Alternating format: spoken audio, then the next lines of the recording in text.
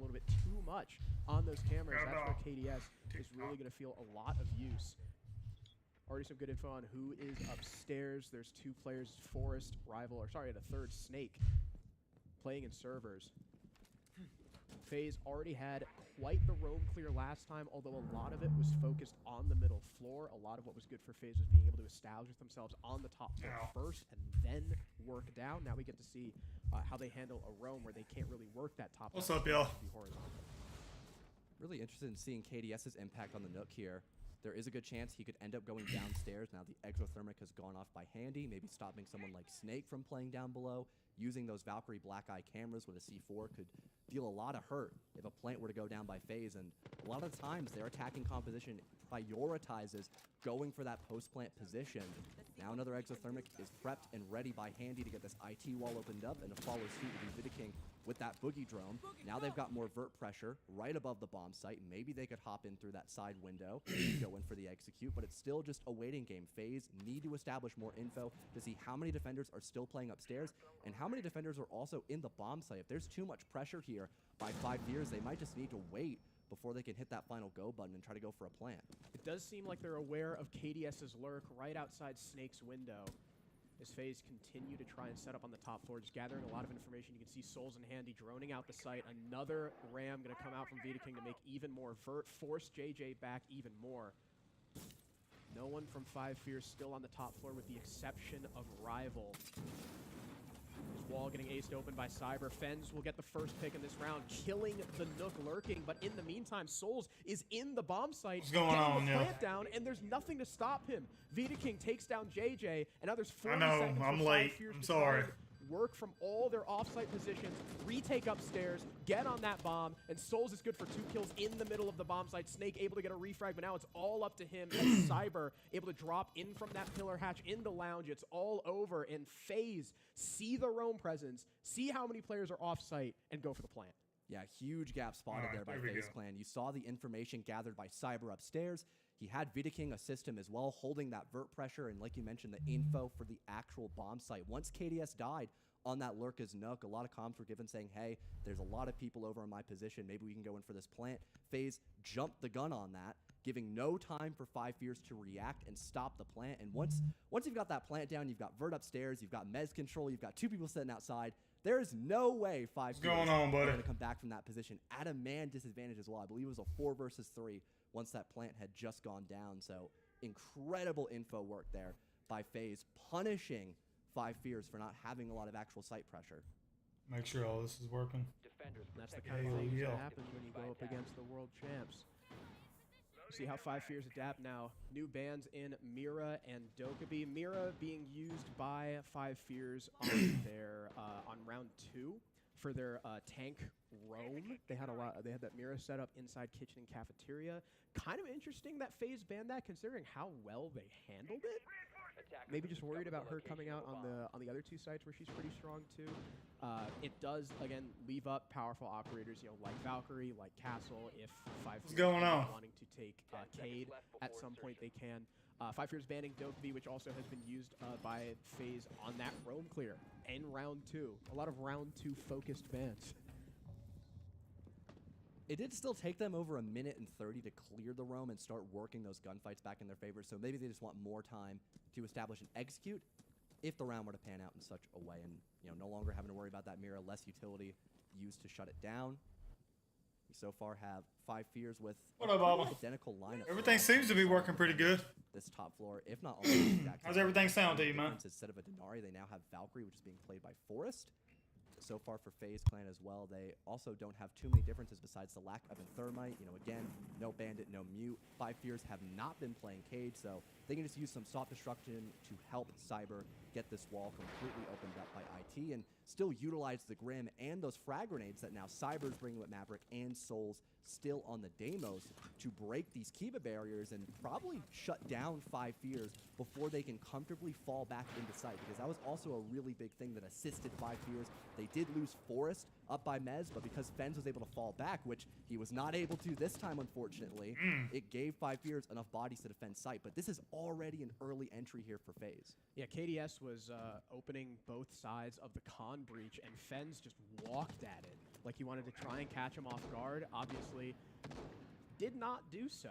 FaZe were ready for it. It's Down so goes wild to Ruby. me Her seeing utility, King as far as on utility FaZe. goes, not the biggest kill in the world. She's still got those gates up, but you're losing your one and only DMR on the defense, which can be very powerful, especially if you're playing back in A, trying to hold on to electrical or the con breach. The DMR can be very strong. Fifers will have to play the rest of this round a man down, as FaZe have, at least for now, completely abandoned the IT side. We've got 3 players over towards Con, Cyber Souls, and KDS. Maybe just trying to work their way, get control by this electrical window, which Snake very quickly shuts down, catches KDS with the bees in his hand. Souls off of that will nade over, take control of E-Box, and try to establish a foothold for his team to take Con control. And although you've lost the Grim, you still have 4 frag grenades. There's a solid chance they can make enough space to hop in through Pillar and try to force this plant. Again, FaZe really competent in that post-plant position. 40 seconds left now. As they notice no one's playing directly by Pillar, but they know Snake is close by the doorway. They have to use their utility here to first deal with Snake, but it'll be such a tough spot with him as the warden. He gets another kill Yeah, every my phone time is people blowing challenge up. him around this bomb chassis. He finds kills. Souls, though, answers back onto Forest. Gas canister from JJ. Last one. Goes out in the E-Box, and he ends up falling. Snake, though, with yet another response, keeping his team in this round. Again, just playing around this bomb chassis. Cyber, the last man standing, picks up Case. Needs to isolate both these players. They're separated. Rival moved all the way back to Aqua, but there's only 5 seconds left. 5 Fears know how they need to play this. Even if Cyber gets one of these kills, there will be no time to get the other. The clock hits 0, and 5 Fears tie us up. Great round there for Snake as well. You know, you lose one of your teammates in the minute mark. That's always a tough spot to be in on the defense. You have less Interesting. positions where you can All right, y'all. fire established.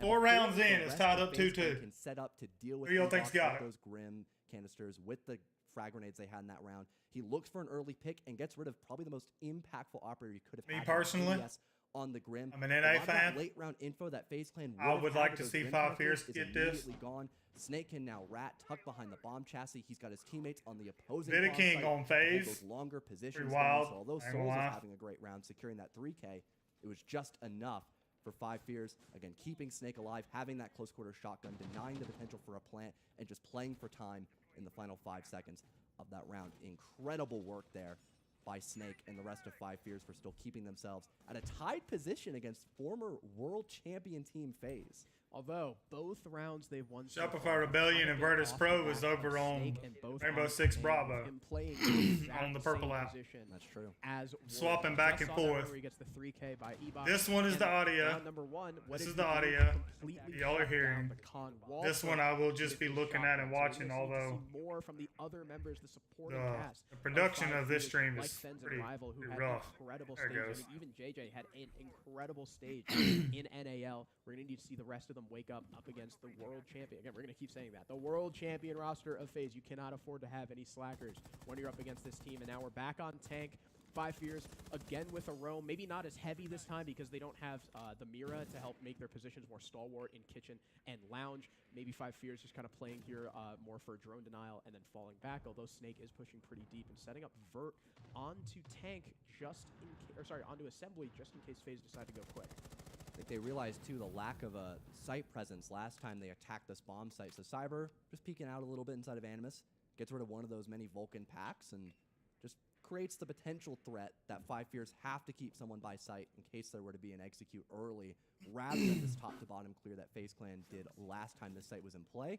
Someone goes off by Warehouse, maybe allowing Souls to enter in from this position of the map. Instead, it seems to be a rotate instead here. Maybe lurking his way into sight and hoping to get some cheeky kills here, Harrison. Could try to pressure sight at the same time that Vida King establishes Vert with the ram. C4 will go out gone. and miss, but Fens does not. Handy will be the first to fall in this round. Another kill on the roam for 5 Fears. They take out Striker. That could be a big utility pick depending on what he was taking. I didn't quite see what his utility was. And FaZe seem like they're not really too interested in challenging this. They're just going to have Cyber upstairs holding a position to stop a rotation by Lobby, I believe. Soul's already opening in that Animus wall, taking some damage. There's lots of players positioned here to try and stop him from getting this plant down. Forest with a TK on defense takes out your Mozzie. Luckily, the C4 was already expended, but still, now you're, instead of a body up, in an even man count with the plant going down. No one from 5 Fears able to stop it again. Souls gets it down basically for free. Cyber holding onto Warehouse, kills Rival, trying to help his players by sight. The Solus of Snake trying to challenge his hatch, but still he's got to worry about Cyber. The positions from FaZe perfectly placed to stop this retake. Souls gets 2 from inside Animus before being traded back by Forest, but still 3 bodies for him to find. 2 outside, 1 above. FaZe played that one very well. Task, and FaZe retake the lead. And once FaZe realized that A, a majority of 5 Fears' defense was still upstairs, and B, there was no vert to stop the default plant, they just sent it. You know, Cyber can make enough coverage there. I think I broke my PC.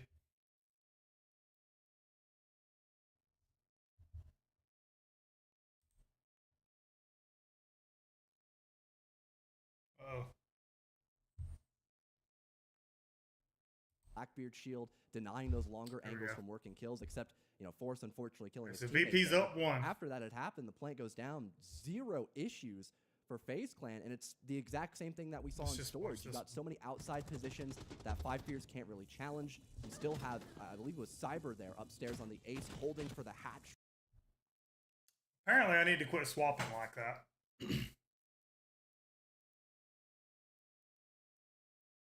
My bad, y'all.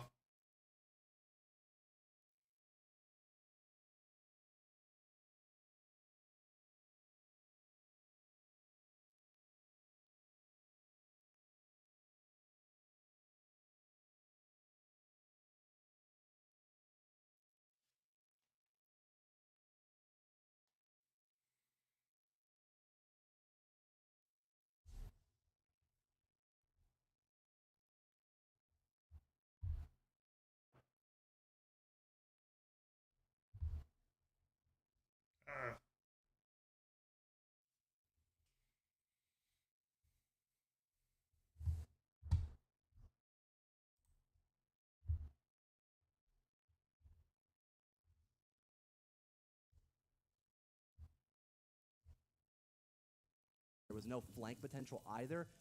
Great teamwork by FaZe.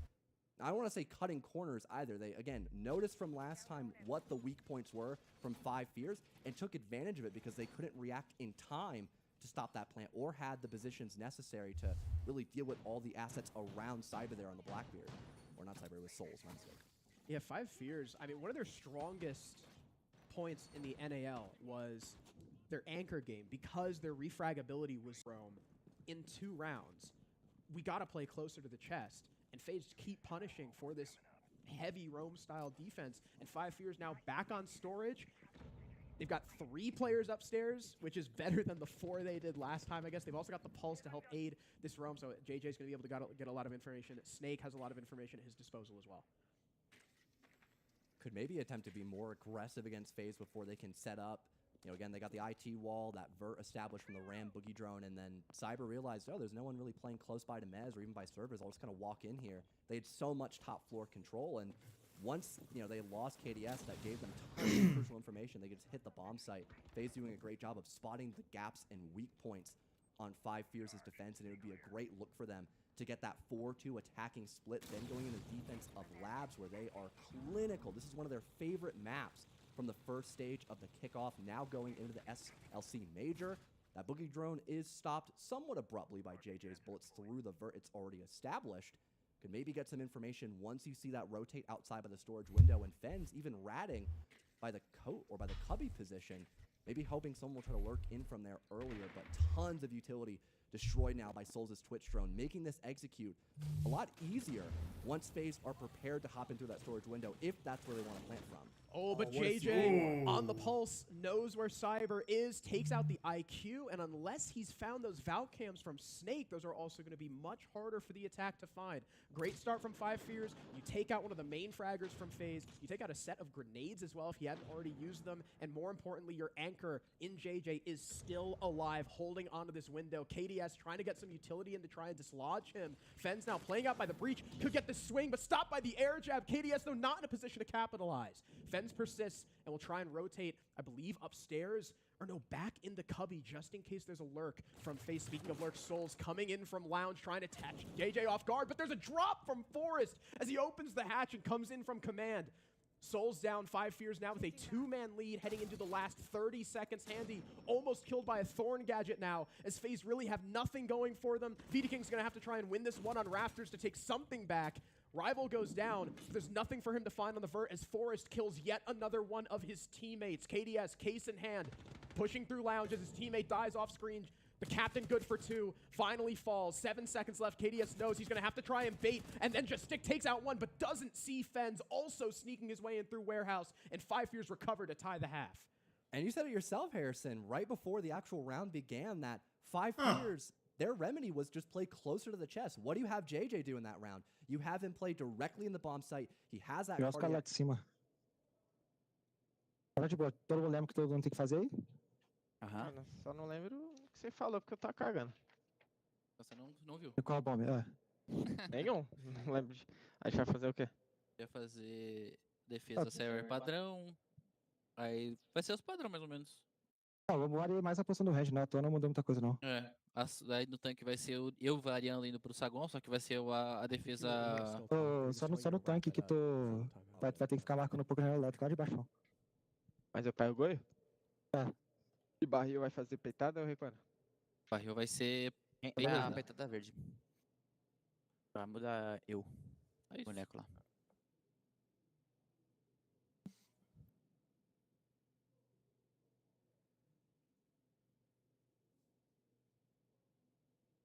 I have no idea what they were talking about. Okay. Maybe talking about Os comandos aí demorou? Oh no, well, we can probably Defense understand them. is the only reason we lost a couple rounds on defense is because we kind of took off our foot off the pedal in some of these rounds, right? Keep the snowball going on attack. I do not fucking care if we lose the round, okay? Do not play fucking scared. That was a decent split. We need a good split to win, okay? Let's get it, boys. And all right? listen, round by round here, guys, no zombie walking like JJ said. They're going to spawn peek. They're going to look out the windows. Don't throw your fucking life because you're not paying attention, okay? JJ says, don't fucking zombie walk. Don't zombie walk. Take our time. Clear everything with our drones. Clear everything with our util, okay? I'm Play confident here, bro. Stop. Don't play like pussies on this attack either. It doesn't mean throw your life, but don't play like a bitch. Okay, if you guys want to swing something, tell your teammates swing it together. All right? Let's fucking get this shit. These guys are fucking pussies, bro, and they're terrible. Do not be fucking scared of them. fucking suck. Sammy, we're so close. Sammy. Guys, MVP has My you. God, he's so MVP big. has you this half, guys. You got it. MVP has you. Show them. MVP has you. Show them. All right, good What to did, see what you. did Snake mean when he said he was close there? Oh, man. He's still up in the 5 Fears camp. Again, don't know what phase we're What talking up, about. I Ron? don't speak Portuguese. Maybe talking about how, 5 Fears, again, they love to play the shield, get ready for cheese, right? Yo, I They was love not doing, expecting that flags, audio 5 from Fears. 5 And Fears. 5 Fears That- camp talking about, They just put 5 Fears as one of my top. To an extent, I agree, right? We were talking about how, play closer to the chest. Play That was pretty good. At the same time, Damn, that 5 was good. Fears, in those roams, you're letting FaZe set up.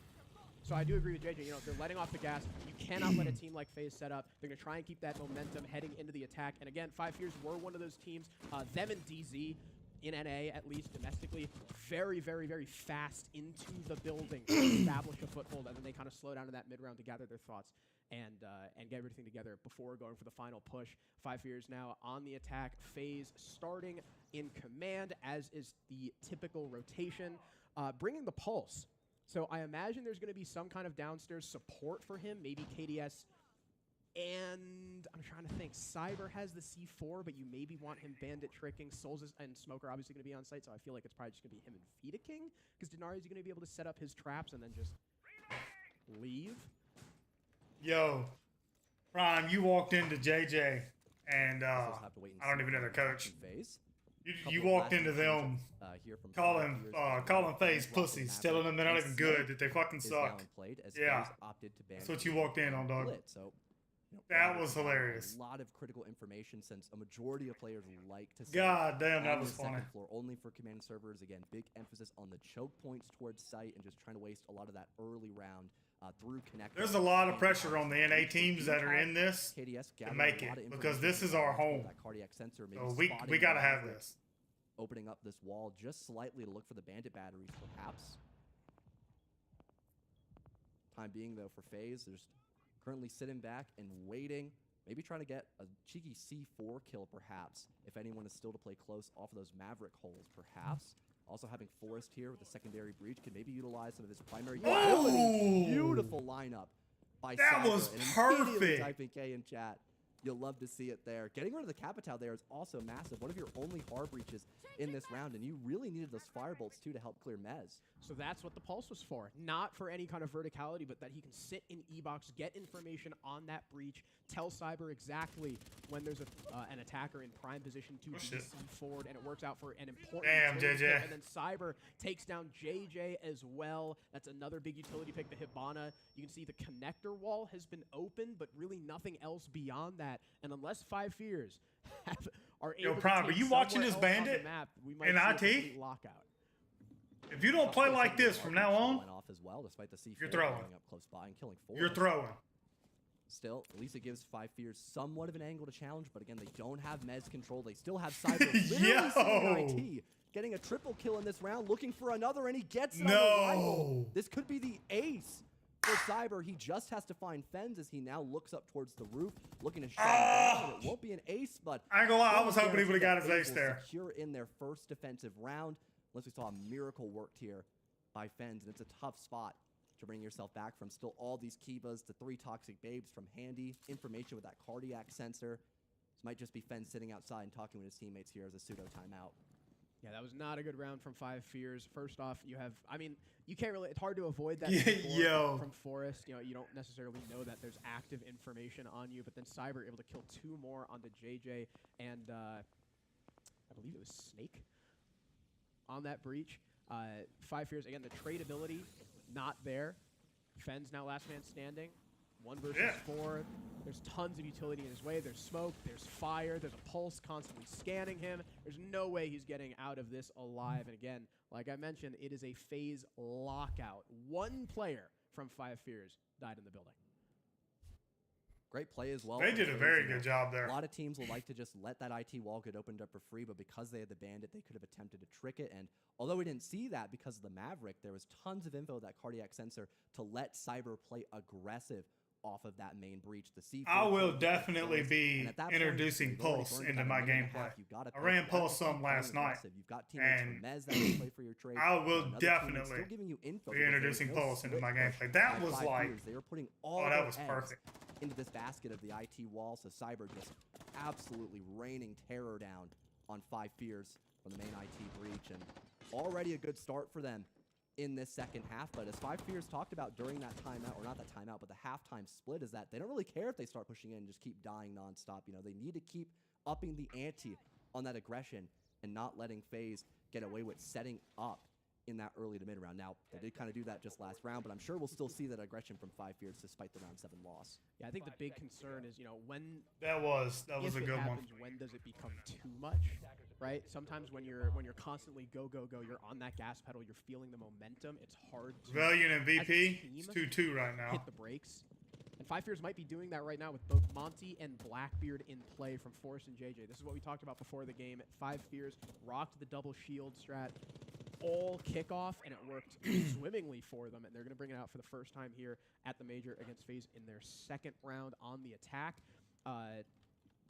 We've also got Fens on the Snake, so oh my god, that freaked me out because Snake is playing Dokkaebi.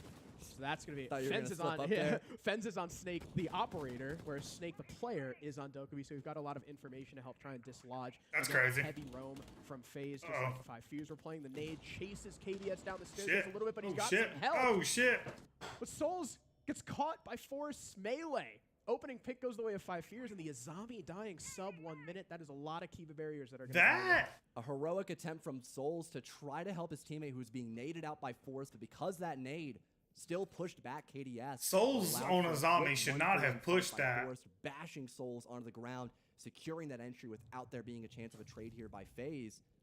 Still burned a decent amount of time in this roam, will still persist by them, but he shouldn't have pushed that. Having to keep both the Montaigne and the Blackbeard alive. It's such a gamble to bring 2 shields for a full top-to-bottom clear, but it's going to provide so much information and really make up for the fact that this will be a slow top-to-bottom clear from 5 Fears. The Dokkan Logi Bomb call as well, giving away Cyber's position, and now they've got info from him on the bottom of that lobby staircase. I most certainly believe they'll try to hunt down Cyber before he can fall back. He does also have a little bit of support from Handy, who spots the Blackbeard drop pillar hatch. Here comes the cavalry, though. 2 players supporting him as 5 Fears make sure the rest of the map is clear before they work their way in. Do they know about Cyber tucked in behind the soda machine, though, as Handy tries to prep a C4 and catch one of these shield players off guard. There's a lot of angles for him to worry about, and he pops up, takes down Snake, now has to face down both the Monty and the Blackbeard, and it's JJ to drop the shield to get the kill. Gas pipe shot by Handy to allow himself a fallback, but 5 Fears finish the roam clear. Yes, a man up, but with only 40 seconds remaining. Tough spot to be in for FaZe. You're still at that player disadvantage. Still 1 Nitro Cell left, and maybe some Vulcan packs in sight could deny a plant. As in this position with 2 shields on the board, 5 Fears really want to try and get that diffuser on the ground. Handy, maybe even sacrificing his life, playing aggressive here by Exo. Having KDS not too far behind him. Still 1 impact in pocket that could maybe dislodge Force and kill him because he's low on health. Fens, kill off screen on Avita King. Handy and KDS trying both to on the Blackbeard. Y'all better get the plant down. It's not quite working. Forrest lights both of them up. As JJ gets the plant down, a worthy sacrifice from the Blackbeard. Absolutely. Now KDS and Handy have to try and retake against all these players on site. The Monty, the vert being established by Rival as well. As he sends out that boogie. That was very, very good. He has an inkling that someone is attempting to hunt him down. Handy just above that Animus hatch. Could also maybe catch Fens playing inside Animus. There's Rival going down. Not sure what Rival was doing there. Very passively. JJ back all the way in cargo. The Snake hears the drop, takes out 1, looks for the second, and 5 Fears tie us up once again. All right. Very clear there from the entirety of 5 Fears, getting info about where this initial roam is and how do we isolate these defenders so they can't play for the Man, this is just fucking back and forth. This is a good game. Off of one another. I'm very surprised by 5 Fears. 4K, but a lot of that was now granted FaZe from E-Box, so not has a sub with Vita King. Together in unison. Vita King is still a good player. This time, I mean, you've got the nades being tossed out from Aqua Stairs, isolating this Azami who tried to assist his teammate. You've got Cyber in the rat spot being literally sandwiched by 2 shields in kitchen / freezer, and then the sacrificial lamb play as well from 5 Fears, putting 2 people off the bomb site to allow for that post plant. You talked about it as well, Harrison. The passivity from them. You know, you had such a great start to the round. You can I like 5 Fears vibe, bro. Timer. Now the diffuser has been placed on the ground. I love their vibe. Seems like here for FaZe Clan, maybe just some technical issues? Yes. Okay. I guess it right. We're going into a rehouse. Unfortunate. Very unfortunate. All good, though. It'll give both teams maybe some time to collect their thoughts. FaZe Clan, I mean, still, I would call it a successful start to their half. You know, again, on command, they completely locked JJ's team out of the building. 5 Fears bring out that double shield, though. They answer with a mean clear of their own. I have to imagine that after we finish this rehost and we get through round 9, we're going to see one of those shield bans against 5 Fears. But again, in doing so, you know, we always talk about what should your philosophy be when it comes to operator bans, right? Do you kind of want to counter ban? You know, again, JJ's team very good with those shields. Do you want to counter ban it? But they already have the blitz taken away. So if you take out Monty, so the audio that y'all are hearing right now is still FaZe and 5 Fears. The Ying, just a spectating, you know, these cheese that 5 Valiant and VP right now, who are very, very good at lab. So do you commit to the shield bans and risk the Ying Glaz, or do you take out one of those because they're operators that no one, like, there's no redundancy. Glaz is the only person that can do what Glaz does. Ying is the only person that can do what Ying does. You ban a shield, there's still another one left.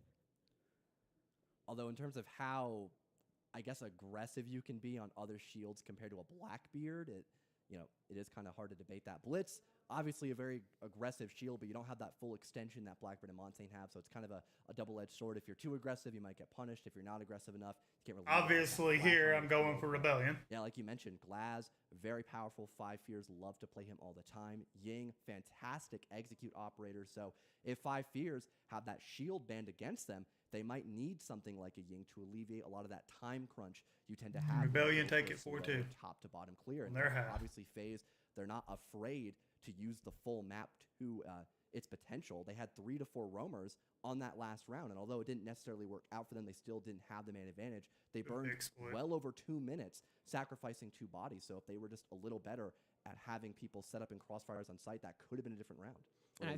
And I think that strength will work better for them if they continue their rotation and go control on round 10. Round 9. If they go control round 9, because again, you still need that upstairs presence, but then the site is right there. It's a lot easier to consolidate your roam into the anchor or play your roam closer together. 3-3 half. You don't have to exude presence over all 3 floors. And again, FaZe, when they were able to do that on command and play around each other, it was excellent. And on tank, when you have to play all 3 floors, that's when they get isolated. So I feel like that strength is going to give 5 Fears problems even with the double shield, because there's going to be so much support just right there. Wouldn't be shocked if we have maybe an info operator banned as well. We've seen a lot of emphasis on Snake for 5 Fears. That could be something that's banned here for FaZe. And we've seen a lot of rat positions held, especially Cyber playing behind the vending machine, only going 1 for 1, but still not having as much info. Still on a tech pause. Could maybe net FaZe some extra kills. But the rehost has concluded. We're hopefully going to remain back in the game for the rest of this best of 1, 4-4 between FaZe and 5 Fears. And it will be control, Harrison. You did have a 6th sense on that, although you might have thought it was round 10. I did forget. A little too much premonition there. Hey, I mean, maybe they lose it and they go back. And they go back, dude. On round 10. Wouldn't that be crazy? I don't even know what I would say if that happened. Storage control is in play, and FaZe, do have a lineup that screams, we want to play together and not allow you to enter the building. We've got Cyber on the Pulse, which we saw used really well by FaZe on round 7 to set up that Nitro. We've got traps from Thorn and Fenrir on a site like this, again, where a lot of the execute is going to be coming through either the cargo hull and into that door, in through lounge, which is just a set of doorways, in through the window. Having all those traps can really disrupt an attack. 5 Fears are looking like they want to stick the double shield. I just broke my own rule. I talked about the attackers before the timer. Hold on. 2 seconds. Okay. 5 Fears are going to be bringing the double shield setup once again to clear this top floor. FaZe actually do have a player in the basement too. I don't know if KDS is going to stay there, but sometimes, again, with 5 Fears playing the Snake and the shield and stuff like that, it's certainly not a stretch to think that they would also play Deimos, who could be really powerful bottom up here. So it could be that KDS, nope, he's back. Cyber is actually the one in the basement. Okay, so KDS probably just setting up traps for him to aid him on this downstairs play with the Pulse, so that way he's got information if someone tries to move on him. Wouldn't be shocked if they send down one of those shields maybe to deal with him as well. Forrest did a good job of clearing out that initial roam last round. Could maybe have him down below utilizing one of his bashes to get rid of Cyber and not have that threat of someone utilizing the C4. It seems like he is over in the site for right now, maybe trying to help deal with the people above towards IT. Souls playing up top by Mez as well. Not going to allow for as much map control. And there it is, the C4 from site, getting rid of Striker before they can walk into the building proper. And now for the rest of 5 Fears, looks like they're still trying to challenge Mez, but now the smoke assisting as well, utilizing those toxic babes and playing right beside command and servers to assist Souls by top Mez. Seems like there's a rotate now between Forest and Rivals. They'll try to help push in from Khan, but this attack is still so disjointed. Great crossfires there from FaZe Clan, shutting down JJ as he tried to walk into top Mez by himself. And this roam extension has been fantastic for FaZe. Why did he try to push in by himself? The idea was here for 5 Fears, right? Fens and JJ, open IT, go Rafters, while Forest and Rival attempt to pinch from connector side. But once you lose JJ's support, he needs to play that more passively. Instead, he tried to walk into the building, didn't have a lot of information to work off of, gets caught off guard by KDS, and now this con split is going to be a lot more dangerous for the attackers to push. He seems like he knows about the player in the corner, though, and Rival's good for 2. Answers back in kind, and prevents 5 Fears from a terrible disadvantage. Souls makes it past the window, though. Snake's flank watch not working out for a pick. Souls able to get back. He's getting scanned by the line, but he doesn't care because he's able to make it safely back to the bomb site. Now 5 Fears do have top control, but once again, they only got 40 seconds left to execute. Still having the Blackbeard, though. Could make enough space to get into sight, perhaps, to maybe force out this plant. Not a lot of utility left. Oh, what a massive kill for Forrest. Looking through the vert, he spots Souls. That's the man advantage now for 5 Fears. And they could easily just use this shield to brute force their way into sight, as both Cyber and KDS are not really playing on it directly. Yeah, that was the only guy who was directly on A, where it seems like 5 Fears want to end, but as Forrest jumps on through, he gets caught by a Thorn, caught by the Thorn, and KDS is good for another as Snake cannot refrag. Rival's the last man standing, stuck between both defenders with only 4 seconds left. They're looking for the kill. Rival knows he doesn't have case. He's got to try and make something happen, but FaZe off the back of KDS retake the lead. And FaZe, again, incredible extension upstairs. This is a very well-fought game. This bunker for Mezzanine, having both KDS and Souls with their Thorn, Razor Blooms, and the Toxic Babes to force out the rest of that attack upstairs. Before we even had anyone officially enter the building, it was Cyber getting that Nitro Cell kill onto Fez when he had Fens to attempt pushing in through IT. Tons of information on that cardiac sensor to get that easy entry kill. And 5 Fears just looked so disjointed on that round. They needed much more help towards IT. It was a 1 versus 3 for JJ, and once he's gone, you lose a lot of that stopping power with the shield. Yes, you still have Forrest, but it was only till the late round where he really began to activate, getting that kill through the vert. The rest of FaZe Clan, despite not having sight control, they were able to stop 5 Fears on their rotation, and KDS landing 2 nasty shots to keep his team alive off of what was a great start to that round for FaZe. Just the inability to trade there for 5 Fears was really their demise that round, Harrison. Absolutely. And again, it was one of their biggest strengths in the NAL, and the bans have come through. Blackbeard is the target for FaZe, so they take away the double shield setup from 5 Fears, but they do, again, leave up Capitao, Glaz, Ying, should 5 Fears opt to play them. Capitao looks like he's going to be the first of those 3. I'm kind of surprised we're not seeing a Ying or a Glaz. Again, when a team has such good tradability, like when you have, like with FaZe, the perfect operators to disrupt that are guys like Glaz and Ying, who can effectively cleave the site in half, prevent the defenders from seeing you while you run in and kill them. Maybe we'll see that in the future. For now, though, 5 Fears just opting for this Capitao, who's going to be good for flushing out positions in Pillar, if that's where they want to end. Forrest already opening this IT breach with no Bandit. You no longer have to worry about any wall denial. They do still have KDS by Electrical, and Cyber as well is now in the Valkyrie, playing below on that first floor. Really, for FaZe, they've been emphasizing this info game, and I'm sure with the Nitro Cells, that can be a great combination for them, like it has been in the second half previously. More hard breach as well for 5 Fears, so maybe they'll want to split in towards Con, as they've now opened up that office window, and they could maybe utilize the Capitao with the help of these air jabs as well to make tons of space and go in for that Pillar plant. Rival now officially entering the building from this top lobby side, breaking out that default cam, and then getting the Selmas active on this back wall as well.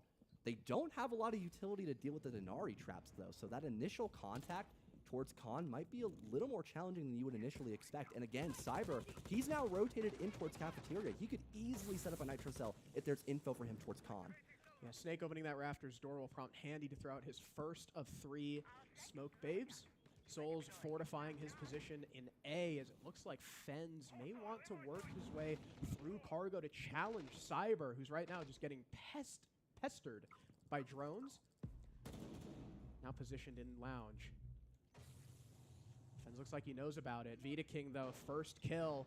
Rival goes down. Fens to follow. I believe getting killed by Handy, who came down the stairs to assist his teammate. And KDS just makes things even worse for 5 Fears. JJ gets his team on the board, but it's still a 2 versus 4. Sub 1 minute. C4 at least expended by KDS. It does not land. There's no more C4s on the defense, but there's still tons of work to do for 5 Fears as JJ tries to take a stand in IT. Oh, beautiful shot into KDS. Man count now tied up. He's got sight control, and he'll look for this plant in the Capitao, utilizing the asphyxiating bolts to provide cover. Toxic Babe comes out, but Forrest denies it. This could be the moment for 5 Fears to tie up this second half once again, as it's just Cyber now in a 1 versus 2. Firebolt only blocking him off momentarily. He's able to evade it for the most part and is looking to isolate this Hibana right by the diffuser. But JJ dodges him and wins the fight. That's huge for 5 Fears. Hell yeah. What a comeback. The IGL sneaking into IT and winning 2 massive frags to tie us up 5-5. The 2 support players, the 2 callers on 5 Fears, JJ and Forrest stepping I love JJ's vibes, man. You can see FaZe with such a massive advantage. They kept downstairs control, they kept upstairs control of the site, and then JJ slips his way into IT, which very clearly caught FaZe off guard, and then simple as just won his fights. Killing that player inside command itself opened up the round because Cyber was getting hunted downstairs and Handy was pulled away to support him. What an adaptation and what a mid-round play from 5 Fears. Forrest being able to get to JJ before the 2 roamers were able to meet up on site is really what won 5 Fears that round. And now we're tied up 5-5. 5 Fears, a team who has never played a LAN event before against the world champs. It'll be a reattempt of command as well for FaZe Clan. You know, their early round was phenomenal. They had all their bases covered. You had Vita King with that first entry, 5 Fears having 0 utility to deal with that Denari, so Vita's able to play right by the blue couch, gets that 1 for 1. What up, Par? And then I believe thank you for helping in, the second kill was off of someone trying to assist Fens downstairs, and oh no! What a spawn peek from Handy. Man. Looks like 5 Fears forgot about that during their intermission phase of the first half where they were prepared for the spawn peaks. Not so much anymore. Losing the Capitao first as well is so unfortunate for them. They do still have the nades and JJ on Montaigne, so they can still make a lot of space here. But, you know, that Montaigne towards the end assisting for that post plant by JJ was critical for them winning that round previously. Yeah, crazy that they allow that to happen. Like you mentioned, after talking specifically about it during the timeout, but no more Capitao, who's a crucial utility pick, especially on the upstairs. Again, you know, like you mentioned, we saw how important Capitao was to that final 2v2. JJ running away from rafters now. Handy able to make his way back to site with basically no punishment. KDS back on his position here inside E-Box, just continuously scanning for information. Denari's being set up everywhere, and Fens caught off guard by Cyber close on the breach. Gives FaZe another kill. The recall almost instantly by Forrest. The first time that Deimos is being run by are you seeing this? Attack. It's good for a kill. He now tries to make 5 Fears are playing fantastic right now, man. Control of rafters, but he's very alone. They do have Mez control, but FaZe are okay with this. They have a potential crossfire at their disposal. And Handy trying to hold on down through blue, able to shoot out that gas canister. Good for 1, but Forrest, another immediate trade for him with the revolver. It's another 2 versus 3 position, but KDS shuts down JJ and gets rid of Forrest. Match point for FaZe Clan, as although they had some hiccups on round 10, they go back to command and have even more success than the previous round. You can see FaZe have been on top of the game when it comes to information. Basically, every time they bring out that pulse, they're getting a pick with it. They're using it to rotate. Again, you know, calling out for Cyber to just stay close on that breach, calling out there was someone about to swing him.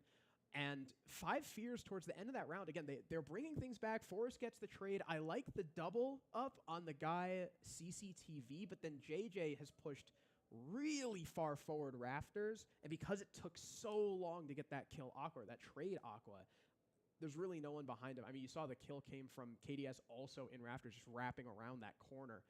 So maybe would have liked to see JJ wait there, but again, the bigger issue being that your Capitao got spawn peaked. FaZe have been really, really good in these early rounds. Since the half swapped, they are 4 for 5 in terms of opening picks. Just keep catching 5 Fears alone, thanks to the Valkyrie and the Pulse and all this information that they've been bringing. Yeah, their entries in the first half weren't really one-sided, but their trades is what kind of kept them in the driver's seat for a good chunk of that first half. And now they've got the entry and the teamwork as well to make sure that for most rounds, 5 Fears aren't able to get away with robbery, except, you know, maybe excluding round number 10 command. But again, they go right back down or right back upstairs to command room and have even more success. Still finishing out this tech pause, trying to get all 10 layers or 10 players back in the lobby. In terms of sites, you know, would you rather have tank be in play here for FaZe Clan, or do you think that storage and control would be better off for them? Because 5 Fears won on tank last time after having an incredible roam clear and that Fens double kill during the post plant. Yeah, they're hovering control storage right now, so I think they just don't want to have to change things up too much, right? Because the way they played storage control, if it wasn't for that... It popped up twice for me. From 5 years, it would have been a pretty easy lockout. I mean, it still came down to KDS just killing 3 people in cargo, whereas on tank, I think FaZe would have to completely change how they played that. So you're only 1 round away from winning. You might as well go with what you know or what you figure works. So I like the control storage play. As far as, I mean, you guys can't see it on stream right now, but as far as the lineup is concerned, it's, I believe, identical. Pulse, Fenrir, Thorn, or Zombie Smoke. Yeah, so it's the exact same thing. I imagine, again, they're going to play it pretty similarly with the Pulse supporting from the basement, a couple, 1 player on site, a lot of upstairs control, you know, a Zombie exuding presence in rafters. And again, 5 Fears, if it wasn't for, because they lost, what, the first 5-4 Rebellion picks, I think it was. I think in a row. If it wasn't for them just having this mid-round surge on the upstairs and finally getting those trade backs, the round would not have come. Oh, I got you. Close. And the biggest thing for 5 Fears is, in general, their IT entries have been very poor against FaZe, and that's usually the first point of contact when you're attacking storage room as well. You know, we saw that. Fenn's getting blown up by a C4 from Cyber underneath him on the Pulse. You then had JJ completely on an island trying to get in through Mez. So for 5 Fears, they would also have to change their style of attack if we were to see storage and control in play again for them, which is still what FaZe are opting to go for. Maybe we'll see more of an emphasis on Aqua because 5 Fears have been... What the fuck was that? Aqua Dory with the help of the shield, the help of those frag grenades. They've still been running plenty of it. Yo, please tell me y'all just seen that. Best of 1 series. What the shield was just holy. The lobby. I think we're almost there at this point, Harrison, but this has been an incredible first match for us in the major. You know, we were obviously welcome back in, Baba. A close game, but it really has felt neck and neck between 5 Fears and FaZe. Yeah, again, it's super impressive for 5 Fears to be able to go toe-to-toe with FaZe. Obviously, though, if this ends up going to OT, it's not like kickoff where, you know, you get something out of it, you get a point. It's just straight wins and losses, so there's still a lot of work for 5 Fears to do. FaZe, on the other hand, I think FaZe have... I'm going to mute this one. I'm going to go to this one. He was holding, which he won't get away with again. No, just tucked in, got himself a couple of kills, removed definitely the Monty, and I think it was Skies as well on the Snake. And immediately the round was just like, okay, it's going to be fairly tricky to lose it from here on out. That is likely not going to happen again. And we need to see a little bit more diligence. Also struggling to shoot the damn gas pipe. Information gathering from VP. Hey, you there, buddy. And even with the intel in general, the Grim should be helpful for that. Not a new operator, VP have been bringing him a lot, but still something to consider that there's a lot of different avenues by which they could acquire that information. Rourke down below on the Finca, taking a bit of a gander with the spear up through the floor. VP pushing this position just like they did last time. A lot of smoke canisters expended early on. Ooh, I was going to say, that might do a lot of damage to Nako. Kind of impressive he actually gets out with only losing that little HP. Oh shit, I thought that smoke grenade was going to... for this result. Take him a little more than that. Amount in the grand scheme of things, immediately boosted back up by Rorik. Good to mitigate some of the damage, not only that utility, but even if you got a couple errant bits of shrapnel from a Razor Bloom, be happy.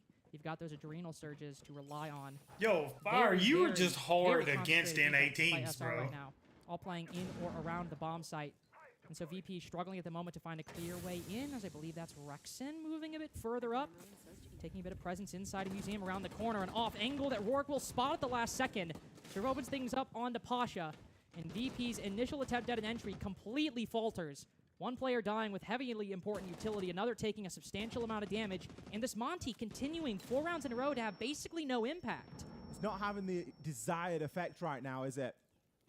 Rexen can be tucked up on top of the box. Rorik will take Surf down. This is where you've still got the Monty. You can still get that impact out of it. You just need Naku to be able to push in and cause enough distraction. I don't really want to see him hitting that ADS, though. No, not at this close proximity with 2 defenders right across the way. Canadian swings out. Nako, I think, finds himself too far from the rest of the team, ends up being directly in the center of the defense. Now the Monty and the Grim both down. Acquiring this late round utility is going to be difficult. Rorik praying he wins that free fire. It's briefly. No, it is fully a VP man advantage. Skies and Dan both finding one, but Spoit. Compassion ends up killing Dan, trying to save Rorik, downed in the process on the cross. No. Skies has time. Pick him back up. Back to a 2v1, but the Spoit with such a long line. And an Uzi that packs a punch, chambered with some damaging ammunition. Now around the corner, Skies on Overwatch. Spoit just slips by, might be able to pre-fire that angle, spots him at the last second, and slips around the corner. Escaping any punishment met out by Virtus Pro. The target prioritization there from Spoit is second. Oh, to none. man. That's the second time today that we've seen him have a huge. That's why that man is the highest paid player. Highest paid player in all of Pro League. VP. Holy. Another situation like that where we see Spoit just play it to perfection. To be fair, for me, that's more impressive than the pistol kill that he got a couple of rounds ago, and he was out of his chair for that one. This is now just another day at the office. This is business He's as locked usual. in. Hell yeah, it's coming man. at a different point as well, right? When they got that pistol kill, they were struggling, I think, a little bit at the beginning of the game, still settling in. I mean, at this point, Shopify Rebellion have been in the lead since round 7, really. Sure, the game has been tied a couple times, but they've been leading the way and have definitely been leading the charge in the pace of this game since basically round 3. Won the vast majority of the rounds. And so I think Shopify Rebellion have gotten quite comfortable in this series, and I think the glamour of it has kind of washed off a little bit for Spoit, and now at 14-5. Every kill is basically the same as the last one at this point. He has a watch you leave. So I don't know. Maybe that's going to be a hole that they use later in the round. The Thatcher also interesting. I'm wondering if maybe the Thatcher is for. I mean, obviously it'll help with the Fender and stuff. Maybe for the Pulse. Once they go for the execute, he just looks at the floor, denies the heartbeat sensor. Could maybe use that EMP for the Nitro Cell as well. You get rid of that cardiac sensor. You expect him to pop that C4 out almost immediately after. I believe you also can EMP the smoke grenades, right? The Toxic Babes? Yes. Yeah, I thought so. Because you used to be able to do that on Old Thatcher. Yeah. So, a lot of good counter utility potential if a plant were to go down, but that's a really big if at this point, because 5 Fears only now are beginning to open up that con wall, because JJ was just moments ago in the basement applying some of that fake pressure onto the Pulse downstairs. They'll maybe get this Mez window opened up as well, trying to maybe just try to force back Souls as he's still lingering here on the Azami. Plenty of Kibas in his back pocket as well, just to burn more time against the DMR and grenades. They'll probably get rid of those first initial pieces of utility. And now they've got Snake lurking here by this closet once again. I wouldn't be shocked if he just tries to run up the warehouse stairs to deal some damage. Massive entry here from Forest, and they're just going for the plant now. Fence does die, though. And yeah, JJ has to stop. His rival gets killed, and now top control is in the hands of FaZe. It's just Cyber walking in with the shotgun to kill JJ, and it's all just Snake. 1 versus 3 to save his team in their first ever international match. But from upstairs, Handy retaking that vert on the ramp. Well, FaZe took that one. The 2-timers. That's unfortunate. A whole lot of it. He's eventually felled as the Rebellion as a whole, all right, Shopify, don't let me down, has been struggling against Virtus Pro, who have been cornering them inside of their own bomb site. A very good take there from VP. I like it. They just went so direct. There was no sort of farting around, going and taking control here, there, and everywhere. Oh, let's try. No, it was very straightforward. It was very clinical. It was, we're just going to play 2 shields, and we are going to play behind them. Get a little Dark Zero went down today. We know that 5 Fears went down today. Tower stairs, and Wild card won. But for him. The saving grace there for SR for me was the fact that they had the Tachanka. And Wildcard won, Dark Zero went down, 5 Fears went down. Really for a little bit Shopify is alive for 6-6. SR. Spoit, of course, with a flashy play there as well, but it was the writing kind of was on the wall from the start with that one, given the early exit of Surf and the fact that SR were always going to be going into that 4 versus 5. Good to finally see VP with a little bit of success here on the attack again. And let's be honest, it's still a very close game. 6-5. We're only 1 away from an OT here. Oh, I'm sorry. It's 6-5. I'm sorry. I was thinking it was 6-6. Overall just has felt a bit more inconsistent compared to SR. I mean, each round has always had at least 1 or 2 SR wins separating it. It's only been that 2-round streak at the beginning, but they have been quite competitive throughout this map. And just 1 round. We'll make it even more so. We'll tie the game up 6-6. Treating us to a good show for you and I's first game of Phase 2, but also VP's first match on the national stage in quite a few months. Love to see it. And now, just want to point out, We have fully broken from the trend. Monty dropped off the board by Nako. He is pivoting and investing all of his funds in Blackbeard. We're all in on Blackbeard right now. We're Blackbeard all in. Stock's on the rise, apparently. We had the Blackbeard and the Monty. It's a strong buy on Blackbeard. Strong buy. Is that what they call a bull market? Yes. I'm there for it. Hearing the remnants of a Flores Rotero drone there, as well as Dan is going to be clearing out a little bit of utility. We're seeing Skies going to look to get the wall open. Cade, unfortunately, take to that. Win the round from Infirmary, or Med. I don't know that he's going to be given the same chance again to take the challenge on to Pasha. But you can't give your full attention over behind it, and it just so happens Pasha was quicker. Speed things up, though, with Pasha just around the corner. What is with this? Thinking about the rest of the defense can kind of help out. We got the TCSG, but just a quick swing around the corner. Deimos down in the process. Key bit of information gathering for Virtus Pro now dealt with. And that coordination to take down Surf was really quite excellent, making great use of that death mark. Taking that out of VP's toolkit is going to be highly problematic. Now turning their attention over towards Canadian, who's playing a bit further up with that shotgun. Oh, they're literally next to each other. Canadian is in for a world of hurt. As somebody swings around the corner. Skies, 15 and 6 as well, by the way. Got to shout him out. He's on low HP, but can still get the job done. We've got 1 minute to go. Low HP for Skies and low HP for Naku. Blackbeard on low HP. Well, not much use at all, and he's going to have to try and work his best with what he's got. Ambi's a little bit low here, but it's the C4s in the hands of Surf and Rexon that I'm really looking towards right now. You can see the positioning from the SR players. Again, they've built a brilliant link between themselves, holding a nice flat line between the sites. They know which direction this push is going to be coming from. There's zero verticality. It is all about this horizontal push now from VP. All about how they can get Nako activated, maybe with Skies looking over and having these 3 Bs to launch into the site in the late round. This could make things a lot better for Virtus Pro. Displace the remaining defenders, gather information on anybody who doesn't move. Can push things a little bit further in their favor, but as Rorik uses a couple, doesn't spot much of anything. Rebellion even have information on the Grim. Moving up the hallway, 3K for Ambi at the moment. Surf gets 1 more. How about 18 kills, Skies, with 10 seconds to go? No, it'll be Ambi just getting even at the end of the game, and the Rebellion warmed up after a lengthy Phase 1 win their first bout in the Swiss.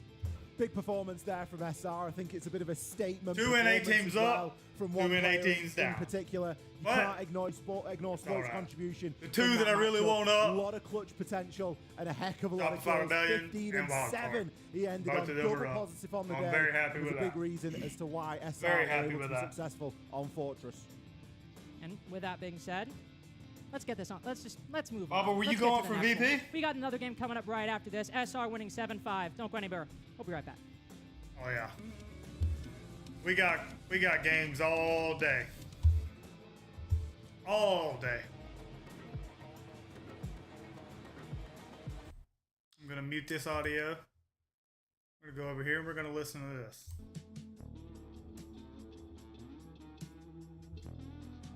We got 20 seconds till they're back. Yeah.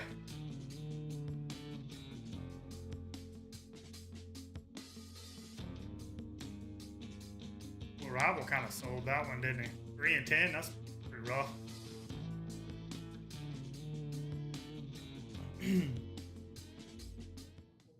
FaZe Clan hold off the advance from a good-looking 5 Fears, but FaZe Clan, as always, come out on top. How do you prepare KDS for a team that you've never seen before? Maybe you know a player or two, but how are you able to get ready for a match like today? So we are screening a lot against them, and we face in first step like a difficult play against them because they are very aggressively in the scrims. So we decide to aggressively in the match. So I think this is the thing make us win the match, and we are very happy now. Well, talk to me. How do you think your team played overall? Obviously, it was a very close game. Do you feel like you were playing your best Siege? I think the first match always you get like a little bit nervous because it's the first match, you know. But after the tournament is coming, I think we are being better and better. So I think this is a good start for us. Amazing. Thank you, KDS. FaZe Clan, it did get close, but they start out with a win. Thank you so much, Jonah. And now we look ahead to our next game, and we've got some maybe internationally, as far as history is concerned, some not quite so heavy hitters. We have Los, the 4th seed, coming out of Brazil, who, of course, went down to the lower bracket in play-ins and then qualified through there, versus CAG, hopefuls from Japan. We always love to support them. They just never make it very far. And, John, we're going to be playing a fun map. An incredibly aggressive map of border. I think the smallest map in the competitive pool as of right now. This could be a really interesting one, especially with the performance that we've seen from both Dark and Perez on. You think Los has got this one? One run, and then CAG, also an extremely aggressive team from their region of APAC. So Harrison, I cannot wait to go in for this best of 1 series. But you will have to wait, unfortunately, because come on, man. We got to go take a break. We will be back with the game just after a few minutes. What's a few minutes? Alrighty. Well, pause this audio and go back to this one. Oh, what the hell?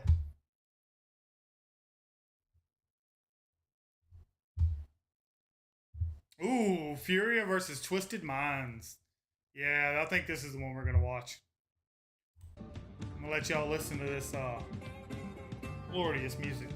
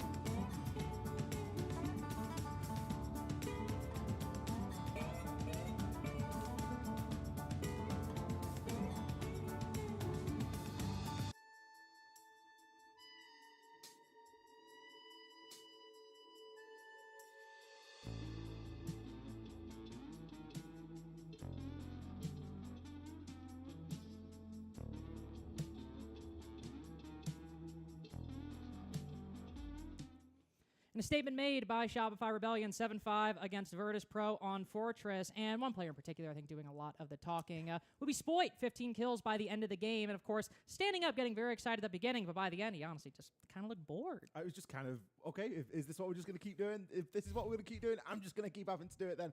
Really, I don't want to say that he dragged SR through that game. No. But without his performance, without his contribution, it would have been a very different atmosphere. It would have been a very different landscape. Someone like Ambi, for example, came alive on that defensive side, but throughout the attacking rounds, wasn't really able to find any success. Despite the fact that it was an equal 3-3 half, it took him till round 7 to get 2 kills. So there was a little bit of sort of lag on some of the players and then a bit of overperform necessarily on a few of the others. But for me, I think I'm enthused with what I've seen from VP.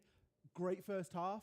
It was just a shame about those attacks. And that's what I was going to say. I think with VP, there was a lot of good stuff to talk about, a lot of good things to focus on. Just felt like they were a bit cold coming in. I mean, 12 rounds out the gate against Shopify Rebellion, a team that also likes Fortress and is comfortable playing it. I think it's very understandable, very good. I think we'll probably see a much different Virtus Pro when we move into round 2, round 3 of the Swiss, excuse me, and I say much different. Still a lot of good stuff to talk about for VP. Skies as well, 15 kills at the end of things. But of course, that is our first game. We've got another one coming up, Ollie, that I have to say I'm very excited about because we had number 2 team in Europe, right, with VP. We have Twisted Minds coming up as well, which, I mean, we're talking about top 3 teams in Europe now, and Twisted Minds in particular, coming from the MENA region. A lot of exciting stuff, but don't go anywhere. We'll be right back with Twisted Minds and Furia right after this.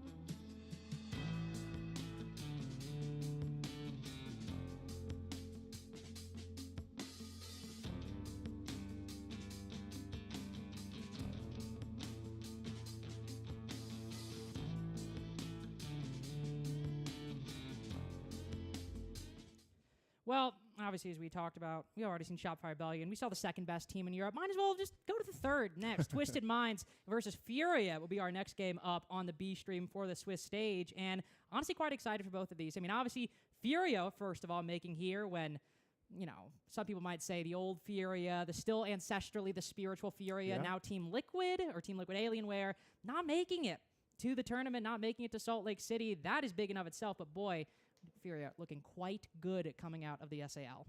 We got lucky enough to cover quite a lot of the SAL kickoff, and we did see Furia, and we did see the sort of demise of Team Liquid Alienware as well. It was, I don't know, it was unpredictable, wasn't it? Because if you look at who we actually ended up sending from SAL, we've got this Furia side. We also ended up sending Loss as well. So that was crazy. Yeah, like it was a little bit mental over there at a couple of points, and it was fairly mental throughout the course of kickoff. But I mean, that's kind of just the nature of the beast, right? When you start to deal with SAL, it can be very, very competitive and very, very highly sought after. And we also have the maps coming right up because for both these teams, there's a little bit of just, you know, I think a little fun little tidbit as we have another Fortress game. If you've been missing a lot of Fortress in your life, be glad you're tuned into Rainbow Six Bravo because we have another one coming up. But Ollie, both of these teams throughout kickoff, what is it?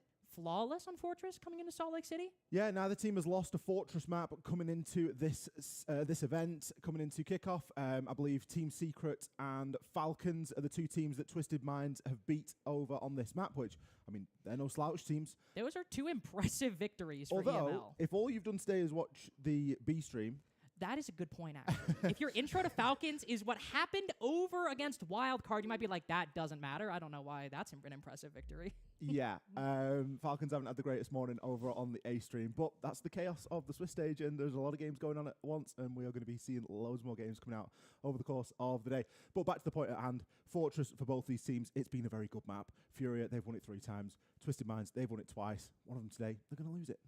And, I mean, that's kind of the fun part about the Swiss. Yeah. We're going to see streaks broken coming in once we see these regions mixing. And I think in particular for Twisted Minds going up against Furia, I mean, obviously, as we can see on the screen right there, Herd's still wearing the jersey.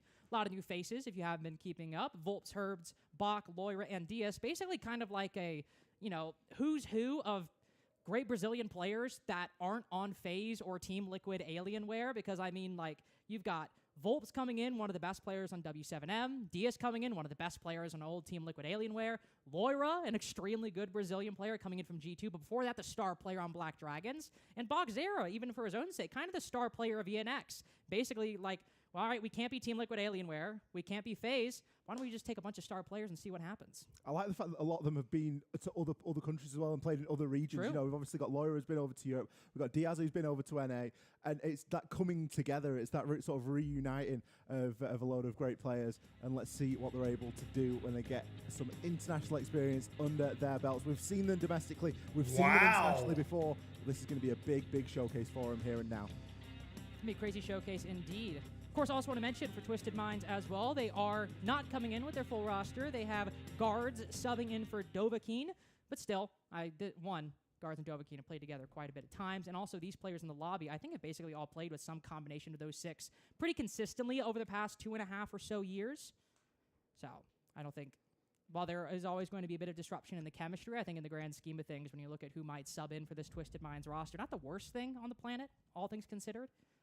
And of course, on the Furia side, the only downside is you're going up against the full 5 of that Furia team who looked quite scary inside of the SAL. As the ban phase gets started, Cade and Monty out the gate. And I have a feeling if we're starting out with a Cade, that means we're going to see for the follow-up, big shock. It's the Bandit. Monty Snake being nice, I mean, that just kneecapped Virtus Pro's attack. They prepped for the wrong game. Yeah. They thought they were going to play the last one. It's good bands. It's good preparation. Good preparation from Twisted Minds here. We're expecting the Monty to be banned, and we are expecting the Snake to be banned as well. The Glazer or Yin can be always thrown into that mixture as well. Very popular bans against Furia here on Fortress. And like you say, unfortunately, we just go into that slightly Z territory of both the Bandit and the K being banned. It is going to leave a lot of tools open. It is going to make things a bit easier for Furia, but I'll put it this way, I didn't notice it. I didn't notice the lack of it in the last match, did you? We saw a couple of Cade rounds we played, and it was just something that got dealt with. Won't be complaining a whole lot in the grand scheme of things. It's mostly just a bit at this point. Speaking of bits, I had no segue there. I was trying to build a bridge as I went along. But at least for the lineup that we have coming out from Twisted Minds, Castle and the Solus and the Azami is just a nasty combination. Azami and Castle for the Architect operators, I think, is pretty well known at this point. Just a difficult situation in which you have the static nature of the castle that kind of funnels and creates little pockets of either avenues to retreat or ingress or egress for the defense, blocks off vision for the attack. The Azami basically doing that with a bit more fluid version, allowing defenders to escape, cover up certain positions. We saw Spoit make good use, throwing in a Kiba on the floor in the last one to counter some vertical play. With the Solus as well, it kind of gives her a bit of a playground to run through. You can have P9 kind of create a little bit of a link back for Hashom, which might be a necessary in this case, as Hashom is currently ratting inside a laundry. Oh no! And whiffed all of his shots. It is windy on Fortress right now as Hashom hits everything but the Dokkaebi. Ooh, nice little run-out attempt there from P9 who takes Diaz down.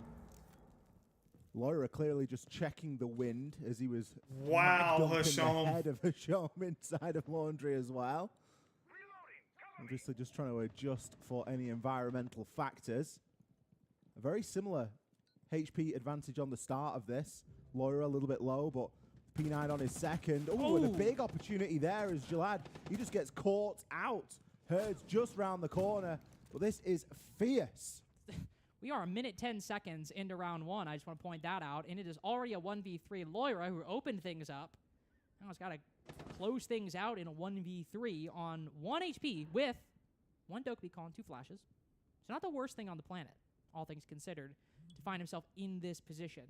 The whole 1 HP thing is kind of an unavoidable problem, but hey, at least now he's got 2 Dokkaebi calls. Ooh, actually almost nails Trickst right there, but unfortunately not able to do it. Crazy first round between Twisted Minds and Furia, as pretty much all the action happens within 60 seconds. And I mean, I'm trying to think like exactly what occurred, but we basically just had Furia barreling straight into the defense, and it seemed like Twisted Minds winning every single one of those engagements. It was real blink and you miss it stuff, wasn't it? Loira, like you say, able to get that opening pick, but after that, it was really kind of the P9 show. And he was in just the right position at the right time to have a great chance onto Diaz and Boxera. There just wasn't really the necessary response. I don't know that Furia were sort of ready and waiting for the level of aggression that Twisted Minds often like to bring. I certainly wasn't. They do like to play in a very aggressive in a very aggressive manner, and challenging at the windows, challenging aggressively onto entry points in the building is going to be something that we see them try to rock with quite consistently. I think also, especially a player like Hasham, who I feel like we've kind of understood his game plan for the past 2.5 years since he made his big debut on the international scene in Atlanta. I don't think Fury were going to be all that surprised. Well, I mean, in a way, they didn't anticipate it, but I think once Laura got the kill and saw that it was Hasham riding in that corner, he's like, oh, yeah, well, that makes sense. I kind of should have figured that in hindsight. Do a bit of a PC issue, so just a brief tech pause, hopefully. Back soon, but at least for the first round. Very good showing from Twisted Minds.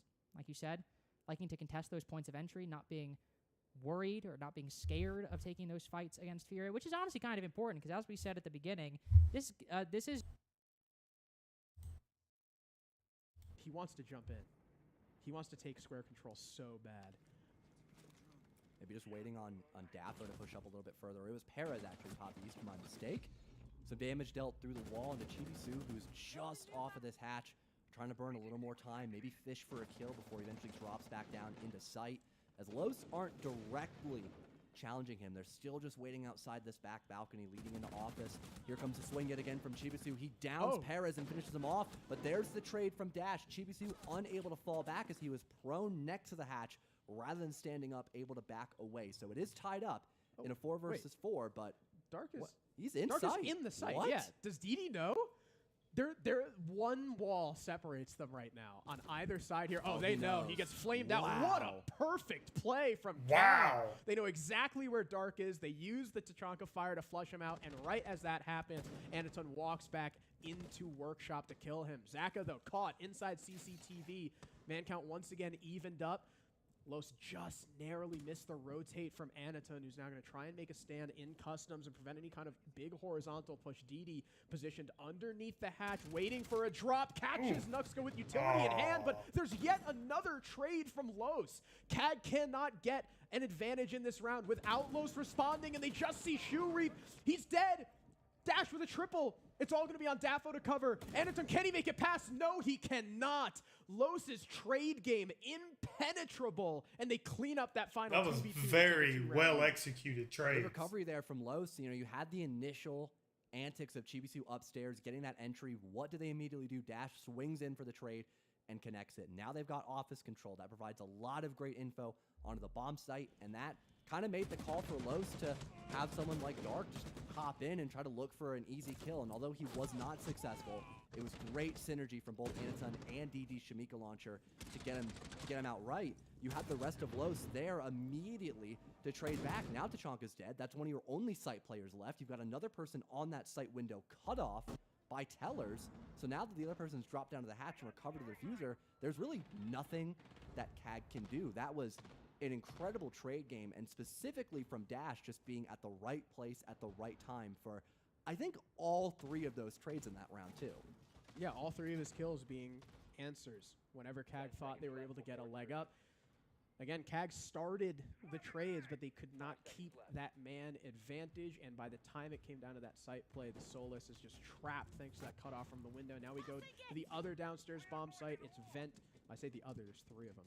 The other typical downstairs bomb site, Invent Workshop. Although we have seen customs get played a lot more than we're used to. Maybe we'll see that later in this game. CAG, again, with an upstairs hold, obviously, because Vent Workshop, basically the entire ceiling is destructible.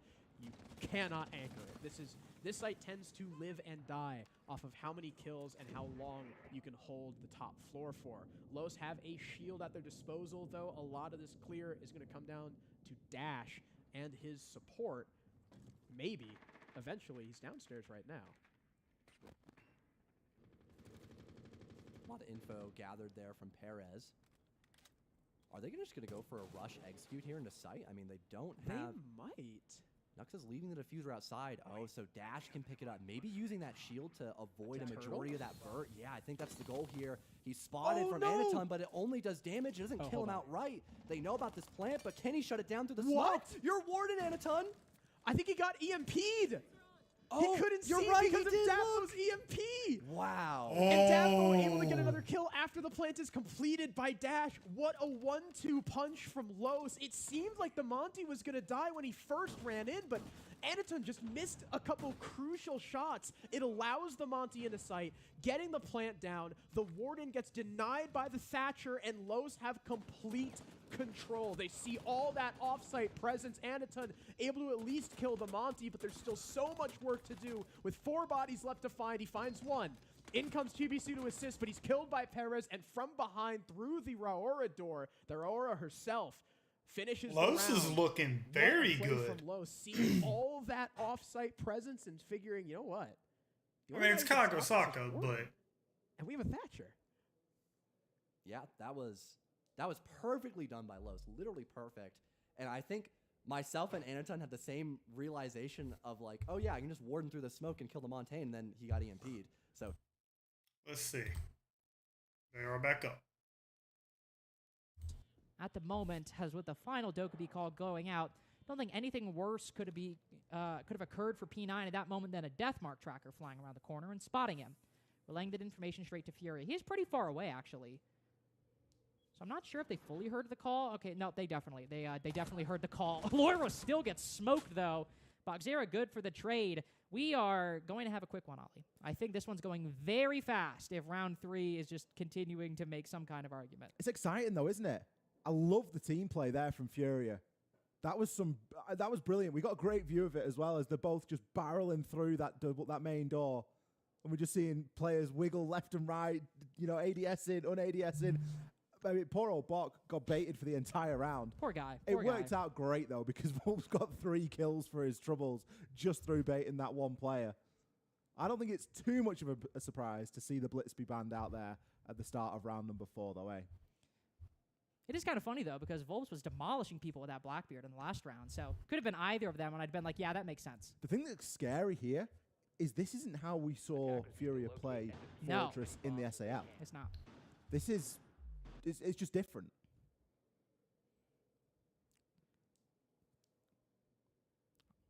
It's just crazy how quick these rounds have been going, or at least when the actions occurred, how quick the actions actually happened. I mean, there was quite a bit of a lead up there. I mean, we saw people waiting outside that double door for like a whole minute beforehand. But once it happened, I mean, pretty much most of the lobby was dead within 20 seconds. Furia have a very clear game plan, just like SR did in the last game, but the game plans could not be further apart. They were literally entire galaxies apart for what Furia want to do and how they're using these shields versus how the Rebellion were using shields on this same map just like 20, 30 minutes ago. This is the one site that it didn't... well, I guess actually, this is not the one site, as I just look up and realize. No, this is. My brain is literally breaking. I saw the shower, and I was like, wait, we're in shower on the first floor. But no, this was the one site where it didn't quite work. For Furia did it. They tried to bring that shield, use that Blackbeard, and Twisted Minds basically stopped it entirely. I would agree, but I think that since round 1, Furia have been a lot more aggressive and a lot more purposeful with the way that they're playing this shield. They've stepped it up a little bit. They've turned it up to 11. It's no longer we're just going to play the shield. They're doing it with a heck of a lot of purpose now, and it's blooming terrifying. Volps is an absolute menace when he gets going on that Blackbeard. He's just had a great round. There's nothing saying that this won't be a little bit different. As you said, though, this has been the sort of saving grace site so far for Twisted Minds. I'm not going to go as far as to say it's a must-win, but it'll go a long way in this series if they are able to get a successful defense here. And just in terms of narrative, I mean, if they lose this site here, the game kind of feels much further out of their control. Boxera right around the corner. Ooh, somehow getting shot. Just a little two-piece against P9. Opening kill goes the way of Furia. Trix down by the fire, I believe. Yes, that is true. Loira pops a Vulcan pack, in fact, and then also dies to barbed wire. A lot of utility kills coming out in the first minute or so. Quick 3v3, though, and Fulton Herd's on low HP. The Twisted Minds want to win this site for the second and final time this half. They probably got the best odds to do it right here, right now. DMR and TCSG could make quick work of Herds in particular, though Volps isn't exactly long on HP. DS has tried to use these Aurora doors, and while they might have got these attackers inside of the building, it has not gained any clear, decisive advantage. Show them going for the backstab. I like it. On this flank, that you can see the attackers turn around and begin turning their attention. They are clearly aware of this possibility, even if they aren't aware of the Thorn. They'll hit that prone. Do they check? No, they just see him at the last second. And Ashon will slip further back into the arms of the defense. Still with some utility to lean into here, though. They've got some Vulcan packs kicking around. There's no active Razor Blooms in pocket or anything like that. Those are just going to be placed out, hoping and ready. Herds thinking about dropping the hatch here. Don't know if there's an assumption that someone is going to be playing just on the other side of that. It's always a worthy angle to check. 35 seconds left, and for rounds that have been lasting around 35 seconds in total, we're in alien territory at the moment. Oh. The J-Lad is going to be able to take Volps down with it. That renders the diffuser cold. Diffuser cold. DS so good in these clutch situations. Suddenly finds 2. With a show might be on full HP, but that 417 can turn 100 into 30 faster than you can imagine just around the corner. Oh, I wanted to check it so bad. Just right there with 7 seconds to go. He's got to commit with the kill. Pistol around the corner. Oh, just barely sees him, but a show him quicker with it. And Twisted Minds tie things up. Real close end to the round there. Both players knowing exactly where the other one was. And for rounds that have been lasting, like I said, 30 to 40 seconds, to see all of it feels like a rare treat here on Fortress between Twisted Minds and Furia. But Twisted Minds maintain their winning record upstairs in command and bathroom. It's been the only site they've been good for so far, and they've won it in 2 very different fashions.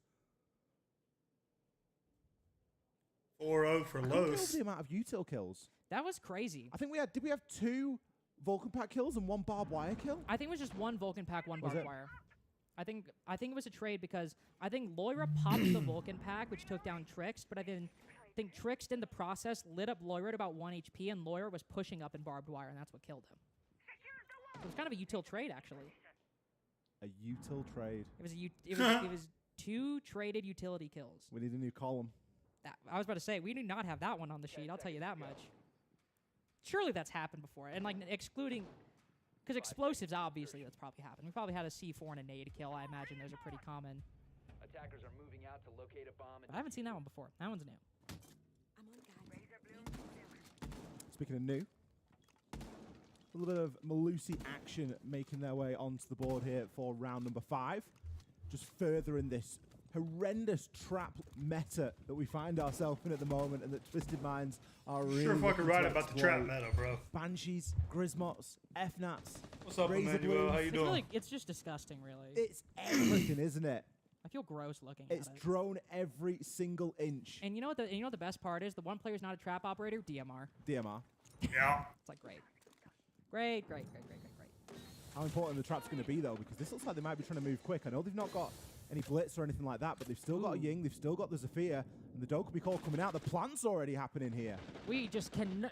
Waiting is an allergic reaction for Fury at the moment. They do not want these rounds to last any longer than they absolutely need to. That doesn't mean they're going to win them, though, because now we're in a 1v5 post-plant, and Twisted Minds... Wow. Well, clearly quite mindful of their defenses, because Furia try to have the quickest round we've seen so far, and it's a flawless for the other team. Wow. I'm left scratching my head after that one, honestly. I get that they've got the plant down. I understand that stage. I'm not that senile just yet. They all died. That's what happened. I understand that as well. I just don't understand where the post plant was meant to be. What were they hoping to do? Well, this is the fun thing about these rounds, is because it's like we try to get a handle on it, and then it all happens, and it's like, okay, now I have to sort back through like a literally second by second, frame by frame analysis in my own brain as to what just happened. Because Herds goes down first. I would assume he hadn't used all of his utility because of how early in the round it was, but maybe he did dump every single bit of bees into the site. But I don't even know. It happened so quickly. My brain couldn't even keep up and comprehend it. What I can say, though, to your point, once you're in that situation, with Volps' position outside, it is possible to cover the diffuse plant, but the defense has so much ability to maneuver inside. I don't know. It's like, I don't even know how to be honest. It has been a while, man. I don't know if it needs unpacking. It's been and gone, hasn't it? Yeah, it has. It was kind of a 5-0 post plan. Looked like a little bit of a lash-out round maybe from Fury, just trying to make see how they're trying doing to get something over the line. Oh, I don't Cat think got a win on the it. same way that we saw them play when we they saw ain't them getting in the completely SLL. shut out. It's very different. They've not got that same level of structure. The idea of a lash-out round when it's just a tie game is also funny. Yeah, but I think they were just limit testing, just seeing what they can get away with. That's fair. They've got 2 rounds on the defense here. They're going to be very confident with their own attacks. It is a map for them that does swing quite heavily one way. So I'm not too surprised to see them not sort of throw their attacks away here, but, you know, give it the best shot. Well, got one more round to do their best. Try and stop Twisted Minds from taking a lead as we swap sides. Another shield, as we did not have one last round, but it has been a consistent fixture of Furia's attacking lineup. Flowers will also be brought. It'll be good support for that Blackbeard, or also just, if Fury want to throw down a smoke, try and lurk and go for an alternative position. Could be quite useful. Lawyer with the first pick. Jalad cut down. Cut short very quickly in this round. But Ashom trying to rat again. Oh, the shield turns too quick. Still finds his way around. Headshot as Volp's trapped inside of his own window that he jumped in. And it seems like the attacks on Fortress, I'm really scared for what the next half is going to offer, because I don't think I can handle another 6 that go this fast. A 1v3 before we've even hit the halfway point. But still plenty of information and plenty of tape to see how Twisted Minds won. Twisted Minds is up 4-2. Tá... Vocês estão parados? Vai tentando dronar, mano. Tipo, não sei, Bock, o que você tá fazendo? Dá uma dronadinha na música, tá ligado? A música não dronou. Guys, já foi. Seguinte, Nossa, o comportamento, vamos falar primeiro sobre o comportamento. O comportamento que eles estão fazendo é o que a gente esperava. Eles vão seguir o que eles sempre fazem em todos os mapas. O que eles vão fazer agora no ataque? É um fake blocado. Tipo, é os 3 blocados, os 2 jogando dependendo da ponta. A gente sabe disso. O que a gente tem que fazer? Limpar nossa comunicação para não tomar as pontas. Essa pressão que eles fazem na parte da caçada não é uma pressão, tipo, muito boa, tipo, ao ponto de bagunçar nossa comunicação. A gente tem que deixar ela mais limpa possível pra gente ficar de boa e conseguir escutar as pontas, tá ligado? Lembrando agora um pouco dos planos, um pouco mais tático.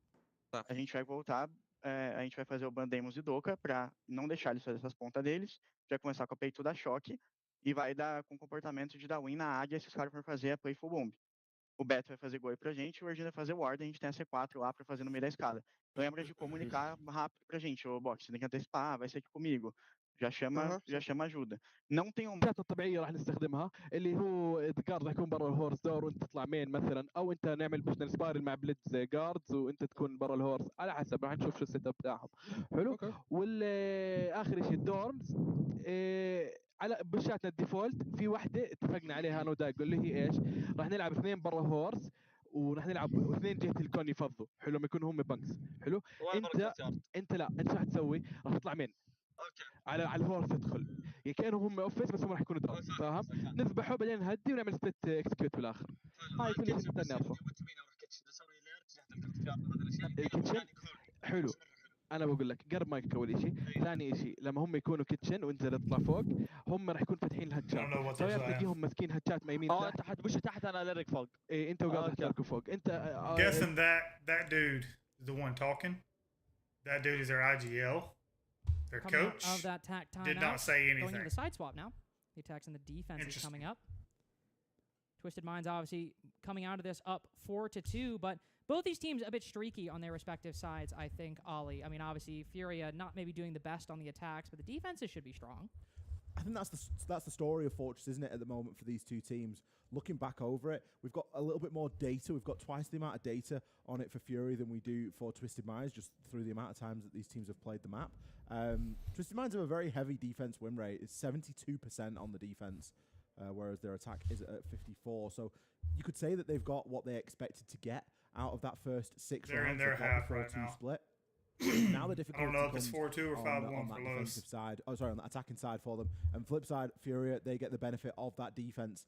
I'm sure that they are going to be able to try and work that. Looking back and thinking over some of the rounds that they'd played, you kind of wonder, was their win condition just get a couple of rounds on the attack here and then start to work from there? Hence why we saw some, let's be honest, very strange siege from a team that we know can be incredibly coordinated and doesn't just have to rely on flair and flash to get the rounds done. I think it's also we're kind of looking to that explanation because the more you think about it in hindsight, the more it's like, okay, you know, it worked for rounds 2 and 3, right? It didn't work for round 4. It didn't work for 5. And you're like, okay, well, surely they switched it up now at this point. Then they didn't. Like, that was a full 6-round commit for one particular vision. So you're like, okay, well, again, being charitable, giving you the benefit of the doubt. There's a reason you feel like you had to stick it with that attacking side, and maybe it was just a matter of let's just try and brute force to get them on the board, rely on the defenses. Who knows? Either way, Fury now find themselves on this defensive side. And in terms of the operator lineup, again, if the Rebellion and Furia's attacks were completely opposite, Furia's defenses seems to be completely opposite of what they were going for on their attacking side. I mean, we've got some trap operators, so you could get aggressive, but none of the traditional, I think, roaming ops you'd otherwise see. A lot of on-site utility. I think they're just going to try and play buddied up a little bit, aren't they? They've had the mirror taken off them. which kind of is to be expected. Mira can be great when you're looking to anchor in a little bit and dig into some more of those defensive positions. But they will be bringing out the Warden, and so they're going to be able to at least challenge onto some of that blitz play, if any is going to be attempted. As we can see, there are going to be no shields brought here inside of round number 1. Deimos and a Monty band to just try and hamstring Twisted Minds ever so slightly. Still leaves the Snake, which hasn't been chosen here. Guards is going to be rocking that Dokkaebi in an attempt to gather a little bit of information. Quite like Hasham on the gridlock as well, just zoning off areas of the map and really restricting where these defenders can operate in. Just such a good flank watch. And also, you know, Hasham puts down all of his track stingers early enough. He just gets to use the F90 for the rest of the round, and that's pretty good, all things considered. Twisted Minds have been really focused on this staircase, though. They've been trying to find a way around Box Zero, a way to get at Box Zero for a bit now, and they're telegraphing it so heavily that we've got Hertz coming up with a C4, ready to throw it over top and land directly on the landing. Unfortunately, we'll miss, won't do any damage to these players, but P9's still looking. The whole team is not invested in this staircase, so it's not like everybody's caught up on Box Zero. And clearly something else is happening. Hasham on the opposite side of the map. Playing a bit of flank watch. Finds DS Lucas either swinging or rotating around Museum. I was about to say, I think Loira also looking to get in on the action, but swings quite late, and Hasham ready for it. 3v5 for Twisted Minds, and they've barely even moved, it's felt like. Just sitting in windows, waiting them to peek, and if that's the call, it has been perfect so far, as Herds looks to give them another engagement. And likely only escapes it because he never actually made face-to-face contact with one of the attack. Hope's thinking about taking a fight there. Dokkaebi on the opposite side of this reinforcement. Look at how patient Twisted Minds are playing. No they shit. Know that Fury are that is discipline. These fights, and they are not keen trying to take the initiative and maybe try to catch them off guard. Jalad, how does he get away with that one? Beautiful kill onto Herds. Box Zero now on the backside. Finally has that long-awaited duel with P9. Instead, it's Trixt who dispatches him, and Twisted Minds literally just sit and wait. Flawless round to start off their attacking phase here. Really patient as well. Mentioned how we were seeing a lot of the gridlock usage coming out from Hasham, trying to zone off some of these players, trying to keep them really, you know, sort of headlocked into certain zones. Diaz was like a dog and a bone. He's like, oh my goodness, he's thrown the track stingers at that window. He must be on that window. And he sat there and watched it for like 35 seconds. And eventually Hasham is just holding the same angle he's been holding for the past minute, and Diaz walks into it. And it's like, okay, that's kind of the story of how all of the kills came from that round. I just watched what a team of 5 NJRs would be like. Yeah. Or 2. Sitting at windows, sitting at doors, not a single player getting through. We got 5 mailboxes on Fortress right now. I don't like the mailbox. It's like this new age of role, isn't it? I like it. It's alright. It's okay. I prefer the postman. 5 seconds remaining. The postman? Because the postman delivers. Shut up. Well, the thing about the postman is it doesn't really work because postmans are moving a lot, actually. Yeah, busy. But, like, are you really busy on the window? Okay, come on, commentators. I'm saying, like, I'm not saying it's a substitute for the mailbox. Oh, yeah, that's what you're just saying. If we're going to introduce one, I'd like to introduce the postman. What would the postman do? Like who? Like what kind of role? Can we talk about something else here? Last game. Dude, Amen Spoit was the postman in the last game. I'll give you that one actually. Spoit absolutely delivered. 15 kills, which basically once you get past like 13, they all just kind of blend together. Absolutely delivered. And right now for Twisted Minds, I wouldn't say like one player in particular delivering. I mean, Hasham in that round did really well, but a very consistent team performance from both teams, win or lose. It's the nice thing about this Twisted Minds roster is that you've not really got one player that you're looking out for.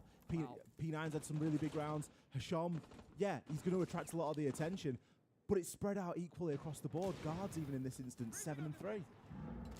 Guards 7-3, and I was about to say, if there is one player you might want to look out for, it is Hasham. Walking up main stairs will send out that Dokkaebi call. Thinks he might have just found a gap. Look at him right outside the site right now. And he has slipped past that defender right outside of Museum.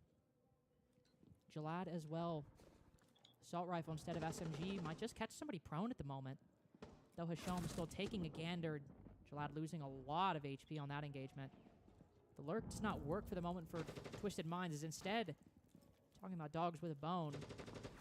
We're just looking mighty juicy inside a bathroom right now, and he'll walk straight Back right up pinch. into it. P9 gets the first kill.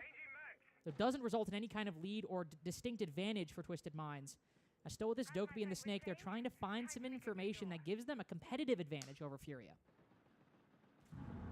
Tricks there. It's going to be a little bit less than half. J-Lad very low indeed. Equaling the man count, but that's about it.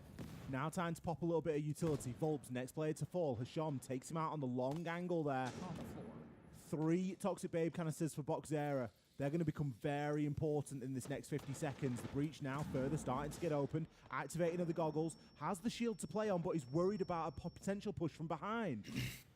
And very understandably so, P9, you always got to worry about it. Boxera finishes him off with the smoke. Jalad been on 1 HP for quite a long time as well.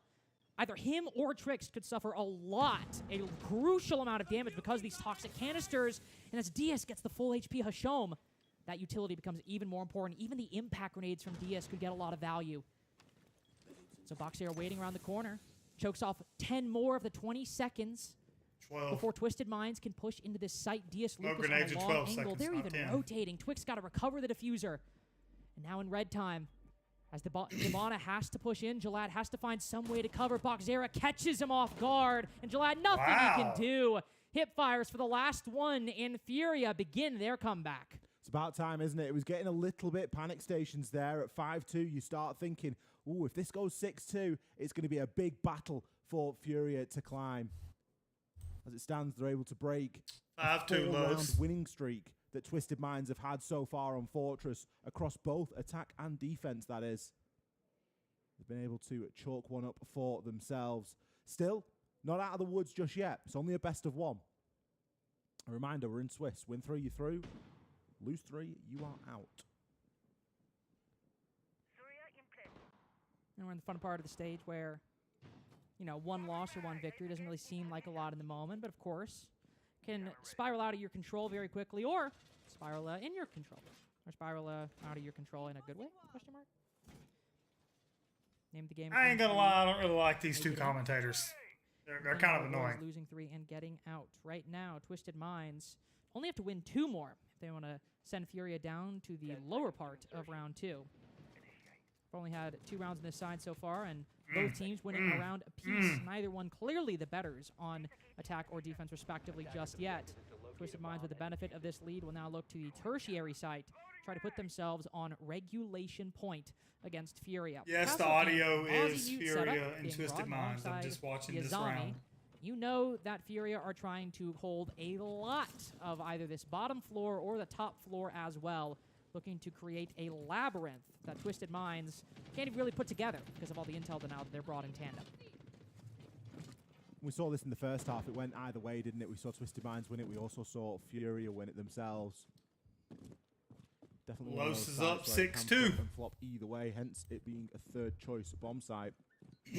Top floor is going to need to be held.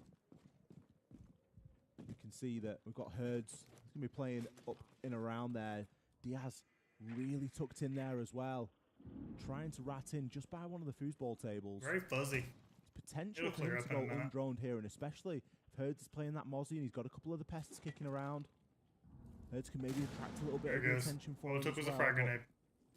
That all relies on Twisted Minds going for that clear. Which is not certain. You would think because of the Ram, but they could pivot with a Blitz, a Lion, and a Ying. They could pivot to some kind of rush or quick play. Guards moving in on the top floor, so perhaps going for some kind of clear, though unfortunately, Fire will not only stave off that push for just a little bit, but also telegraph it slightly to the defense. C4 out, but Trix quickly backs up, dodges it entirely. No, this guy's not been droned. Diaz is completely unaware. The Blitz just sails right on by. Hertz might actually die in the process as he's frozen by the E1D. But will Diaz be able to find the next? I think just fired some shots as well, so might have alerted the attack to his presence as everybody else in the lobby decides to make a beeline for Herds.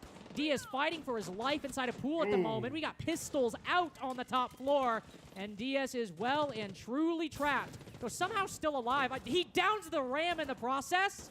I don't know how the hell he's just done that, but Trix only downed. These guards can pick him back up as Twisted Minds with a 4-2 lead. Everyone was trying to pivot and to support Diaz in that rat play there. And it's just not worked out at all for him. He let the blitz go past, I guess, in the hope and expectation that more players were going to start to try and follow. And as it stands, with the Lion Scan coming in at just the perfect time, any positional advantage that he had by not being droned was just entirely removed because he couldn't support his teammates. An inevitable end to the round. I didn't even see that dude coming. There, it was such big potential for a massive rat play and a real big upset. Twisted Minds have just put themselves onto series point right now. Very nice. Yeah, whatever gamble Furia might have had in the first half with that strategy, it has not paid off, and Twisted Minds coming to play on this attacking side. Their in particular, I mean, some really good coordination. They had an idea. They're like, all right, 6-2 match point for Lowe's. Herds. And admittedly, while they misdroned DS Lucas, as you said, once that lion scan freezes him in place, there's not a whole lot the defense can do at that point. 6-3 timeout from Furia to try and right some of the wrongs that we've seen. You win 3 rounds in a row just to push this to OT. Again, as a reminder, nobody's eliminated. Nobody's going home. You either go up 1-0, you go down 0-1. But for Fury out the gate, again, as a team that was, I think, surprisingly scary inside of the SAL, and especially a team that I think, in the grand scheme of things, I mean, obviously, Lowe's kind of making it as crazy, but it felt like Furia were taking Team Liquid Alienware's spot in a much more meaningful way than I think, say, like FaZe, for example, being here, not all that surprising, NIP being here as well. We weren't sure what this Furia squad would look like, especially donning this legendary jersey now at this point. Going down 6-3 in your first game. First time on Swiss to Twisted Minds, who are a good team in their own right. Kind of the opposite of the statement SR ended up making on Fortress. Wow. Yeah, it really is, isn't it? I don't know. I just don't feel like... I'm not convinced is the problem. I'm still not convinced by Furia's attacks. And it was ages ago now, and I just need to get over it. But I'm just not convinced with the way that they played that attacking phase. Ollie's still stuck on round 5. And I'm not convinced with the way that they're trying to play this defense. I think it was the right idea. There was some good thoughts into the, okay, let's just play rat. Let's try and get a couple of bodies in front of us at the right time. Herds, you're going to be a little bit of the bait, unfortunately. And it worked a little bit. It worked, but it didn't work in the sense that they didn't get enough kills and they didn't win the round off it. So, yeah. It's kind of an important piece. Successful rat, successful misdrone, but the important bit is the next bit. What do you do after that? And again, talking about what you do after that, I think the thing for Twisted Minds... Wow, is, what a clutch. Subbing in, 9-4 right now, really good performance, but despite guards subbing in, I think Twisted Minds' coordination's been excellent because, like, ignore the DS round. What a clutch on that. If that were just a clear of herds, not a single thing went wrong. Everyone was on the same page. Also, I'm glad I swapped over to catch that one. Right that wrong. As soon as they'd realised what had happened, everyone pulled in the same direction. It was like, all right, boom, we've misdroned someone, no big deal, bang. And it was dealt with within, 15 seconds? Twisted Minds, all on the same page. Also, all putting in a lot of good work. Aside from Jalad, pretty much everybody at 8 or 9 kills for 60% of the roster, and that is an excellent stat line to have. And makes sense why they are up 6-3 against Furia, who now need to get a flawless site rotation just to have a chance at ending this best of 1 up 1-0 in the Swiss. Some heavy trap play coming in from Furia, as we have seen quite a few times throughout Salt Lake City, and I think through kickoff as well. Ella Thorn and Denari, respectively. Still gives them the option, I think, to play a bit looser for Furia. Yeah. Gives them the option to play a bit more aggressive. But also, I think with how much traps they have, I think also maybe looking to burn a little bit more time and then punish them with those traps at the end. I think it's the togetherness for me. For all that Twisted Minds have been playing a fairly aggressive brand of Siege, whatever they've been doing it together. And that's been the real key indicator for me. And it's not to say that Furia have looked very fragmented.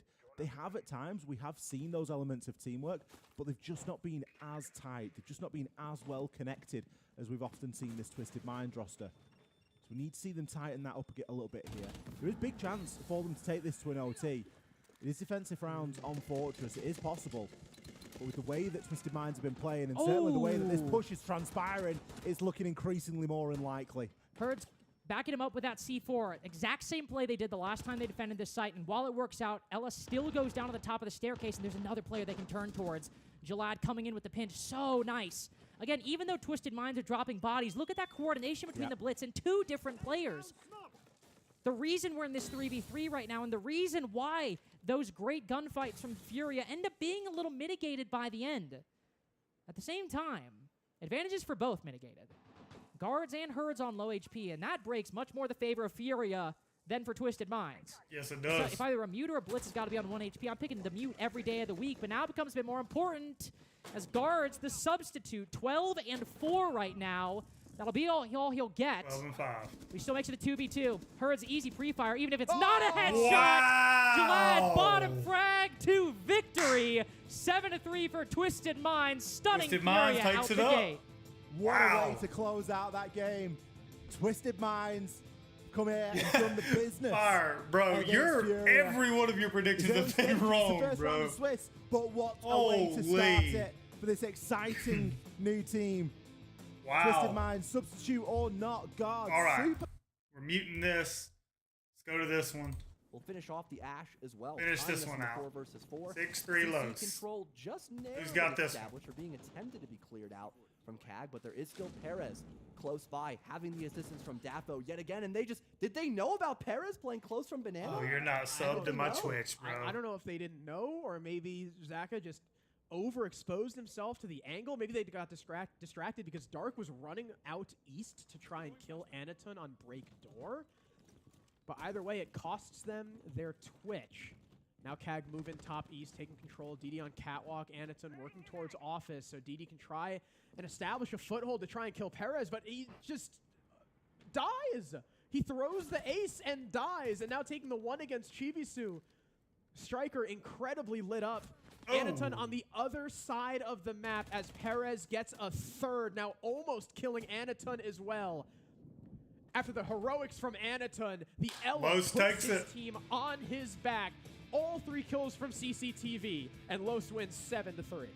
Yeah, they came out of the gate swinging there, Harrison, winning 4 rounds in a row in that first half, and even after the intermission phase, they continued that forward aggression, making it the 5-2 split for the most part of this game, winning a majority of the entry game as well, which always put CAG on the back foot.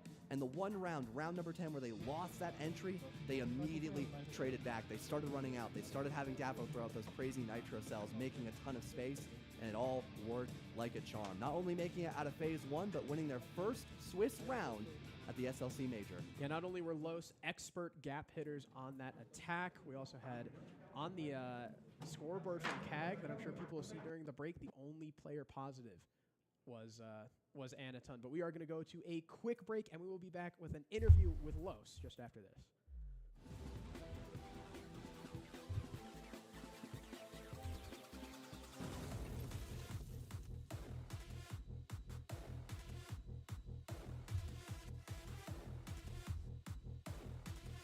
Interesting. Very interesting.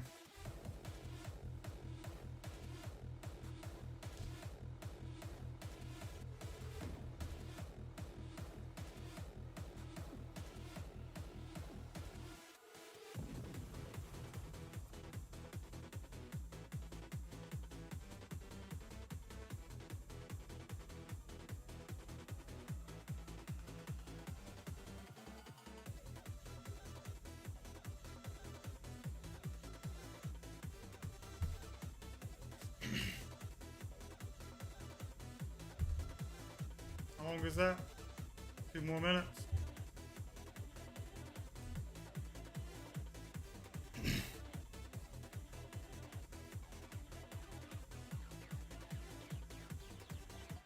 Ugh.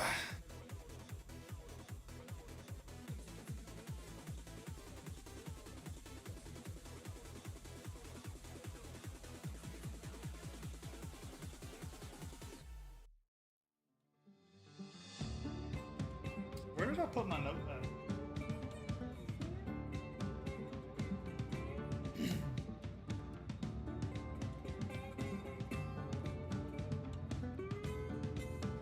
I can't believe Dark Eyes did so bad.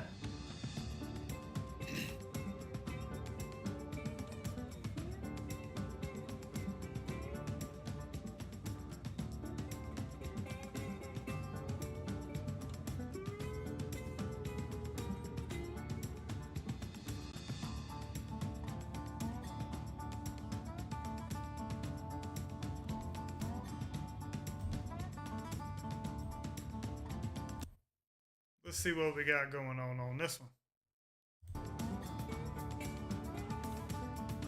30 seconds till they come back. Let's see what they got going on. Wonder who's up next. I really don't even know. I don't have the bracket. Fire, do you have the bracket?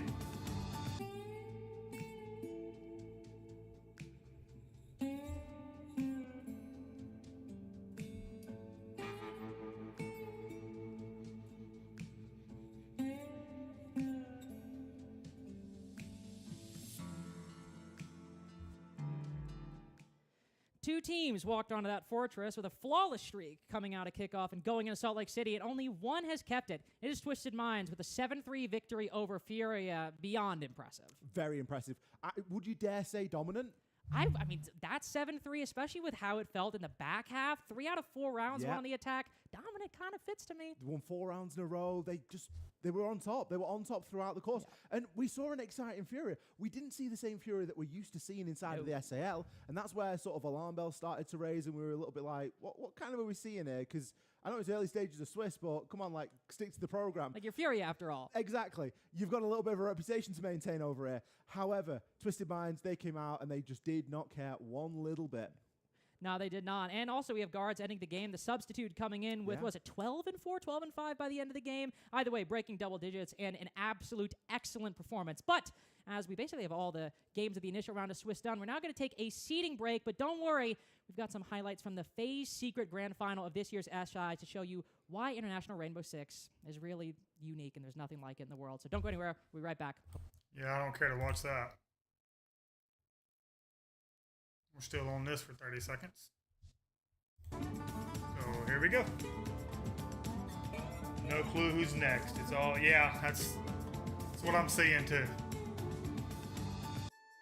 Well, we better figure it out because there's no games on right now.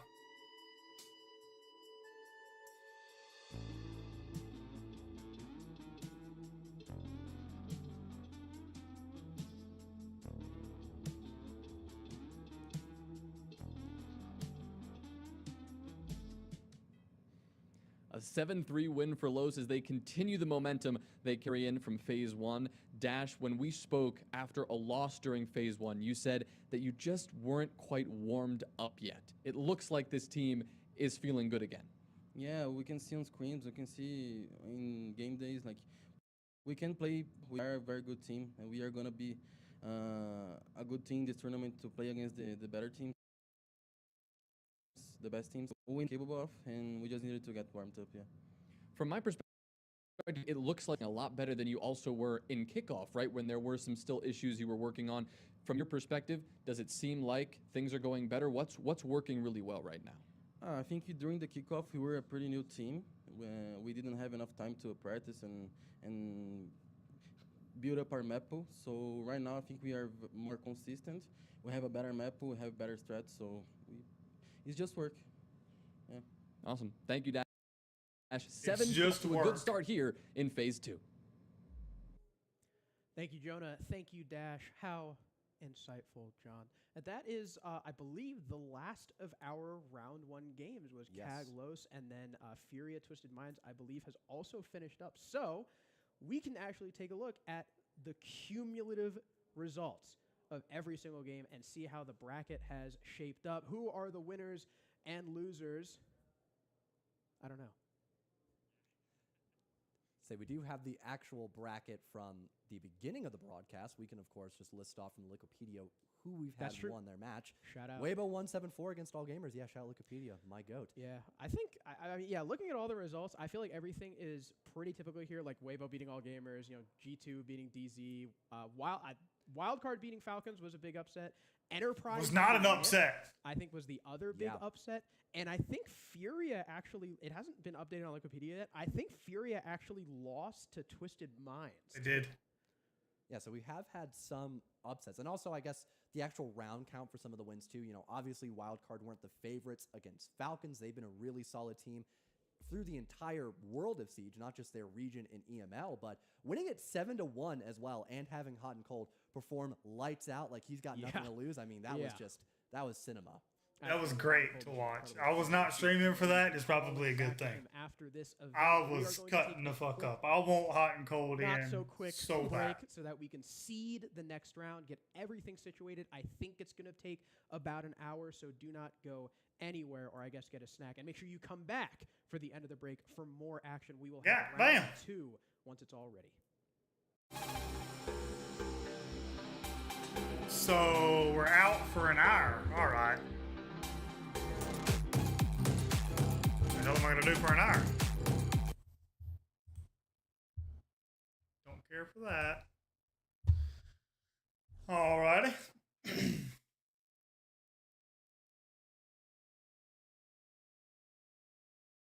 See ya.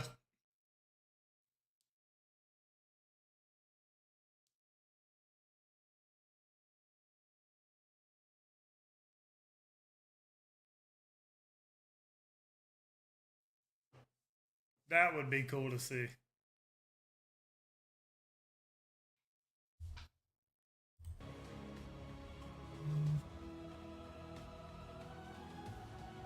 That would be really cool to be able to go to. Getting to an SI is like, oh man.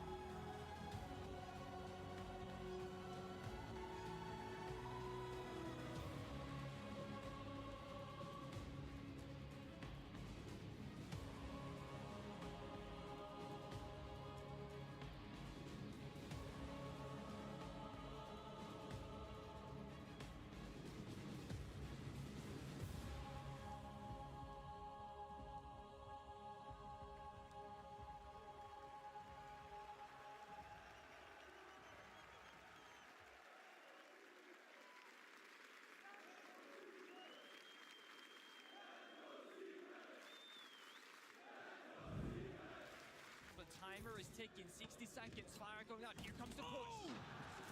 Mowgli pushes Steve, he looks for a little bit more, he gets aggressive and he finds a double kill. Finally traded back, but the Frenchman has been worth his weight in gold. And Secret, all they need to do is play out the numbers advantage.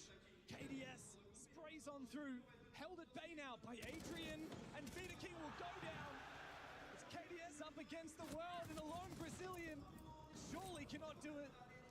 35 seconds and no diffuser to play with. It is a rough start for FaZe. Batum and Adrian are both low on HP, so Noah has to be the hero perhaps.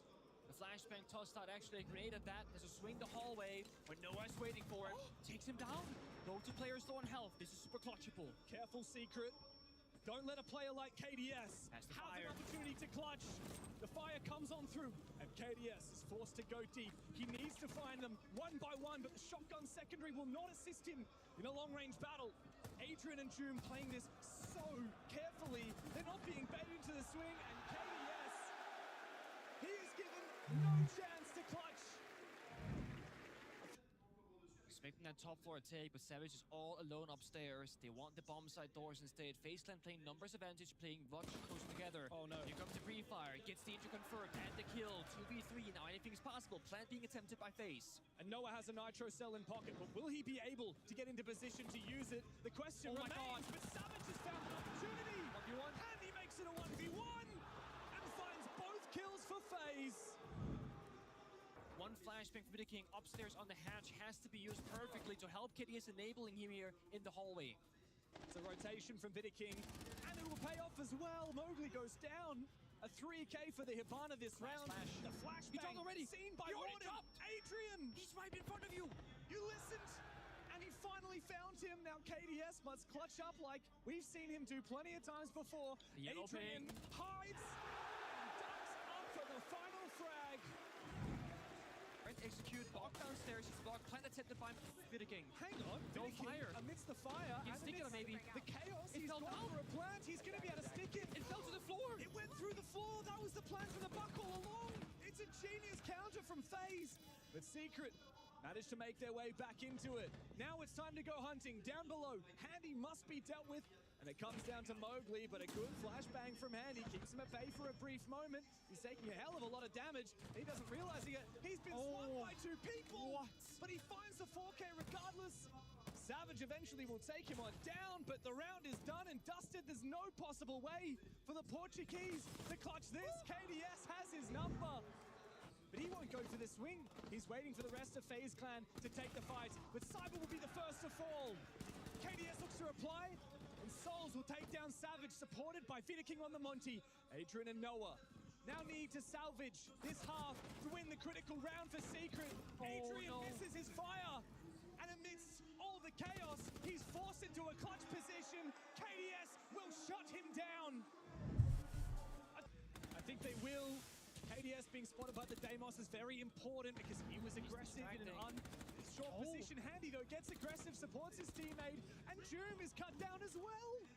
The Reaper is reaping havoc here on Team Secret, and now Savage with the Blackbeard in hand must find both of them. They hold this crossfire steadfastly. Handy still with that Reaper in hand, no diffuser to speak of. As the Banshee is taken down, Handy goes 3 for 3 with the automatic pistol. FaZe, they can fight back or they can run away and play down that clock. Vita King right up in the back of servers and running away now, supported by Souls. So much is claimed one, and Secret, well, they won't be able to cut him off before he gets back to side. KDS looks to support. A beautiful pre-fire and a second for the King. It's Joom up against the world, and there's nothing to be done for Team Secret. I don't care how good Joom is, he doesn't find all 4 from FaZe. There's no time left on the clock, and the Brazilians, so disciplined, project themselves onto map points. Secret, they need to find a gap. Cyber is caught off guard. The C4 just saved by Joom. The German finds one, and so does the French. Mowgli goes big here for Secret. They can plant. FaZe Clan, how will they deny this plant? Souls has no nitro cell, and he needs to clear every single one of these angles. It's a big triple kill for Mowgli.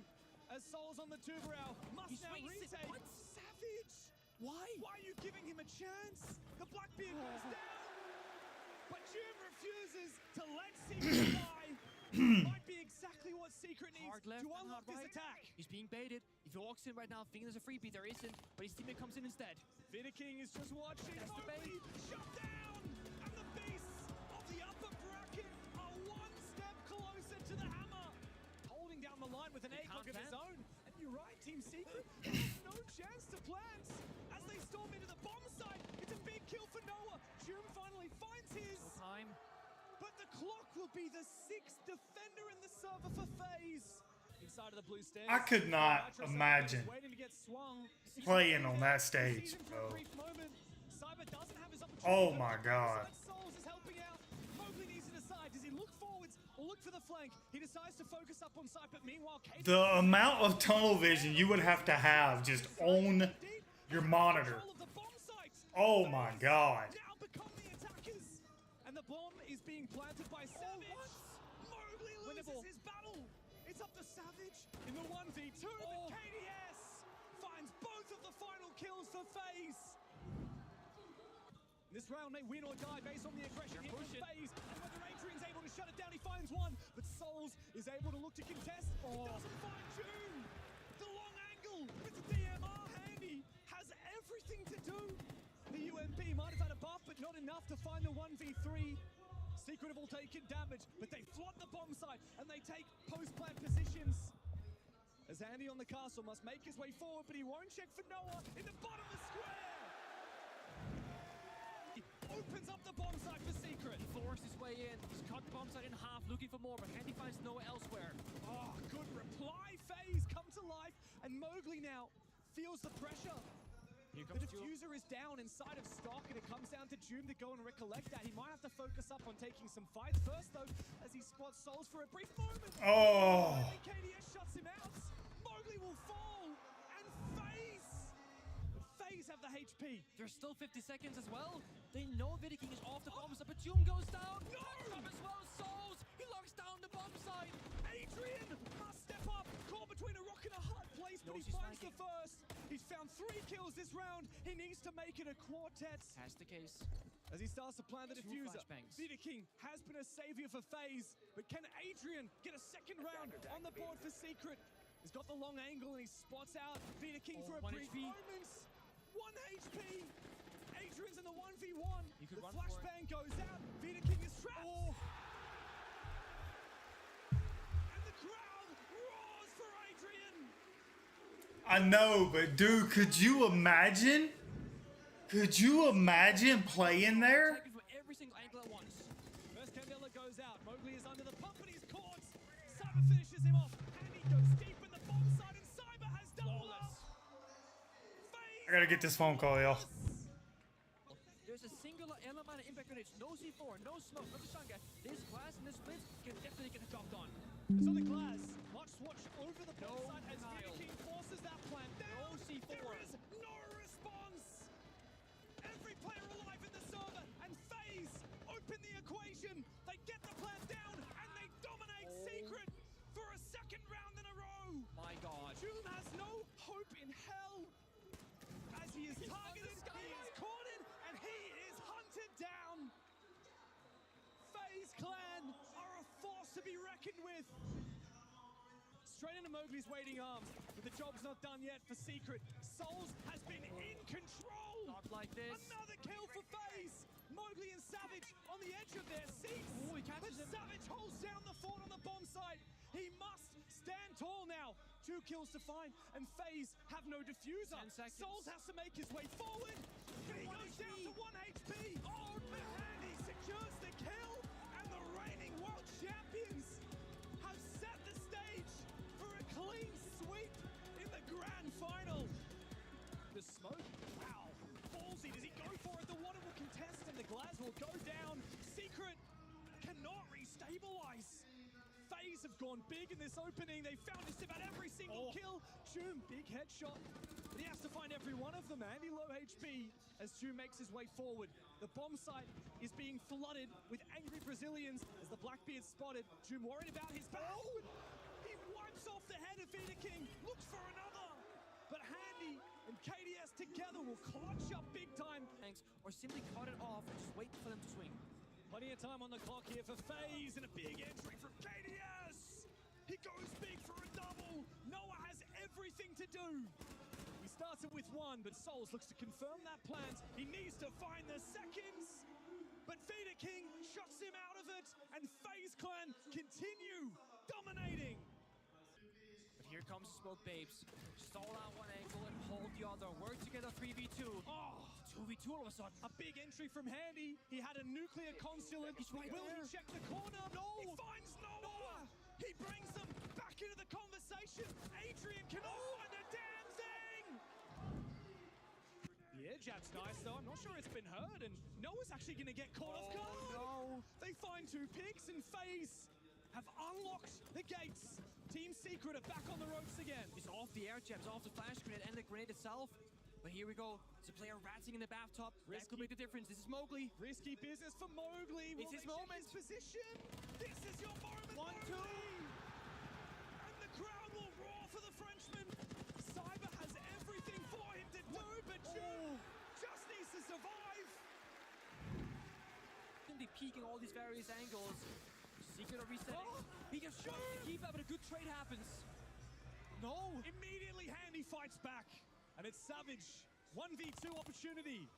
This isn't just a deficit. This is a chance to prove himself. SMG 12 in hand, and he knows exactly where Vita King is. He EMPs the bulletproof camera and sneaks around on the backside. But I think Vita King has the read, and this crossfire is so potent. The FaZe Clan Handy doesn't need to peek. Savage might be able to go for a plant. He fakes it, but immediately finds 1. A reply from Vita King. And the crowd is silenced in Paris. And even more so, they're going to need that backstab because of the clash available. But Noah catches off. And out of position Handy. And looks for a little bit more. The breach on the wall. Immediately, Souls is spotted on out. Mowgli goes for a repeat. Big headshot. A second will not follow as Noah finds 1. KDS on 1 HP. Joom and Noah need to mount this attack. And they do. A bit worried about the Goyo fires if they're all by the bomb side. The C1 flip, it's a bait and a switch. He's moving on purpose. It's a player 2 there, he's close right. Bait them in, go for the kills together. When does the swing come from Handy here? Tucked away in the corner, Vita King is taken down. Both the remaining defenders are locked in medbay, and Savage is locking down the the logic bomb rings out, Secret have no choices but to go deep. The Glue Mines keep them at bay. A swing for the Souls. The Capcan trap is calamitous for Team Secrets.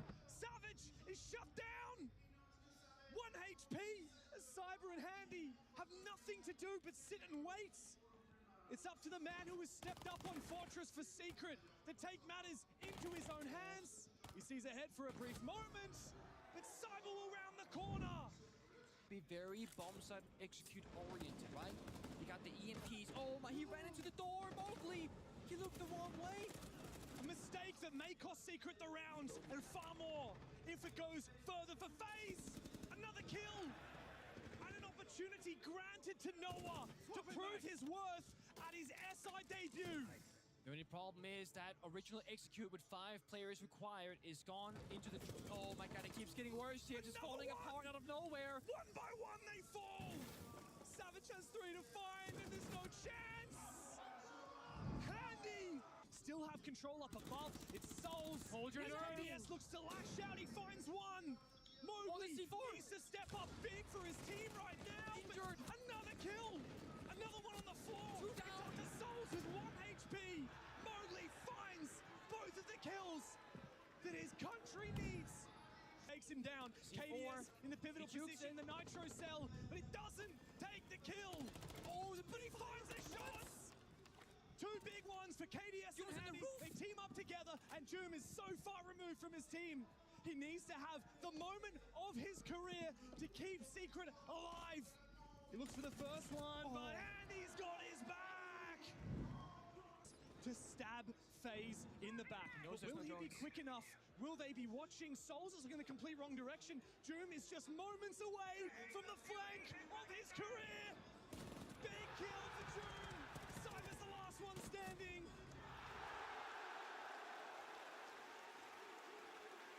The German refuses to let this one die. Finnicking and Souls, the perfect accurate operators for the situation. The DMR strikes true. Noah, this is the moment for him to step up into the shoes that he knows he can do for Secret. Souls detected, but can Noah isolate this fight? The sprint. Not with Finnicking watching in from behind. Finnicking, the job's not done yet. He took his headset off. Wait, they're hugging.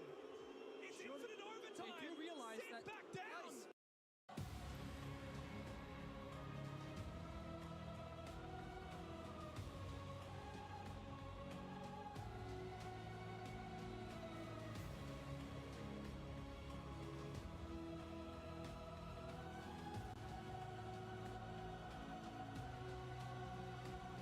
Nice. Cyber doesn't have his opportunity, but on the bomb side, Souls is helping out. Mowgli needs to decide, does he look forwards or look for the flank? He decides to focus up on site, but meanwhile, KDS has made his way up to the top of the square. So there's no choice but for Secret to go deep. They have control of the bomb sites. FaZe now become the attackers. And the bomb is being planted by Savage. Mowgli loses his battle. It's up to Savage in the 1v2, but KDS finds both of the final kills for FaZe. This round may win or die based on the aggression here from FaZe, and whether Adrian's able to shut it down, he finds one, but Souls is able to look to contest. He doesn't find Joom.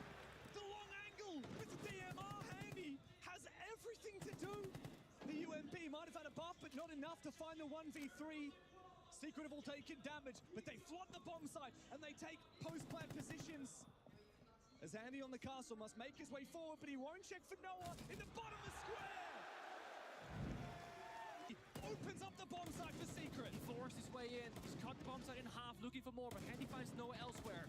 Oh, good reply. FaZe come to life, and Mowgli now feels the pressure. Here comes the diffuser is down inside of stock, and it comes down to Joom to go and recollect that. He might have to focus up on taking some fights first, though, as he spots Souls for a brief moment. He gets time, and KDS shuts him out. Mowgli will fall, and FaZe have the HP. There's still 50 seconds as well. They know Finnicking is off the bomb site, but Joom goes down. No! As well, Souls. He locks down the bomb site. Adrian must step up. Caught between a rock and a hard place, but he finds the first. He's found 3 kills this round. He needs to make it a quartet. That's the case. As he starts to plan the diffuser, Vita King has been a savior for FaZe, but can Adrian get a second round on the board for Secret? He's got the long angle and he spots out Vita King for a brief moment. 1 HP. Adrian's in the 1v1. The flashbang goes out. Vita King is trapped. And the crowd roars for Adrian. Team Secret have found a lifeline. Risky for FaZe, but it might just pay off. They're taking from every single angle at once. First Candela goes out. Mowgli is under the pump and he's caught. Cyber finishes him off. Handy goes deep in the bomb side and Cyber has doubled up. FaZe are flawless. There's a singular element of impact grenades. No C4, no smoke, no Shanga. This glass and this split can definitely get jumped on. And so the glass must watch over the bomb side as Vita King forces that plant down. No C4. There is no response. Every player alive in the server and FaZe open the equation. They get the plant down and they dominate Secret for a second round in a row. My God. Doom has no hope in hell. As he is targeted, he is cornered, and he is hunted down. FaZe Clan are a force to be reckoned with. Straight into Mowgli's waiting arms, but the job's not done yet for Secret. Souls has been in control. Not like this. Another kill for FaZe. Mowgli and Savage on the edge of their seats. He catches him. Savage holds down the fort on the bomb site. He must stand tall now. 2 kills to find, and FaZe have no diffuser. 10 seconds. Souls has to make his way forward. He goes down to 1 HP. Oh, but Handy and the reigning world stage for a clean sweep in the grand final. The smoke, wow, ballsy. Does he go for it? The water will contest and the glass will go down. Secret cannot restabilize. FaZe have gone big in this opening. They found just about every single kill. Joom, big headshot. He has to find every one of them. Andy low HP as Joom makes his way forward. The bomb site is being flooded with angry Brazilians as the Blackbeard spotted. Joom worried about his back. Oh, he wipes off the head of Vita King. Looks for another. But Handy and KDS together will clutch up big time. Or simply cut it off and just wait for them to swing. Plenty of time on the clock here for FaZe and a big entry from KDS. He goes big for a double. Noah has everything to do. He starts it with 1, but Souls looks to confirm that plant. He needs to find the seconds. But Vita King shuts him out of it, and FaZe Clan continue dominating. But here comes Smoke Babes. Stall out one angle and hold the other. Work together 3v2. Oh, 2v2 all of a sudden. a big entry from Handy. He had a nuclear consulate. Will he check the corner? No! He finds Noah! He brings them back into the conversation. Adrian cannot find the damn thing! Yeah, Jab's nice though. I'm not sure it's been heard, and Noah's actually going to get caught off guard. No. They find 2 picks, and FaZe have unlocked the gates. Team Secret are back on the ropes again. It's off the air jabs, off the flash grenade and the grenade itself. But here we go. It's a player ratzing in the bathtub. That could make the difference. This is Mowgli. Risky business for Mowgli. It's his moment. His position. This is your moment, 1-2. And the crowd will roar for the Frenchman. Cyber has everything for him to do, but Joom just needs to survive. They peeking all these various angles. Secret are resetting. He gets shot to keep up, but a good trade happens. No. Immediately Handy fights back. And it's Savage. 1v2 opportunity.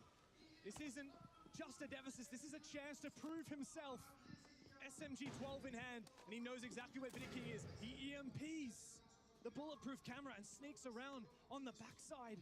But I think Vita King has the read, and this crossfire is so potent. The FaZe Clan Handy doesn't need to peek.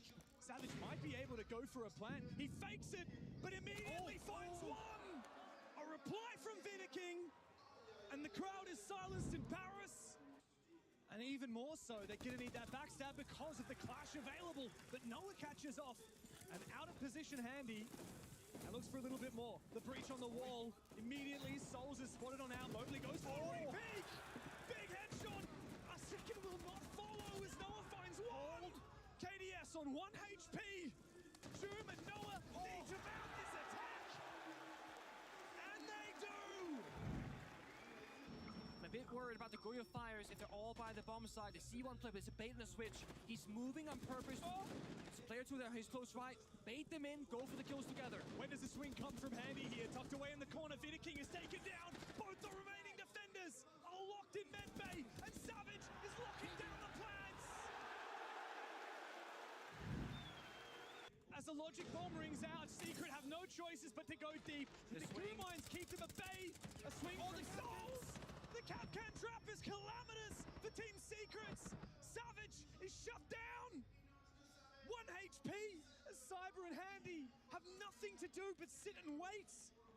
It's up to the man who has stepped up on Fortress for Secret to take matters into his own hands. He sees ahead for a brief moment, but Cyber will round the corner. Be very bomb side execute oriented, right? You got the EMPs. Oh my, he ran into the door. Mowgli, he looked the wrong way. A mistake that may cost Secret the round, and far more if it goes further for FaZe. Another kill, and an opportunity granted to Noah to prove his worth at his SI debut. The only problem is that original execute with 5 players required is gone into the... Oh my god, it keeps getting worse here. Just falling apart out of nowhere. One by one they fall. Savage has 3 to find, and there's no chance. Handy still have control up above. It's Souls. Hold your nerve. KDS looks to lash out. He finds one. Mowgli needs to step up big for his team right now. Injured. Another kill. Another one on the floor. 2 down. It's up to Souls with 1 HP. Mowgli finds both of the kills that his country needs. Takes him down. KDS in the pivotal position, the Nitro cell, but it doesn't take the kill. Oh, but he finds the shots. 2 big ones for KDS and Handy. They team up together, and Joom is so far removed from his team. He needs to have the moment of his career to keep Secret alive. He looks for the first one, but Andy's got his back! To stab FaZe in the back. But will he be quick enough? Will they be watching? Souls is going the complete wrong direction. Joom is just moments away from the flank of his career! Big kill for Joom! Cyber's the last one standing! The German refuses to let this one die! Vidiking and Souls, the perfect accurate operators for the situation. The DMR strikes true. Noah, this is the moment for him to step up into the shoes that he knows he can do. The Secret. Souls detected, but can Noah isolate this fight? The sprint. Not with Vidiking watching in from behind. Vidiking, the job's not done yet. He took his headset off. Wait, they're hugging. It's infinite overtime. They do realize Sit that back down. We're still. The job is They not thought done they won. yet. They thought they won the whole thing. The championship is not over. It will not be that easy for FaZe. Souls lights him up a little bit more, but Cyber finds his gap. Another one, and Joom is left in a 1v3 to save the tournament, to save Team Secrets. He can't find many, but he finds the first 2. Vidiking 10 to give seconds. FaZe everything they've been searching for years. It's Joom!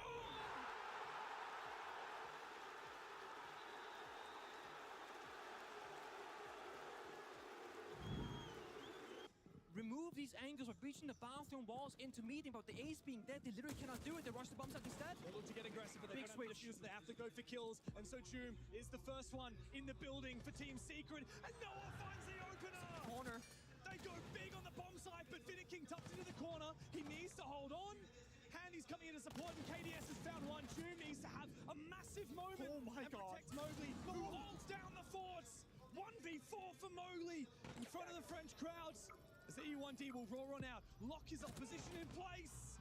But the crossfire is enough for FaZe to grasp yet another championship points. Use the flashbangs from KDS and push together. Angle from above. That's Ying.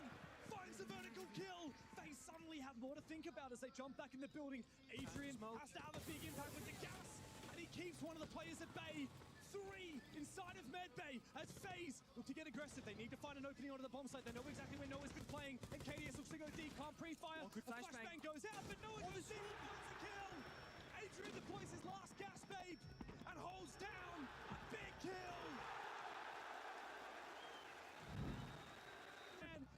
trapped behind enemy lines. He finds one. Now he just has to know the plan, and Cyber has looked to try and fight back for FaZe. The plant goes down. Savage and Noah to clutch up as Cyber and Handy get back around it. They see the blitz. Already low HP, but they might not know it. Good flash from Savage. Can he go deep for the kill? Cyber finally caught out by Noah. It's a 1v1. As Handy gets onto the plant, he sticks it halfway down. Noah has to commit to it. The buttons! Handy goes!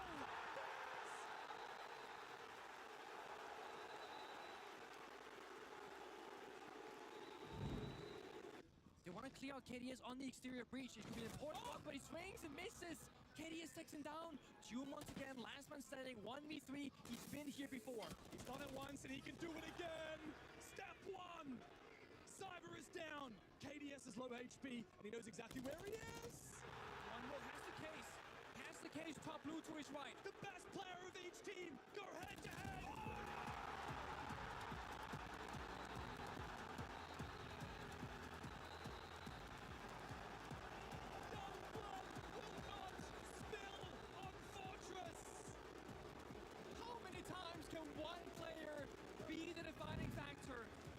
Could they plant Archive Store maybe? Is there a world where the plan could go down? Vidiking is inside Archives right now. He's right next to the breach. He needs to get aggressive. He looks to try and find the feed of the Monty, but none of the shots land. Adrian is so low HP. Savage trying to take the fight. Adrian teams up together. Planting default. Noah on the other side. And the plan starts to begin. Soul activates his gadgets. But the clash needs to go big. He finds the first one. Savage will...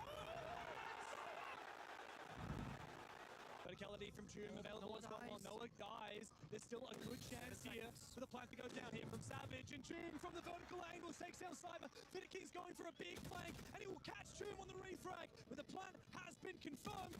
Savage is caught off guard, but he does manage to just stay alive and retreat back. But now with top floor control for both defenders, it's hard for them to get back into it, especially with Mobley outside on the balcony. He can cut them down, but can Vidiking ninja it? He holds down. Is there, waiting for him all along. Soul's already swung. That's the one free, but there might be a second one lingering. He jumps in, looking to his right. Oh my god, straight into the crossfire. Noah finds one. Triple kill for Noah. The Young Guns together make Secret fly. Handy is in a 1v4. He'll find the first, but Jim going down is not enough for FaZe. Noah's got an inkling. He's got a feeling. And Savage has found him from the break door. Patience from Secret pays off. And Vidiking on the verge of losing the half has to restabilize. He finds Adrian, Savage, and Noah together. Have to dot all their I's, cross all their P's.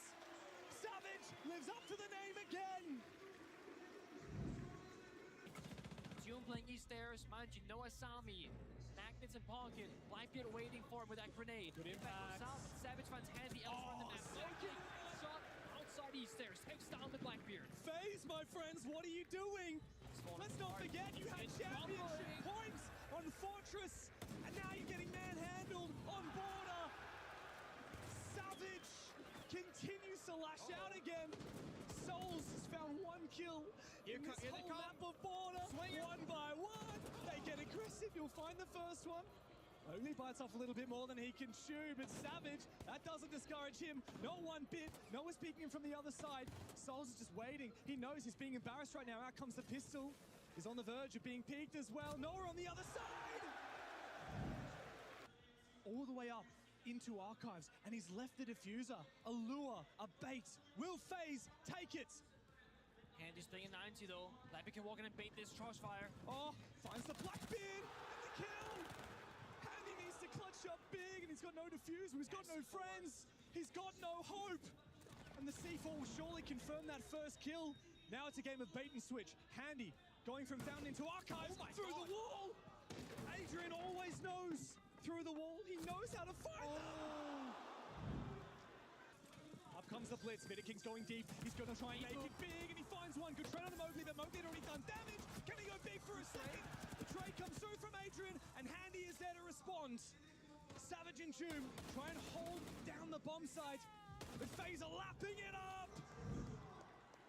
45 seconds, one final C4 here from Adrian. He has to go big, cannot afford to die. He almost has his chance, but Souls now has to do the impossible. A lick of damage onto him, but he finds nothing. FaZe fight back. He must go for a flank here. He has to find Cyber. This is the only way that he wins it. He needs to fight Cyber. He doesn't get the damage.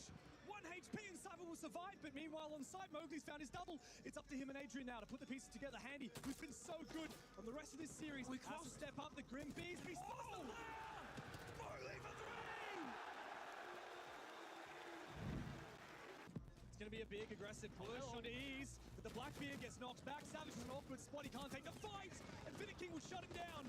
Mowgli finds one for Secret, but they're going to need a lot more than that. They need to take down King, and KDS has his back. Mowgli has to have a big round, just like he did 1 round prior. There's good info for him, but he loses the fight. Secret have lost their chance. 4v2 for FaZe now, as Noah and Adrian are left with so much to do and so little to work with. KDS has to look for it sooner or later. 35 seconds. Don't give Secret a chance to reposition, but they are making their way forward. Savage so low. Oh, they're gonna... Where on earth did Adrian pull that from? It's a 1v2 for Handy. He'll need to hit the 20 bomb just to keep his team in the round. Savage and Adrian cannot afford to be split here. They have to be synced up like clockwork. 12 seconds. Oh, spray, but no bullet will connect. Handy's got 7 seconds to play. Out comes the gun. 10 seconds. KDS is in position, needs to reload. 10 seconds as time is bleeding away for Team Secrets. Souls and KDS together push us deeper and deeper into this map. And it looks like Handy may be going for an impossible for it. The smokes go out, the fire as well. Handy looks to try and plant. The Savage, no denial. Solus is dead, and King and Cyber turn it up to 11. Mowgli can stand up, but he can do nothing else. They're gonna say, screw the wrong clear. We want the site. What's going on, Savage? How have you let that one slip by? How has everyone fallen for Secret? In Brazil, their hearts were broken. In Boston, they saw redemption. Today, in Paris, one hammer makes a champion, but 2 hammers makes history. From the ashes of heartbreak, FaZe forge their dynasty.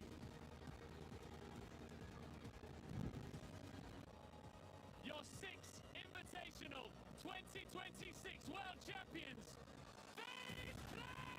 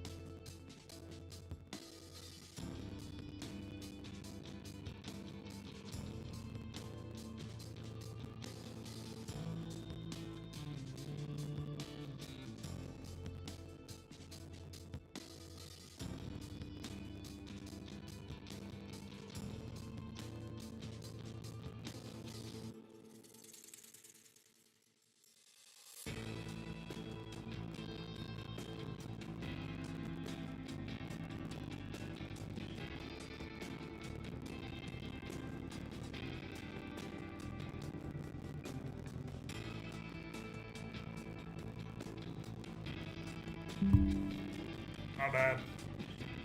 If there's anybody still here, my bad. God damn, why does the audio sound so bad? Fuck, I'm sorry. I can't believe there's anybody still here after all that.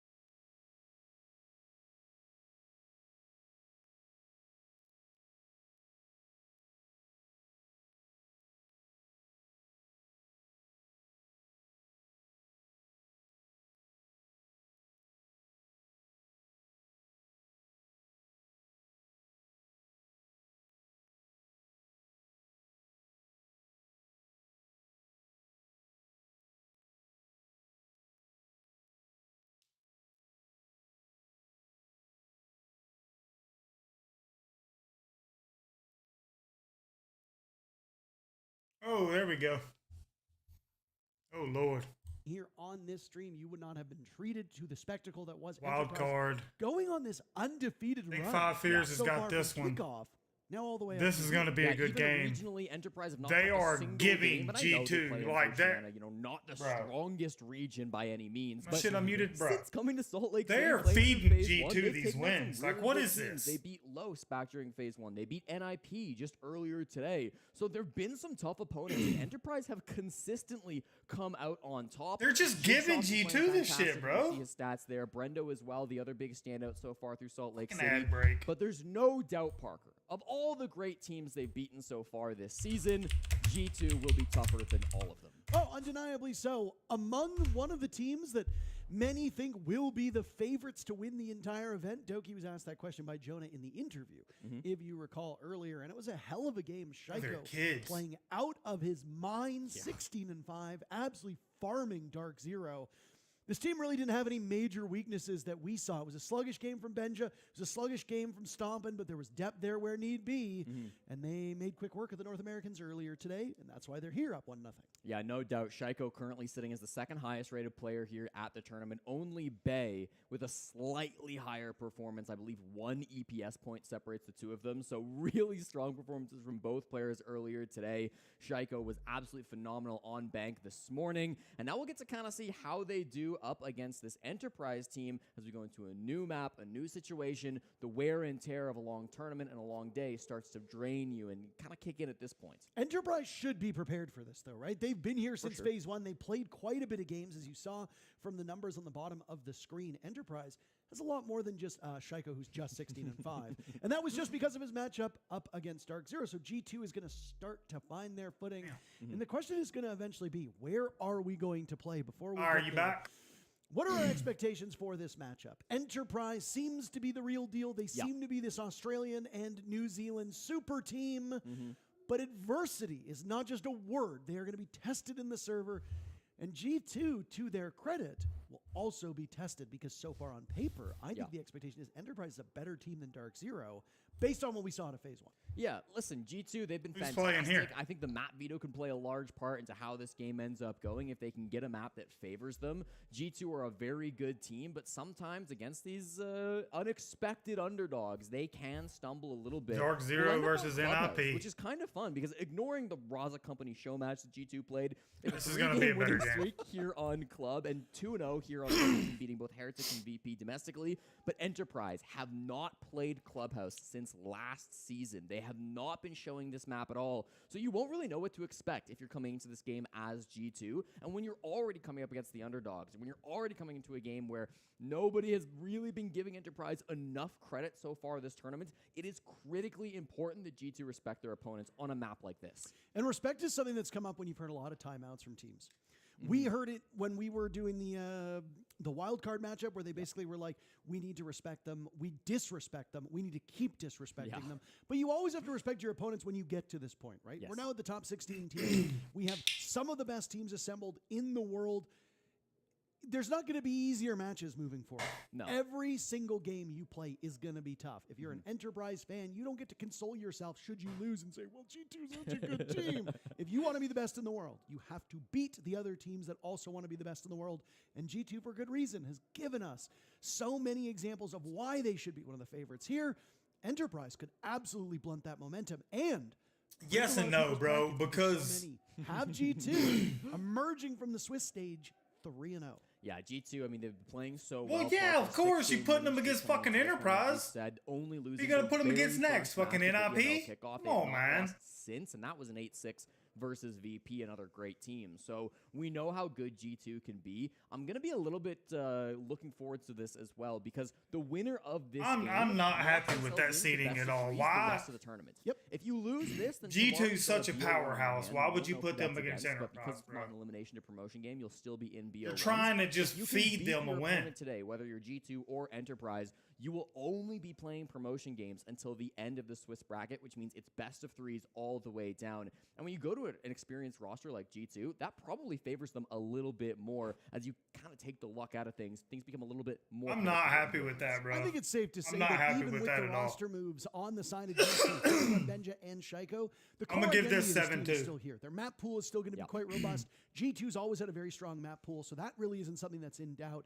7-2. So yeah, I agree. G2. G2 probably has the edge there. They'll have more maps to play on. They'll have more experience to draw from. But do not count out Enterprise. Mag has shown in every timeout that he's taken Look at that, bro. how prepared he is. And he better be prepared, because if the community poll is any indication, you think that Enterprise is going to get smoked. 90% to 10% is among the largest chasm between the two we've seen. I think you're sleeping a little bit on the thunder down under. Let's get ready for Clubhouse. This will be the last best of one, as you pointed out, for one of these teams. Which one will it be? The victor will have that path set for them going forward throughout the rest of the Swiss phase. It'll be the last game of the day for both of these two teams. And when we get into the ban phase, Clubhouse, one of the more predictable maps for operator bans. You expect a Kaid and Bandit ban for the defense, maybe Mira as well. One of those three wall denial operators that you so commonly see banned out here on Clubhouse. Often the breachers removed here for the attackers, but not today. They're going to ban Grim Monty. Going to be the focus for G2 to take off the board. That kind of speaks to me that they're wanting more disruption operators. I'd expect a Monty or a Capitao to follow up a Grim ban. Another interesting game going on over on the B stream. As you saw the schedule just moments ago, you know that there is a lot of Siege being played both today and tomorrow. It will be a breathtaking amount of Rainbow Six on your screen, should you choose to watch it all. Over on the B stream, Dark Zero is going up against Ninjas in Pajamas. Both of those teams losing to these teams right here. And you're going to see a lot of typing in chat. One funny thing that Enterprise said in chat before we launched in, apparently they were typing so much that Nip afterwards had some choice words for them for how much trash they were talking in chat, in-game. So expect to see it here, as there was a fever pitch inside a chat before we loaded in. G2 will be starting on defense, Jesse, and this is a top-floor defense over on the bedroom and weight room side of the map. Yeah, again, it's tough to really read into things too much just because we haven't seen Enterprise play this map, but we've seen G2 play it quite a bit throughout kickoff, and you look back at some of their old setups, they do love a mirror on this site. It's one thing that Benja has been really rocking a lot through kickoff. They love a clash as well, something that Stompin will play very often on this site, but completely changing things up. This is not something that G2 have wanted to repeat on. They're not just going to play the same setups that you've seen back during the EML. They've changed a lot of things up, and it's almost brought out a bit more of an aggressive strategy, right? They've already got Stompin roaming all the way in towards Garage and Rafters. There was a drone on him actually up inside the roof, so if that's still information active, Stompin could be in big trouble down here. Doki with the leadoff kill on to Cairo, the newest member for Enterprise, who has been a staple on this team, and unfortunately that's a lot of utility off the board. The Ying removed immediately. That is devastating for Enterprise. Yeah, really early pick to come through then. Doki, one of the most experienced players here for G2, gets that pick onto Cairo, the young Australian, and now once again, stomping under fire. They have him on a drone here. There's one actively watching him in the rafters, and it feeds the kill straight to Bappin. Really good information work to start that kill. Well, there's some follow-up. They're not expecting the Dane to appear out of nowhere. Benjamaster up on rafters gets one, and he's a little concerned with maybe somebody down in lounge. He'll pop the fire extinguisher and go back. Brendo takes down Stompin', so there was the correct read there. Some pressure coming in is now Jigsaw hoping for his own opening. Benjamaster able to escape. He'll go for a deep run, but he gets caught by Brendo. Damn. Maybe a bit more bullets than were needed, but I mean, hey, you've got more ammo in reserve. 3v3 with 1:40 to go. Enterprise not really hurting after losing that Ying, but they've also lost another really important utility operator, and they've left themselves with very little outside of anti-flank potential and explosives. Could be really scary here as we get towards the second half of this round, Parker. I mean, Enterprise, you said it, low on util a little bit.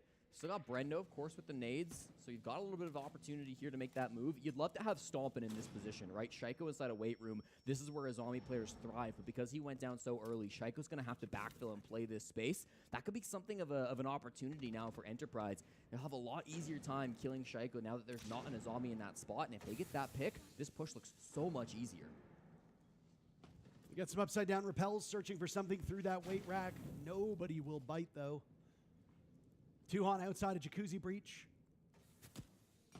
It's a decent spread right now for this Enterprise team, Jesse.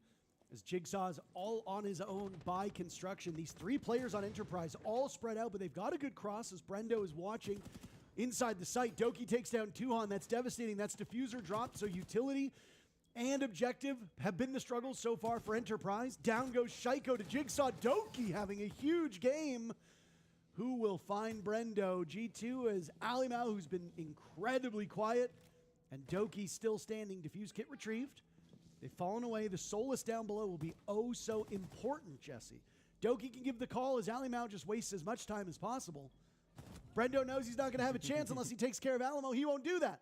Carl with the final kill, and G2 takes round number 1. Yeah, nice try to from Enterprise. I mean, really doing their best to 7-2. use their utility in the midst of that, Parker. I really liked how G2's got it, started 7-2. for them, but the gunplay, so much better for G2 top to bottom. Whether it was fighting over by rafters, even when the information favored Enterprise, they were still able to trade things out back to even. And then in the late round, unfortunately, they just weren't able to use their utility. They weren't able to force plays that were anything more than just straight 1v1 gunfights. And you never want to bet against G2 in a fair fight. So talented these players are. This kill, once again, first on to Stompin', and then they followed it up with some more pressure towards Benja. They catch they're playing banked. It was actually Bappin who got his drone inside the top of rafters, and I thought it was going to be the difference maker, but the fact I think that Dark still Zero's led got bodies this. despite having that information advantage. I'm going to say 7-5 really Dark rough Zero. for EP, and in the 3v3, you're always just going to favor G2 as the better gunners. There seem to be a bunch of tech issues that have befallen this Enterprise squad. It saw Brendo get up, and there were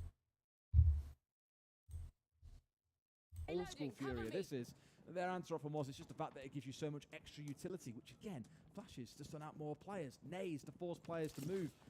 They have to think that the key thing is they have to make it work when they go for the execute, i.e. you can't bait out an execute and use all your utility and then go, now we'll see what happens next and get some free kills. If you don't get those kills, it all falls apart. So really for Dark Zero, their goal needs to be catching players out, and I'm talking about being cheeky in towards lobby, a C4 potentially from somewhere, but it's already not started out great. Entry within the first minute, and who is it again? Fantasy going in there, getting the kill, using the Ying, 3-0. You've got Tubarao off the board. Big loss. You're going to lose all those Zorto canisters. He's now on the cams, but we need, to be getting more out of this utility from Dark Zero. They've brought the Echo again. Great operator, but the Yokai drones were a little bit ineffectual last time. Look at this aggression coming out, and it's all timed. Wizard hits, working together. The Yokai tries to do what they can on the Echo, but absolutely nothing happening. Flawless round from NIP. Is it panic stations yet for Dark Zero? It's got to be a timeout for me, Tim. There's just no way they can let this carry on. And by the looks of it, the fact the microphone's down, I do think we're going to go into it. Yeah, we are. 2 rounds in. Call out slamming the brakes on, Tim, because the only thing getting slammed so far is Dark Zero. Yeah, this is a big problem for them. They come out of NA as the #1 team. Don't get me wrong, they haven't had the easiest start to Swiss, G2 and NIP back-to-back, but Look, they just look off the pace is the reality here. We've got to call it as we see it, and they look off the pace on this map against I was NIP. really thinking... right now, they are just unable in those first 2 rounds to stop NIP doing whatever they want to do. They've just Amaru'd up the hatch into Elevator, and then E3, Wizard and buddy, Hitch just get 3 kills, bang, within about 3 seconds. It was just so perfectly worked. What was horrible was they knew the Amaru would come up Elevator, but just didn't quite connect the shots. Not that I think it would have made a world of difference, but even I stand corrected, to be fair. I expected that it was going to be a window plant coming out of the Amaru off the back of all the smoke being dumped in, but the focus instead was the window repel. Peppermint Zens, get the fuck out of here, bro. And Come then on. using the Amaru for a backstab into what is normally a very critical defender position was absolutely beautiful. And truthfully, although we didn't see it, I wouldn't be surprised if the reason they chose to do that was seeing that hatch was left wasn't reinforced off or anything like that. That gave the option for the Amaru to go flying up the hatch and do what she did. Wonderful recognition for NIP.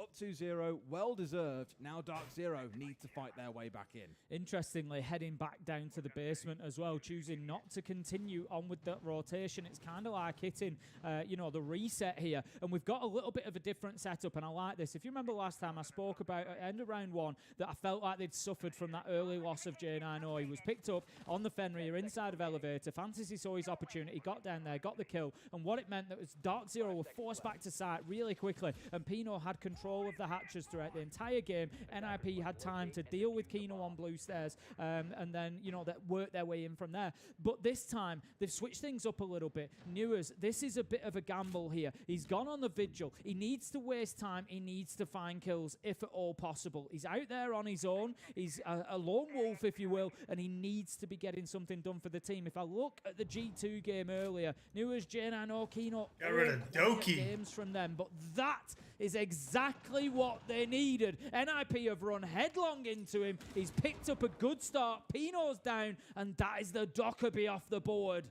It's good to see the reverse coming about, isn't it, where Dark Zero are the ones getting rid of a critical operator. And Tim, we speak about Dockerby all the time. All that information that she brings, the ability to help you move through the map at pace is now removed. They're going to have to slow things right down here and see where we can go. That's a from nasty there. angle. However, at least they get one back, Tim. It is only the Goyo. It's not the end of the world. His gadgetry is deployed. He's very much a free roaming gun, despite only being the 1 speed.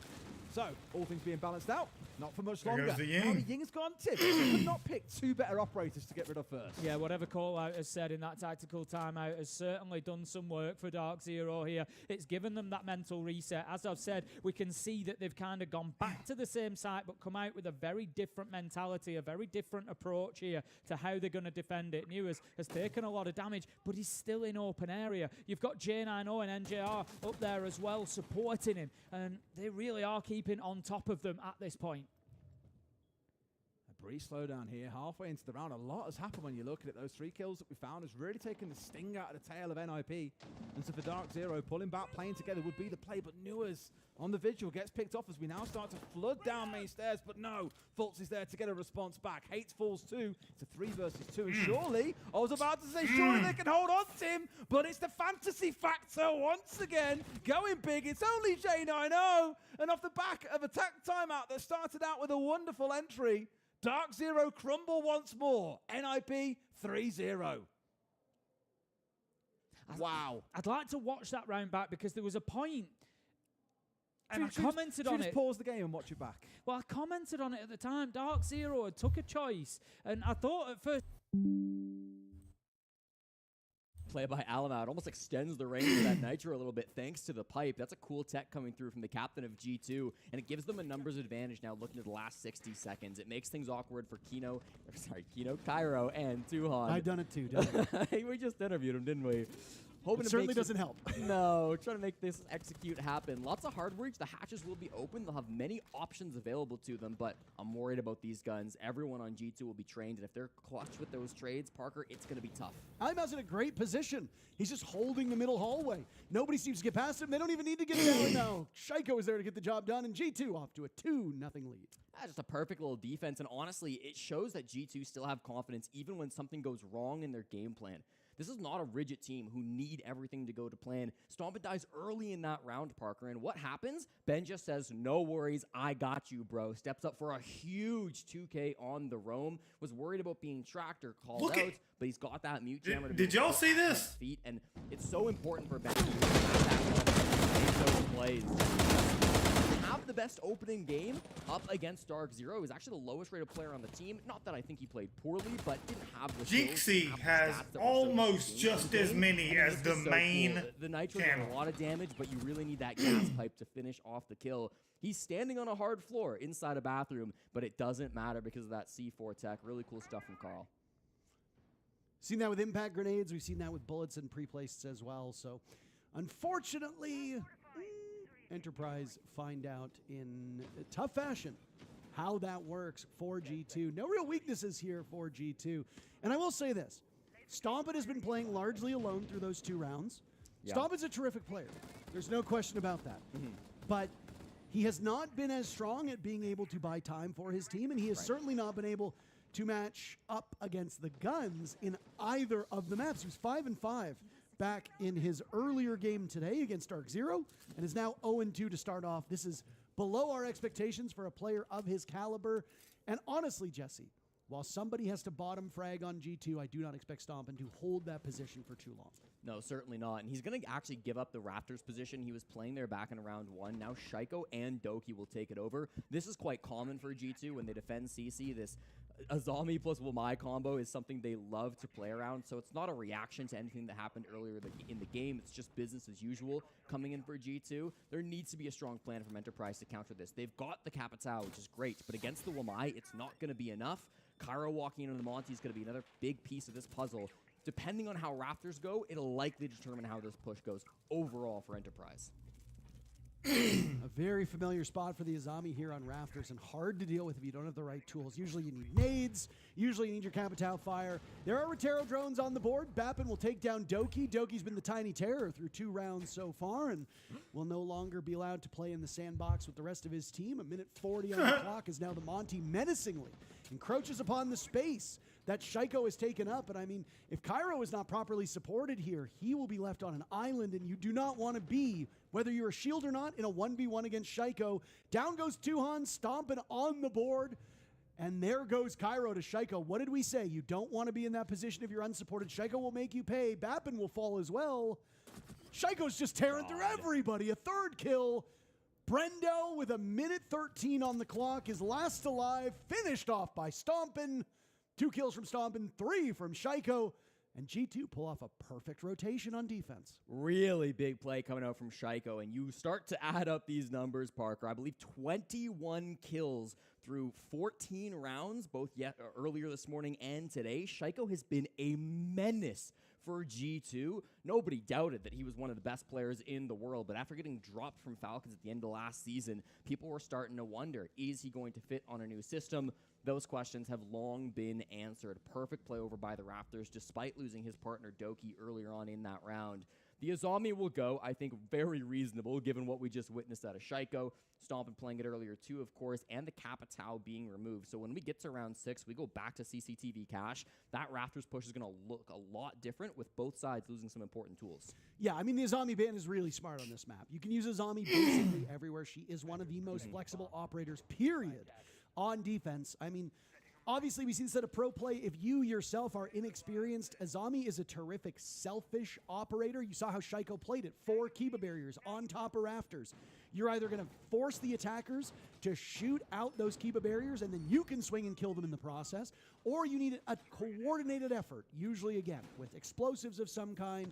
Maybe you have fire, etc. If you are an aspiring player at any level of competition, Azami is an excellent operator for you to learn. She is really beginner-friendly and has a great kit surrounding it. This is a map where, again, she gets a lot of usage. How will they adapt? Because they've lost all of their electrifications. They won't be able to keep those walls closed as quick or as long as they want.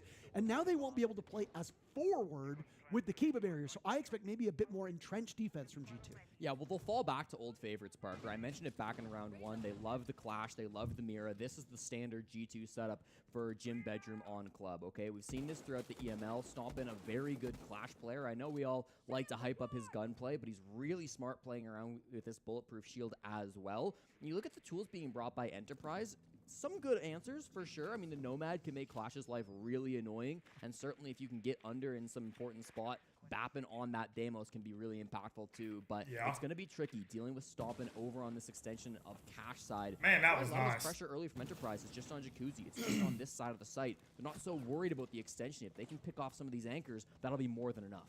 They almost get Shaiko really early in this round, and they'll expend a Lion Charge to reposition themselves. Getting rid of Shaiko would be huge, especially since he has two Razor Blooms, or two of those Thorn Razor Blooms in pocket. Would be a devastating loss for the player, but also the gadgetry to go with it. Razor Blooms have lots of different functions. Rough. They miss the barbed wire with that nade? I believe so, yeah. I was going for the barb. A tough one. Might have been something else there he also wanted, maybe a Razor Bloom or something that we didn't catch, but still util on the main stairs, one way or the other. Use a death mark. Didn't quite find it, though, unfortunately. I mean, this is the problem, right? If you're not able to find these players out, it can make things even more difficult. There is nobody below or, again, extended cash side too much. They will have a drone set up for the flank in case Benja wants to go for such a move, but I really think Enterprise are fine with a 5v5 execute, Parker. They got 4 Candelas in their pockets plus smokes, some nades and flashes being played by Brendo and Cairo. I mean, there really are some good tools to make an execute happen, but against a Clash, against Samira, it's going to get messy and it's going to get loud. G2 have an incredible defender win rate on this map, so I mean, it stands to reason that starting here would do them so well. Have a lot less data on Enterprise playing on Clubhouse. This is not one of the preferred maps for G2, but it is all reliable for a lot of teams, so doesn't surprise me to see it get brought out. Oh my goodness, Shaiko with the ego challenge on Jacuzzi Wall, looking for number 2, narrowly missing out on Cairo. Now he's being hunted from down below. The Deimos of Bappin. Try as he might, nobody can get Shaiko down until they swing onto the breach. There's Cairo ascending. Bappin is there. Oh my goodness. It's a mess inside of the server. Brendo is last alive, and Alimau will get the final kill. 4-0 the start for G2. Really not the push Enterprise we're looking for. I called it, dude. I called it. Just how long that setup is taking. How long did it take putting the Enterprise, to come through? I mean, G2 against Enterprise is just not fair. They are trying to feed G2. And finally finds an entry frag. I called this. It's going to be 7-2 G2. EP, and I don't 7-2 end of the game. Be like that, Parker. Yes, they didn't clear the roam. Yes, there was nobody below for them to fight. Like, they're not looking for early engagements. But they're looking to get an engagement. Dark Zero is doing good. When they're executing with their utility. It was G2 who actually took the initiative, and that meant that the utility didn't come out the way they wanted it to. We didn't even see all 4 Candelas get thrown. I think Jigsaw threw 2 of them, or maybe 3 of them before getting taken. Flow in that round there. See what G2 or Dark Zero and NIP are doing this round. It looks almost, Tim, like an exact flip from what we saw in those first 3 rounds. And I don't want to put it down to the bands. And they do a 3-3. What made the difference, but so NIP come out. More effectual than we thought. They come out swinging. It surprised me. So far, Dark Zero have completely woken up. Sometimes we do just see this from teams. They'll come in and they'll just have a slow start. Hopefully, Dark Zero can make it a 3-3 split. Going. Big question, of course, I called it. Dark Zero can continue this momentum in the second half. But we've got one more round. Losing the Echo drone. We've got a little battle of the drones going on as the Bravas rain through and have it's a more look. like a game of cat and mouse where only one can steal or kill the other, isn't it?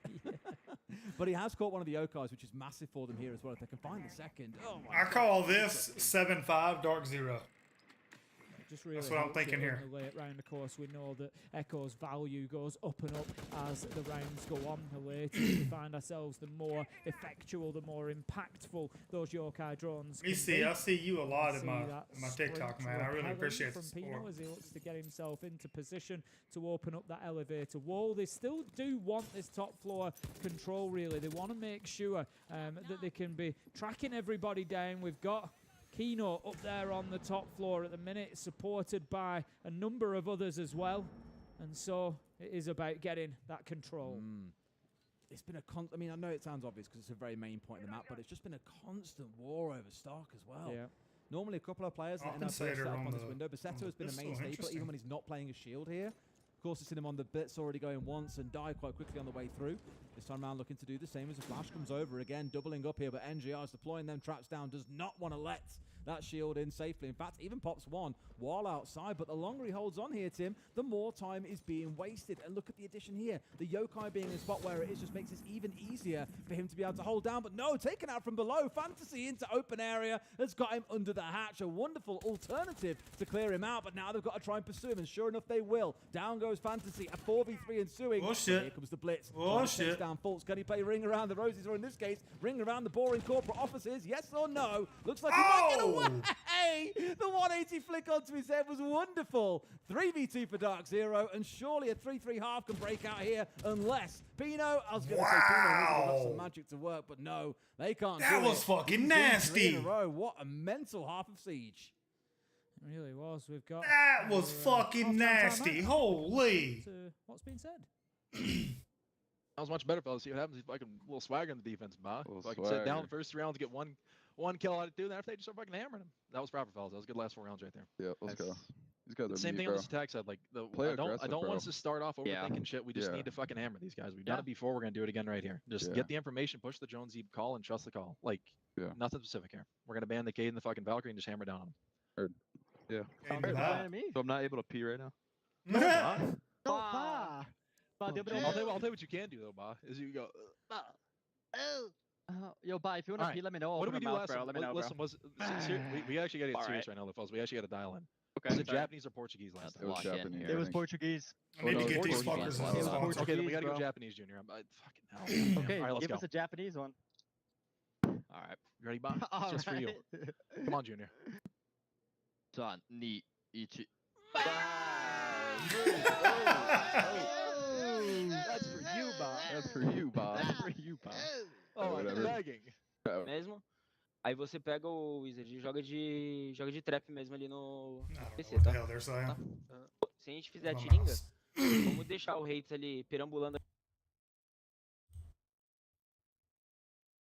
Blue, where those Candelas come down. A couple other players looking towards main stairs where some pressure was being applied by Enterprise. It was Tuhan who drops the kitchen hatch with that SMG, finds a massive multi-frag to come out and make things happen for Enterprise. A 5-0 would have been a disastrous start. 4-1, that's something you could recover from. Absolutely. Tuhan managing to find a gap, dropping through that kitchen hatch, and G2 just could not calm fast enough to turn their sights towards him. I mean, there is going to be chaos in the server. Finally, Enterprise is typing in chat. I mean, it did take them until they won a round and immediately getting clamped back by Doki. Doki getting a couple words in the matchup against DZ earlier today as well. And a reminder, as we approach halftime here in Enterprise versus G2, Dark Zero is in action right now. They are playing up against Ninjas in Pajamas over on the B stream. Jesse, you and I are not watching that game, so we have no idea what's going on over there.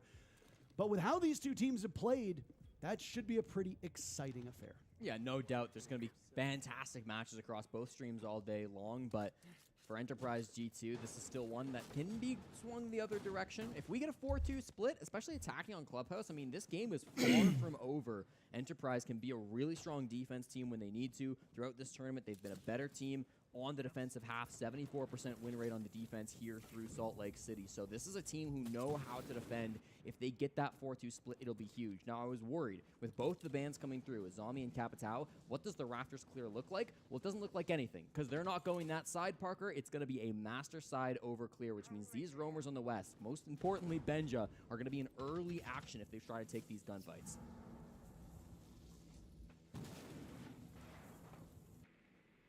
Is Benji made of electricity? Not that I'm aware of.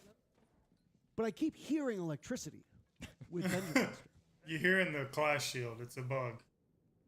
You can't hear me. The clash sound. The clash taser. You're not hearing that? I didn't pick it up, but I wasn't paying attention. Just a ghost of the machine, I suppose. It's gone now. Benja sitting inside a weight room when he was on SSG. Team bonding seemed to involve the gym in some capacity, and he, along with Shaiko, been doing some heavy lifting. There it was again.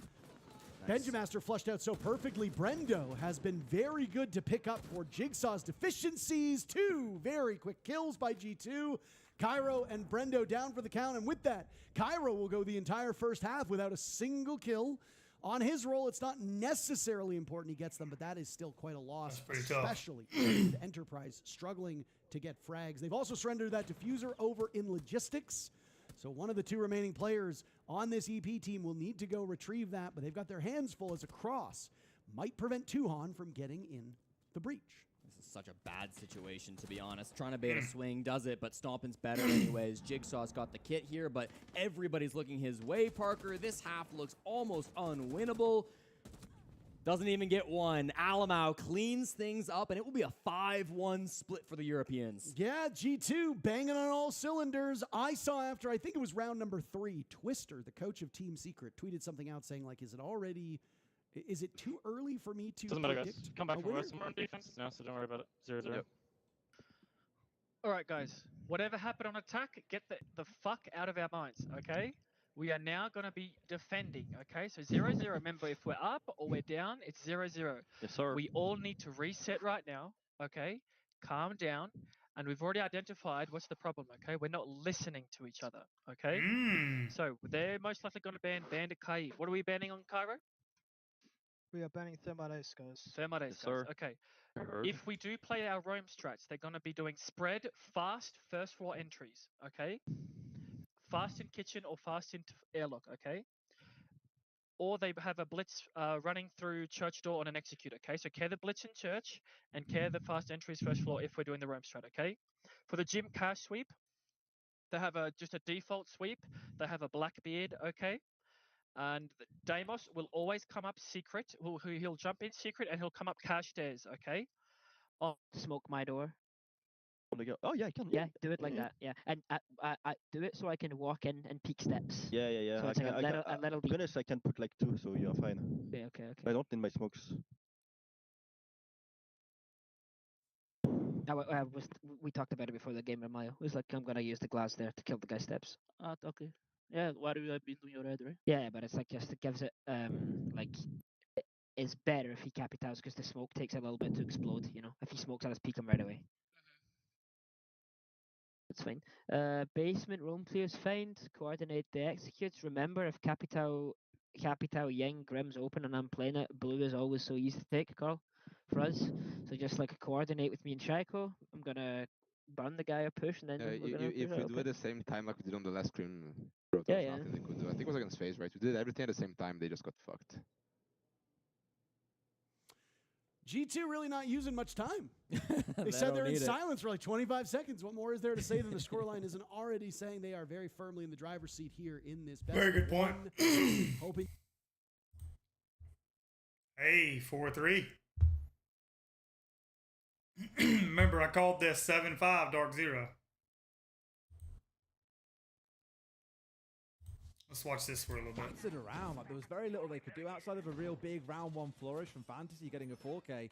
They didn't offer too much throughout the rest of the game, and now that Dark Zero have got the confidence back and they know what it is they're doing, they just feel so much more in control. And I'm wondering, do NIP have anything in the tank here, an extra gear they can step into to be able to fight back? Because I'm not entirely convinced that they do. But let's see how top 4 goes. Oh, we step. I'm very much dug in here behind those 3 architects, operators of the mirror, the castle, and the Izami to make this a little bit of a headache for Dark Zero. Earlier on, we saw NIP making great use of this castle barricade that you've just seen go down on the double window, looking up towards the actual windows itself. And observers are about to show off now, I believe. I think it's easy that we've got on this one. Thank you very much. It was from here where Hates managed to get a couple of kills to stop the plank going down inside the smoke. It was fantastic. We'll see if Dark Zero acknowledge that and find a way to deal with it. Yeah, have to see it cleared out. We've got 4 nades on side between Nuas and JR. You've got J9 with the ability to break that down as well with the gadget from Carly. So, yeah, there's no excuses for that castle barricade to remain. In fact, it's already been broken, Des. Already taken care of. And that just interesting that Carly is going ATM. Into the wall. He can still stop the repels coming in, but he can't really play that same angle that he did before. Imagine you want J9 here really to help deal with those mirror windows. Since you can't destroy them at range with an Ace or Hibana, then you need to turn towards other options, and that's exactly what I think a Carly will be useful for. Doing a lot of work, at least on the outside for now, to help expose some things inside. You've had those Roteros rolling on through from Kino 2. This is a nice exothermic too, because this is now going to open up into Janitor at the same time and make life a little bit difficult for Basetto, assuming, of course, it goes off. Indeed, it does. He knows that he's exposed and has had to back away. And JR's going to take down Pino. That's I also why love you if you don't look at Fantasy, leave he's that been wall forced deeper, soft. and he's done that by J9O sitting on the windows with the Carly, the main lobby windows. And it's again this position for Fantasy. He always plays it. I saw talk about it earlier.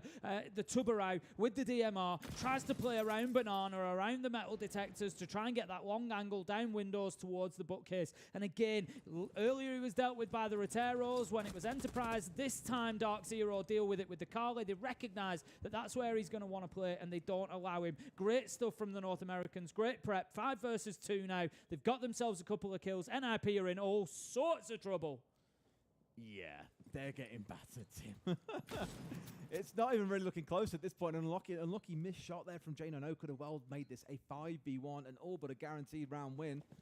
45 seconds to play with here, and truthfully, the nice thing is for Dark Zero, they've barely had to set foot inside the building. Almost all their kills have come from outside.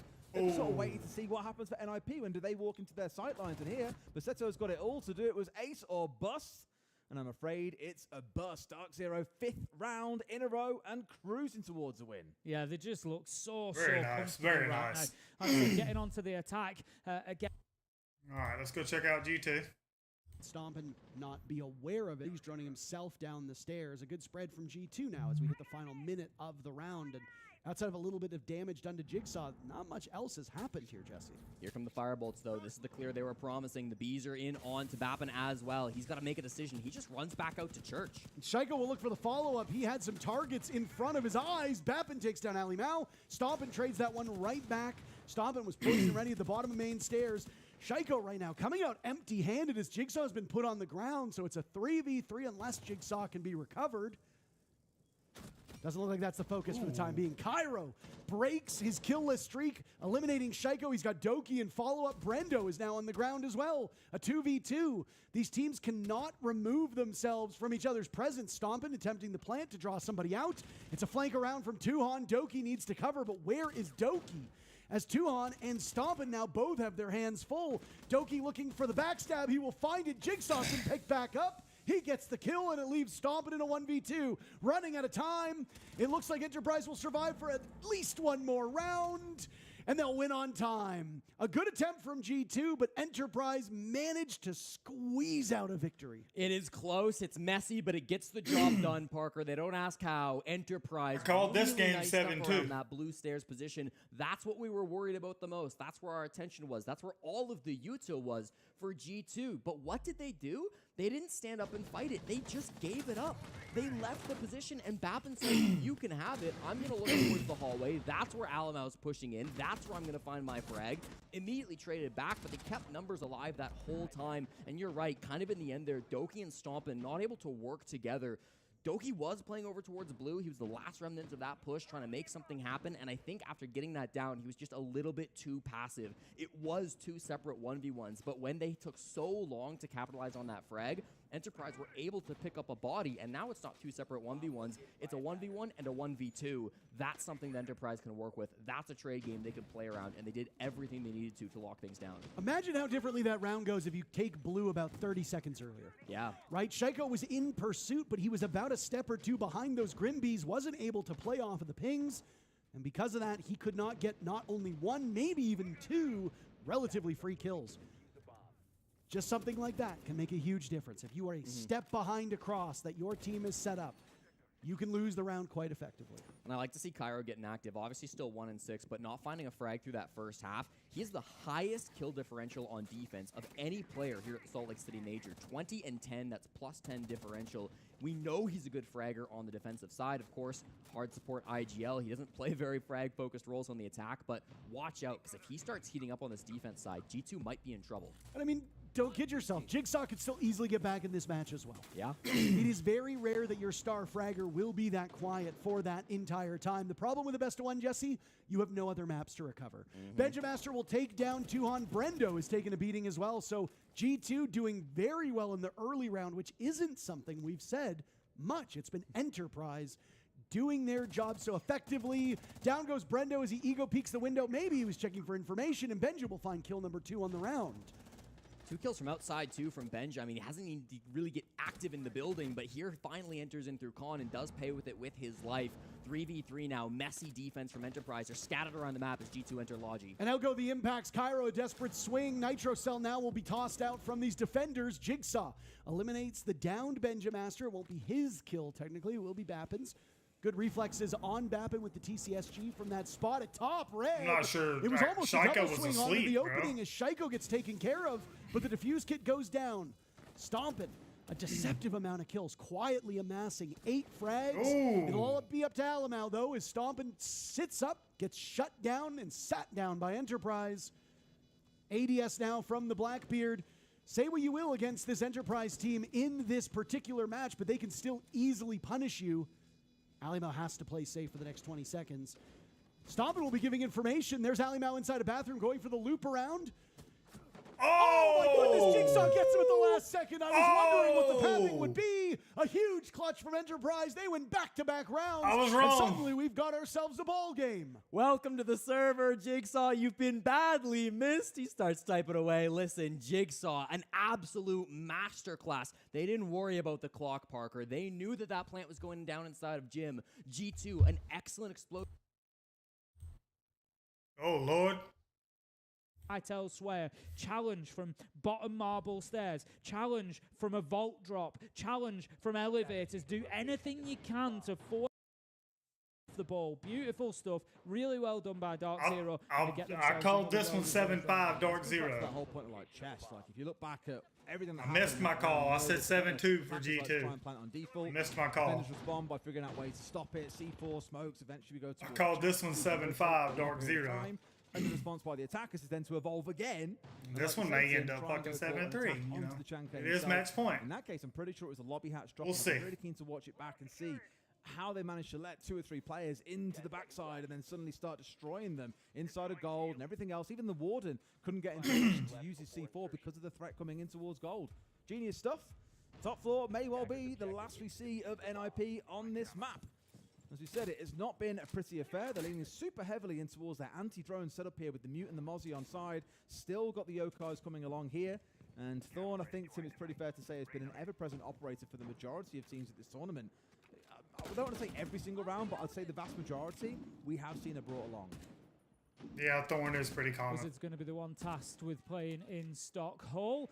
And we would expect to see Stock Wall opened up, but looking across, it might actually be left a little bit because there's no ranged hard breach been brought along by Dark Zero. Of course, with Ace and Hibana off the board, it's going to make it a little bit more difficult for them to do anything about that wall. So Dude just said that they didn't bring any ranged hard breach, but Ace and Hibana are banned. So how in the fuck are you going to have any ranged hard breach? Off to the right of your screen there, looking to get aggressive up those spiral stairs maybe, and it's just going to be, you know, a completely lobby-sided push by the looks of things.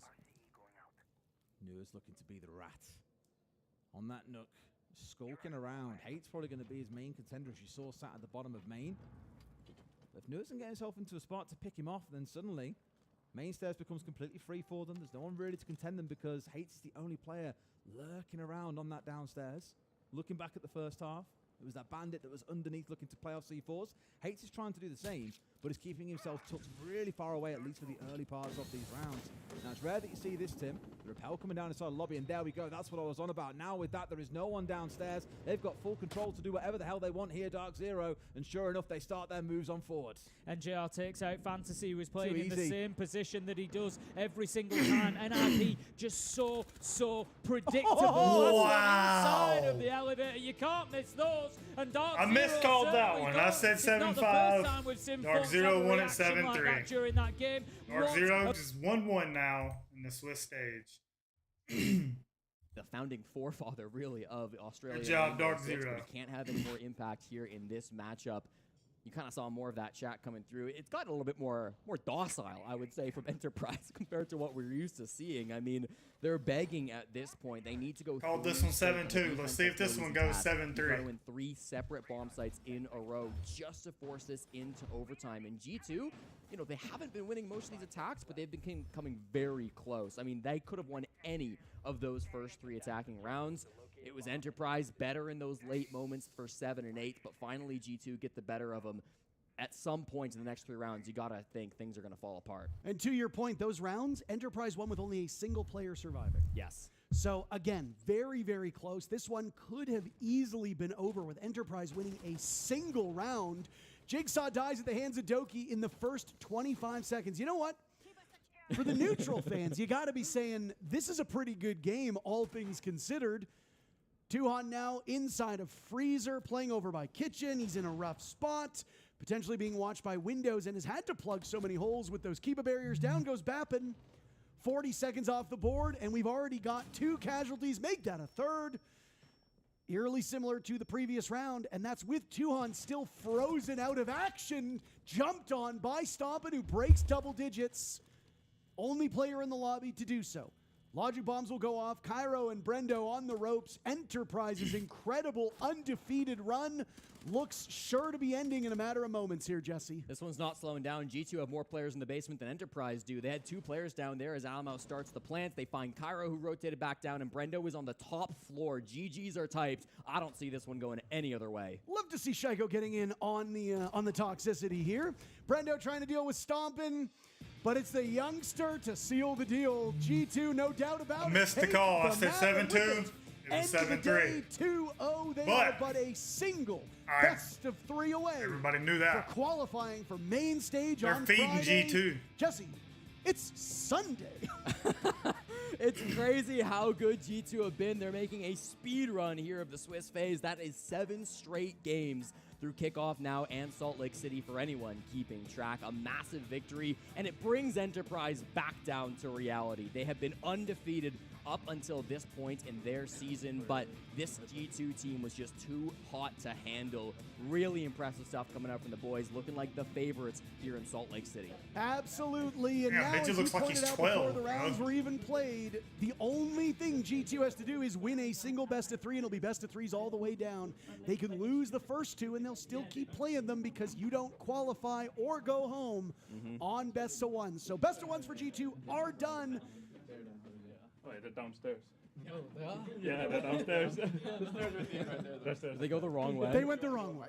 Okay, well, they're gonna take a minute, but they will get there eventually to meet their opponents for the handshake. And obviously, tough result for Australian fans who might just be waking up to watch their favorite team play. The Aussies might be used to rooting for G2, as the only time an OS player has ever won a 6 Invitational was in a G2 jersey, but today they won't be thrilled with this result. Plenty more Siege to play over the next couple of days. They're still 1-1. Yeah, you said Mag was the founding father. I was like, Virtue's right here, man. Like, Okay, I know he retired. Virtue's the GOAT, but Mag is the founding father. Can we agree on that? Because Twisted Minds versus Weibo is apparently the next game on the B stream. We will get the celebratory handshake before we get ready for... Oh, that's awkward. Oh, boy. Oh, cringing myself inside out here, Jesse.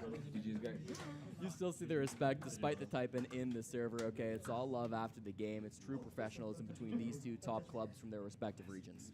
We've got 3 more best of 1s here. Let's not waste any of your time. We'll see you after this break.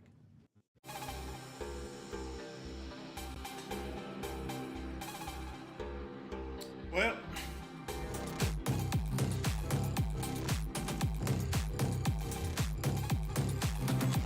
I think Twisted Minds has got Weibo.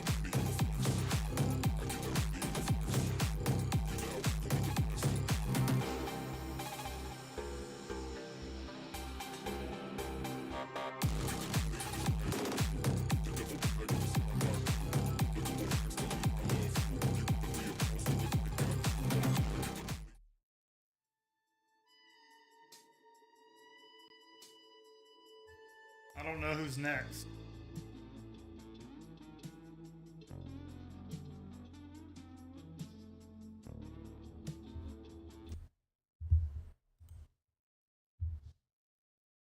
Earlier on as your introduction to the main that they can do just that.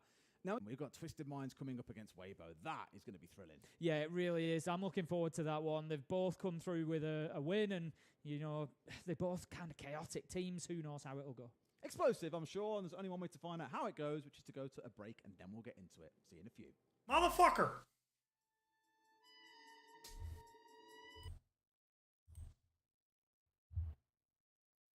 Well, this one will be back first. To find out who it is, I guess.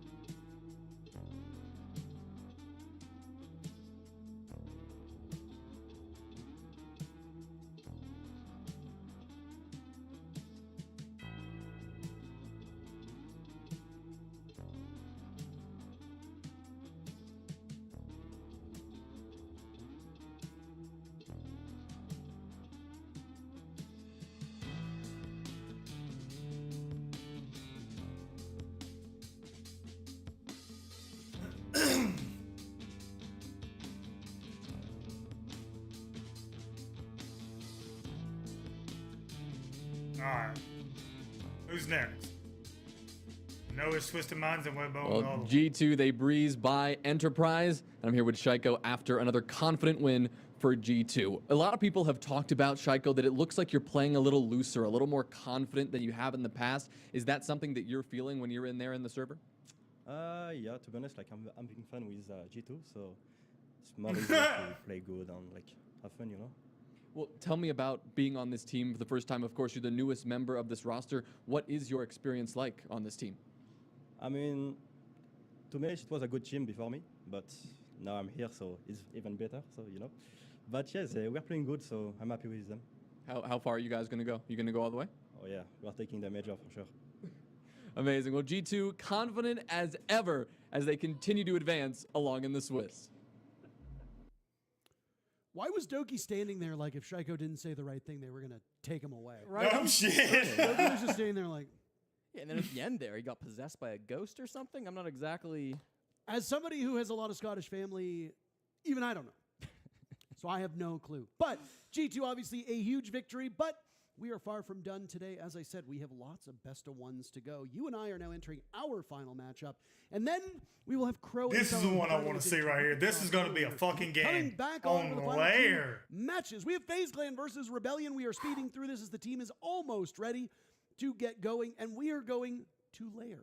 An experience map for both these teams, Parker. They've got lots of footage throughout kickoff so far, so there should be plenty for the coaches to dive into on layer. Absolutely. Wow, I believe that will send us straight to a break here as the game is getting ready, so we'll be back very quickly. All these damn breaks.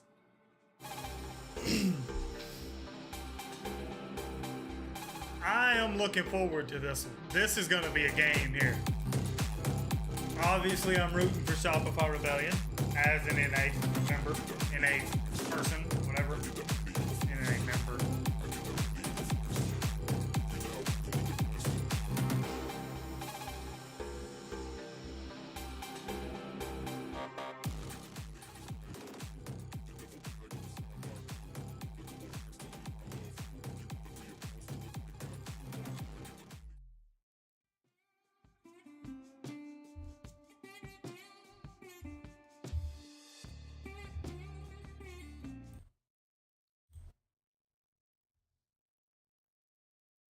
Find it, Tim. So, as said, very excited. I actually love Weibo's kind of map picking strategy here today as well. When they've gone up against all gamers in there, given that they're a new team this time. Excuse me. Also, you know, we spoke about it a little. They never play. They ban it out all the time, but there was plenty of footage available. All gamers pick it up 4 times through CNL. And so you could see that they went there and they were prepared and they did everything that they needed to do. So now they come out and they know they've got an opportunity to get into that best of 3 qualification match. So they bring out their best map, ready for it. And I love this banning strategy. I love this map picking strategy from Weibo. They've really, really gamed this well. And of course, we'll see if the results then deliver for them off the back of it, because you are right. I imagine going into best of 3s, you'll see them play other maps other than the ones that you see here, because they'll have, no doubt, a ban coming in against Lair. And then on this case for Nighthaven Labs, very fair chance teams will ban it away from them, knowing just how proficient they are on it as well. As you can see, our teams are just getting themselves finished and finalised with the final couple of preparations, awaiting the last player on Twisted Mind's side, and then we can get ourselves underway, Tim. Of course, still 2 more games to come after this one here on the B stream. Same over on the A stream. It's that first day of Swiss that's always chaos. 16 best of 1s today. But we are coming towards the tail end of things piece by piece. Yeah, we always sit down at the end of the first day of Swiss and it's like, take a deep breath and then go through those results again. And we start doing all that preparation because obviously we don't know what the the day 2 games are going to be until we get there. So there's a lot of work that goes on behind the scenes tonight, both for the teams, for us, for everybody getting ready for those games. And I can't wait for them because we've still got results to come in today, of course, but it's just looking tastier and tastier. Tasty. You say it like T-E-Y, tear, and then stay, S-T-E-Y. Well, that's all right. Tasty. You got fire. Get out of here, dog. It's a beloved accent. Yeah. I don't like those commentators. They're a little annoying. Better than the other 2 that I was talking about earlier, but yeah.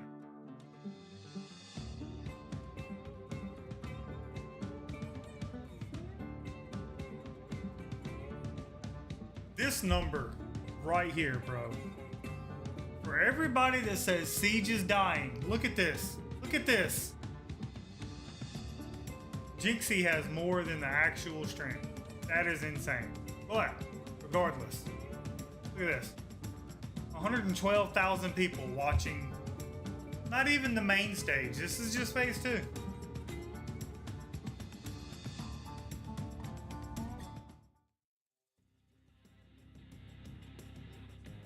Match that preceded this. One of these teams will go up 2-0 and play best of 3s for the remainder of this phase. One of these teams will go 1-1. That's tough. Have their fate tied to a best That's of 1 tough. tomorrow. Which one will it be? Rebellion with a stunning victory over Virtus Pro earlier today. FaZe Clan with a stunning victory over 5 Fears earlier today. And now we go to Lair to see which of these teams is better in this one-map shootout.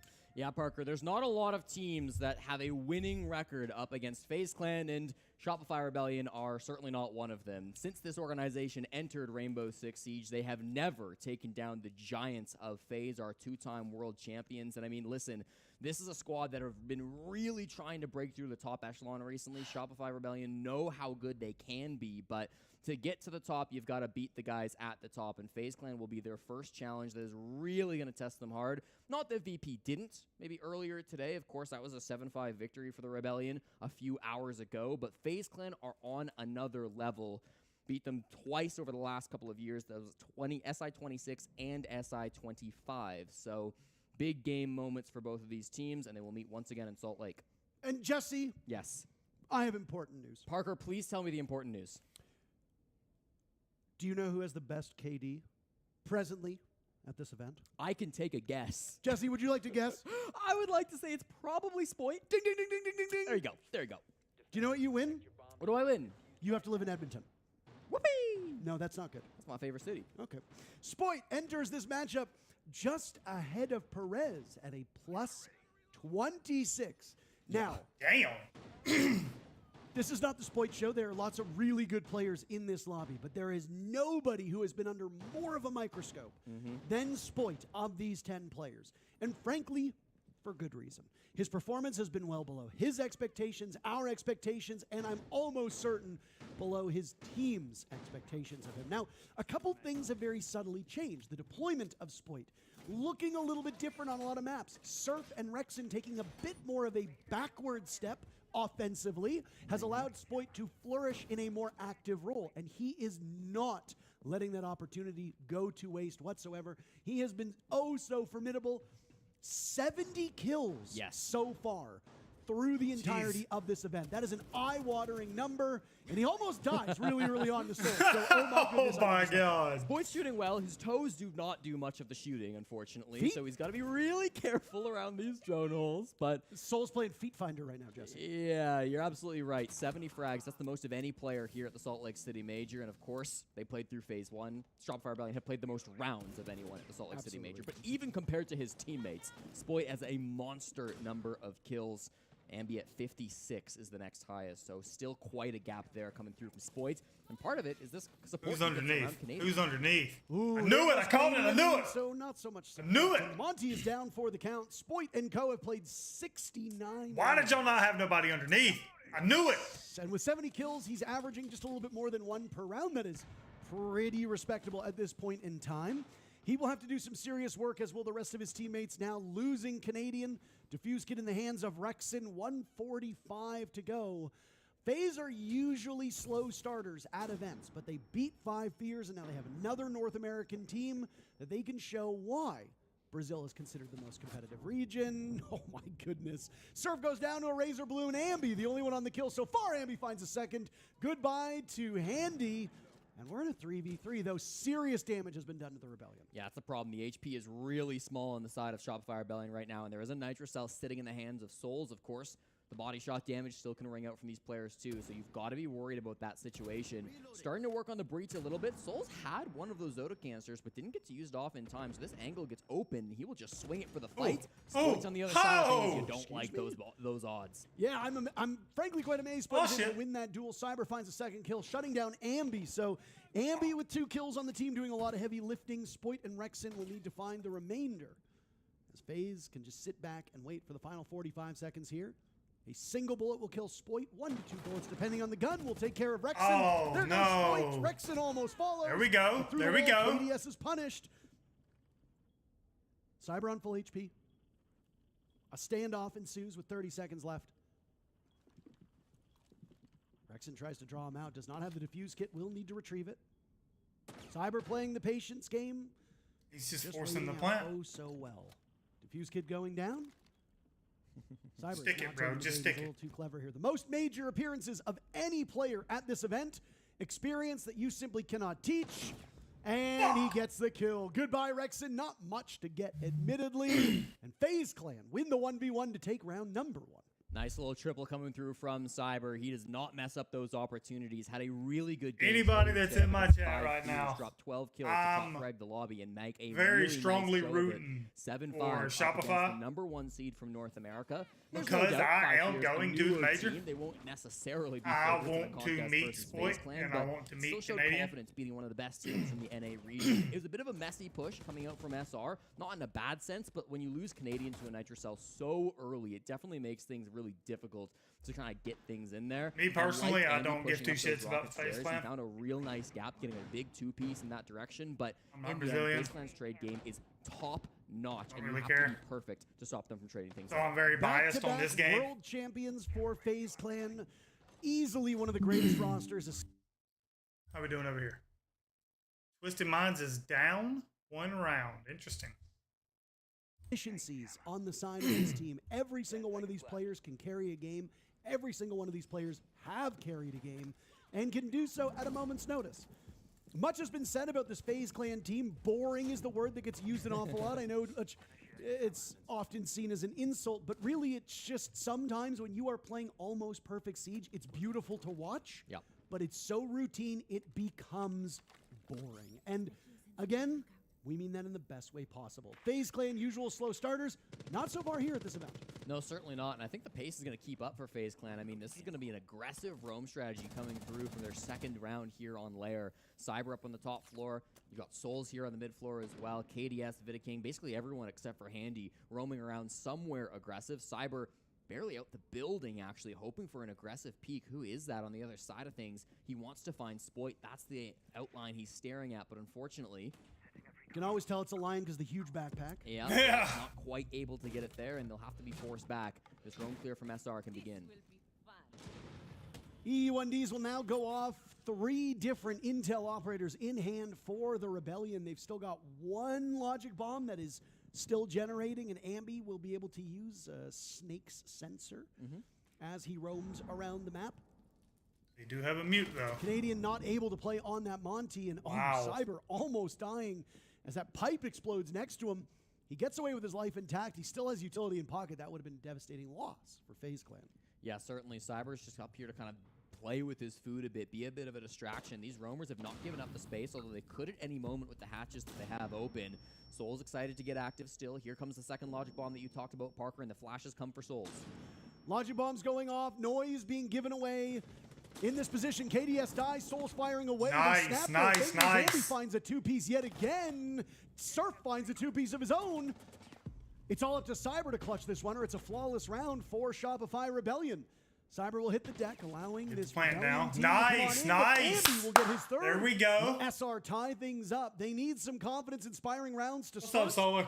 That first round was as close as you can get to a victory without winning it, but that second one, Fire. I am very thankful that's 5 all of kills your in predictions 2 have been rounds wrong from so Jalen far. Perk, So we're going to go on that. Rebellion. He has been And, so good so far through this season. Again, lose this at Salt Lake City, maybe taking a bit of a back step to Spoits, but he can certainly shine when he needs to. And you go back to some of those defense rounds from FaZe Clan and some of those positions they just played in round 2. Definitely feels like they're going for a bit of a roam strat that can be tough to pull off in the current meta. If you ban both Deimos and a Snake, or maybe Webo's up 2-0? Right, perhaps you can make that play, but when you're going up against the Dokkaebi and Snake combo, it is so difficult to survive as roamers. And Shopify Rebellion did everything they had to on that roam clear. They cleared the space that they needed to with Canadian on the blitz. They used their information, their utility to gather those player positions on the side of FaZe. I'm going for Shopify Rebellion, bro. All the kills in that Shopify Rebellion's really got to win this. Be interested to see what FaZe Clan do next time on that site. Absolutely. And Solar, I'm going to be in person at the Major. 3, while we didn't for the final phase, obviously. I'm going to be there, and I want to meet Canadian and Spoit. Of this Swiss phase. That is, of course, until we run out of teams. So I need them to get to that point. Stream.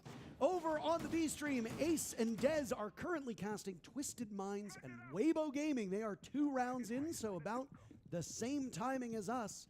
Go wander over there. No, you're right, Fire. Not all of them were wrong. You got G2 get going 3-0. Have great games all day, and we've still got 2 2-0 right now. After this one concludes on both streams. Blitz, Ying, Glaz. You don't need a PhD to figure out what this push wants to do, Parker. The execute's going to be scary coming in, and it puts some pressure onto these top floor players. If they're going to explode in towards the site, try to get a plant down, is the vert going to be good enough to stop this plant from Canadian? And out go the smokes. Gas answered in kind. Canadian will suffer through it, get on in, and attempt the defuse kit, but he doesn't have the all clear. Now he does, taking too much damage from the gas amidst the melee. Vidaking has been down, gets secured by Spoit, who could have another, but he's outdueled by Handy. Spoit is getting some kills, but he's being shut down by the fraggers on the side of FaZe Clan. That is a familiar story. Ask the other Swede, Noah, what that felt like in the World Finals that we just had at SI in Paris earlier this year. A casualty apiece. The glass is gone, and we're just about halfway through round 3. Yeah, we've called off the execute, Parker. I don't think it was a fake. They wanted to get that plant, but with it not going so well, I think Handy's Toxic Babes did a really good job of dealing damage to Canadian. They will pivot. Now it's going over to a top floor clear, and KDS on this Warden will be critical to stop Canadian from taking this space. Yo, I'm going to be, Solar, I'm going to be streaming off of my phone while I'm there. Not a lot, obviously but has to be a bit I will be going live while I'm there, just off of my phone. Gas canisters. Gas canisters, of which there are none. I promise you there's going to be pictures and videos. 2 impacts in pocket for Souls and a Nitrocell for KDS. Those will be the concerns for Canadian. He will not attempt to jostle that diffuse kit. Now he'll go fighting against KDS, losing the duel. Souls on the board. This is quite the holdout from FaZe Clan as they now stare down Ambi and Surf and will get the final 2 kills to regain the lead. Nice little hold up on the top floor, Parker. They repelled that initial aggression coming in from Shopify Rebellion, and then they didn't panic to it, too. Sometimes with younger teams, with less experienced squads, you'll see a team react to that site hit, and they'll immediately fall off the top floor. They'll think, okay, we just got to get back to site. But of course, on Bunks and that would be very good content. Is the name of the game. So they continue to hold on to that space. They didn't mind if they lost their site anchor. They didn't mind if the site got a little bit weak because they knew holding top. I need Wildcard to be there too, so I can meet. At one point, considered the best Lair team in the world. I think you can make some debates at this point, but still one of the strongest out there, and they have a really. That's nice the one that I truly. And funny enough, in terms of map reference rates, this is FaZe's 4th statistical best map. This is the best map for Shopify Rebellion. So SR, they are an incredible Okay, Canadians should not have lost that. I missed that kill. Canadians should not have lost that. 64% win rate when they defend Lair. Their attack win rate's not that much better. Or sorry, is not that bad. It's 44%, but I mean attackers usually only win 2 rounds on most maps, so 44% is really not that terrible. That is, of course, until you look at the attacker win rate of FaZe Clan. FaZe Clan has won 23 of the 31 attacking rounds they have played on this map over the last 6 months. That's good for a 74% win rate on attack. So you've got FaZe, who are a great attacking team on this map, going up against the Rebellion, who are a great defending team on this map. But we don't have to worry about that until the second half. So both of these teams sitting at 44% win rates on defense for FaZe Clan and 44% for attack on Shopify Rebellion means it's about as even as it can get. Who comes out ahead? I don't know, but what we're looking at right now, a 4-2 scoreline for the defenders, seems most reasonable, and that's pretty bog standard Lair here. Mute Band out coming through for Shopify Rebellion. That was the tool that Cyber used for his 3K back in round number 1, the last time we saw this bomb very site. Nice. So the strats will change up just a bit. No more shields on either side, the Clash nor the Monty, so instead Cyber's got this mirror window set up, and Souls is the one playing with it. Cyber instead actually down below in a bit of a cheeky position with that Nitro Cell. He can play off the information from Souls because his teammate is watching into this area with the mirror window popped. Of course, shattered with that glass, it'll be a little bit less proficient, but Souls can still peek these angles. After getting droned out, I think Cyber is deciding better of it and will back off just a little bit, playing around these blue stairs instead for the time being. A slower pace now here for these teams as they seemed eager to blows for the first 3 rounds. That one was a close one. You said this was a cheeky position. You were absolutely correct. They know he's down here, but they don't know exactly where. They've droned him out at least twice that I have seen. Here comes Canadian. Not good enough to save Surf. Fuck. There we go. It worked. It was a little ugly, hey, but it worked. What more can be said than what we saw there? Cyber still surviving for the time being. How on earth is this happening? How have they not secured it? It's because Rexon flashed himself. Oh. That's a rough one. What a blunder from Rebellion, and yet they're still tied in man count.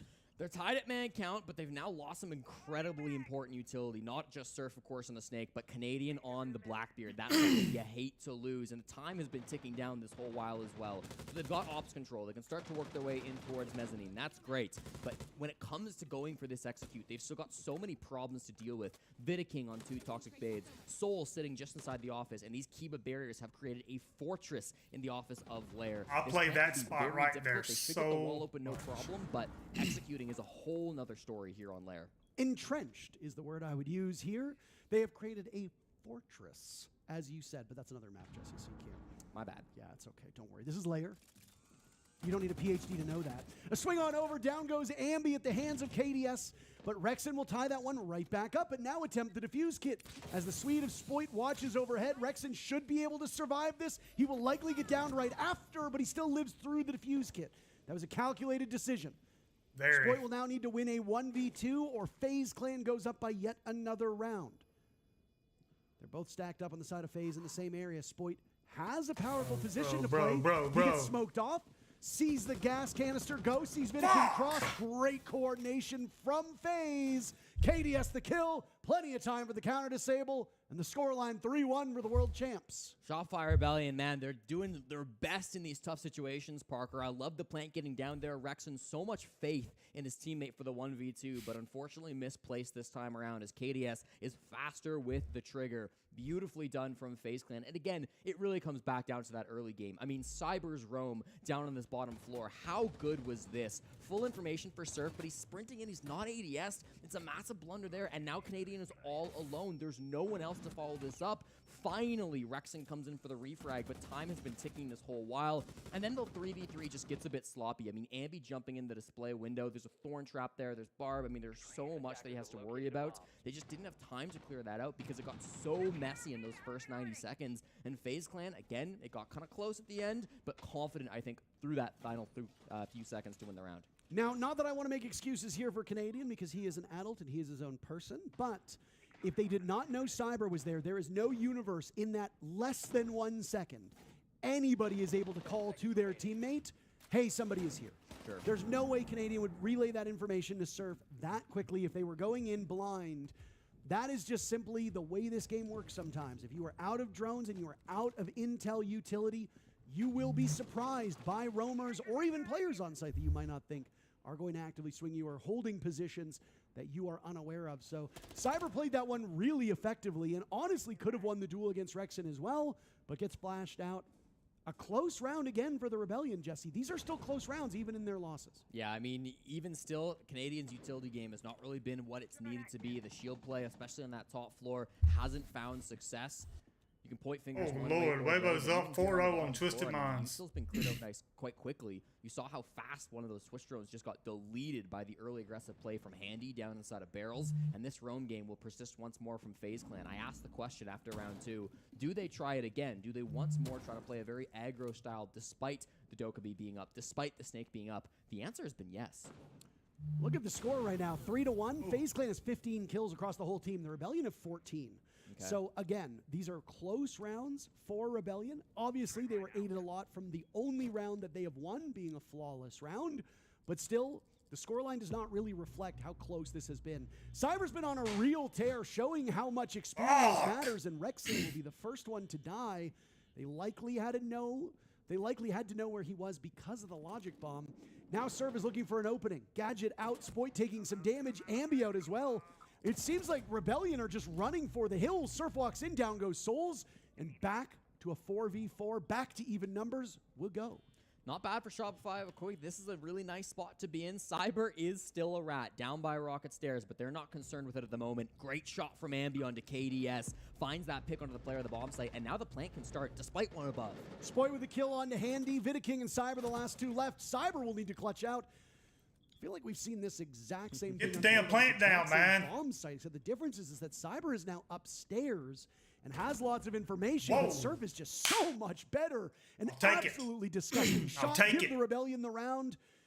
And we got 1 round remaining in this first half. Come on, 3-3 this shit. 3-3 this half. Come on. I really don't agree with FaZe Clan running back that strategy with the full roam setup, especially because they didn't ban any of those intel operators. That was the real one lifeline that SR had throughout that first quarter. They had an excellent Dokkaebi and Snake. Let's watch the rest of this round real quick. And again, they had an excellent Dokkaebi Snake clear. A little bit faster to sight. They found Handy a lot earlier, so it wasn't the exact same approach. Twisted Minds but the tools were similar. 4-1 for Twisted Minds as well. And they got a lot of really good space out from FaZe Clan. They forced a lot of advantageous 1v1s that couldn't be traded just because of how FaZe Clan were setting up. Because of that, SR is still very much in this game. And I mean, Rebellion have been doing a good job of trading so far today. Yes. They've been doing a good job of trading this entire event. This does honestly feel a little different than the SR that limped through kickoff. I think there was good reason for people to be skeptical of SR's chances when we looked at the kickoff results. Right. But since getting here and settling in, this team has gelled very effectively. A lot of it has honestly been on the shoulders of Spoit's usage. Spoit has been a maverick for this team. He has been such an important part. And Ambi is likely getting more comfortable with his calling on defense as well. And because of that, we are seeing a new look to this Rebellion team. Now, I will go back to the numbers. FaZe Clan are an incredible attacking team on this map. Rebellion are equally as good defending. So we are going to see an absolute showcase after this round. But until then, what happens? A 3-3 first half is very likely between these teams. Just a quick correction. Spoit actually hasn't played Maverick so far this tournament. In fact, nobody on SR has. So. But I think everything else you said was That's really for the Fortress joke, wasn't it? I knew it. Top floor clear going to be coming in importantly for SR once more. Their attempt at the direct-to-site push didn't really go their way back in round number 3, and their own clear's been good to them so far today, so they'll try it once more. The Logic Bomb from Rexen will begin, and they'll start to push their way up these staircases. Everybody on the side of FaZe Clan very condensed, not spreading out through this top floor, but really just playing in and around our 6 room. This intel from Snake could be huge for Spoit. And Spoit will have a read on where Handy is looking. Out goes the gas, the first canister. Handy still has 2 remaining in pocket. It will, for the time being, slow down the Monty of Canadian. What is Cyber going to do? He's going to be a Maverick of his own, hasn't he been? On Mira. You literally looked up if Spoit had played Maverick while I made that joke. Absolutely. Rexen first pick, down goes Souls. Intel will now also go over to Rebellion. That is big. KDS taking some damage from one of the F2s, whether it be Spoit or Ambi. It remains to be seen. Vidiking punished by Surf. Another now in line. That's Cyber as KDS gets on the board. Cyber is so good. A quick peek. Surf is gone. And we are tied again in man count. Top floor so tough to clear, Parker, especially when Handy's playing with shotgun. With the flash coming out, he might choose to drop, but Cyber's still hitting heads. So why would he? Top floor control firmly in their hands, but Rexen gets one to even us 2. And Handy knows where they're coming from, but he needs to pick his poison. He dropped. The Monty with Rexen side by side, breathing down his neck. They've let Cyber still exist upstairs. He could potentially stab them in the back. No, Interested target in Cyber's location. Canadian will search for his very first kill.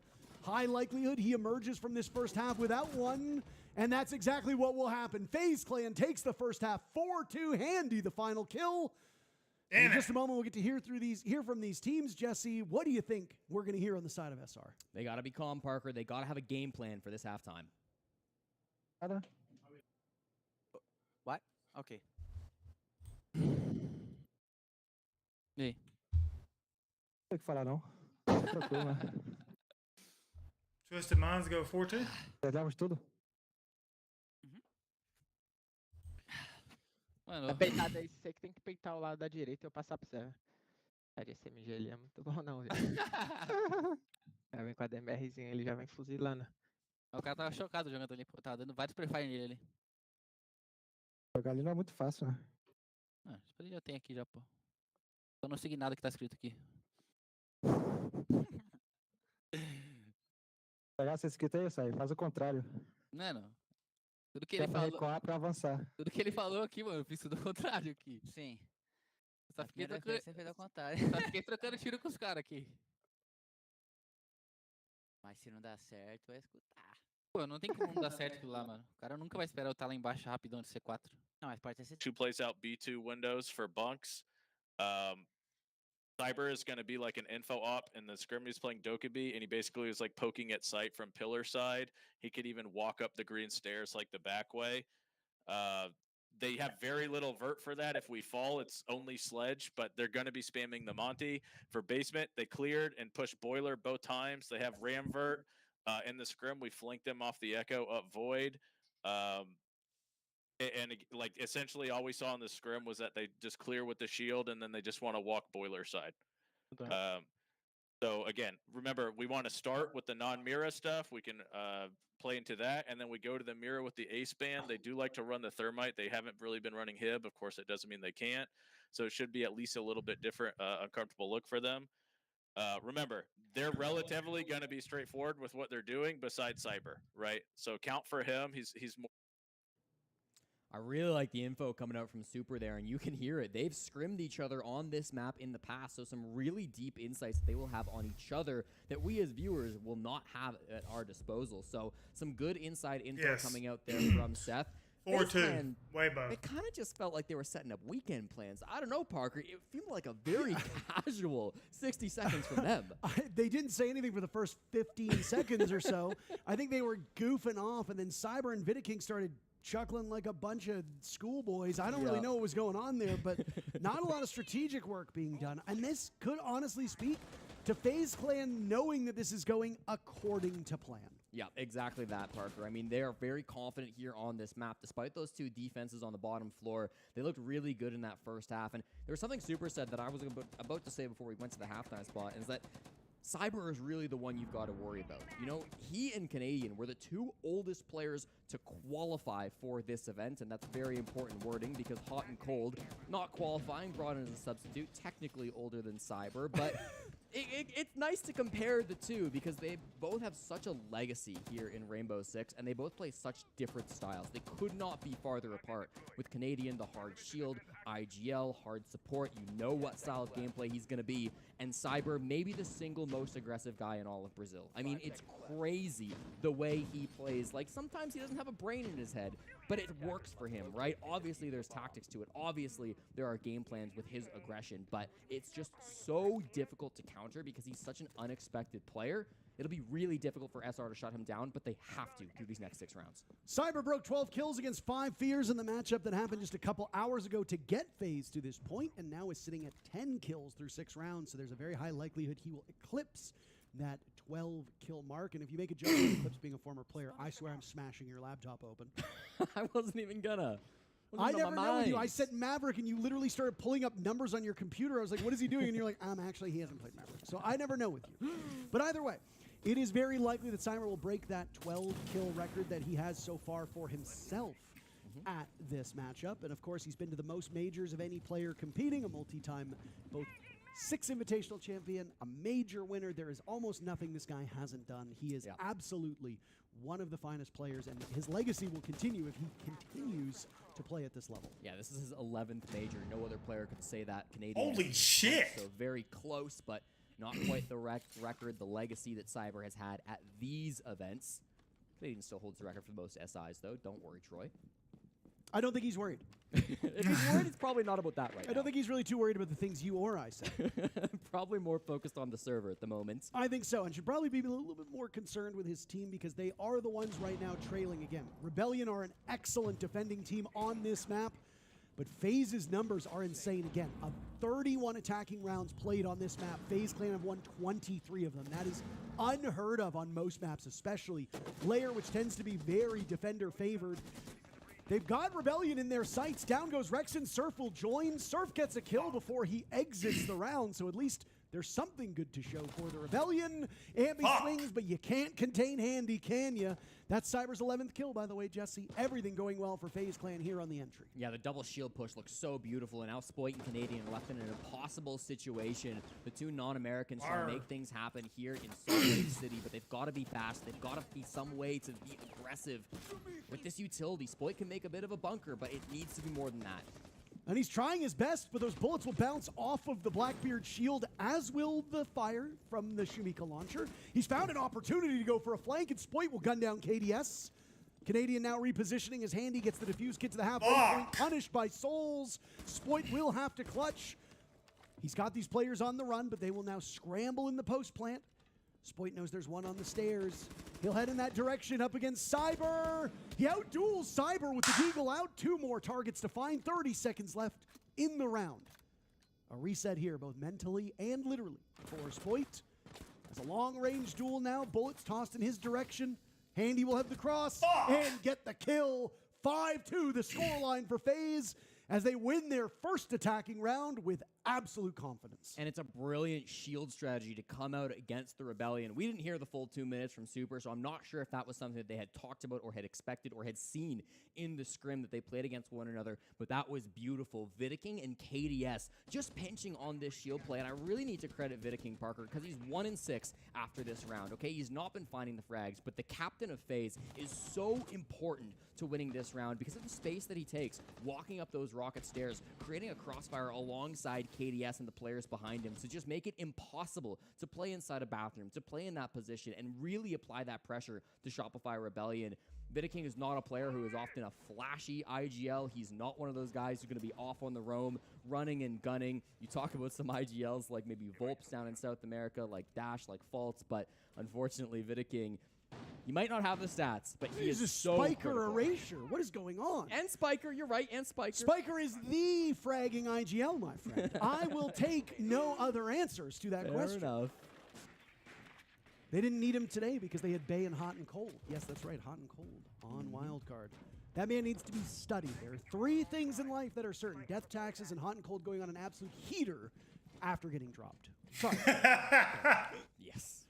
Either way, look, there's going to be a lot of people talking about how good the Rebellion are. Yeah. Going up against FaZe Clan is really not a great barometer because every team loses to FaZe Clan. Yeah, there's no doubt about that. This is a really tough opponent for FaZe, but it's also true that like SR are not hitting the same heights that we've seen from them in the past. This is the 7th map they've played in Salt Lake City. Spoit has only failed to hit double digits once, and that was that bank match up against Falcons. If he doesn't get back up to that 10-kill watermark that we expect from him at this point playing for SR, you gotta wonder, was there ever really an opportunity for Rebellion to win this matchup? Because they do, at least over the last couple of days, seem to rely on him to be that opening, to find those frags, and it hasn't been happening yet. But Spoit is playing less entry on this map than he did before. He's Sure. back to playing that Nomad, later round, support Canadian style. Surfed it, I think, on 1 or 2 rounds.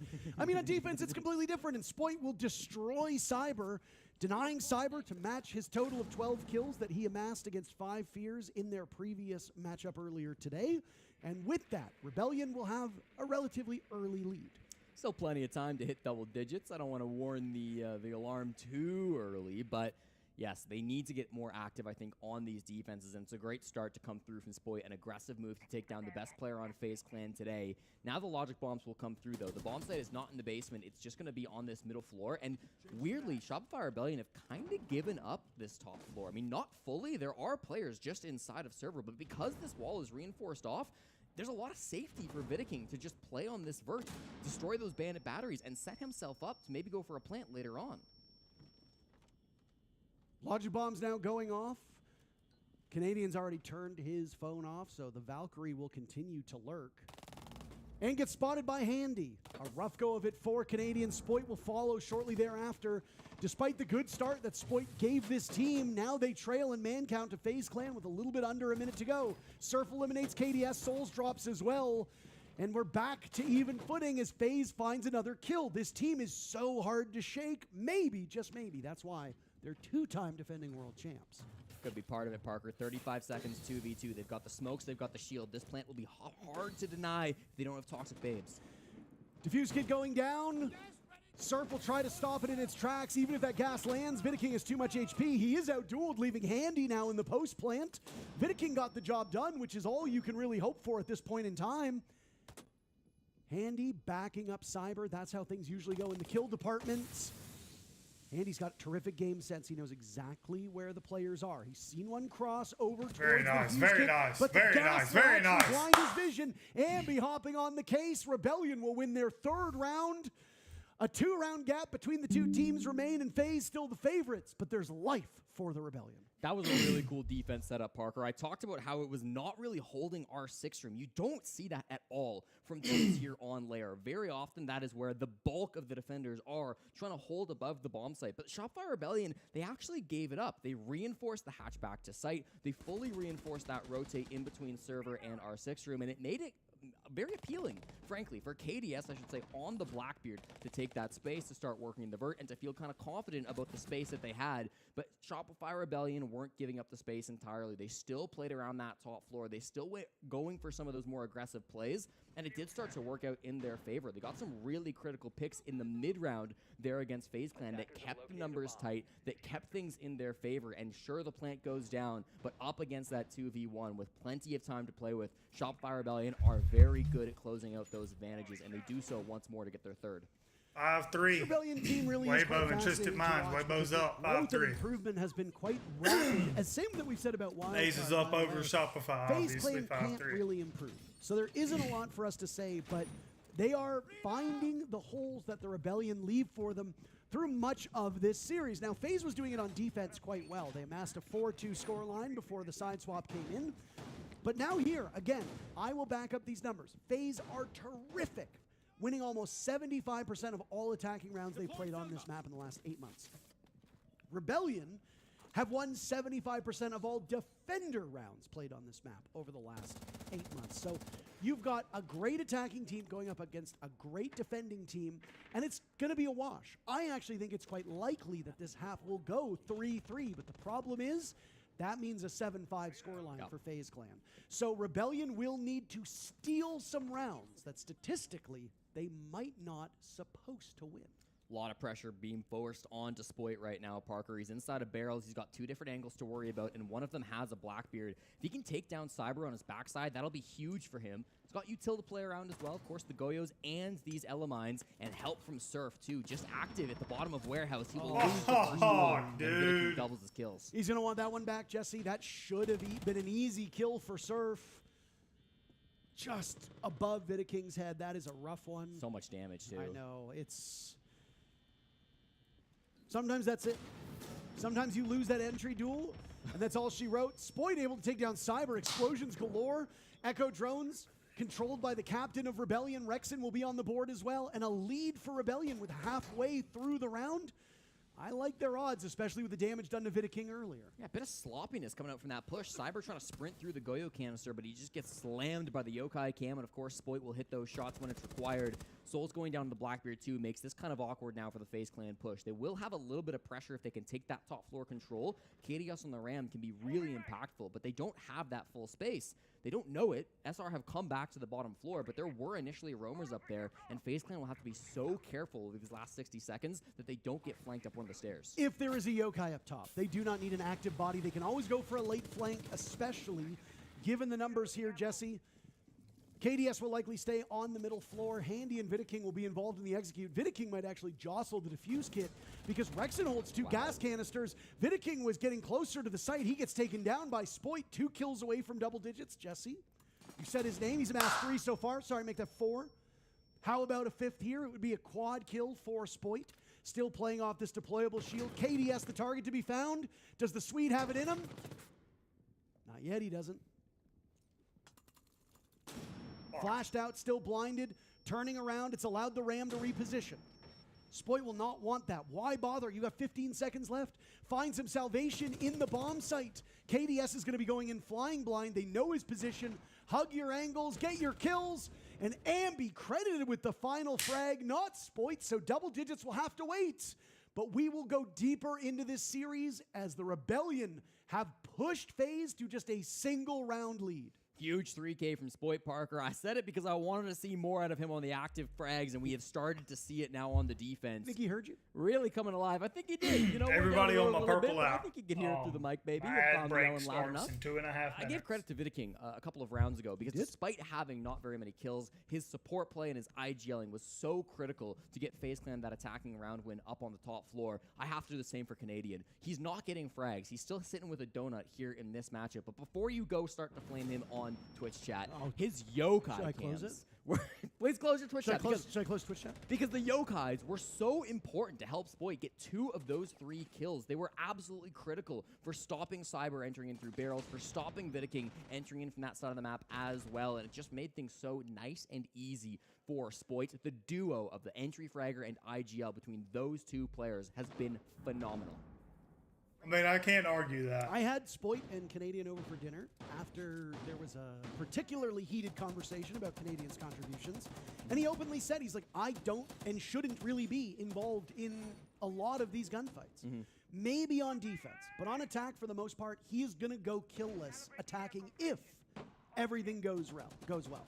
Nobody's pointing fingers at Vidiking going 2-8 in almost the exact same predicament. Now, granted, these players are at very different stages of their career. Vidiking is still on the ascendancy. I think it's fair to say that Troy is in the twilight of his career. He is getting older. So there are differences. Yeah. But while there is obviously a conversation to be had about going 0-6, I think it is frankly quite understandable with the way that this map has played out. Yeah. I want to bring us back to, as well, Parker, to the halftime. Super said, after we ban the ace, we're going to start playing the Mira, and that's exactly what they've done. Recognizing that FaZe Clan don't play a whole lot of Hibana. They might bring the Thermite, and that's what Souls is on now, but without any great Mira counters, FaZe Clan might encounter some problems here through the 4th quarter. It's been a 12-round strategy from Shopify Rebellion. They're okay if they go down 5-4. If this last strat that they're pulling out for the final 3 rounds is good enough, it's not going to matter how the early game went for SR because they still have the potential to close this out in a regulation. How do FaZe answer the Mira windows?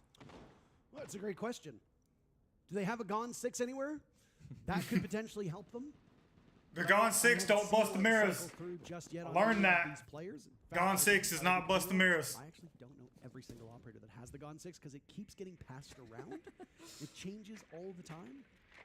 Can't imagine one's being brought here, Parker. I'll tell you that. It changes about as frequently as I change socks, so about every 3 months. What? What the fuck? Sorry. Every 4 months?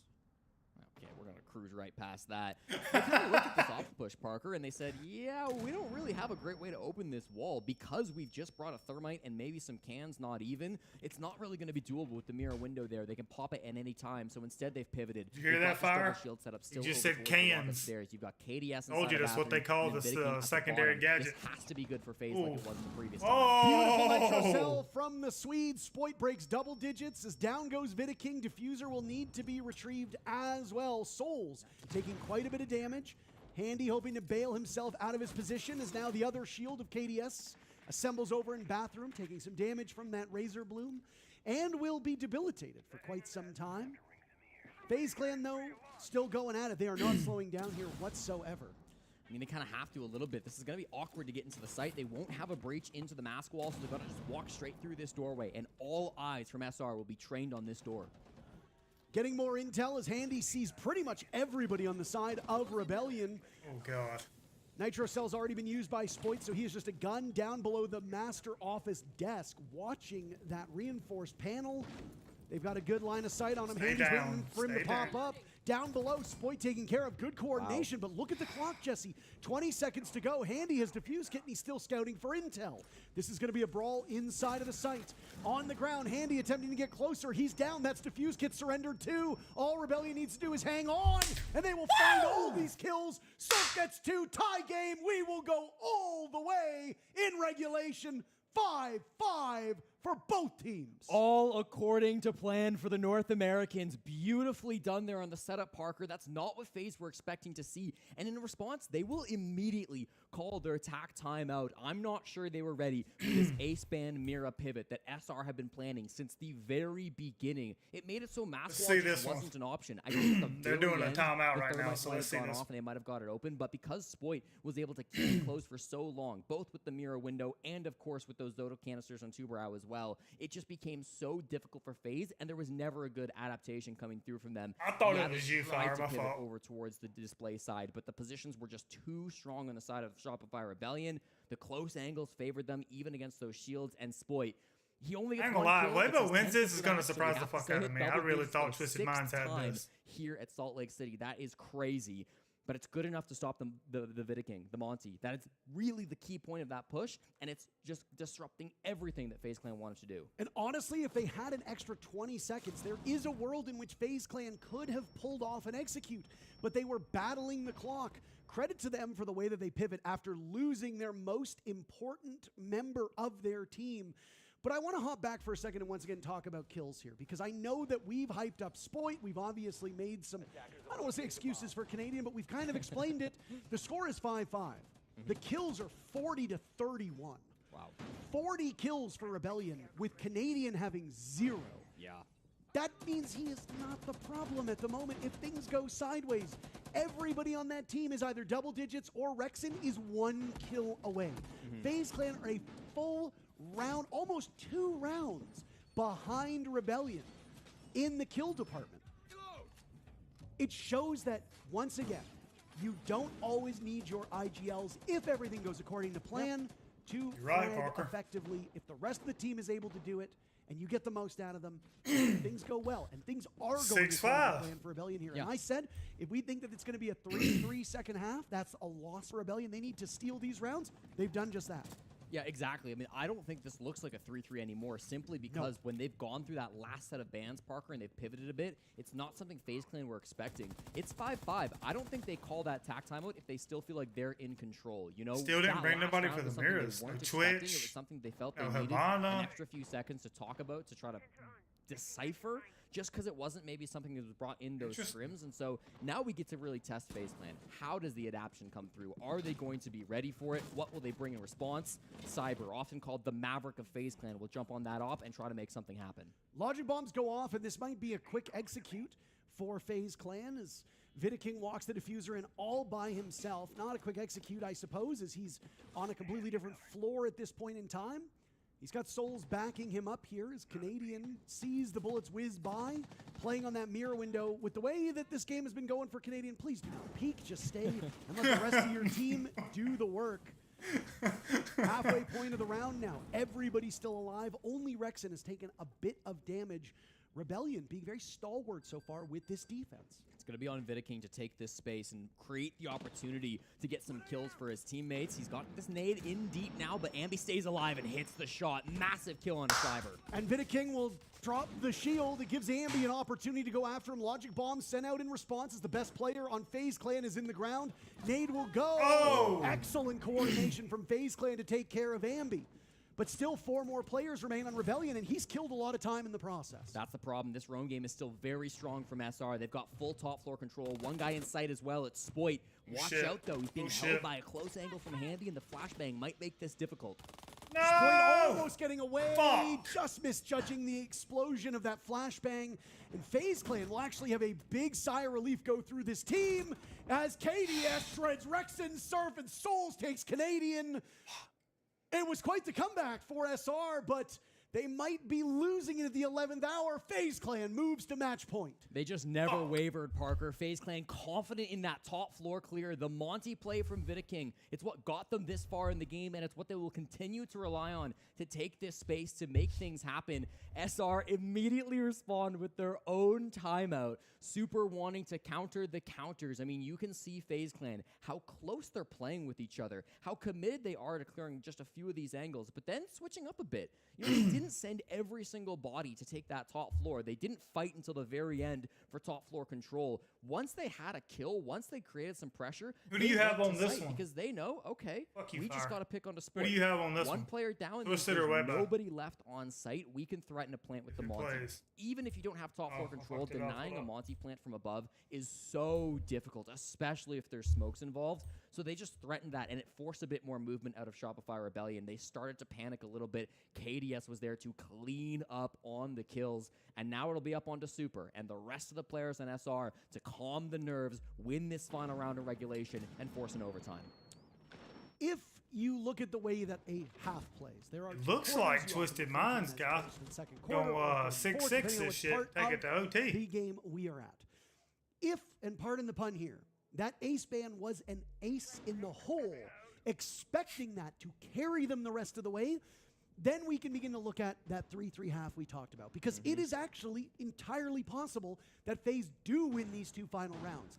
Rebellion might have actually won more rounds before that ace ban came out, and they were hoping that the ace ban would allow them to finish strong. Now, the ban was a terrific idea. There's no denying that, and it did catch FaZe off guard.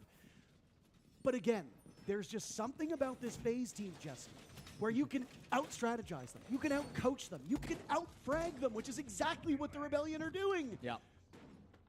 FaZe Clan will need a flawless round here to surpass the Rebellion.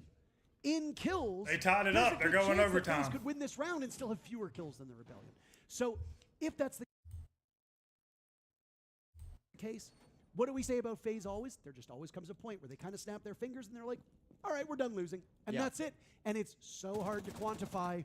They take care of Surf. Stuff like this. How do you predict that? Cyber on 13 kills, 14 kills, as Canadian dies shortly thereafter. This might be curtains on the Rebellion. You can't teach that, Parker. 11 majors worth of experience and still finding new ways, finding gaps, finding ways to the site, hungry for more as the retreat comes back from Shopify Rebellion. They know they need to get to site because Cyber has control. A couple of barely missed shots, but this could be so bad for SR with this control. Cyber was sitting at 11 kills for so long. Now he's making his voice heard. Vidaking with the defuse kit successfully completed. All 5 players of FaZe Clan still going. Spoit down for the count. Oh God, Jesse, I said they need a flawless round. I fear I might have cast or cursed them. Ambi will need 1 kill. No, it is a flawless round. FaZe Clan decide that the game is over, and that's just how she goes. 7-5 for the defending world champions. FaZe end the day 2-0. The 2-time champions, 2-0 here through Swiss. Parker, what a match. Shopify Rebellion, they had some real strong moments in the midst of it, but FaZe Clan too consistent, too strong, too dominant in these moments. Really nice stuff coming out from them, and it shows just how important it is to have a strong IGL combined with a crazy aggro player like Cyber, because when things get tough, when the game plan needs to be adapted to, when attack time will come through after rounds 10 and 11, it really is simply up to the difference maker, Cyber, finding the gap. It's this FaZe Clan. Be breached quite quickly here by Reaps inside of 30 seconds. Animus and the main breach. So a good start. We're going to have IT wall opened as well. There are players up on the top floor. It's Jalad who's going to be holding up there in warehouse with the Solis. It needs to be cleared out because we've just seen the value of that Solis in the last round. He's able to, you know, get into storage towards the end of the round, for example. Again, he's going to be able to hold that diffuser at bay, feeding intel into his team, just getting that better picture of exactly what's going on around him, and that's all going to be going back into the team, and they can react accordingly. Only one of them at the minute that is inside of the site. He's just run out. Yeah, he has, Tim. He doesn't surprise me at all. Coming from Twisted Minds, just run out. Never change. And the Ying's dead easy. Okay. Well, we've got players inside, or at least near to site, Tim. They can try and look for a plant here, but I feel they need to kill a couple of players, make some room here to let this plant go down. Speedskeezy looking to try his very best to get in position to do just that.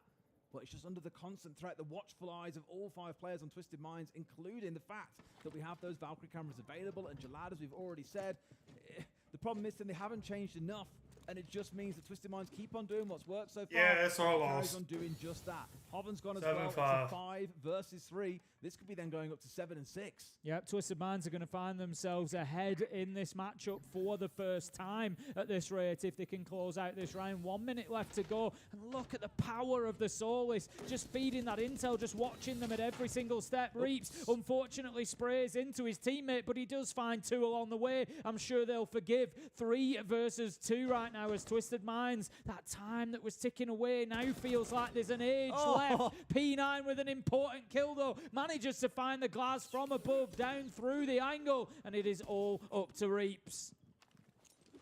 He's like P4 with a little bit extra in the tank, isn't he, Tim, at times? 15 kills he's now finding himself on in the game. Reaps has got to win out a 1 versus 3. Tries to use the drone for bait, but there is no swing. There's no reason for Twisted Minds to overexpose themselves here. They're in a fantastic position. They've still got Jalad above on the Solis as a knife. A plant attempt does go on through, but this one looks to be, as I said, a 7-6 and a match point position for Twisted Minds. From 5-2 to here. Never would have expected it. Yeah, I hear brilliant you. stuff, especially not with the way Weibo were playing. You know, I say that Twisted Minds seem to have found themselves an extra gear. They certainly do, but it looks like Twisted Minds have dropped it. That Weibo have dropped a gear, if anything. They've taken their foot off the gas at just the wrong time, and they've not been able to get it done. Twisted Minds haven't made it easy, of course, but I think that if Weibo can come in here and get themselves an entry at least on defense, I want to see that kind of same chaotic mindset that we see from them sometimes. Same aggression. Seem to just be playing a little bit timidly at the minute. They've only had 1 entry kill in the last 6 rounds. They have to improve on that. And what kind of like frustrates it in a way is that they know what they're coming up against. Every single round is going to be the same thing. They've brought operators to try and help with it. We've seen the Snake, we've seen the Dockery coming out, we've seen Blackbeard being brought along. And you'd think they'd try and punish down someone like a Shamu who's been very aggressive by himself off and out on the roam. Yeah, there are other players roaming, but they're not playing off the back of each other. They're in different parts of the map. And it's weird for a team like Weibo that likes to play in a very similar style. They love to be aggression. We spoke about Turd already and the kind of works that he can get done, for them to be so punished by this playstyle. But what I do love about it is there are 2 teams here that I think if you look back through history, people would say, they're very aggressive, they surprise teams with that aggression, they're very skilled players, but they haven't got the depth to them. I think Weibo we've seen build that depth over, say, the last 12 to 18 months, and Twisted Minds, I think especially since joining the EML, have really built into that too. It's just about that regularity, isn't it? You know, playing against those top teams for Twisted Minds, like you say, inside of EML, week in, week out, having those big matchups throughout kickoff, and you can really see them developing along the way. And I say the mental resilience here has been so impressive to come back into this one. I said it at the time, a 6-3 scoreline. It's such a difficult one to come back from when you have to win every single round, every single site that you go into.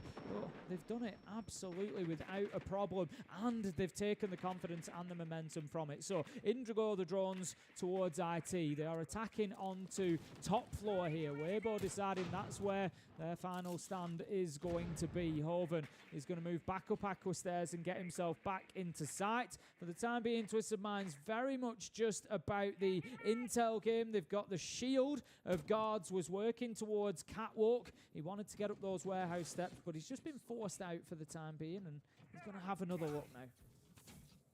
So he does it. Little lick from the barbed wire on your ankles. Going to be sore for a few days, but it does mean that he's over it and can start the march on fours. In fact, destroying it as he goes up as well. The shield, of course, all the focus is going to be. Diffuser is in his back pocket as well. Jalad, the one leading the way. IT looks to be theirs here as well. They've got the control they need. A very common attacking spot, and maybe, just maybe, looking in towards P9 for a little bit of a backstab up towards connected to the northeast. Trix has just got himself led inside of IT for the time being. Going to hold that angle. He's got himself, you can see, tucked in behind that bookcase. Just wants any opportunity. 1:10 left to go, though. Twisted Minds can't necessarily just sit around and wait for opportunity. So Sham has got himself into electrical. He's going to be looking to get aggressive. There is movement towards him. Needs to be careful. Drops a nade. Really well played, but didn't quite do the job. However, the track stinger does finish Ape off as the nade did the damage. Well played. Jalad manages to pick up Speakeasy. 4 versus 3. 40 seconds left to go. This could be the moment for Twisted Minds, but no. Weibo, they dig deep. Turd, Hoven, Turd, managing to get them back to a 3 versus 1. It's all up to Jalad. 30 seconds left to go. No option but to dash in. Try to find the kills. He can't. We're going all the way to 15, Des. It's those names again, Tim. We've spoken about Turd and Hoven all day today. They were massive in the game earlier, and here, when they're needed most, they come up and get them to 15. But naturally, the big worry now is how do they get it done in round 15? Attack has not been a success on this map. Only seen 4 rounds in total of 14 won, and Weibo are going to have to turn those odds in some way, shape, or form. Twisted Minds going to take us to storage and control. Not bothering with the top floor, Tim. They're going towards what has been quite a precarious offsite, I'd say, for both of these teams throughout the game. Yeah, I'd agree with you there.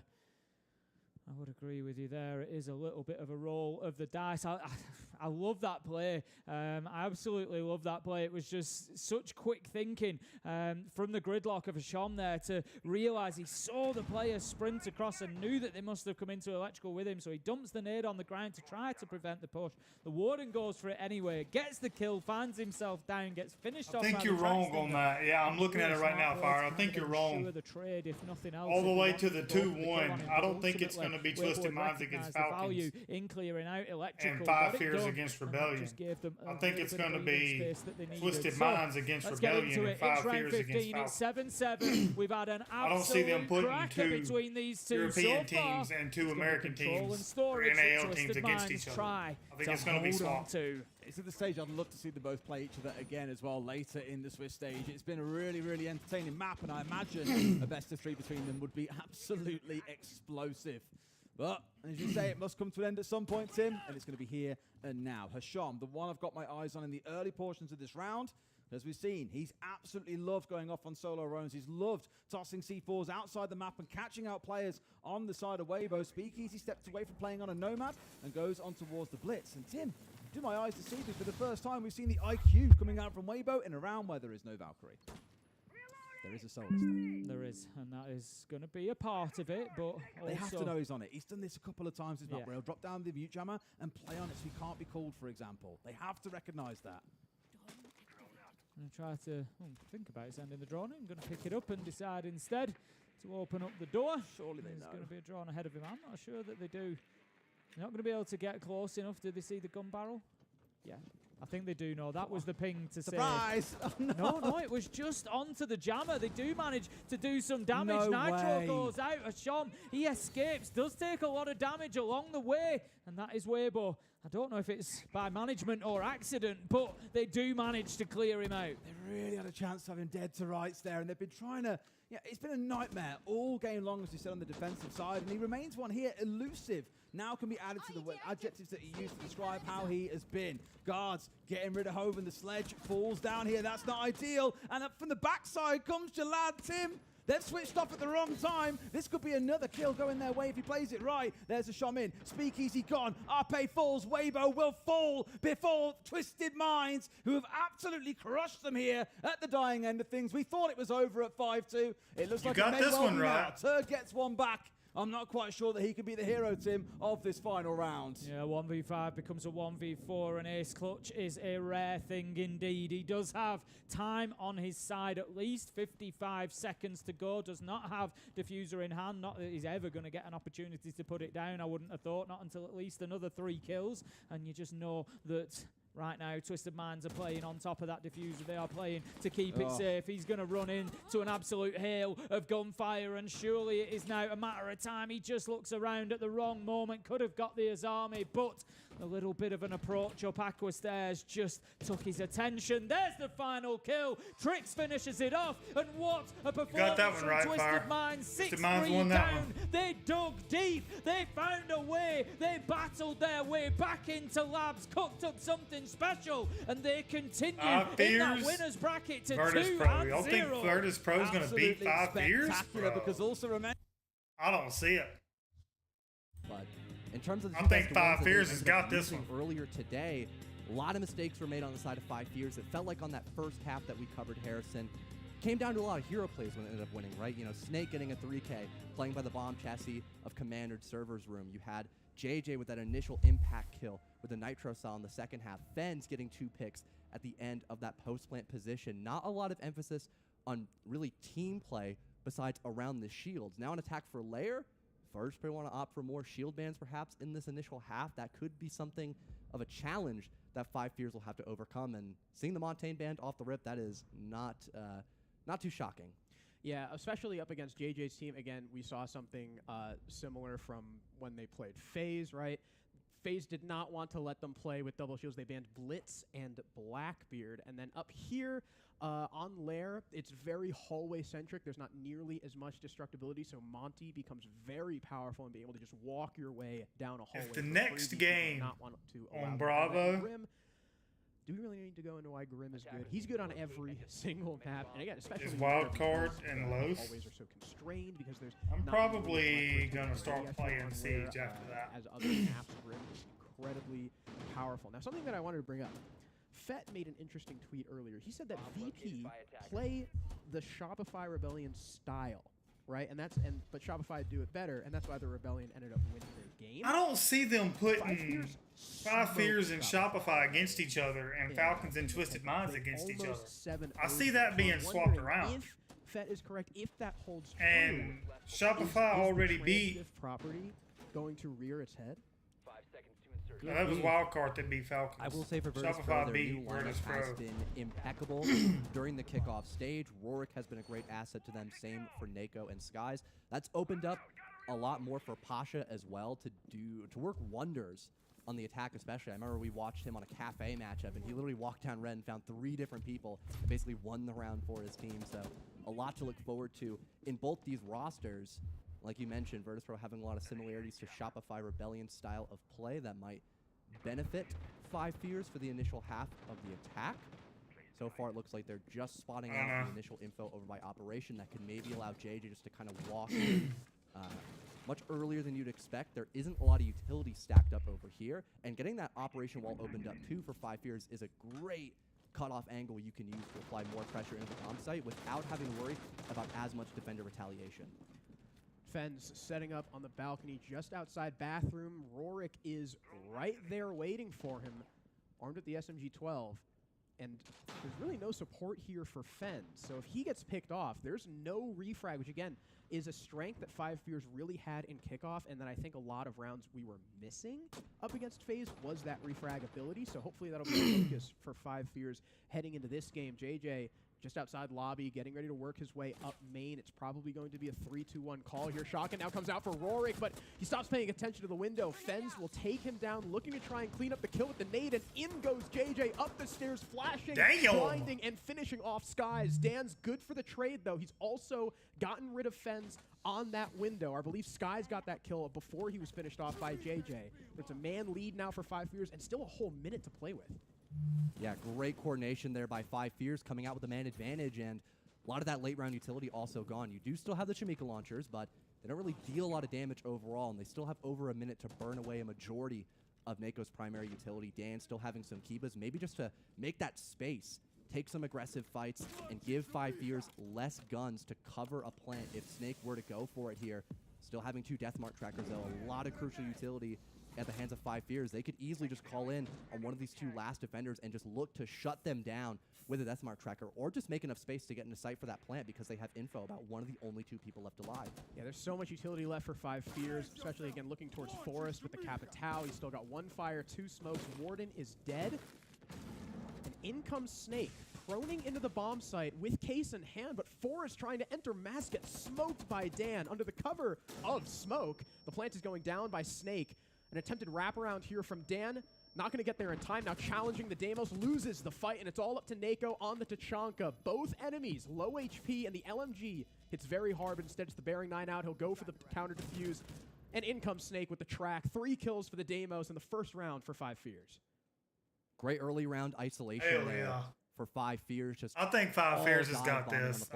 Between bathroom, I don't see Virtus Pro getting the initial entry. Snake on the Pasha. I don't see him winning. JJ following suit almost immediately. You made so much space, and because you already had operation in your control too, that's just the whole upper half of that part of the top floor. You then have the opportunity, with the help of those Deathmark trackers, to push into sight, utilize those smoke bolts before Forest ended up dying, to get into sight, go for the plant, and that's the win condition for 5 Fears, forcing the rest of Virtus Pro to push in against you. You've got that 2-shot pistol and the AK with a ton of good damage there. So good start for 5 Fears, especially after their upsetting loss just hours ago.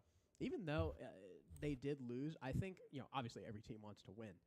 But I think you also, a brand new team coming into the event, you do kind of have to be happy with pushing FaZe to 12 rounds. And now, you took your lumps. You've hopefully learned a lot from that game. Again, I think 5 Fears kind of went, they were out of themselves in that game, right? All the strengths that we saw in kickoff, we saw in the game against FaZe, but not consistently, right? The trade game not there consistently.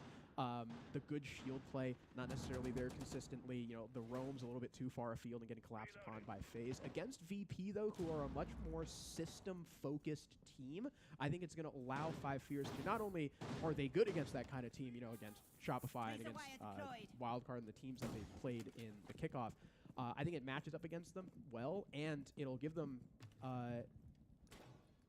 time, for lack of a better term. It'll give them an easier time to kind of acclimate to LAN, because they're playing into a play style that they're used to and good against.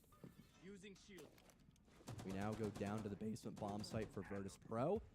Very big emphasis on the bunker comp, at least with their operators. You do still have Dan upstairs, extending a little bit towards the armory side of the map, maybe utilizing the Kibas early round just to force 5 Fears to spend more time, maybe falling off on one of those hatches if they have it opened up as well near that position. No, it's fully reinforced off, so maybe playing for his life perhaps. We'll just have to wait and see. 5 Fears running that consistent double shield that we saw a lot in their first game against FaZe in the Swiss stage. Also have Snake running Snake. We were worried about that problem. Oh, yeah, great. We were worried about that problem a couple hours ago. Doesn't that make it easier, though? Because now if we say Snake, either way, it's him. Is this the true solid Snake? I think if we asked... Is it Mr. Boss? I think if we asked Snake how solid he was, he'd say very. Of course.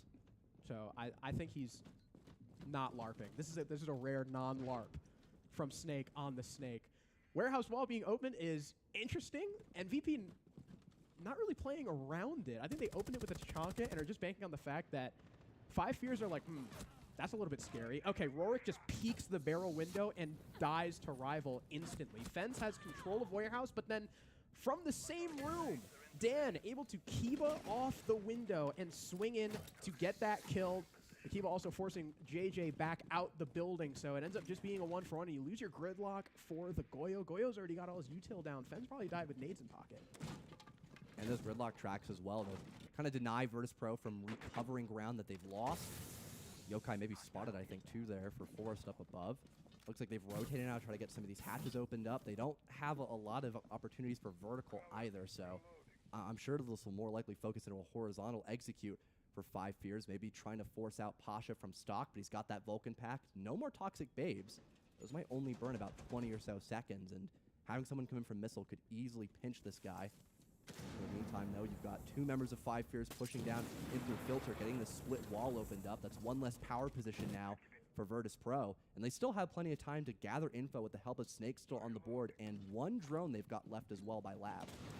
Yeah, I was going to say, I think the problem I see is the fact that time is getting so low, and we saw Pasha playing in supply. It was in and around that Goyo canister, and as soon as Forest tries to make a stand there, it gets popped. Maybe that was just a bait to allow Snake to try and hit a gap back there later in the round. Rival has made his way into Filter. Kiba getting destroyed by JJ, also in Filter, maybe looking to apply some pressure or jump into Split through the breach. There's only 20 seconds remaining, and remember, Nako, while there are no more gas canisters for Pasha, Nako is still on Echo. A low time executes worst nightmare. Snake able to get the kill on Skies, though. Shotgun out, gets immediately traded by Snake once again, and he finds one of the Yokais. Is there going to be enough room and time for JJ to plant? 3 seconds left. The stick is here. 4 spots, 1. Ends up getting killed by Dan. Plant still going down from JJ. He lifts off of it. All of his cover is dead, but he's still alive.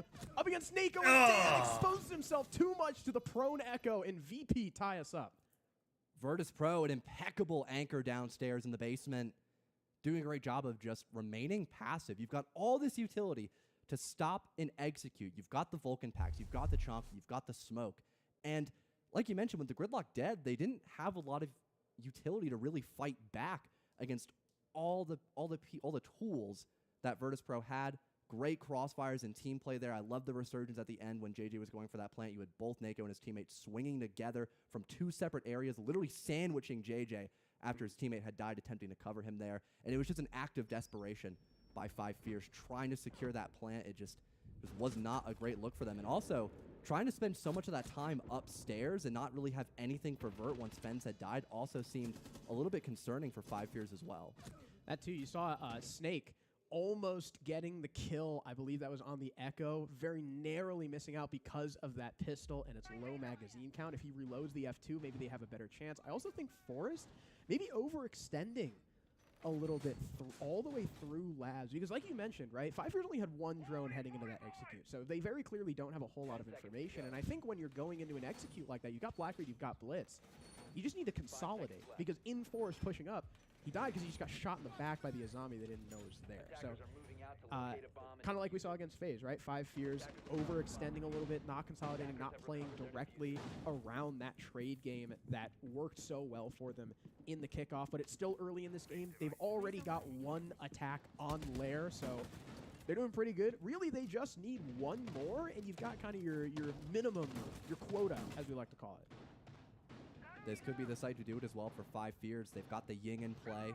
Really want to have an explosive clear upstairs to assist for a plant. Not too much hard breach. You know, you've got the Hibana at the very least, which can be helpful for getting the main wall opened up, but it could take quite a while compared to something like a Thermite or an Ace, which is very typical for a direct plant that you see a lot of teams like to do on this bunker bomb site. Some early info established, detecting the initial roam by Skies on the Azami. Currently sitting quite comfortably behind this Kiba barrier. Dan here to assist as well. Luckily, JJ does have a couple of grenades to maybe deal with Skies' power position, but again, it just has to be that fluidity for 5 Fears, not leaving JJ alone, having someone to assist him here to deal with this extension, and not wasting too much time just in that initial setup, Harrison.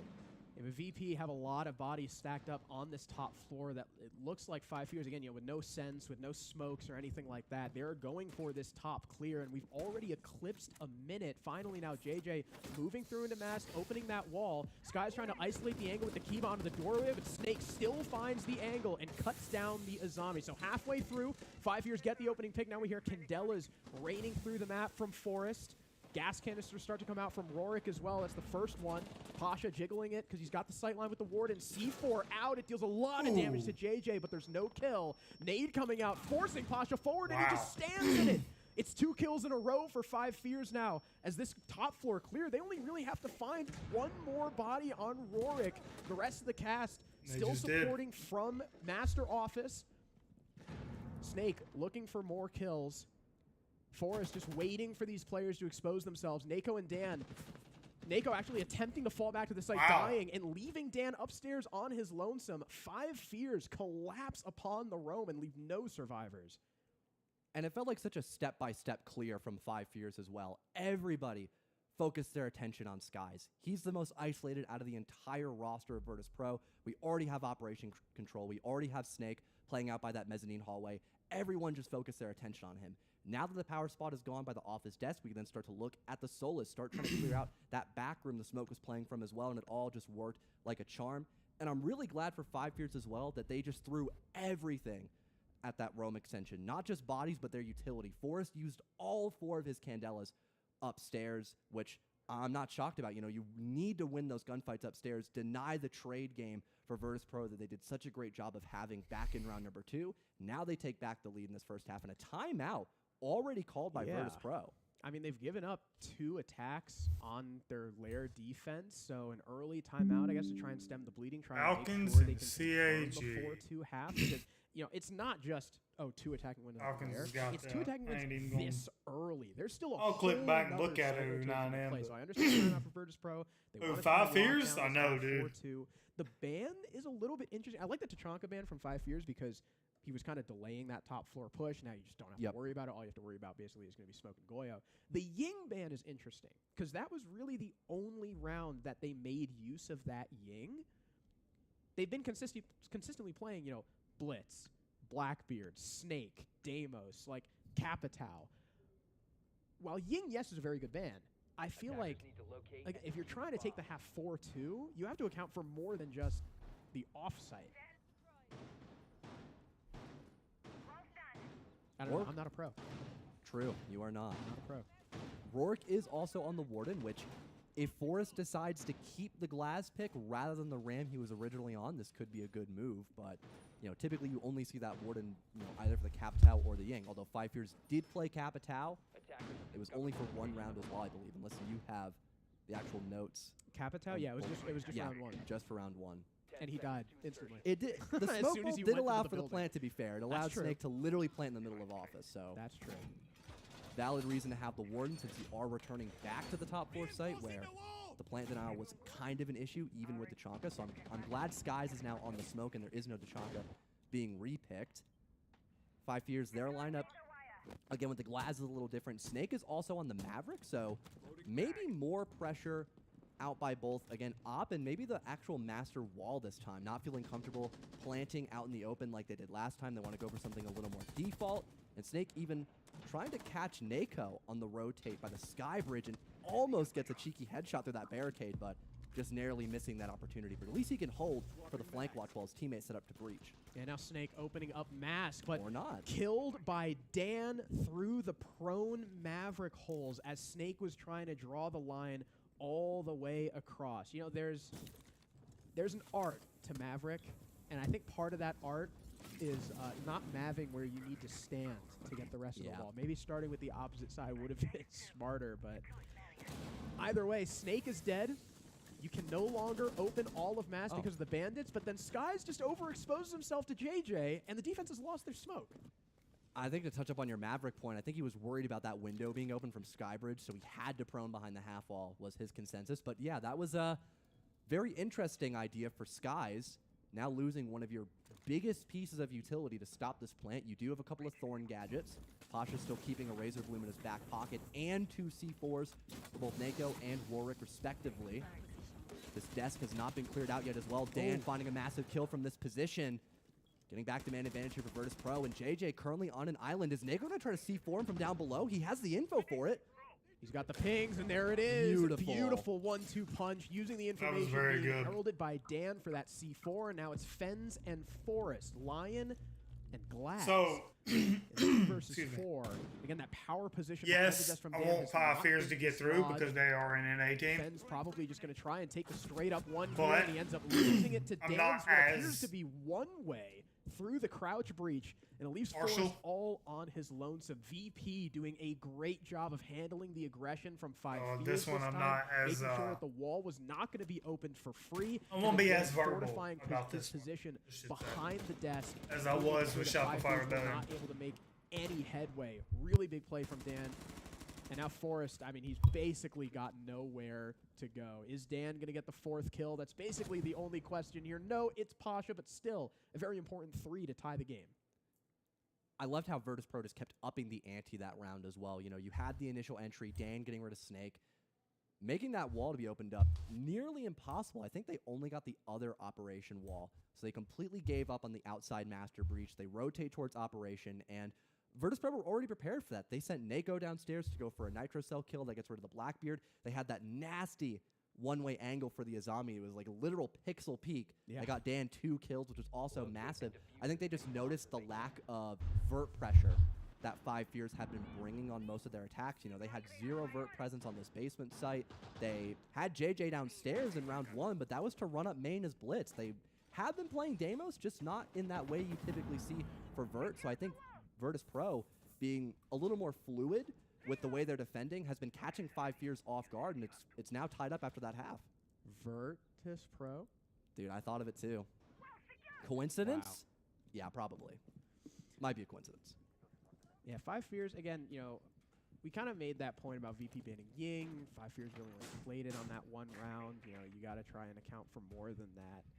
Tachanka did get played twice, but God, Azami is just so good on this map. And Dan proving why she tends to be a must ban. Not just on this map, many others as well. Now 1 round separates Virtus.pro and a lead after going down 2-1. They try to go back down to the basement. They were successful here last time thanks to a marked lack of information from Five Fears. JJ getting a little bit lit up as he tries to open that wall thanks to Dan on the roam. Pasha coming in for support too, just trying to keep the attack at bay in shooting range before he quickly leaves.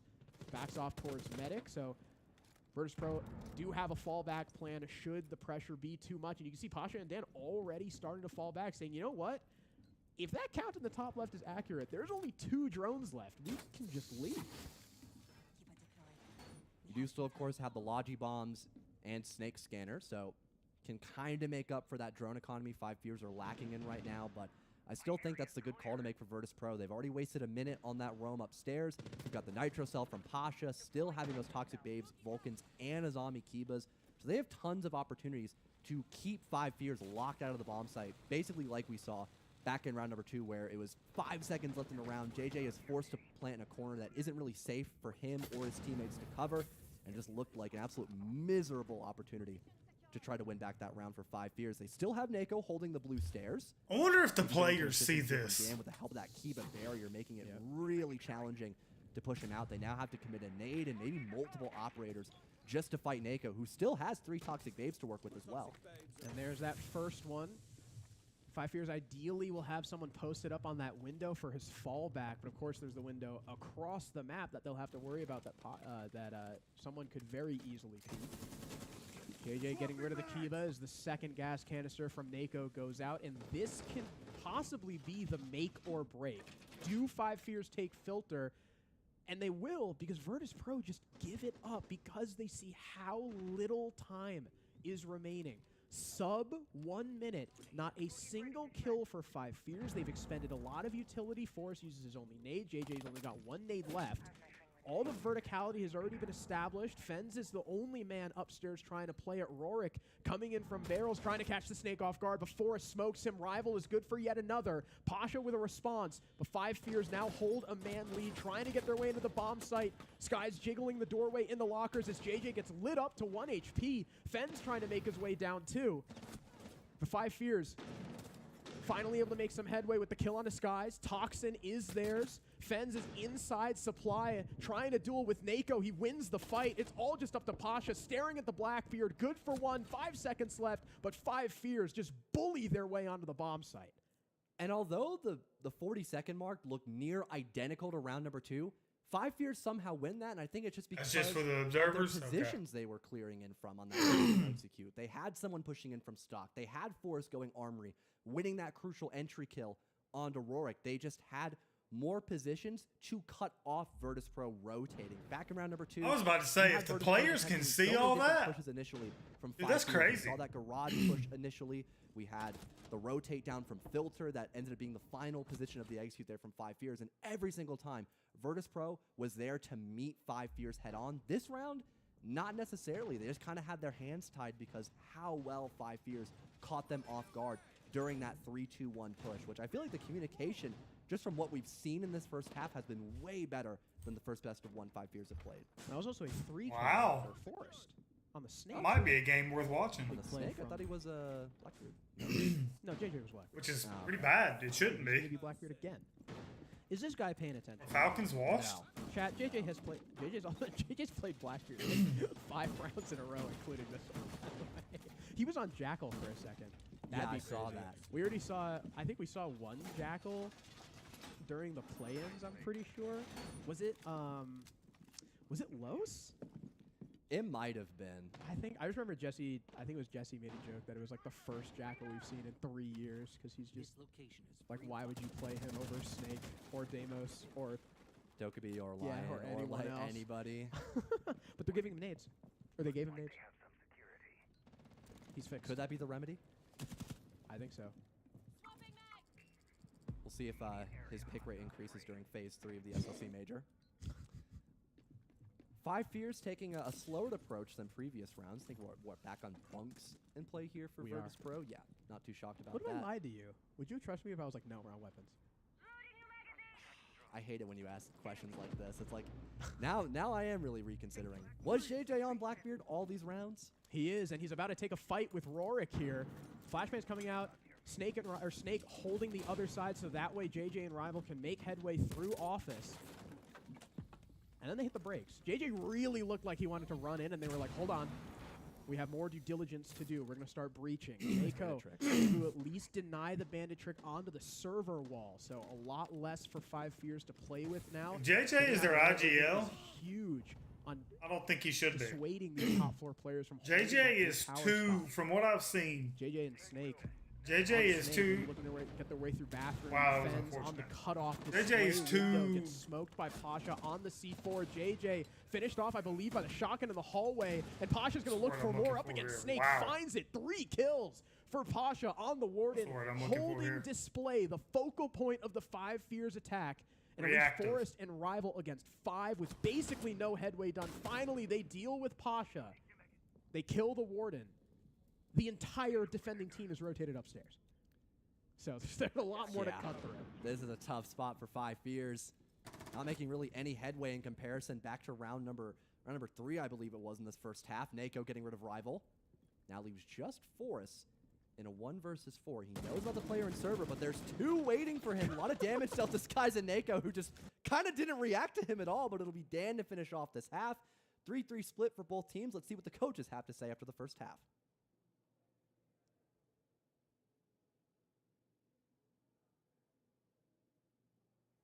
Maybe. Getting the silent treatment from Five Fears.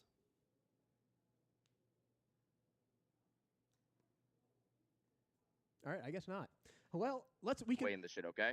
These defenses, I don't There really it is. care how you want to play them. I think we Listen need to this like, shit, not Fire. letting them map, force them to not get in the map, but don't throw your life to do that, okay? If we have to layer back at all, make sure we are layering back as slow as we can, making them use util to take space, okay? And make sure we are burning their fucking util, not just letting them walk in sight with it, all right? Play confident. These kids are fucking shit. We've seen these 3 rounds that we've won. If we just slow the fuck down and take our time, we shit on them, no? Yeah. All right, so play confident here. Talk to each other. Play the game with your fucking eyes. Get cheesy if you want to. Just make like 4 step forward. Make sure you're asking your teammate for help if you need to do something, okay? Don't play fucking scared. Don't play pussy right now. It's 3-3. This is a good fucking game for us, okay? Yep. All right, Lockie, we got this shit. Come on. Real quick reminders on how to play attack, okay? Very back together, very 4 guys on one side of the map, okay? the duo who not play with us in the main on the main push. The most important thing is we have a connection what we're gonna do, right? So have that setup to we push for site if necessary. So have a connection because Chris go exit and we have the other guys doing main push, right? Don't play like just okay, we have the 3 guys on garage and they have 2 guys doing nothing for the main finger, no? Maybe they have too much guys outside and not gonna do too much. So maybe we just do one focus, right? For example, maybe Pasha, you want to kill someone in bunks with Chris, but account Neko. Maybe Neko have a garage all clear, he can go over yellow, right? So connection, we know what you're doing. And based for that, for second control, like I say, always understand if you have a plant or not. And the briefing is a kind of similar for basement, right, guys? It's a connection with each other. Bunks, but bunks. Yeah, bunks, my bad. But be careful about the sheets who can make like we lose the round before round starting bunks. Is someone hide on that tables on the Nilo position, you know? It's someone aggressive on the windows. Is this Okay, so 5 Fears, I feel like a very similar timeout to when they were. I know, bro. A lot of That don't game also play was like 3-3. yeah, a lot of don't play like a certain word. Don't play like scaredy cats. We can say. And I mean, hey, 5 Fears. You take an even split on lair attack. That's pretty good. We're heading into the defense now. Monty Glaz, I really like those bands. Again, we know how good Monty here. I feel like he and Blackbeard are the premier shields on this map. Virtus Pro, they do play a lot of Blackbeard, so he'll still be left up, but Monty's still a good band. Glaz making sure that, because one of the big things that happens with Glaz, because we talked about it earlier, right? No one else does what Glaz does. So that's why banning him can be so important, because there's no one who's going to fill that void, whereas, oh, you ban Monty, you know, thing with Blackbeard or Blitz, case in point, Nako. Now, and sometimes when there's a Glaz up, even if the other team doesn't pick it, if you don't know who all 5 of those operators are and you see a smoke, you have to be wary of that. Like, you almost have to be afraid, because at any point your head could just come off if you're peeking that. Now with no Glaz, and with how much of an emphasis there is on smoke plants on this map, you know, with smoking out mask, smoking out bunks, not necessarily as much on the basement, but especially the top and the middle floor. It's going to be a lot safer now for 5 Fears to bring, you know, the Warden and the Solus and really not have to worry about someone seeing them through the smoke that they can. Yeah, it does make those smoke plants 10 times more terrifying. Like you mentioned, if you just peek it and they have a Glaz. Yeah, it's pretty wild that sold away. Yeah. They call it FaZe ass, bro. Both Walden. That's pretty wild. I ain't gonna lie. FaZe is a good team. Never taking that from them. Thatcher by them. Allows them to bring out ops like the Grim. Is this the first game that we've had Grim played? No, I think we saw that in the CAG matchup. I think so. Yeah. We also have a Cali. Dan is a big fan of Cali. Now I like the Cali. It's good for a zombie too. I guess, yeah. When we saw him play it during, I think it was during the EML kickoff, it was whenever there was like a clash played and they didn't have like Capitao or something, he would hop on Cali. It's interesting that he's playing it here, especially with no like Bandit or Cade or anything, no Clash being played. Maybe they thought a Clash was going to get played, because 5 Fears does play Clash a lot, especially on this top floor objective. Who knows? Wow! Oh my goodness! Rival reads the rappel, and Skies gets domed. You've lost your ace? Did he even breach anything yet? I don't think so, Harrison. Honestly, might see Rival. What the fuck? I was going to try to reinforce that wall, but Nako's already pushed in. That'd be kind of a bad play. No longer having the Selma charges makes this execute extremely linear for Virtus Pro, but they might be able to equalize. Rourke has an inkling about someone down in the basement. That'll be Snake on Solus. Now rotating towards the other side of the map to avoid that Deimos. Maybe just wasting a lot of time. There's just about a minute left on the clock here for Virtus Pro, and like you mentioned, losing one of their most important operators for setting up the execute. As long as Snake just stays alive and wastes time downstairs, that is massive. Oh, shit. Gas canisters coming out in response to the smokes from Virtus Pro. It chokes out Nako just a little bit. You can see Rorik still downstairs hunting for Snake on the Solus. Seems to have an inkling of the flank. Here comes the fight, and Snake wins it. Forced to follow up on the Dan, the Cali. It's all to Pasha and Nako as 5 Fears look to completely lock out this attack. Finally, Pasha able to make some headway in upstairs in bathroom. Nako still kind of stuck around this doorway. The shotgun deals a lot of damage to his feet, and he's forced to retreat right into the waiting arms of Fens. This push from VP absolutely dismantled as 5 Fears take the first round of the new half flawlessly. What a massive start to the second half for 5 Fears. You've got Rival with one of the most important kills to have on Disguise. Love that synergy there from the team, too. That was really funny. You get rid of Skies, immediately fall back. You don't want to have Virtus.pro equalize that man count. Just sit comfortably behind the office with those Kiba barriers. And, again, great team play. I feel like it's been such a night and day difference from 5 Fears playing against FaZe, where they were really caught off guard by people ratting, by not having a good trade game, not playing off of each other's contact. In this game, it's been the total opposite. Yes, you've had some solo play, especially on the Snake, or Snake on the Snake, Snake on the Soulless, but, you know, besides the individual roam, they've been playing so well on the site together. But during this tech pause, we've got yet another lovely Jonah interview I love that guy. we'll hop in. Whoa. Whoa. Thanks, guys. So here's a little behind-the-scenes look at where the players are actually competing. Outside in the hall, opposing teams are sat watching the game together on the same computer, while inside, we can hear the screaming through the walls. No shit, These they're teams are right not shy there. about it. We've even heard some banging on the walls, trying to get each other's attention. That's pretty funny. Yo. They're just out there chilling. Aren't you? You're not supposed to fraternize with the enemy. What's going on here? You know that actually. All's fair used in to love be, and war, Harrison. You know how you ever watch a baseball game and you see like a guy get a hit, he's like talking to the first baseman and stuff like that. Yeah. You know that used to be illegal in baseball. Like it technically says in the rulebook you're not allowed to fraternize with the other team. Should we have that in Siege? That was still I still. It think was a that one shot. tap. Yeah, I thought it was. I only heard one. Yeah, bullet. like that one bullet. That's the beauty of this game, dude. That one bullet changed the entire trajectory of this round because they couldn't open mask. Like they just had to walk, and that's it. That was the whole game plan, and it allowed 5 Fears to just stare at the door. And that was all she wrote. Now we go downstairs to labs, which can be a lot more flexible when it comes to losing your heartbeat should you lose your Hibana. There's still plenty of vert. There's still plenty of options like warehouse, etc. I do like 5 Fears bringing the echo. Again, seeing that VP are also, you know, they're a team that are purposefully slow, right? They like to cross their I's and dot their T's, as they say. They like to mind their Q's and P's, as they say. And sometimes that can bring them down to like a 20, 30 Never heard second nobody execute. say So 5 Fears mind their have Q's and P's. the It's Thorn, P's and the Q's, bro. Tachanka, What the fuck? Echo to make sure VP are going to have a hard time getting that plant down. Why are you making a weird face? I thought I heard something the wrong way. You did. I might just be going crazy. No. He said Q's and P's No, instead I of talked P's and about E's, Q's. so I guess we'll move on. Yeah. Who taught you that? The voices. Virtus Pro. Not anything too crazy right now. Just getting some vert upstairs with the sledgehammer. More info established as well. This looks to be a full bunker, excluding Snake, who's just kind of lingering by security. He's got a Thorn left in his pocket, too. Maybe just to throw at a shield and get himself a get out of jail free card. I almost said that incorrectly. Get out of free jail card? Yeah, no, I said like jet engine. I can't believe you would mess up an idiom like that. Get this guy out of here. Yeah, that's over for me. VP, of course, do also have redundancy in that vert you were talking about, with Dan Pasha getting his first boogie drone down, and that's going to expose a lot of the ceiling in lobby down onto A. Now, we just saw the POV of Snake. He is the only player currently off-site for 5 Fears.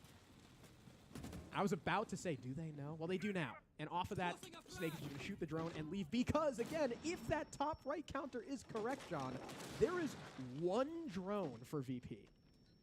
And only about a minute to work with as well. They spent so much time getting info upstairs when there was literally no one to fight them other than Snake, who was right beside the filter stairs, able to fall away the moment there was any pressure put onto him. He did lose some health off the vert, but still alive to hold a position nonetheless. Here comes the Logi Bomb, but isn't going to net anything so far for Virtus Pro. There's the swing from Rorik, though, off the filter window. Great job assisting your Blackbeard there. Nako now off the, or Nako with that assist.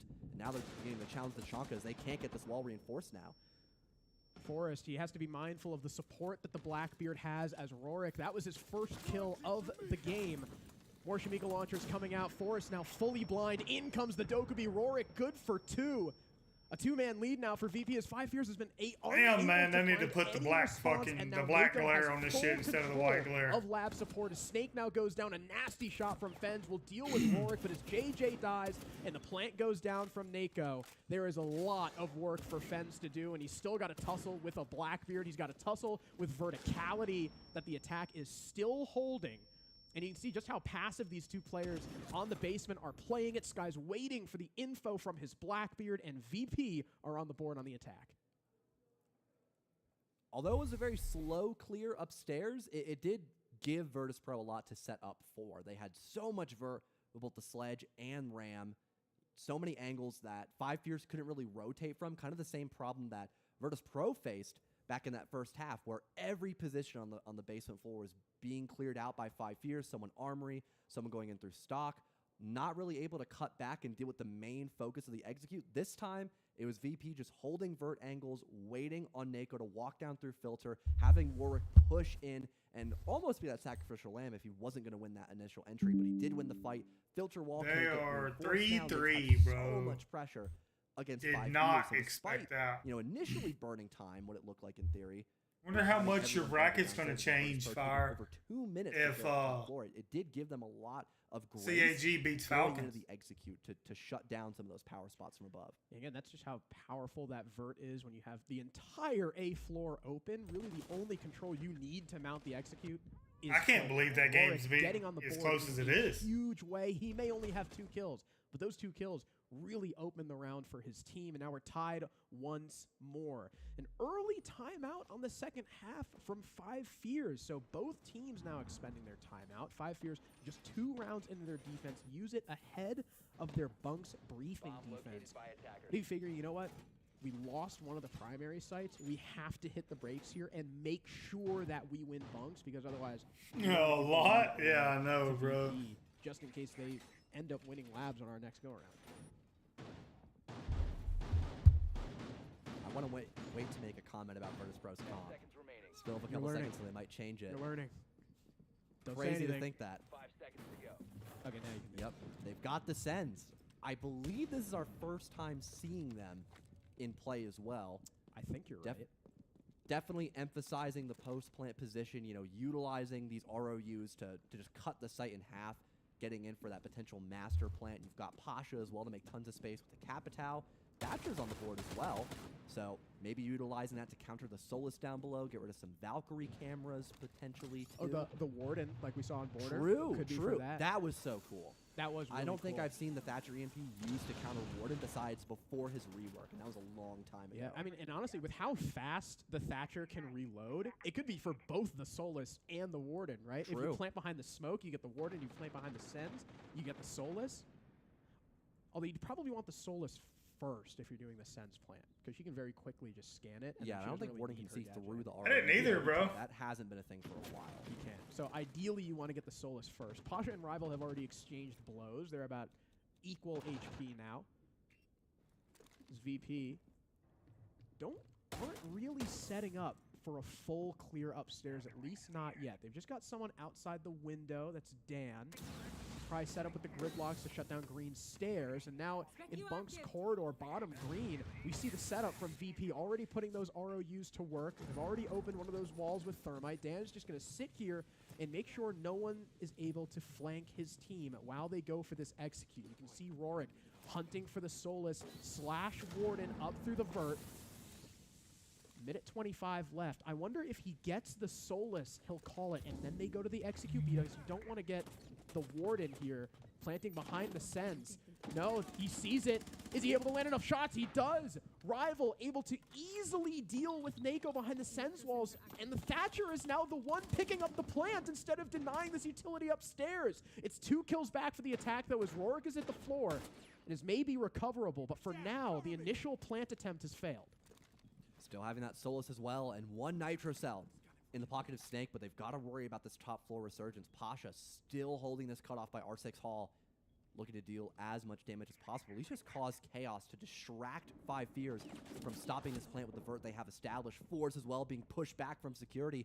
Not in a good spot to help any longer, now being on red HP as Virtus.pro begin to go in for this last hurrah. Maybe now using Pasha's utility to create a gap to plant once again. And once all this utility comes through, is Rival going to be distracted? And is that where the person upstairs for VP strikes? No, there's the Thatcher. That's what we were looking for. Rival's utility shut down. Pasha able to get the plant off for free and escape out the bomb site. Forrest needs to make something happen, Medic, but he dies to Skies. The attack is aware of his position. Rival, his utility comes back, but it's too little too late. You've still got Dan on this rappel, too.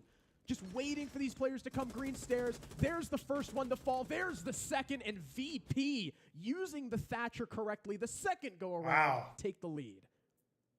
First time, not the charm, but luckily on the second time for Virtus Pro, it's successful. And the rotate from Pasha as well I liked, although they did lose out on some of that pressure upstairs. Dan ended up going back up above on the rappel once we saw the it's Aiden. You can utilize both the firebolt and the smoke bolts to make a ton of space. Aiden's a good player. Like you mentioned, the timing of but you're right. EMP was perfect. He might get dropped, making it near impossible for Rival. Let me get this call. Down the second attempt. Azami being banned this time from 5 Fears. Don't think we saw that back on their first best of 1 in round 1 of Swiss. I definitely like it. I feel like Azami has been such a struggle, or it was Virtus Pro banning it, my mistake. But I feel like, in general, Azami's been such a struggle in all the matches we've seen today when she isn't banned. Yeah, she's, and again, incredibly good on Lair, especially up on the top floor, right? That desk position is so crucial for stopping the easy plant in mass. You need to hold that onto that for as long as humanly possible, and the best operator to do it is the Azami. We've seen already this event, just a few days in, so many teams get tripped up by the Azami behind the office desk, and now that tool and that position is basically no longer available to 5 Fears because, again, you know, similarly to Glaz on the attack, no one on the defense quite does what Azami does, right? Without her, you can't really play behind the desk. Like, maybe you can have someone just chill there prone, but you're way, way easier to deal with. The Ace ban is also interesting from 5 Fears because Ace very good on this map again for the ranged breach, and I think the reason why they're banning the Ace is so that they can play the Mira. Thermite, though, is still up, although VP, all they're bringing right now is 2 can openers. Looks to be a much more aggressive composition by Virtus Pro. Pasha could easily go down below, clearing out some of those power spots. If there is still someone by the office desk, could be a very easy spot to use that Buck Skeleton key for.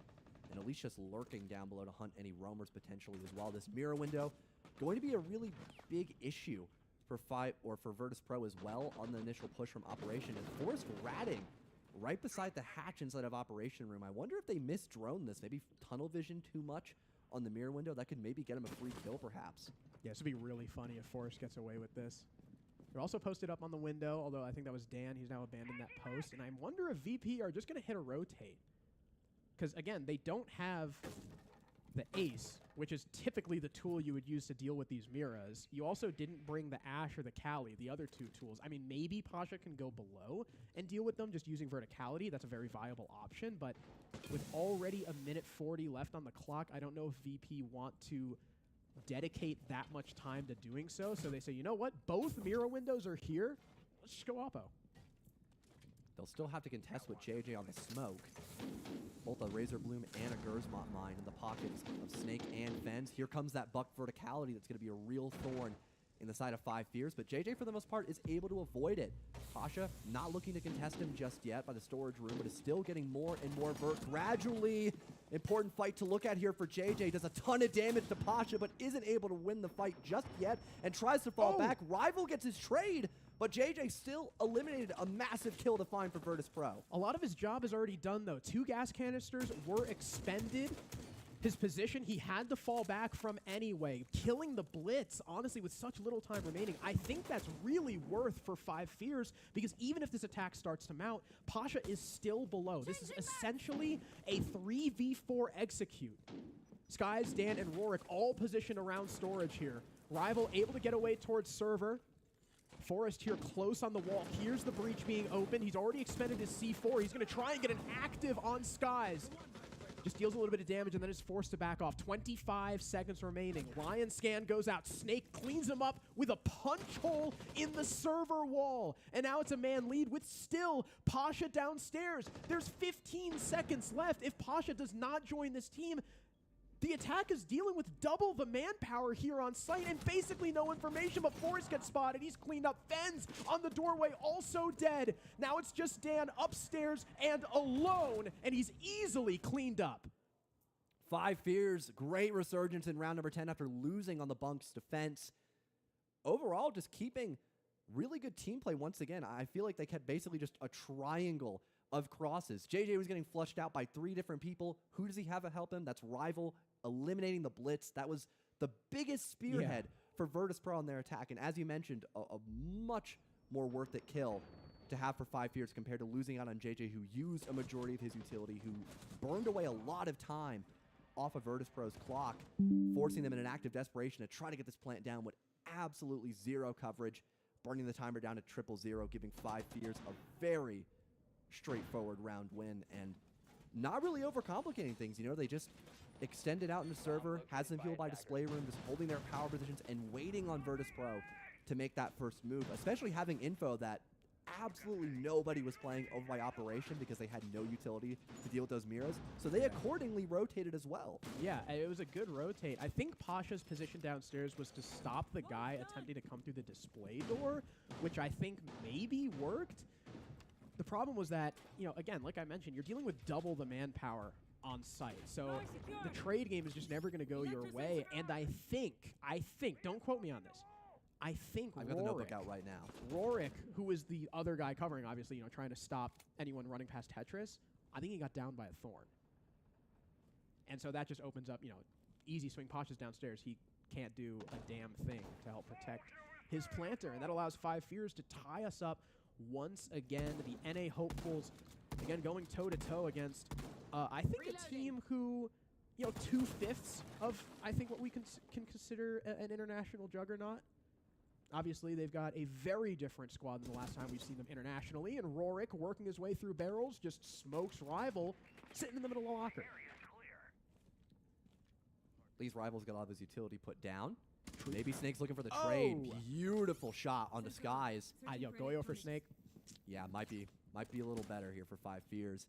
You do still have the Dokkaebi and Blackbeard to worry about. That can be a real pain on the top floor, but Nako is already just in the basement. He's chilling by Missile right now with not really a lot of help from his teammates. Might just be looking to poke out for a little bit of damage, get rid of some utility for that final push and the execute later on. But I think what 5 Fears noticing the lack of presence upstairs, they've got Snake on a rotate, which could be massive to shut down Warehouse. He gets spotted, his position being called out by the Dokkaebi phone call.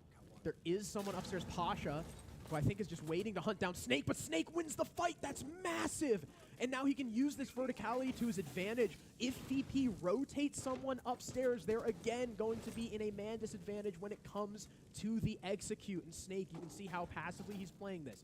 He's just waiting for the call from his team that the plant starts to go down, and he will be able to easily deny from above. And here's the hunt from VP. They know they need to kill this Soulless. Nako, no thinking about it, but instead just going to join his team downstairs in Missile and try to make this execute happen. Rorik gets smoked by JJ, who takes an aggressive stance against the Grim, and now it's yet another 2v4 on the site for Virtus Pro. Nako lit up to 1 HP. There's the Vert angle from Snake.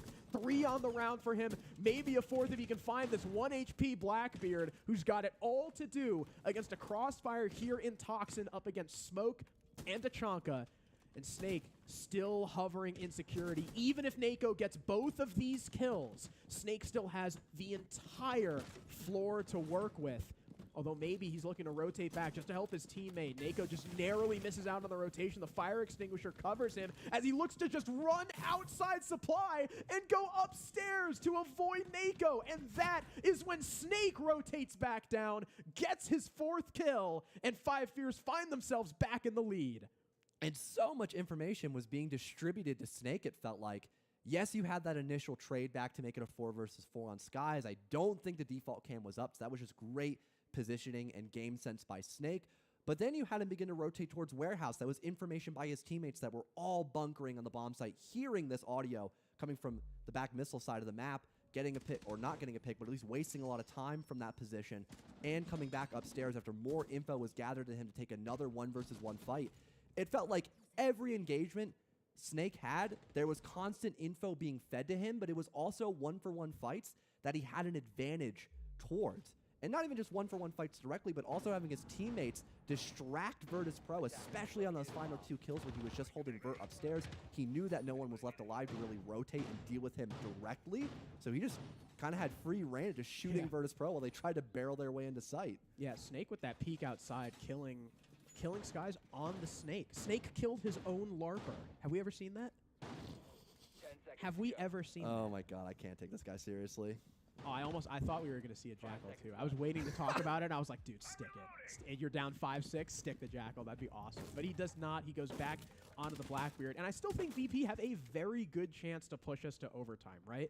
Their top floor clear last time was basically flawless, but they're playing it very differently now, right? They don't have the Thatcher. They don't have the Sens. This looks like instead of just deny the Solus, get the plant down under the cover of Sens, hold the defender's green stairs, I think this looks more like a full clear. Rival just falling back into Master Office. Doesn't want to overexpose himself to the Blackbeard that's just around the corner.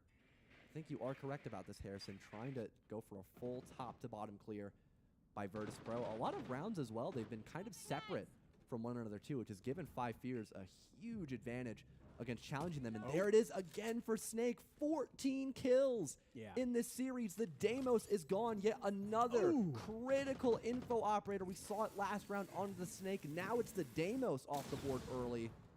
Virtus Pro once again at the disadvantage, and still a huge portion of the map left to clear for them.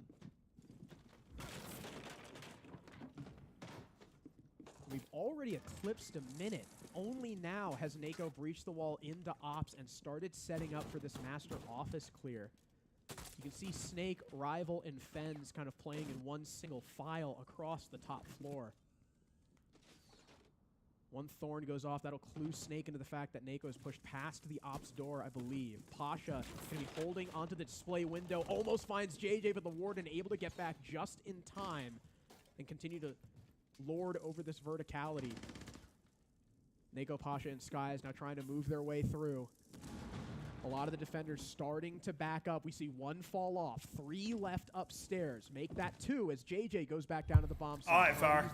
Appreciate it, man. No one's there for it to find. The Virtus Pro only need to find 2 players now, but there's only a minute left. They still have Fens ratting. I don't think they know about the smoke. Tucked behind storage, the Grim canister will give away his intentions.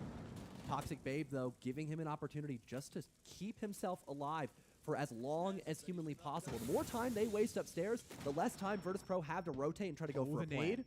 The nade finds him, though, perfectly played by Nako, and Forrest had died off screen, so now it's a man advantage for VP. The round has flipped. Rival caught with an impact in hand, and VP have swept through the top floor, only losing Rorik.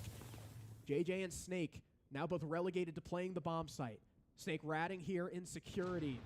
Pasha, maybe his target. The Grim has no idea, but his teammate has gone 1-for-1, leaving him in a 1-versus-2. Both attackers have now dropped. Bomb being planted by Nako. Snake needs to find the coverage of Dan before it goes down, but he can't, and Dan cleans him up. VP pushes to overtime. A well-recovered round by Virtus Pro is by the skin of their teeth. They hunt down the smoke. They get rid of Rival on the Solus upstairs. Going basically 4-for-1 up above. It was 3-for-1 in terms of kills. And slowly isolating the last 2 defenders left alive to secure that post-plant position. It did look rough at the start, but with 5 Fears being really worried about losing that man advantage, they falled back quite a lot, giving Virtus Pro the opportunity to take their time without it being a major threat to them. They still had nades. They still had flashes that weren't burned in the early round because of that fallback from 5 Fears. So they just threw everything at the smoke. Once he's gone, no more Toxic Babes. Rivals isolated. You got 3 to 4 people upstairs for Virtus Pro. Just hunt the guy down. You've got a massive man advantage in your favor. And, 20 seconds with a Blackbeard and a 4v2 advantage, that is now drastically more winnable than what we saw at the final minute to 40-second marker, where it was a 5-versus-4 for 5 Fears, still having a majority of their team up above. Virtus Pro opt to go to Master Office in our 6 room as is typical. when we see overtime on this map. Now, with back-to-back 3-3 halves, you may be thinking, it's kind of hard to say who has the advantage here. I am going to posit that 5 Fears have the advantage because on all 3 sites, VP are 1-1. 5 Fears won an attempt on every site on their attack. 5 Fears only need to defend once, and they're 2-0 on Master. Gut reaction. I think 5 Fears lose this round, win the next, win 8-7. That's my prediction. Definitely no NA bias there either. No, I'm just these are just the numbers. You're just speaking the truth, and they hated you for it. I can't believe it.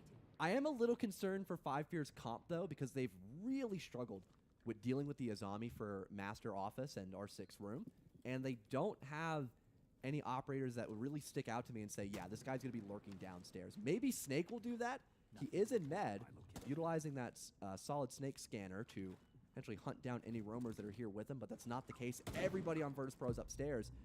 I mean, if he gets info about someone behind the office desk, he can maybe shoot him with the F2, but that does seem a lot more challenging than with, obviously, a Deimos Deathmark tracker. Instead, Snake will be used up above to try to trick this wall, but JJ put it on both panels. And Snake not having an angle to punish the bandit, Nako gets the trick off without a hitch. Yeah, I think he was able to balance the nade on something and was only able to get one side. Luckily, though, Thermite has 3 breaches. So he's able to open that mask wall. He's still got one left to open the other side of mask, should they go for it. Snake maybe also, if he ends up, well, they would need to kill one of the VP members. If he is able to pick up another nade, you can kind of shoot out the first layer of the floor and then nade through it. That could potentially clear the player behind desk, but we've already eclipsed the halfway point. JJ is just now opening the ops wall, so they will leave the other side of mask fully closed.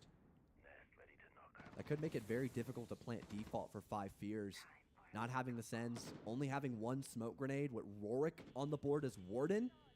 It'll be a very big gamble to cross that gap and try to put the diffuser on the ground, and still an active 5 versus 5 with 50 seconds left to go. Forrest losing some health from this Toxic Babe, trying to push his way up the main staircase, but that'll be postponed for the time being. Still a lot of map control in the hands of Virtus Pro as they are just burning out the clock, but a huge pick is discovered by Fens. Pasha gone, and not a lot of utility left besides these Nitro cells by Virtus Pro. VP hungry for the refrag, though, swinging on to Fens just outside the hallway. He takes a lot of punishment. Rorik being spotted by the Snake, but 5 Fears really have no way in as Snake tries to make his way through storage. He's dusted by Nako. Dan, a follow-up. Make it 2 for Dan. And there goes Fens. JJ, the last man standing in the 1 versus 3. That behind the desk position from the Azami, giving them so much trouble once again. Another 3K for Dan, and VP have the advantage. And that's another thing too, Harrison. They could never clear out the Azami because they didn't have enough utility to break those Kibas. And because of that, you can't really go for a master plant. Azami could just easily swing out. She'll see you planting default, and you don't have that operation wall opened up either, or the mez wall in your operation, I should say, to fight her, to actively contest her. They had nothing for that. So once again, just not bringing the right tools for the job there by 5 Fears will put them at this 7-6 scoreline that you highlighted at. Do we see the comeback? I did predict. Man, this game's crazy as shit, Bobby. You ain't lying, dog. I'm on the phone, man. I'm sorry. I got my mic muted. In the second half here on Master Office, they won the first attempt flawlessly. It was just a complete shutdown of VP. And then the second time, Rival basically spawn peeked their ace, and they couldn't really do anything. So I feel like we have yet to really see VP attack this, right? Because before they just got smoked. The second time, you don't have any hard breach, and you're forced to just walk through doors.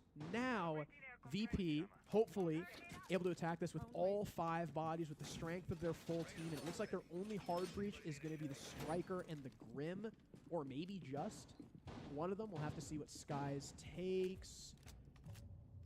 But yeah, they both have hard breach, so they'll have enough to open ops. They'll have enough to open both mask walls, maybe even storage if they decide to go that side of the map too. No wall denial either, so should be pretty straightforward. I like Cali being picked here as well. Although Azami is banned, you've got it for the Mira, which was something they struggled with last time. And ooh, Skies. He's aware of this run out. Easy pick for Skies. the situational awareness, and ooh, shooting the body as well. Adding insult to injury. That's your top frag of 5 Fears now gone. One of the big impact players that could have wasted a lot of time against people like Rorik on Solus, maybe Nako if they wanted to rotate down through lobby to help pressure out main stairs. It's completely off the board for 5 Fears to shut that down unless they commit another body to the roam, making it basically a 3 versus 5 as Virtus Pro are now knocking on the doorstep of Operation, looking to get rid of that Mira, playing just outside the Mez wall. But Nako is isolated right now as we speak, but he still gets 2! What? Nako may have just put this game in his back pocket as Rival and JJ just sitting there in the middle of the hallway give themselves up to the blitz. It's Fens and Forest now against 4. And they're both in the bomb site. The blitz continuing to just give info, and Dan with the pixel angle on the Cali shuts down Fens and puts Forest in a nearly unwinnable situation. Virtus Pro handle the 5 Fears aggression perfectly and take it 8-6. The Buddy Ace for some of the newest members of Virtus Pro.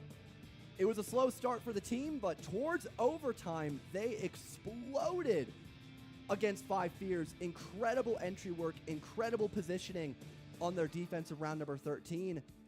Shutting down Snake as well on the last round of overtime. That was clinical for them. And that play from Nako, I was not expecting him to work 2 kills by himself from Operation. That was crazy. I can't believe he got 2. And you know, it's hard to call that run out from Snake a mistake, too, because if he got the kill there, we're saying, oh my God, the gall of this guy to run out down 6-7 and get the kill. But I think specifically against a team like VP, who, again, dots their I's, crosses their T's, they tend to be ready for that. I hesitate to call that the right move, but we are going to take a quick break, and we will be back with an interview from the winners just after this.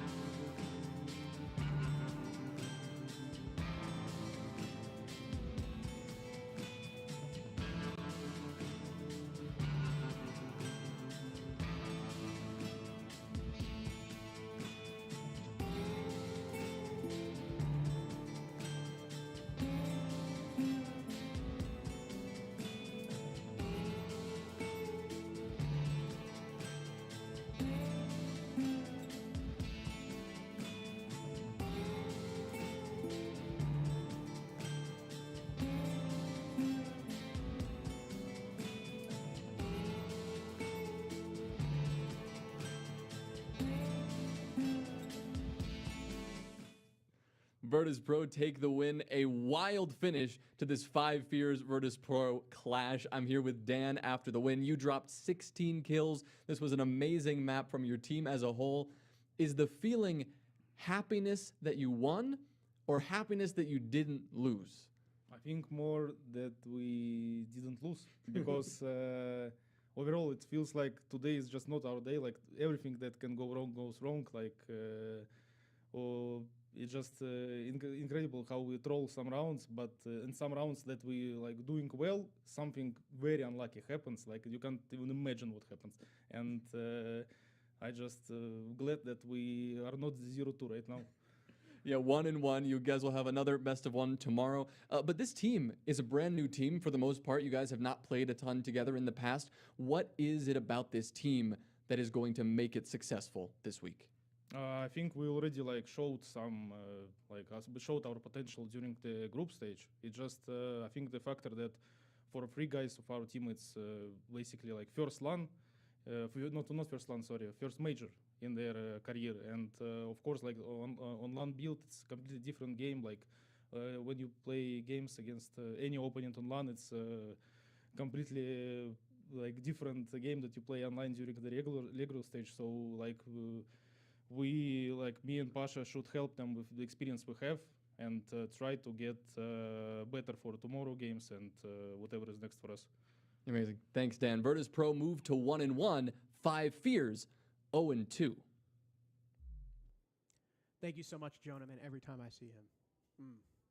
Anyway, VP, a wonderful game. Great to see them be a lot more adaptable than we've seen VP in the past. But we have to look forward. Los versus Wildcard. Dash versus a team he was on just a few months ago. And for Wildcard specifically, interested in seeing where we go for our best of 1 series, but they played lights out against Falcons. Bay went +6 in that game. Hot and Cold went +6 in that game against Falcons. And he even got a nasty, I believe it was a 1 versus 2 wall bang kill on that Chalet round. I am so excited to see how they perform against Los, who also played extremely well in their CAG best of 1 earlier on Border. But before we get into that, we'll hop into a quick break and return with our final best of 1 of the evening. Don't go anywhere.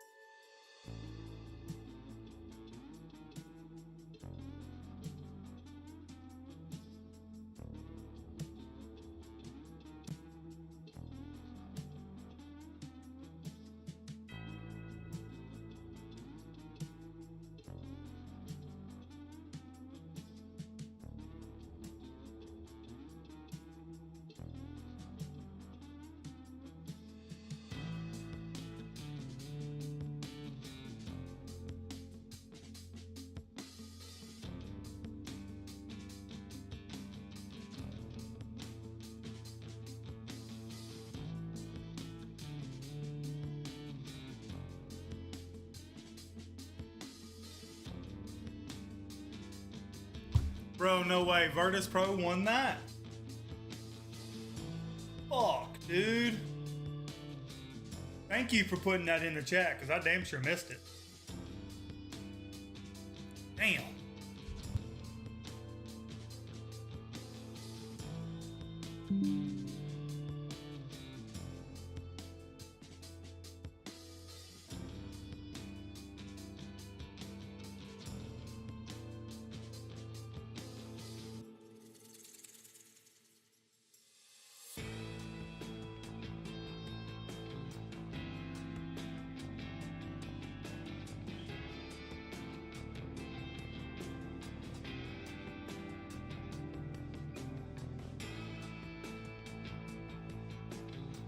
This right here is the game that I'm I care the most about. I think these will be the last 2 games of the day. But Wildcard is the team that I want, no doubt, to be in the top 8, because I want, when I go there, to be there in person, I want to see Hot and Cold. I want to meet him.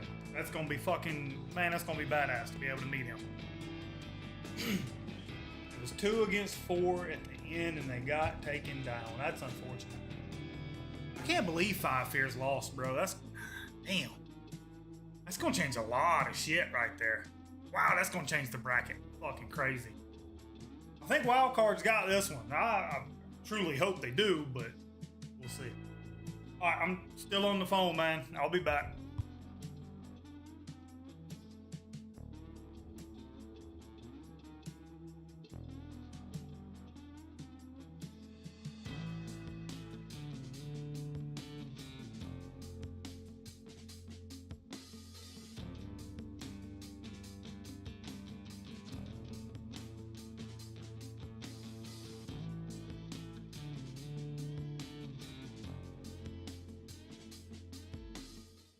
Welcome back, everyone. We are preparing to get into what could be quite the grudge match. We already mentioned it, Los versus Wildcard Dash versus a team he was just on a couple months ago before he got dropped for Adrian. And on Bank, which as far as preference goes, we took a look during the break, not high for either team. It's Wildcard's second most banned map, they're negative here, and Los, for the little time they've had as a team during kickoff, they're 0-2. Playing against some of the better teams from their region as well, I believe, during the SAL. Yeah, it was Liquid and Nip. Yep. One of those teams making it to the Major. Social prediction, I mean, I'm not surprised it's one side towards Wildcard. They literally 7-1 Falcons earlier. Oh, yeah. They looked really good. I was talking about some of their stats as well. It felt like Hot and Cold had literally nothing to lose playing that game. And to a degree, kind of right. You're not officially on a team. You're substituting for Wildcard as they had some visa issues for one of their players, and Hot and Cold's been absolutely lights out. Both him, Bay was also doing a great job. He went 10-4 against Falcons and +3 on the entry with a 100% cost. Bay was doing a fantastic job. Literally no weak links on that team in the best of 1 series, which makes sense. They won 7-1. Yeah, they you know, like you said, Hot and Cold looked like he had nothing to lose. He also looked like he could do no wrong. He was just incredible. And, of course, Wildcard will be looking to push that momentum through Los and into the 2-0 best of 3s where they could play against G2. That would be kind of a crazy game if we end up seeing that. Cade is our first ban, and on Bank, Cade is so premier because this map can be so hatch-centric. The other being Valkyrie from Los. Bank is a very big map. Bank is a square map. And Valkyrie can find a whole lot of use there. Wildcard wanted to get rid of Dokkaebi and Monty, a big lurk op that Los liked to use, and of course, Shields against Dash, who was previously their Shield player. Wildcard starting out on the basement floor site. Nothing too shocking about that. Got the Goyo, Echo, Tachanka, tons of site utility to stop a default plant in CCTV, which is almost always what you have happen for any team that attacks this bomb site. You even have some of those Vulcan packs distributed towards Vault, which usually if you kind of run out of resources and you can't thread that envelope to get inside a CCTV, that is your next best option. Kind of Hail Marrying down through Vault and working for some picks. Got an extension established as well for Wildcard up above, hoping to maybe burn some extra time out of Los's pocket. And maybe if Prez just waits a couple more seconds and doesn't hit the 7 button, we might see that Ram Node Snake. Makes a lot more sense. You can only really get Vert for like a top to bottom clear when attacking CCTV because there is literally no Vert you can have on either CCTV or the Lockers bomb site. So Snake makes a ton of more sense. You can still efficiently clear out that roam upstairs and Nuxer as well on the Deimos. Definitely a lot of impact in the early round to play their cards right. Yeah, right, again, but that's why this map tends to be so hatch-centric, especially in the basement. So taking away that Cade is going to allow Los to play what little verticality there is available on the basement. They first have to deal with Baby Shark, who is on a solo roam in open area, and he's getting lit up a little bit by Dash here. There's no one to help him, and thus, after Aya's wasting about 40 seconds and shooting a fair amount of drones. He will opt to just simply fall back. Perez now rotating over towards blue, utilizing the scanner to get some info that no one's playing from here. They just gets an easy pickup onto Nuxa, who walks in through dirt. Baby Shark as well following suit onto Dash. This push from blue has been completely thwarted, and Wildcard not only have a 2-man advantage, but they have diffuser control because Nuxa, I believe, was the one with Case. If not, then it was Dash from that position.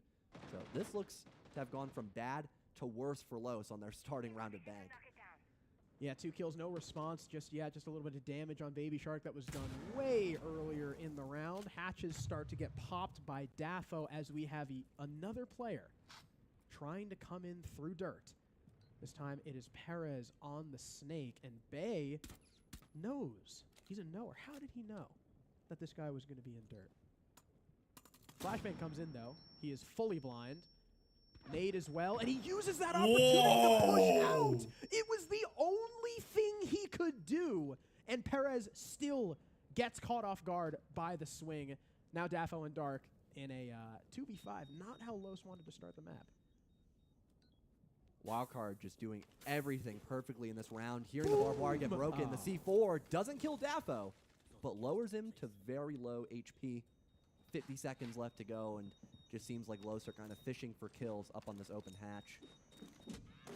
Wildcard still having their Yokais, still having a couple of Zodo canisters, and probably a Vulcan pack. This is crazy. Especially the Shamika launchers, and yeah, even having Bay literally play outside of the tunnel as Baby Shark ends the round flawlessly for his team. I mean, there just isn't a lot to say in that round. Bay capitalized on the fact that no one could push him from blue. I believe the hatch was still closed when he won that first gunfight. So the Vulcan pack blocking off blue stairs, the hatch being closed, no chance of trade on Anuxa, who was isolated. That's an easy pickup kill. And having assistance from your team, getting rid of Dash. I believe that was Baby Shark killing him with a DMR. Incredible opening 2 picks that were left untraded by Los, just looking very disjointed for that clear. If they had waited a couple more seconds to get the hatch opened up, wait for the Vulcan pack to be burned out, they could have done a much better job of clearing Bay. Yeah, they, I guess, just didn't expect him to be swinging from server. I mean, again, right, he was fully flashed. The flash made sure there was not going to be anything to catch the nade, which was perfectly placed. And Perez didn't expect Bay to go the only way that he could go. We get to see it again here, right? Nade comes in, and Bay just has to walk through, and Perez still loses that fight. That was huge. Oh, Baby Shark actually killed Dafo through the smoke, and then just smokes that guy. That was actually, I think, a buddy ace between Baby Shark and Bay, the 2 Bs. So Los, I said not the way that they wanted to start the game. I'm not in their comms. Maybe it is. Maybe they need to lose round 1 embarrassingly in order to light a fire under them. Who knows? Harrison just always sees something that I personally do not. We go to CEO for Wildcard's second defensive round. What do you mean by that? I just don't have the vision. Not esoteric enough, clearly. No, not at all. I would imagine that Wildcard would extend with the help of these Azami Kibas playing over by stock. They've got the Bandit to play on that Kanto wall, so with the range hard breach that Los has, they'll have to commit a little more utility if they want to get that long cutoff from the Kanto wall looking all the way down to the vending machine close by Janitor Closet.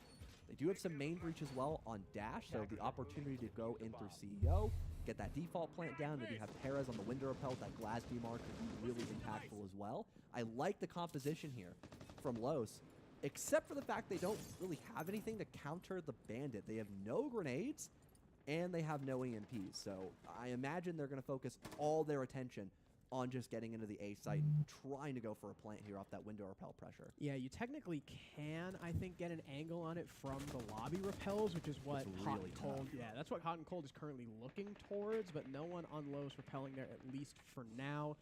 Windows being open just to apply some phantom pressure and force Wildcard back a little bit, but they've got, of course, the castle on quad that Spiker can play behind. They've got those mid-site castles, too, to allow for more rotatability between the sites. Is usually what we see the castle played for. The Blitz and the Glaz, of course, going to be instrumental here for Los in making space in the bomb site. Like we mentioned, when Glaz is up, even if he's not being played, as long as the defense doesn't know it, when a smoke goes down, you can't necessarily take that risk swinging. No Warden either in this comp for Wildcard as they're faced off against 6 smoke grenades total for Los. Could even start using them not just for the plant coverage, but also blocking off longer angles that Wildcard might still have. There's Daffo at the entry, getting rid of Hot and Cold. Might not be able to trick this wall, obviously, unless his bandit batteries have already been placed. Daffo could maybe open that up for a cut later. Being on low HP, it would benefit him just to sit outside and hold a very passive angle if they're worried about someone rotating from that position. Minute 20 still to go for Los, and again, they have all these smoke grenades finally popping them out. They're expecting the fight from Janny Hallway, just making as much space as they can to try to get this plant down.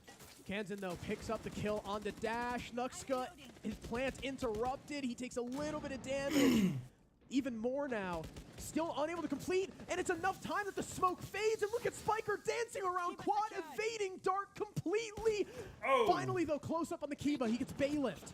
Dark able to hit the reload as Bay dies in square, and there's another kill from Daffo on the Lurk Spiral. Stairs, Los tie the score thanks to their Hibana. Great flood there for Los, and still keeping Daffo on the Lurk. Did tons of damage. The entry kill onto Hot and Cold, the walk around to assist the rest of your main take, because as you mentioned, the plant was unsuccessful, but Los still having the man advantage could easily just play for trades. You've got that DMR presence, two-shotting anyone who plays up close. You still have really great guns on that lineup there for Los. They tie us up going in round 3, and maybe you were right, Harrison. Maybe the vision was just to lose one-sidedly back in round number 1. Now be heading into open area for Wildcard's defense with a very interesting pick here from the Scopos. I'd kind of like to see it. I also want to say, I think that was a 3K from Daffo. No. Yes? I believe so, yeah. I think it was, though. Yeah, no kills back in round number 1, and he's now up to 3. Yeah, there we go. So huge lurk from Daffo. And you're right, Scopos is interesting. We love Scopos. No utility, but you get that get out of jail free card, right? You're on the roam, you start to feel a little pressure, you just press a button, bang, you're back on site with full HP. That's the other benefit, right? You can play aggressively, you lose a lot of HP, you go back to site with your other clone, and you're back to full. So Spiker actually has his other clone, Kanto. So it's, okay. Is someone going to play E3 behind his pseudo shield? Okay, well, Kanto's getting open now, so... that's not good. Goodbye, Scopos bot, I suppose. Interesting. I think Dash should have an angle on Spiker's drone, right? Or Spiker's robot, I should technically say. I think the shield also just got destroyed, didn't it?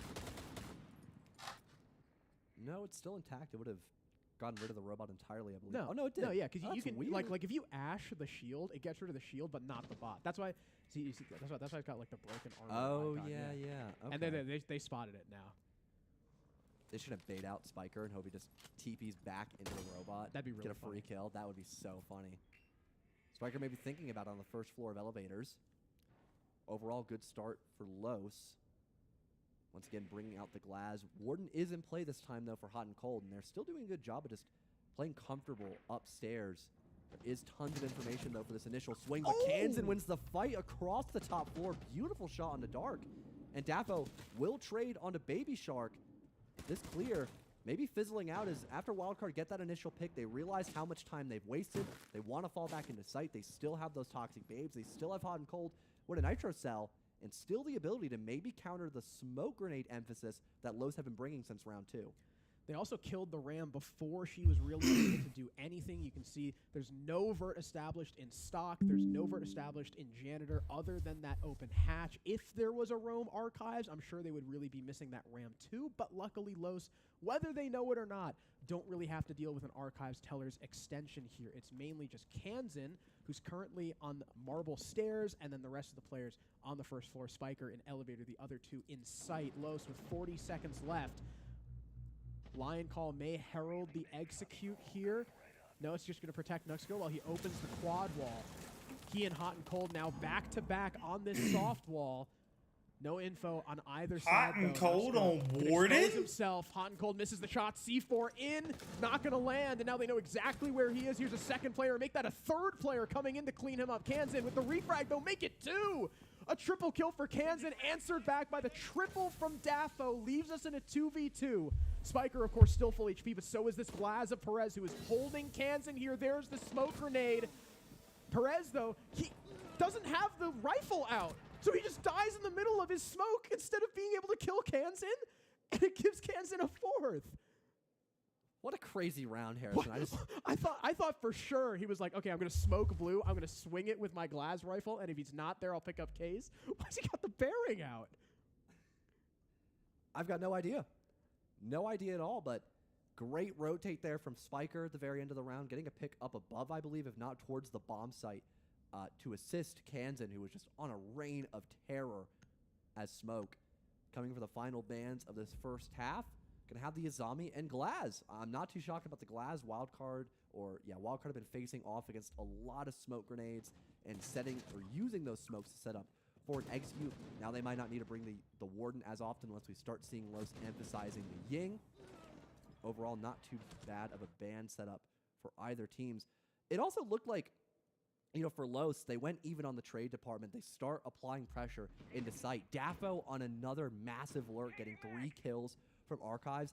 Everything looked like it was going their way, and Kansan just put his foot down. I don't even know how to describe that. He isolated almost everybody on Los, and they just didn't have a lot of utility to really force back those power positions. They were solely reliant on taking those gunfights and hoping they could just win. Hey, Baba. I also don't know if someone figured was out holding his blue that and he just outdueled it them was and my, killed someone else, or if they the were settings, not watching the flank.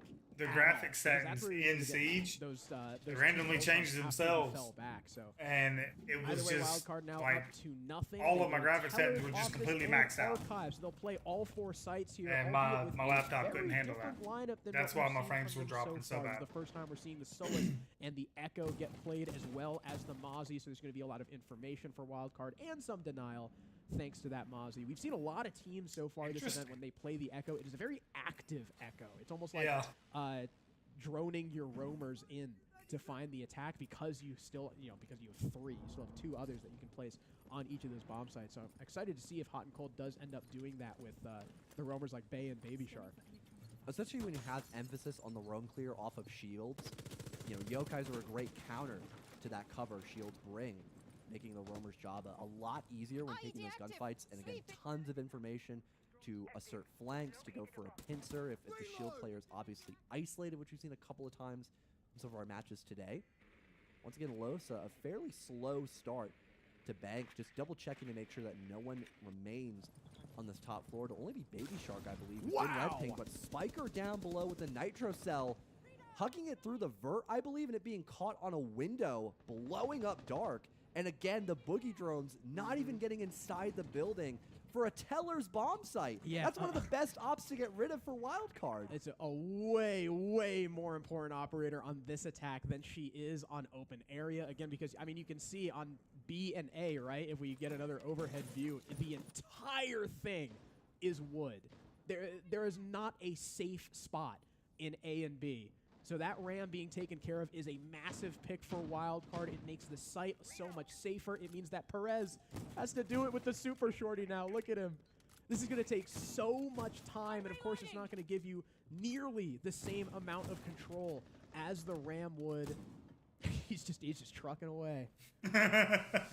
We'll be forced to get someone upstairs as well to hold that vert.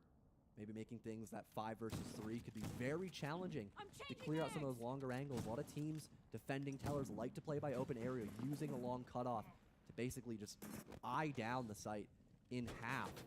And a lot more time being used up here. Los maybe trying to commit to pushing out this player over by open area. Perez will win that fight against Kansan, but here comes the swing from Dafo, looking to cause chaos towards Tellers. Bay still working one up down below by blue stairs, and a massive swing for Baby Shark to keep Wildcard in the lead. Perez looking for the trade, but Baby Shark, as he stands up, cleans him up. Dafo dies off screen, and Wildcard, thanks to the play inside open area, shut them out of Archives. And again, you have to think, how much better would that attack have been if nobody could play in the site because of the ram? That's also going to prompt a Los timeout. Well timed, I think. Got all the synergy as well from the rest of Wildcard, keeping someone top blue. You have people playing over by open area. You are forcing Los. Bro, no to way either All clean you out Gamers or is die to beating crossfires Furia. when you try to push into the bomb site. That could be an easy 3-2-1 swing if everyone's focused on pushing into the bomb site, going for that plant. You get flanked from the player going in bottom square from basement. You've got those long angles from someone open area. Could also have the potential to go for a flank up above. Wildcard still had a lot at their disposal, and it did kind of kickstart off of Spiker with that initial entry onto Dark. It slowed down Los drastically, and when they were faced to deal with the massive extension Wildcard still had, they just didn't have enough time to get everything covered that they needed to before going into sight. Wildcard playing around a lot of that information really well too. Hot and cold with those yokais. Very influential in letting the other defenders know where they needed to rotate, where they needed to make a stand. And now we go back down to the basement where Wildcard, again, changed their lineup quite a bit. As compared to round one, they're obviously keeping the Tachanka and the Goyo and the Thorn, but now they've got the Smoke to combo with the Tachanka and the Goyo, so there is so much utility that says, no, you can't go here. I'm sorry. And I mean, if you combine them all, right, the Goyo's delay 20 seconds, Smoke Babes are like 10 seconds each, the Tachanka basically perpetual. Smoke Babes are 12 seconds. Plus, you've got How do y'all not know this? Going to be on that roam Spiker all the way upstairs with all that drone denial. They see how much time Los are taking, and they want to double down on it. I think Los as well realizing the lack of a Warden here, so they'll opt to go in for the Ying. It could make a lot of space, don't get me wrong, but you mentioned the plethora of utility that Wildcard had. They could easily trade Shamikas and Goyo packs against those Ying Candelas, and one of the only Twitch drones Dark will have has been destroyed at just the 30-second marker of round number 5.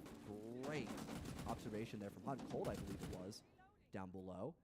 Wildcard as well, I also like that, yes, they're emphasizing this bunker composition, but they are still roaming. They've been doing a great job of getting those early round entries, especially onto Dark as well in round number 3 and 4, and it's really slowed down Los, where there's such an execute-focused comp off of having a successful roam clear. If they don't win that first entry, they're kind of just sitting ducks, especially against a comp like this, Harrison.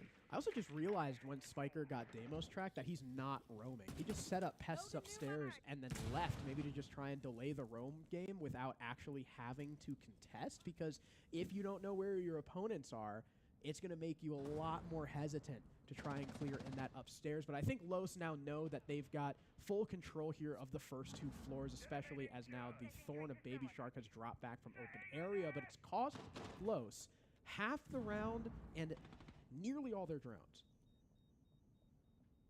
Spiker actually using some drones of his own, getting extra information. Oh yeah, on the he's got clear. 2.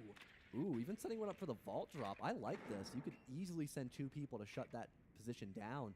Kansas, I think, playing close by from the rotate, if not that being Hot and Cold here. Tons of value from the Mozzie Pest. Even realizing that it's going to mostly be a server execute with the help of that Ying. Bay maybe just playing for his life here, but with Los' struggle to clear out the back server rack, I wouldn't be shocked if he still gets away with robbery once again. Although he is going to be incredibly blind. The nade will flush him out from his position. No, the nade actually misses, and Bay can still sit pretty behind server stack. So that's going to waste a Candela. Second one comes in. Finally, the drop comes through from Dash, and Bay is cleaned up. But it's cost you a couple more Candelas than maybe you would have liked. It's cost you a lot of time. There's 40 seconds left, and still you have to deal with, while you've killed Smoke, the Goyos and the Tachankas. The C4 from Spiker playing in Gold Vault could also come into play. There's also information on whether or not Los go for some kind of back hit or lurk, thanks to Spiker's I need to see the angle that all he's the using. Tachanka fire coming out and blanketing the floor in A, and it could now just be a red drop for this attack as you see them starting to adjust. Perez with 2 huge kills as he works his way in, make it 3 in the middle of the bomb site, and Wildcard have completely lost the plot thanks to this Deimos. C4 out from Spiker, completely misses. It's a buddy ace between the Deimos and the Ying, and Los recover beautifully.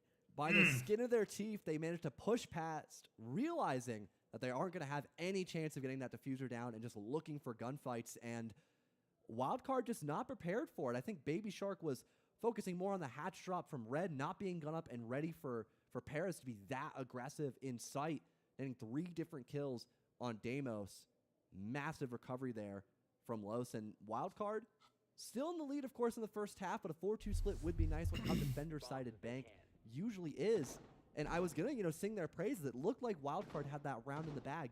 Bay wasted so much time. He wasted all these resources, the Ying Candelas, the grenades. And now with him being dead, he can just cycle cams to give info for Wildcard as to where exactly this execute is coming from or not coming from specifically with where those Mozzie pests were deployed. But Los, again, just completely committing for that miracle of just pushing deeper into sight and killing those anchors, and it worked like a charm. Yeah, I mean, when a team is playing so heavily off of their utility like that and trying to play entry denial, sometimes that is just the correct move, is just get in their face, because they're likely not expecting you to cut through all the utility that you have right in front of you.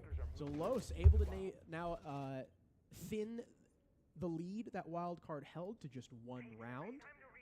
We're back on CEO.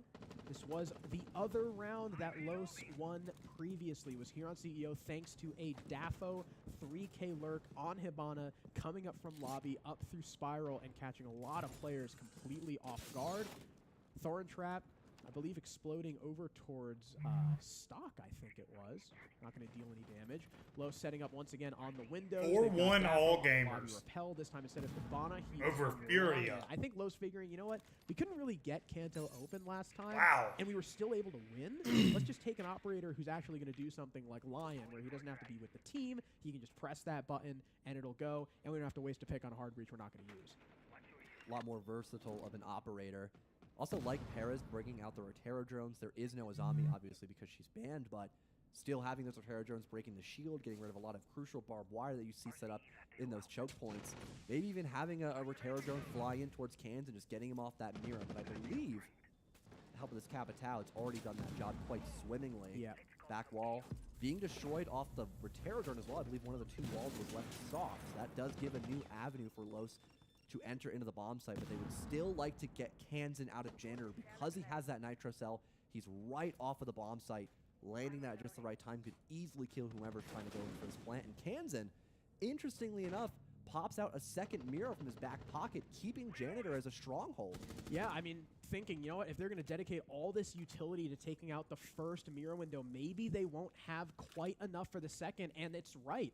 Dash is out of aces, so this mirror and Janitor is going to stay there. Bay, of course, covering Kansan to make sure he can't get walked up on Janitor with that stock shield that Los have not even really begun to clear out. This is going to be all up to the window presence from Dash, Dark, and Nuxka on the North Repel, Dafo on Overwatch by Lobby Repel, and Perez holding the cross square through those head holes in the bomb site. Another Lion scan goes out. Dash, another kill as he kills Bay, trying to get aggressive on the stock windows. And now Kansan has lost the man covering him in the hallway. He's going to have to worry about his backside. That's where Perez is pushing. He gets the kill. In comes Dark towards Quad, wins the fight against Hot and Cold. Sorry, that's Dafo up Marble to kill Hot and Cold. Kansan trying to keep his team in this desperately. He gets another Baby Shark. Good for another. Make it 2. It's just him against Dash. Ex-teammates, ex-import teammates on this NA squad. Left in a 1 versus 1. And in comes Dash. He's got no idea where Baby Shark is. Wildcard win the half 4-2. Great positioning there from Baby Shark. The 3K to keep a 4-2 half for Wildcard on Bank. I don't know how he spins that sumbitch so fast. After that brilliant recovery. I can spin my mouse, but not that damn quick. He's like really snapping it. Nossas defesas, eles têm full domínio. A gente vai jogar na Fúria, lembra de dar diferentes cenários pros caras. Eu vou de vigil aqui na Fúria, porque eu sou anti-demos, anti-bagulho, vou caber Banazão, o Pérez vai de... Ela. Ela e o Dark vai de Solis, né? Sim, eu vou de Eco. Você vai de Eco pra dronar pra nós, perfeito. This is insane. No CEO eles têm 1-3-1, um full verde e o plant loud. Plant loud é só comportamento, a gente já sabe. No full verde, a gente falou, a Clash vai ser muito forte contra o full verde. E eu vou jogar de tubarão no secretário também. Isso se eles banirem ou Castle ou Azami, né? Que a gente não faz Outstroker. Senão a gente vai fazer Outstroker default. E aí eles têm 1-3-1, que eu acho que a nossa default já é muito forte contra isso, né? Então, principalmente com o capitão, eles vão se foder pra fazer essa 1-3-1 aí.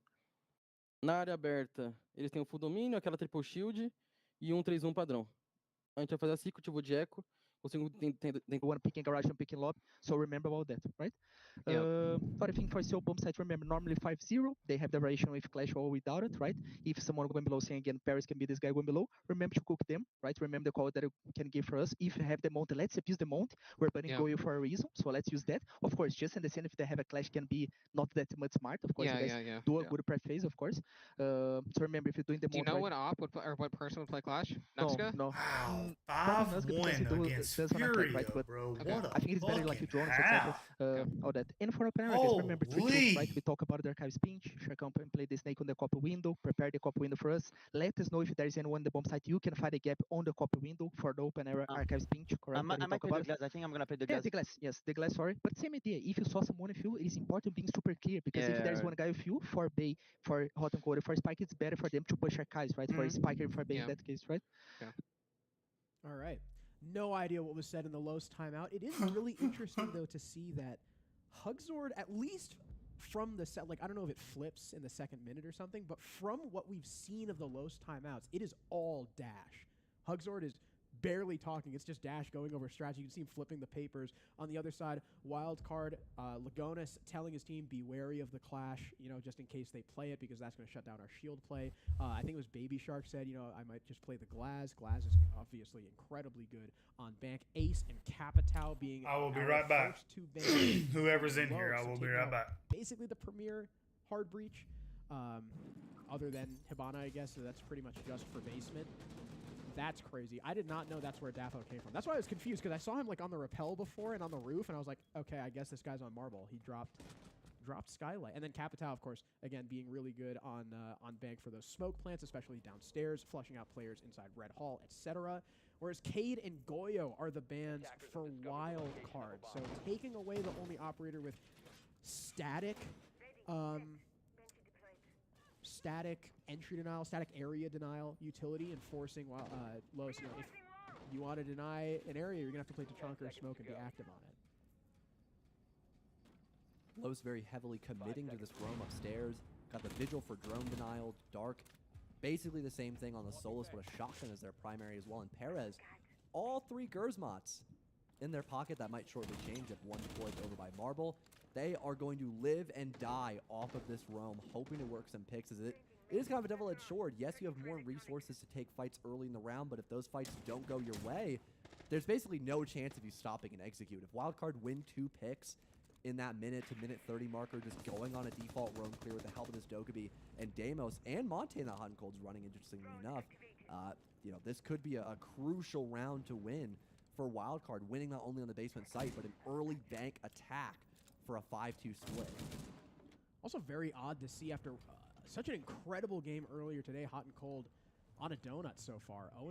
And of course, being on the Monty might take a little bit for him to wake up too, because this is not an operator conducive to very many kills. He gets harassed by the Echo, and there's the swing from Perez, but Spiker more than ready for it. The 1-2-3 from Los not working out in the favor. Instead, they will lose their Ella. They will lose the opening pick. Dash not getting pinged by the Grim thanks to his gadget. Getting called by the Dokkaebi in his position now, getting called out by the Monty of Hot and Cold. But there's yet again the Yokai. Hot and Cold, I don't really know if he just forgot about it. Maybe he expected Spiker to be right behind him, but either way, the Yokai strikes again, and Spiker gets smoked by the pixel angle. Dash finally gets the trade, but it's cost you your Monty. Yeah, a lot of execute operators now gone for Wildcard, and again, living and dying off this roam. Los going 2 for 2 is not bad, especially at one of those operators being the Montaigne off the board. And they've got no clue about the player open, but you whiff! Oh, hell no. What? Well, what did I just watch? Dafo in a prime position loses to Baby Shark with the DMR. That is not what you want to have happen. Dark could maybe recover, though. Rotating from kitchen. I actually can't believe we just saw that. And I think they know. Look, they know.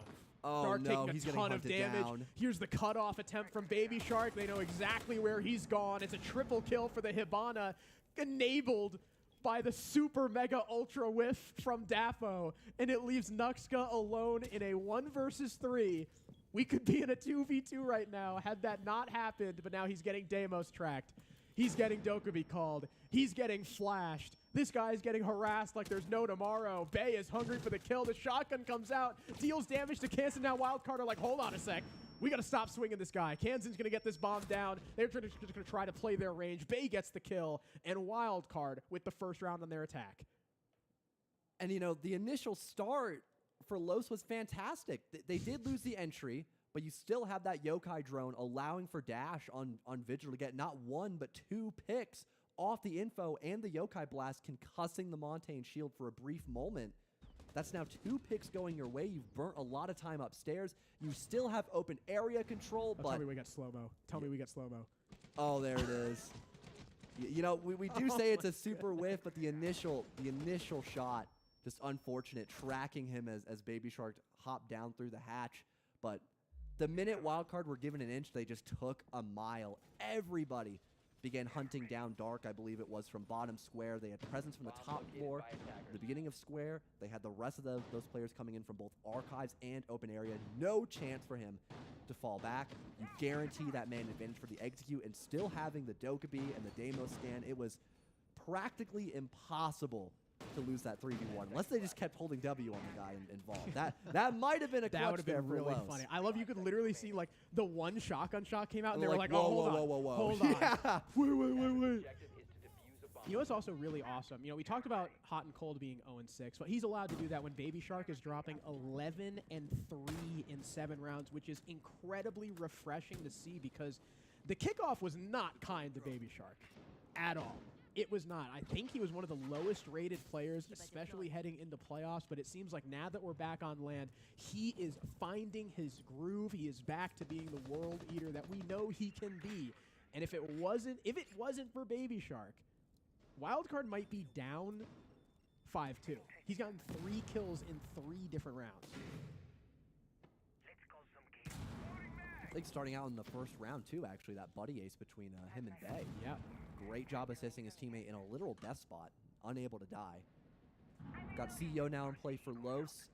Nothing out of the ordinary from their composition. Almost identical to what Wildcard brought, I think, besides the lack of a Valkyrie for Wildcard being introduced here for Los. We still have tons of range breach for Wildcard, the help of that Habana X Kairos charges, Montaigne in play once again for Hot and Cold. With this back wall being opened up, again, there's no bandit in play. Cade has been banned. Could make pushing up that staircase a little bit easier for Hot and Cold, but you'd still want something like those flashbangs or a Grim canister to make the space for Hot and Cold to get past that barbed wire, maybe get some pressure applied from Banana. Buck applying pressure underneath stock, forcing Perez back into the hallway as his wall now gets opened, and Baby Shark takes the fight against Nuxka. That's the mute dead. Dark very soon to follow, and Wildcard are once again off to the races with these kills. There's no response from Los, just some HP off of Baby Shark and Bay. And Hot and Cold, you can see him getting ready to work his way up Spiral with the assistance of Spiker. Flores coming out, destroying the Kibas on site. Perez's wall being opened up even more by Kansan. But Dash going to get aggressive against Bay outside top square, so he gets 1 pick back for his team. But Wildcard now, a minute to play with, a man up. And very soon, this Monty is going to come into play. I think he's waiting on his teammates to rappel into sight because no one's behind him towards ATM. Getting Montaigne up this staircase, providing information and causing chaos. If no one looks to challenge him directly, that could be an easy pistol kill for Hot and Cold while his teammates push sight. Smoke's coming out to try and prevent anyone from swinging him E3 should there be someone playing there. There isn't, but Dash gets caught in the sight rotate, I believe, by Baby Shark. He's been downed, maybe recoverable as Daffo gets up close on this Monty, and like you mentioned, Hot and Cold doesn't have any help, and Daffo smokes Kansan off the windows. Hot and Cold now in this 1v1's got to try and land the melee, but Daffo gets the jump on him. Baby Shark finishes Perez, and with Dash down, it's all up to Daffo with such little time remaining. Wildcard, they need to get this bomb down. Spiker starting the plant. Daffo needs 1 kill to win it. Baby Shark is sitting right on top of him, though. In comes the swing. Daffo caught mid-sprint. Baby Shark, another massive round, and Wildcard are 1 point away from moving to the 2-0 bracket. And I believe another 3, if not a 4K for Baby Shark in that round, starting strong with the entry on Nuxka, killing the isolated Azami, and establishing a ton of vert presence in the process. And although we didn't see Hot and Cold specifically, getting a kill or pushing up quite a lot past Banana, He distracted an entire defender for like 30 seconds. That is huge when Wildcard have a glorified 3 versus 1. What'd you say, Harrison? I said it was 4 for Baby Shark. I thought so, because he killed 3 upstairs. He got that wall bang through the shelf, and then 2 kills towards the execute covering his teammate, which, yeah, incredible pincer maneuver by Wildcard and setting up the plant behind that hard wall, so Los was forced to extend into Baby Shark's line of sight. Brilliant job there. I don't know. I didn't see the end of that one, dude. I don't know. I don't know, but look at this. Look at this. Bring them up into promotion What is this? for tomorrow as well in the Swiss stage, so you'll love to see it there for Wildcard. But I don't know. I did not see. Still looking to hold on here. Five Fears lost. Open area. I did not see who. I didn't see Twisted Minds. I'm lulling you into a false sense of security so that when I eventually lie to you, it's going to be a big one. Yeah. Actually, John, that's not his name. Yeah. This is not the team we're casting. Oh, that's not good. Baby Shark has completely taken over lost. this game. And I'm absolutely lost. Not only is I gotta fix Baby this. Shark killing everyone he sees, there's also the mental side of it, right? Because Los can dude, read numbers. I know. So they're looking at the scoreboard and they're going, "Wow." Like, this is concerning me. So hard sometimes. This is concerning me. to Hot shut and Cold down is the back guy on who is shields. just owning your entire team. And again, it goes into that mental where I don't Los understand it. are- Like this is. They can't not be aware. This of is the fact making that Mario Baby with Shark has M80 taken like, over this okay, game. yeah, we should have And dropped it this can guy. kind of affect you. You know, if you're swinging, is this Baby Shark? Am I going to kill him? Is he going to smoke me? It can force you to play a little bit more passively than you normally would.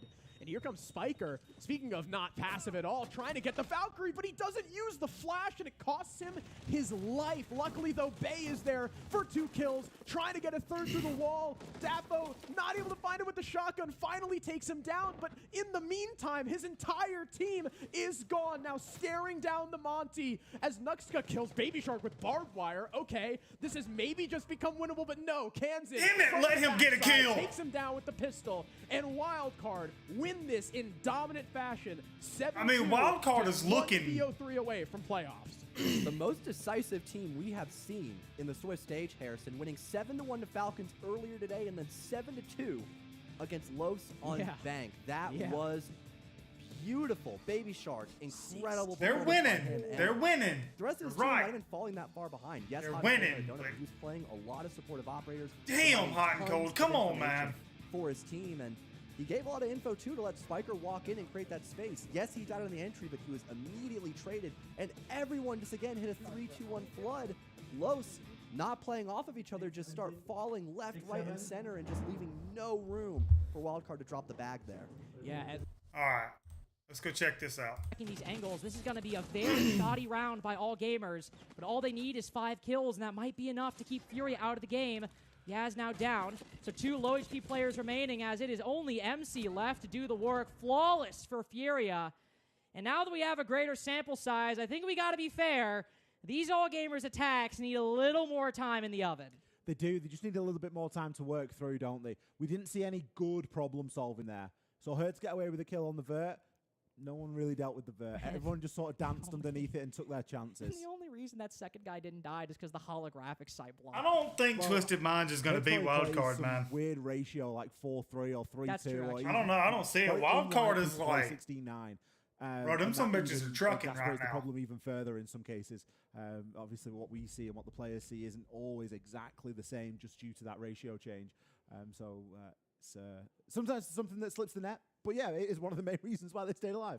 But I would have liked to have seen a reaction. You know, oh, this has happened. Let's do something about it. I really want to see this upset, dude. I ain't gonna lie. I think it says a lot that they didn't ban the Blackbeard. They're not bothered. They were like, Someone's played it 3 rounds. They're like, we're going to ban the Yang. I still don't believe it, though. I think you got to respect all games. The 1 round away. No, I am respecting them. But I think we also have to be fair. All right, when this is over, I think I'm gonna hop on. First one, all bottlenecked in Old Tower. I'm pretty sure there's They not are another one after basically this. like a flawless round, it feels like. I think I'm gonna hop Second on round, after this. They're all bottlenecked in Old Tower, but MC I'll just keep my stream gets up big, and gets some everything. key kills, Just roll and they're straight actually over. convert around after. See if I can hit gold tonight. Third round. What they? Not a lot happened. They took control that wasn't Bad being round. contested. Bad Fast round. round. Third Bad chose round. bomb site. Bad round. the opening pick has happened every single time for Furia on these defenses. However, what I will say, every round that Furia have won has required a multi-kill. It's required somebody going big. The same can't exactly be said for all gamers. There are a couple of rounds thrown into this game where somebody hasn't had to get a multi-kill to win the round. Now, yeah, there's some that are. I'll hold my hands up to that one. But I think objectively, all gamers have a very good chance here at closing things out. Bok caught out on those mainstays. Already had a Flores drone come down to his feet. All we need to see is all gamers gather a little bit more information and start to make this happen. They already know where at least one of these players are, and they've got the Deimos to try and do a little bit of the rest. Another Rotero drone going to get sent up. They are desperately trying to flush this player out right now. Oh! Using it for the bait as well. Wow, that was That fucking timing is perfect by the Deimos. Deals with Boxera. I'm gonna be honest, I saw that second Rotero drone hit the floor, and I'm like, what are we doing, guys? But my doubts were quelled immediately. Big play by all gamers. First time they get the opening pick this half within the first minute as well. An important staircase now controlled by the attacking team. Still need to see, I think, a lot of questions around the shield. What is this Blackbeard going to do? How effective it can be? But with an advantage, with the shield alive, this is the best all gamers have looked this entire half. They have hit a little bit of a stall here as we approach the halfway point. We've not seen too much happen. Moonlight has been holding on to the same angle for a long time now. Gathers the information, but we need to see this death mark used. He has to try and root out another one of these players. He's got both the Thorn and Cade available to be tracked. Isn't going to go for it. Didn't end up spotting the sentry either, so actually can't track Volts as he retreats. Ooh. Spot him on another drone now. Moonlight still got 3. You gotta be careful. Saving this utility is great, but using it to find some kind of impact, especially as right now, all gamers super concentrated on the north side. They're so worried about a flank that is just not going to happen.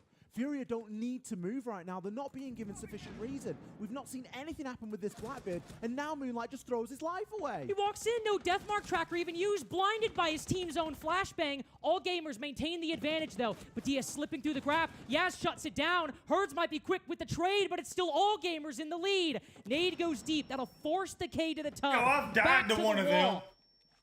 Trying his best to survive inside a bathroom as all gamers have forced them out of the site and forced them into the post. Solo mid, finally, once he gets impact on the shield, will sit, waiting behind the boxes, waiting for Loira to peek, swings around, shuts him down, and again Hertz can't do it. All gamers but 5 happy with that result as we have a knockout upset on Fortress. It doesn't matter how you win the rounds. It just matters that you get them over the line. We were kind of critical of some of the plays that just fucked your whole bracket up, dog. But it was enough. Furia mudded here on 4.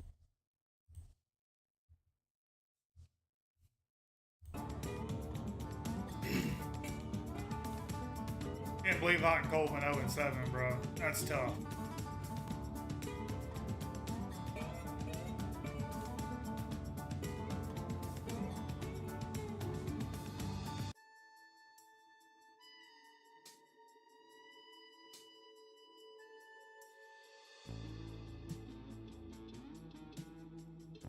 Oh shit, I'm not MVC. Hold up.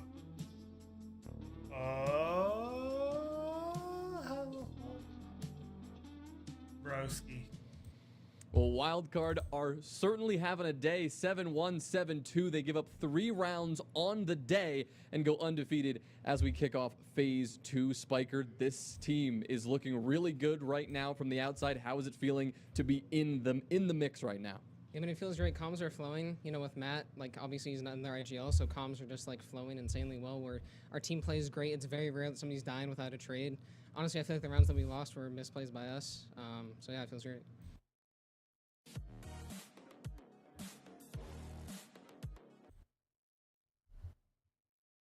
Hold the fuck up.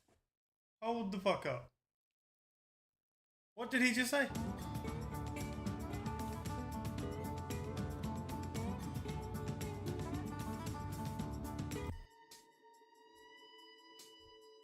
I gotta hear that. I gotta hear that again.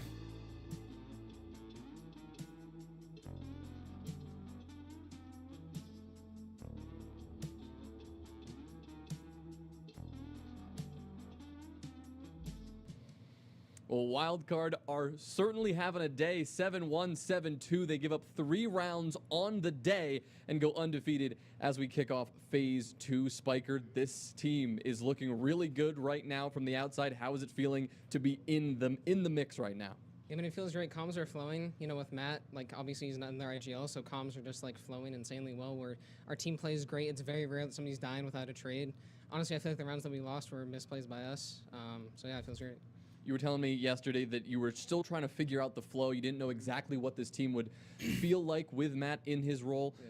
What is it feeling like? How are things going? Yeah, I mean, it feels good. We're doing stuff that we've never done before because, you know, we have a better shield player than I am on the Monty. So, you know, we're doing stuff we've never done before. So, you know, we're loose, we're versatile, and we're deadly. All right, we look forward to seeing you guys down the road. We'll play for a spot in the playoffs tomorrow. But for now, we'll go back to the booth. Thank you so much, Jonah. Always love getting to hear from Brady, Spiker, Lukens. But that will do it for games on the A stream. Actually, we are all done. We have, I think, on the A stream is Wild Card and G2 moving to 2-0. We've got 5 Fears though moving to 0-2 after some really close games. Dark Zero as well winning their matchup against NIP. Was that the first match of our day? One of the first games. Go watch.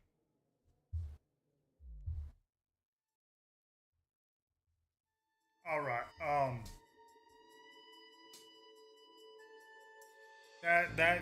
Wow. Okay, so Hot and Cold is now IGLing for Wildcard.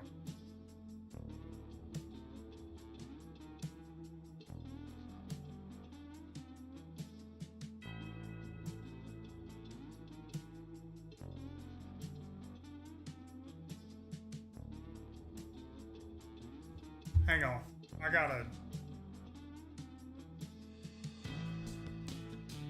I thought I opened Discord, but apparently I did not. I'm trying to go to VC.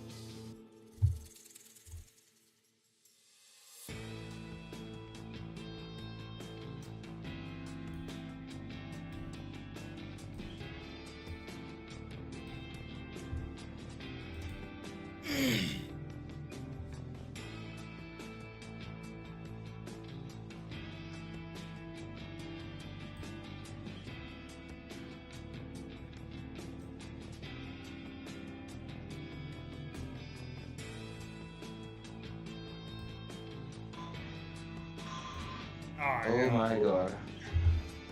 So boo. What's up? Alright, y'all are now, let me mute this. Y'all are now in my stream. So I gotta go Mute the here stream for now? this. I gotta go here, here. Close this out. Here. Okay. I'm gonna close this out. I'm gonna open Siege. Yo, I can't believe that that Hot and Cold's IGLing now, because he wasn't that first game. No, when they 7-1. But that's what I'm saying though. He wasn't IGLing the first game. They were just letting him play. And now he's IGLing? Like He if just he walked in that team and took Spiker's chain. that's what I'm, bro, what? Like, why would you, if y'all 7-1, everything's good. And this man went 7-1, he fucking top fragged. Let him play. Let him have his moment. And then they're just like, hey, here, you want an IGL? Like, bro, what?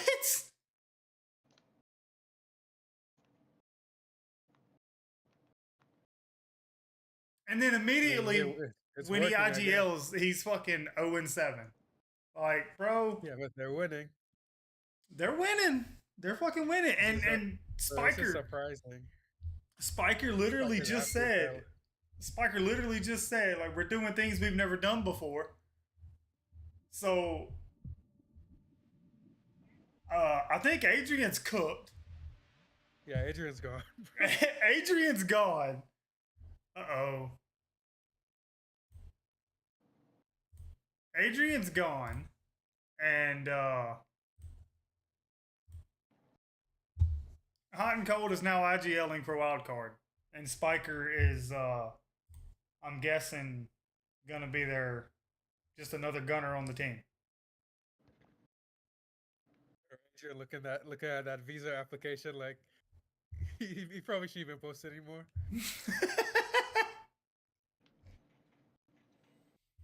Bro. What the fuck is going on right now, dude? What is this? Discord, NVIDIA. Fury is actually disappointing though. I can't believe Fury lost like that, bro, to All Gamers. Like, that little bit I just watched, All Gamers is very sloppy.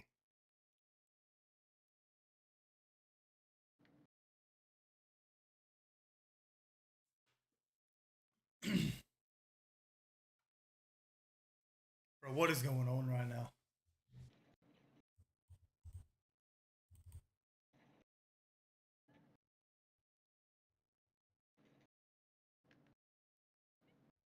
Ubisoft Connect crashed on me. Bro, I had wildcard over NIP, but then I changed because I thought maybe they won't be able to mesh well with like two IGL type players, but obviously I was wrong. Let me go change the bracket of these losses and wins.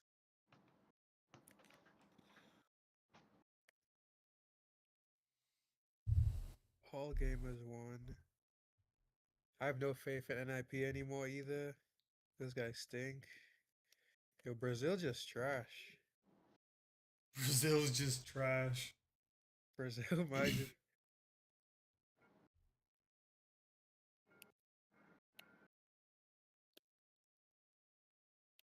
Bro, what if it comes down to wild card against G2 for the finals?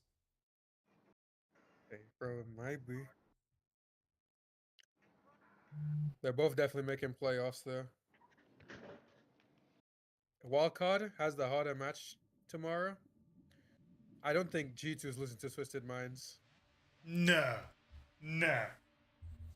Yeah. There's no shot. Yeah. But it's a wildcard phase from this well, the predicted bracket. They might change it, but this has been right so far, so.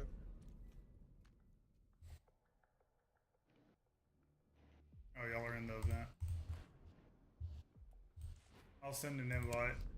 Y'all can join whenever. Win a match. Yeah, I know. Or win the event, yeah. Yeah, I've seen that. Just leave. You don't have to. You're good. I'm still fucking around with all this.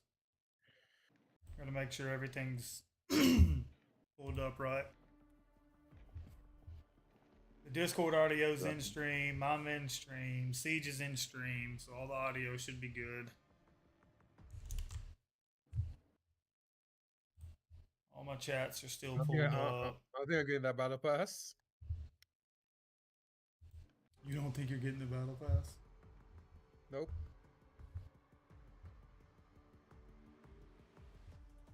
Unless I go crazy in the playoffs.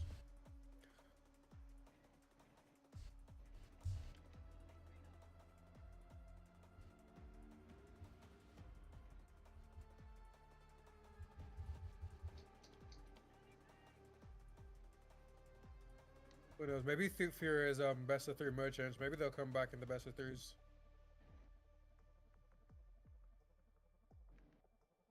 Some teams just suck on best of 1.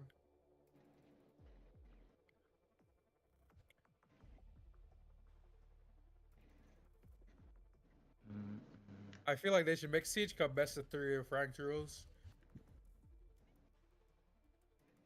Like remove the extra round and just make it normal ranked rules best of 3. It's not gonna be like comp, but it'll be more competitive. Be able to adapt to your enemies.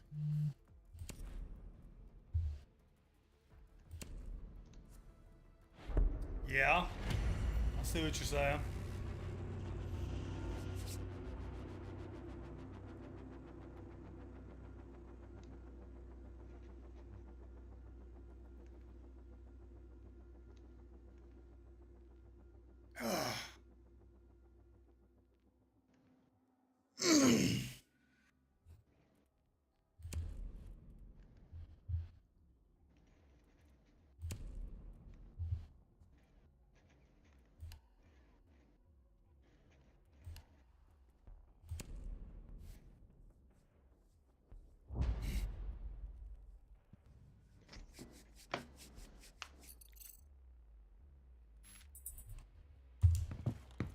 So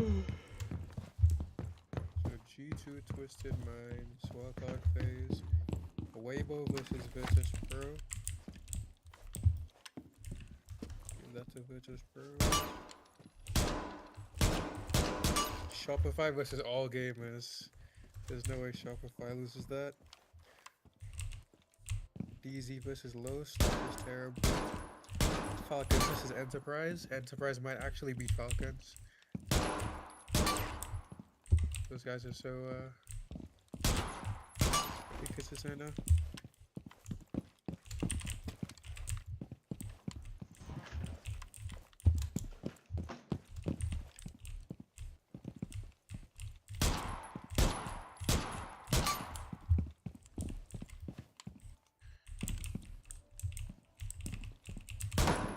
Dropping value. They drop rate, I don't even know.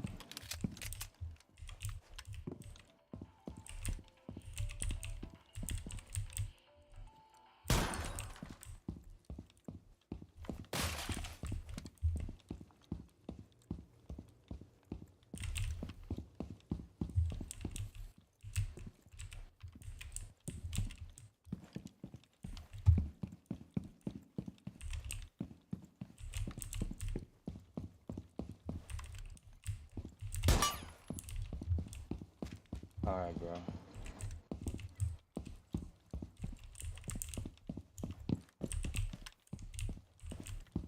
Let's go through from behind fire.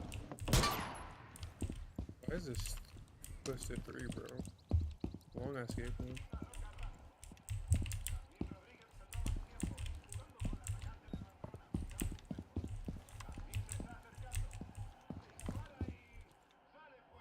Thank you for clearing for the quarter, man. I'm dead.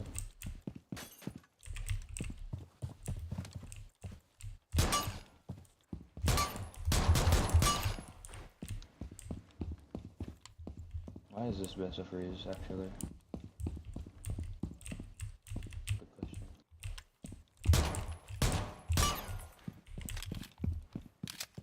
Dropping. Two of them dropped out fire. Another one in front. Oh.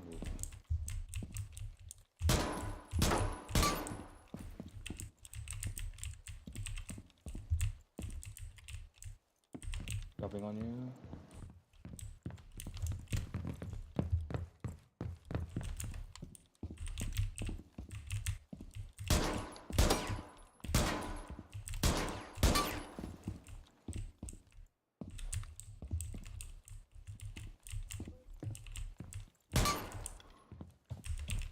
Ooh, can we win this?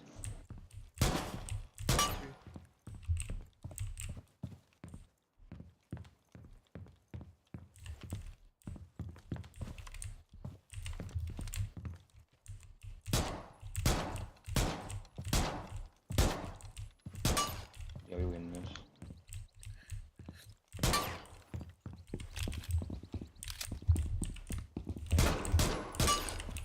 And why?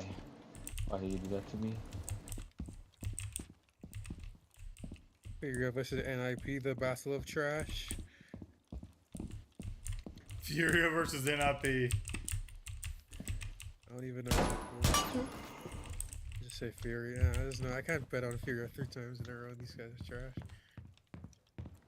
Can't believe they lost to all gamers like that, bro. 6-3.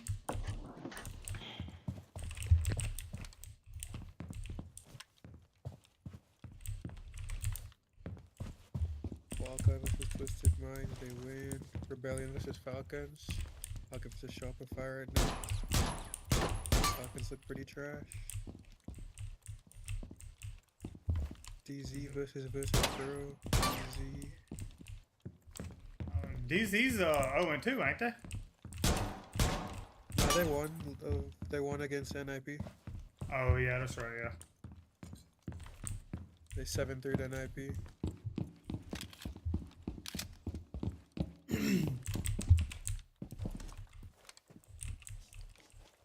All gamers versus Enterprise.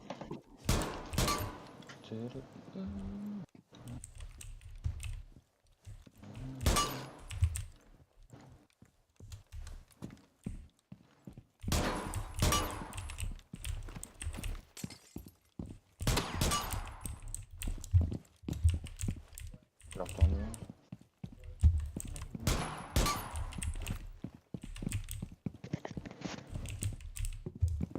Get win there so we don't play another round.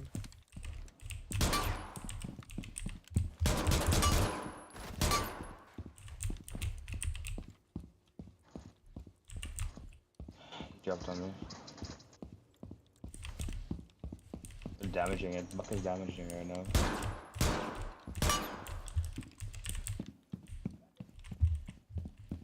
Orc Session so broken. This rush is annoying. It immediately kills you.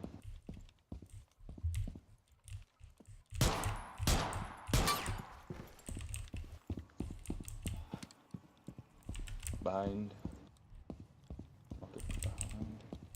Wrapping.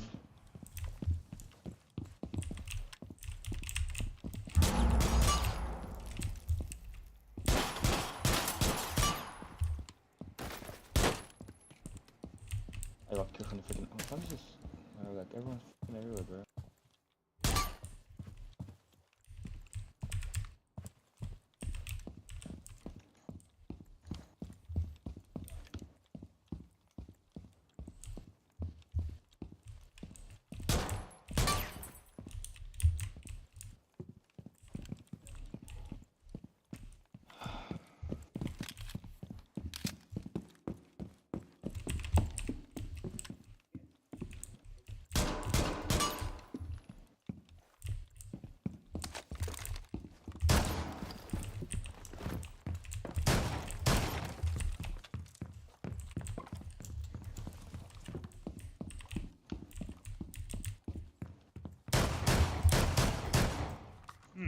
All right. So, oh, what? Wrong button.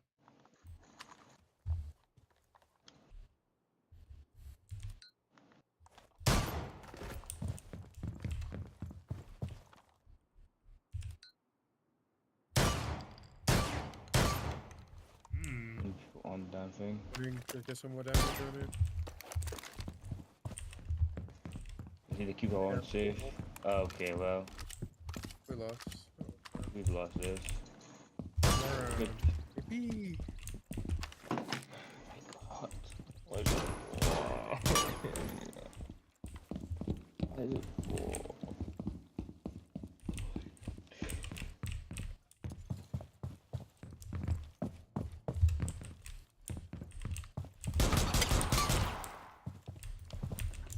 Take demos.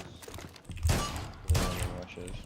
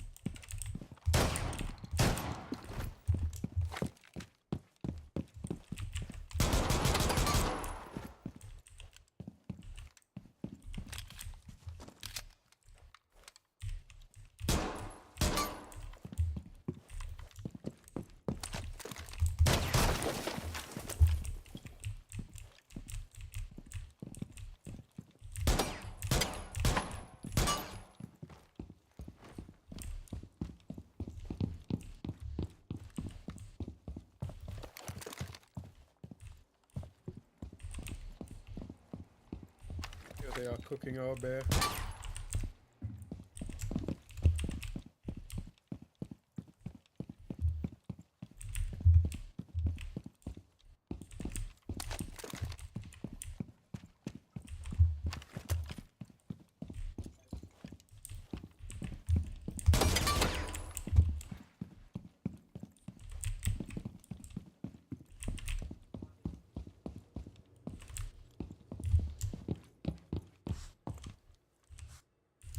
Oh, he's in there. Fuck.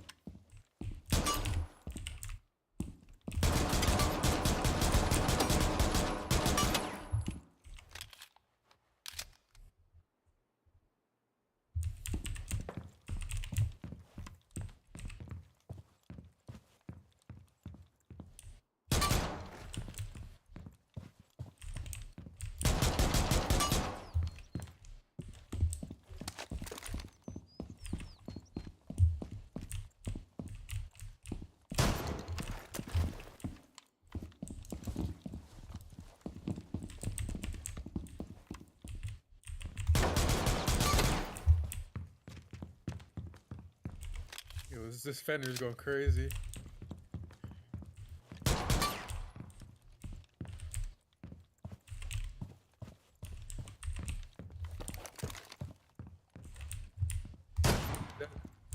Finish the mission.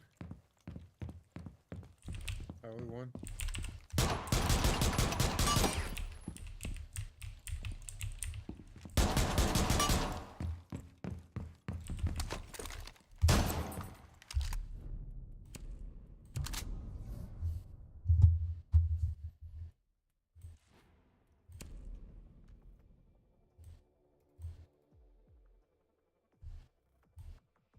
See if I can get this dude in here.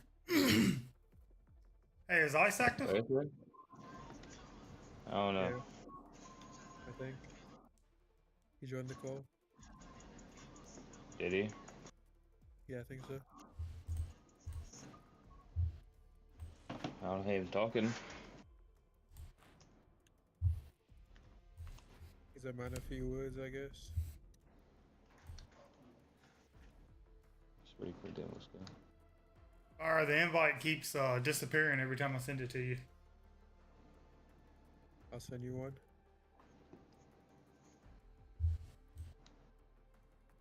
You get it?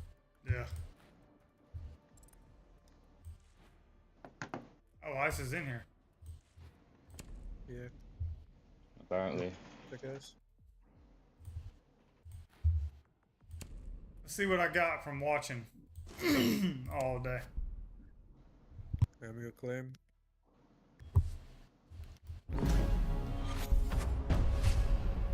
Should have a Go feedback. Ying, Chibi. I have 4. I think I have to restart to get him. I don't see him. Got a duplicate Flores, Chibi. Yeah, I'm in the lobby. Back Hey, here. I got the alibi headgear.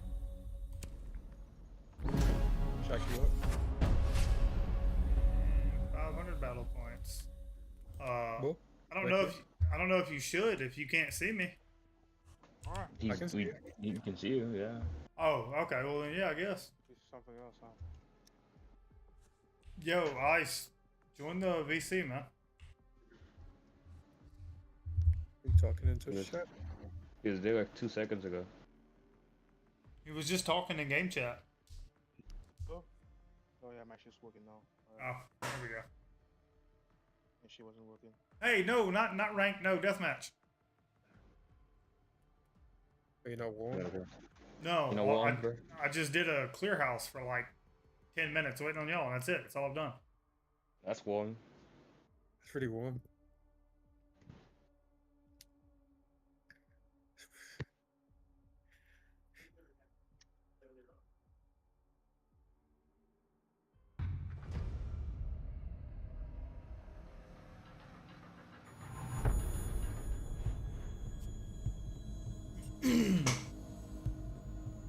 I'm still. That's got me all kinds of fucked up, man.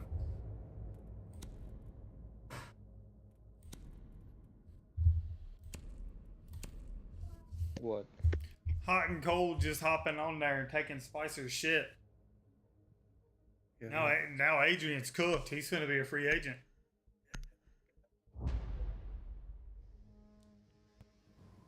Man, it's actually, you just gotta feel for Adrian, bro. Just chilling, waiting for his visa to get approved, and his team's doing better without him. Like, I get it. Just go back to Secret, bro. Just go back to EU.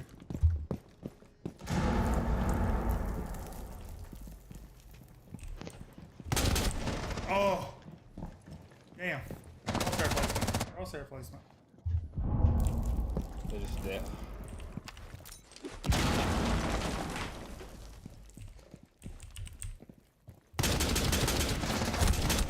Damn, same one. Since PC lobbies can use the Zims now. Yeah, you can cheat now. All right. I mean, you're gonna get mouse trapped and put in PC lobbies anyway now. Since you're already here. Damn. real quick. You did, you could have. You could what? You know something about the dip bunker? Yeah, I just like information or something. No. Can't do it mid match. Can't do it mid match. How do you know that? How do I know that? Alright, there's like 3 guys below you. Just wanna let you know. Yeah. Yeah, I'm getting mad. That's white. Like it's 5 only has 1 kill, so. That's everyone. Damn. Alright, bro. I just need to find people. When I find people, I instantly die.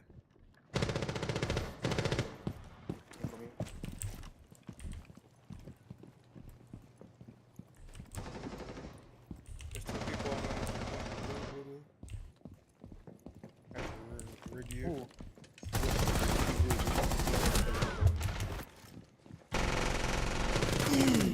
Behind you too, behind you.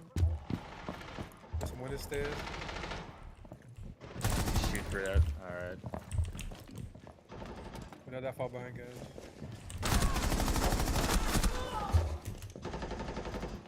In the bathroom. Reliance just in the bathroom.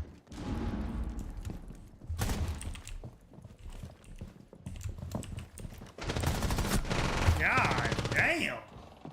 Jesus Christ, bro. Kill me, bro. Just everywhere. I'll switch a headshot.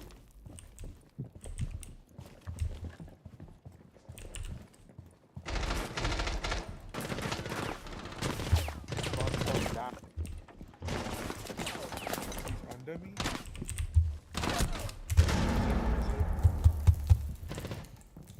Alright, bro. Have to switch. Duffy. Salem G.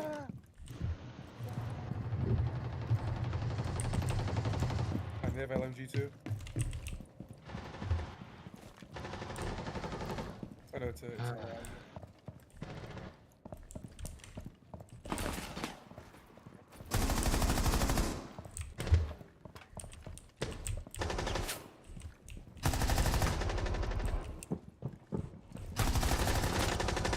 Oh wow, I ran out of bullets. Thank you, car.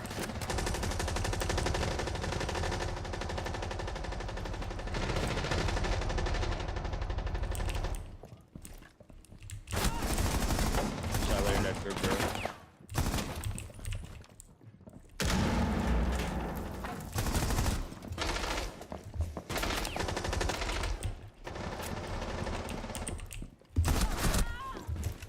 Fuck, dude.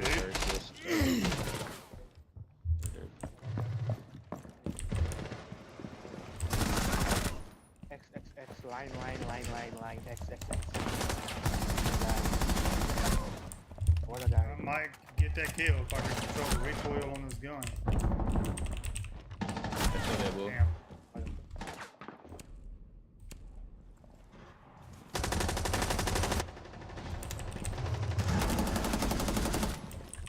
Maybe this gun wasn't so slow. Damn. Kino the Totem? No way. That's my favorite zombie map.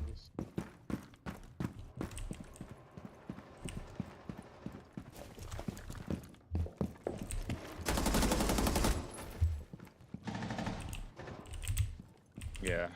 Thank you. Let's go line.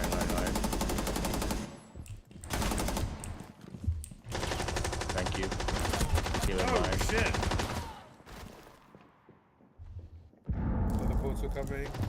Inside.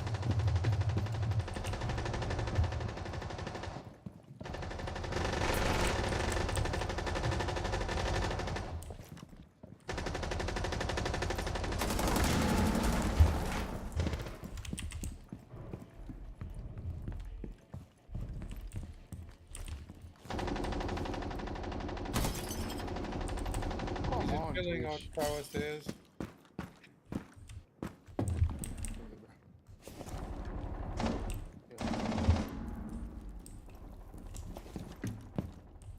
Look, he's coming up main.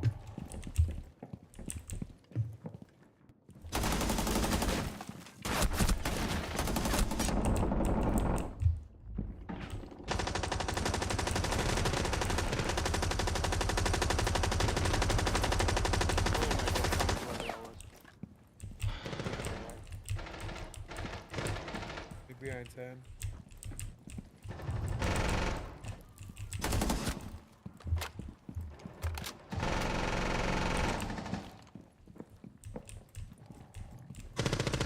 My God, bro. Look up, is there a weather?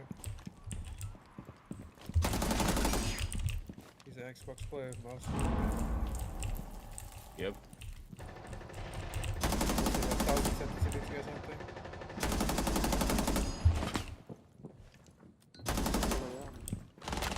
Coming for security. Yeah, I need Get you.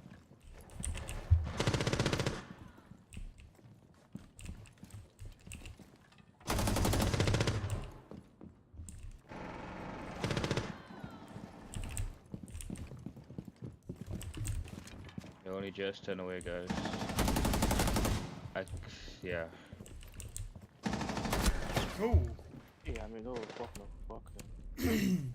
Just go to you know where, yeah. Missed the two-piece. And he ran down with the hub. Okay, bro.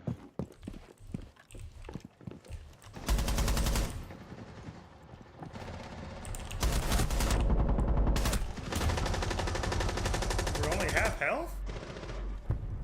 That don't seem right. Close one. Close one. Kill me, bro. We almost had it.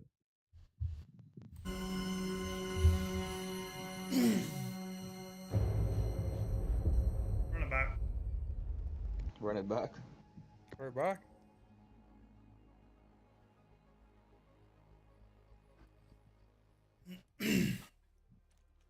Pretty warm, but I guess. I was missing too many shots, bro.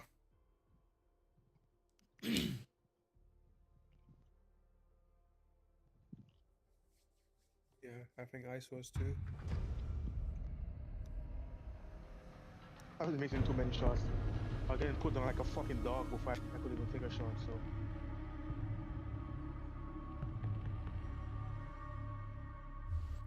Yeah, sometimes.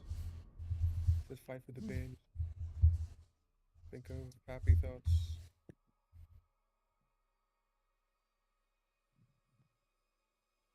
Like, what is the color of blue?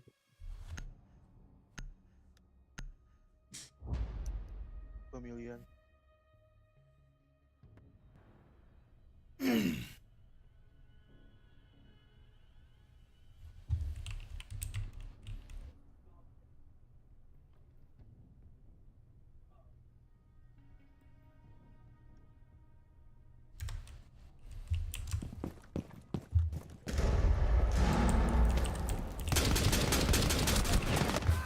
I'm playing East.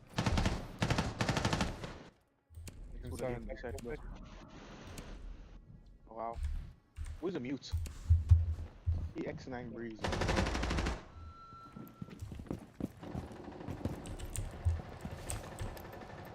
Okay, not this guy. Not this guy. Where's that gun?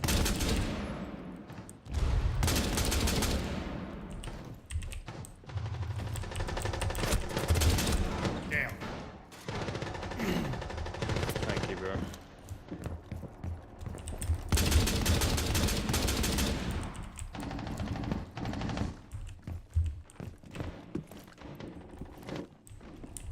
That is traded.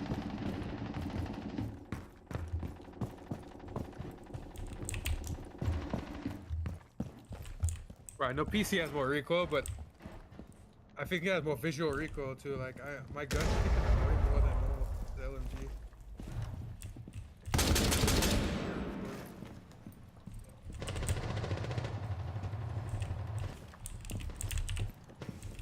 Hey guys, they don't know teammate. There's one less person in the field, but one less person. Does that mean we to run 5 Zophias?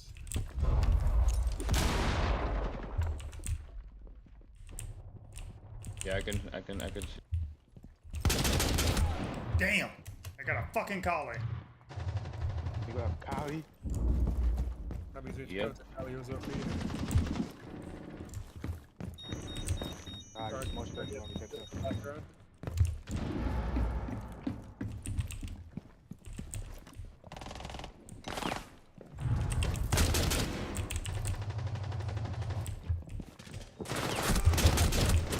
Damn. Got shot for the hatch too.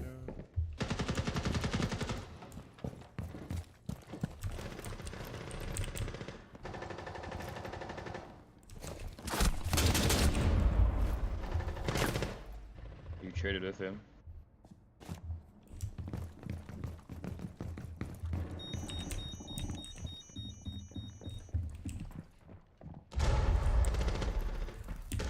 This ass, bro.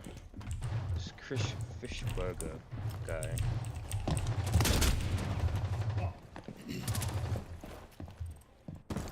Chris Fishburger and Chris and Webby related.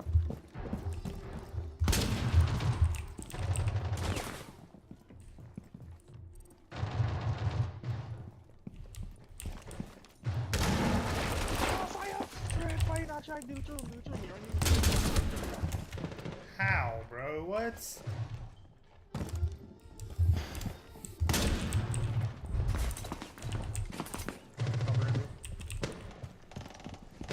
Cherry Fred.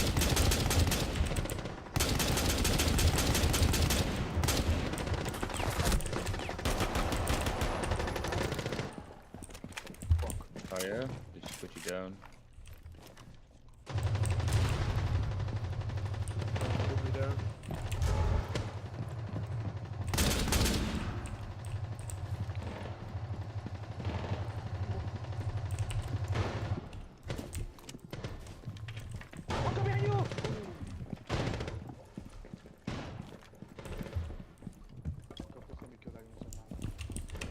No, you're on.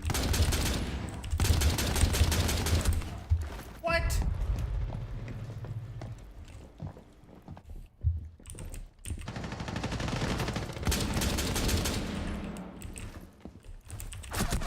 Damn it.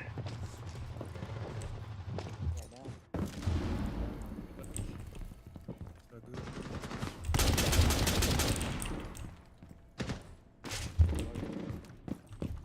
Thank you. Fuck. Maybe Ash once.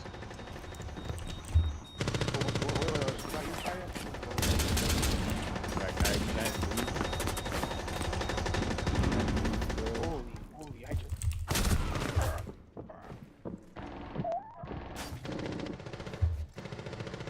Just what? Every time I die, I accidentally go to the operator switching screen. Why? Zophias. Fuck.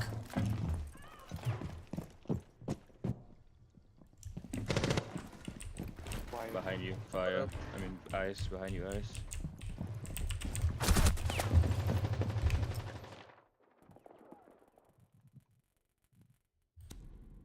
Hey guys.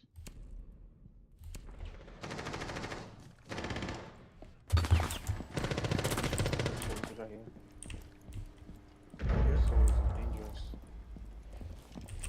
whatever she was, she probably long gone now. Around there. Ooh. Never mind. Some almost got me. Customs. What the fuck? There's no way you just sitting there holding that angle. Where is he? Up top. Yeah, match eyes. There you go, right on your left.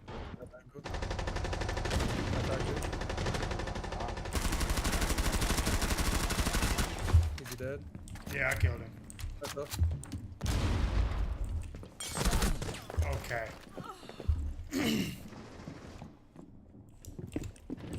Well, you kill one of them rats and there's another one.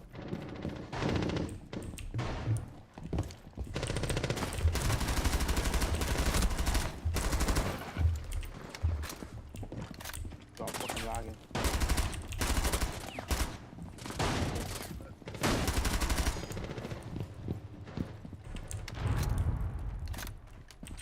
Someone just...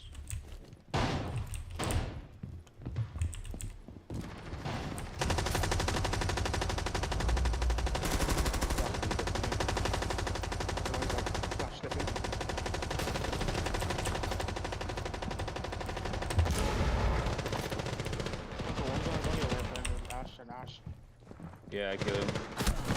Fuck.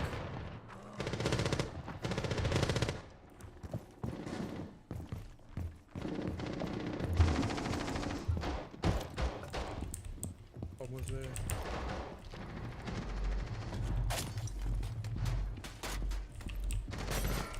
Play safe, play safe. Fuck! Yeah, just play safe, play safe.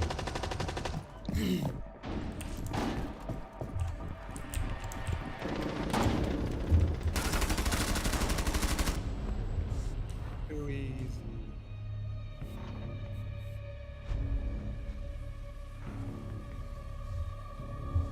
Like a 1,000 million KD. Yeah, I know, right? We're so ready for a tribal. Yeah, that's fine. Thank you. We're saved.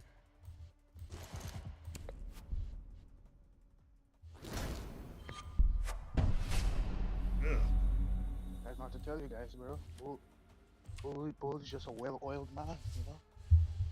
Always has to make sure he's ready. Have to. Where's my cup? It's in my kitchen. I don't know. I gotta get 41 off of this next win.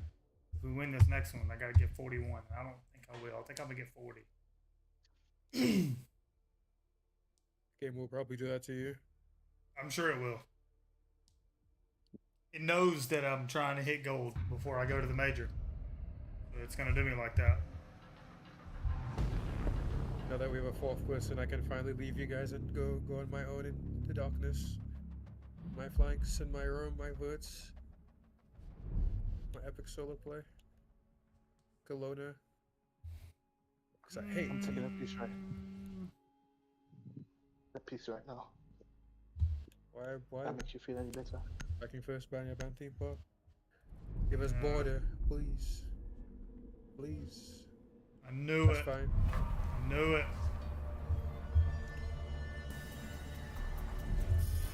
How about we get please or tell me it's Fortress? Please. Fortress. I lied to you. Sorry. Fortress. Is it Fortress? Or are you kidding? I would never. Yo, We can ask anyone. Ask going Bull. back to my well, It's Fortress. I'm going back. What map is this? What map is this? Okay, bank. I need somebody competent to go with me. On preferably a Flores. Ice is pretty good on the drone ops. Yeah, but I don't like being around Bo. He makes me uncomfortable, so I feel like it should be Fire, you can take Snake and go through ATM if you want. I'm cool with that. Never mind. I guess not. Game auto put me on Bravo. I need a Flores. Yep.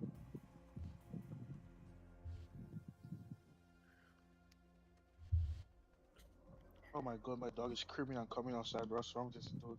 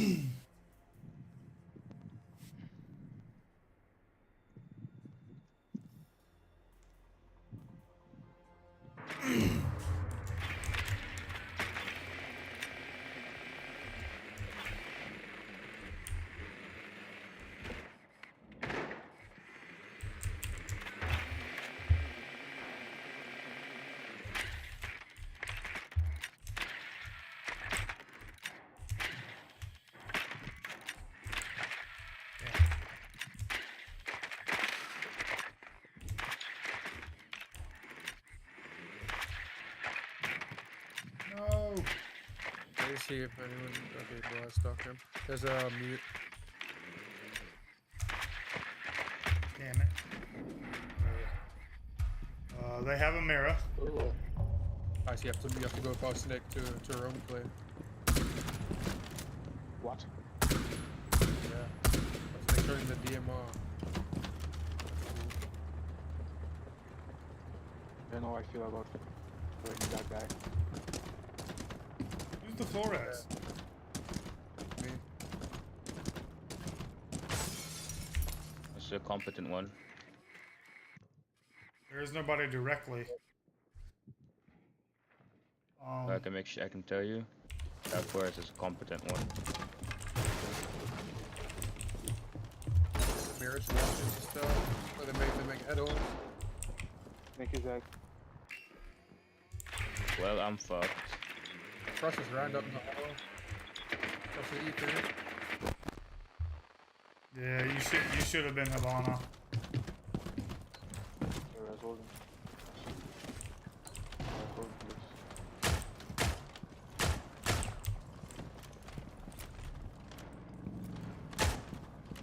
You can see no one's square, but there's a mirror on it.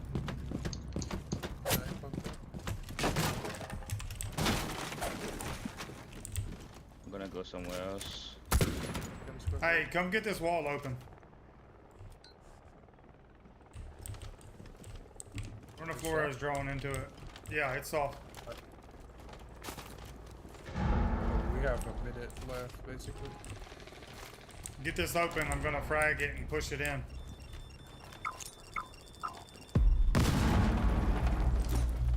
So, ice. God damn. Push up with bow. No. I thought. Mute goes. Fucking right here. But I'm not gonna push up. Get my Flores out.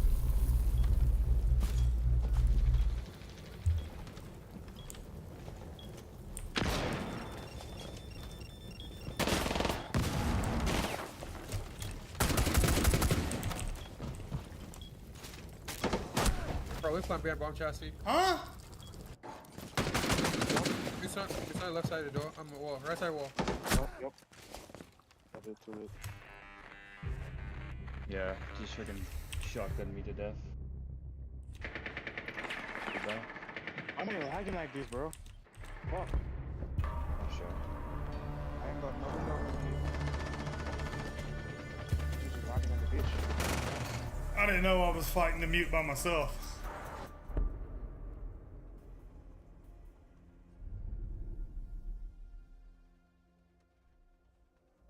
Alright, we'll ban mute. Throws at him. Yeah, I didn't know I was fighting him by myself.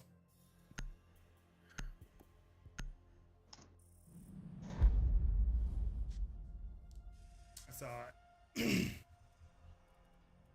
That's not good. We'll be going basement. Maestro Echo about to be ran.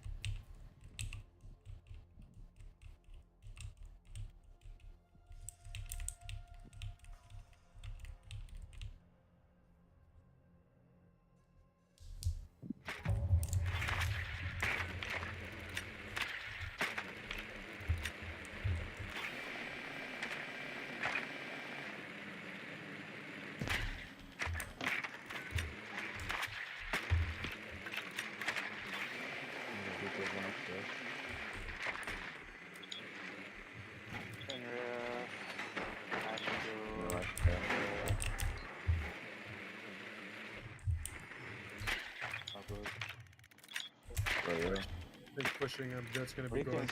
Latency, Jita, latency, Jita, Well, I don't think we should push dirt with the setup. Alright. They're also holding upstairs. I saw Goyo upstairs and Smoke's upstairs. Goyo's upstairs. Goyo and Smoke, yeah. Goyo's upstairs. Alright, so what do you want to do then?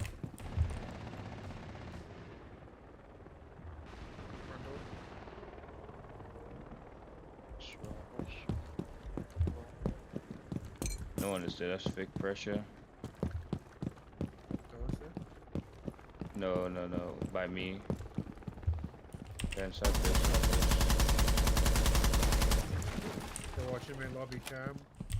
Probably someone's nearby waiting to swing. Or just getting intel. You can take our main lobby cam. Go inside there.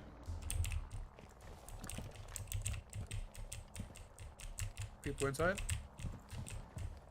They're by ice somewhere. Can I get a ping? Yeah. Inside there. I think ice knows, bro. I tell you to go. Okay. Well, I was just saying go inside there because someone might be there. Okay, that's one smoke on the vault hatch. There's a master watching hatch.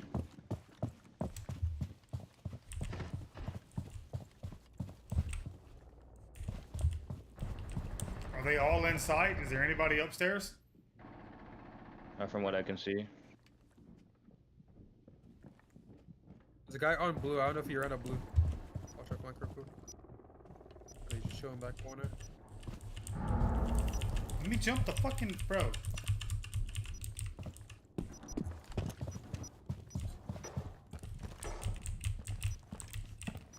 Yo, hey, behind you. Okay, man. Get that. Open up.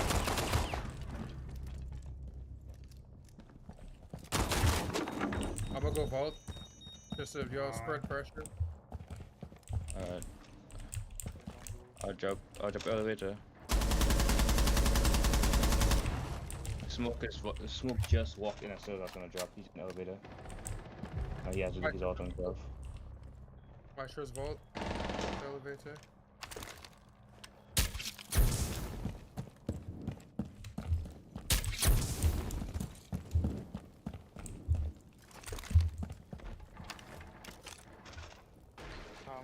Server room.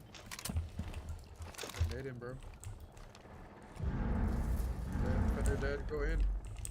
Go in. Smoke elevator, Maestro vault. Rush vault.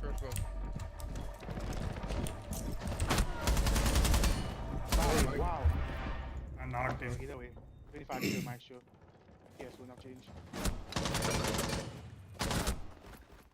Wow. That man killed you before he got. I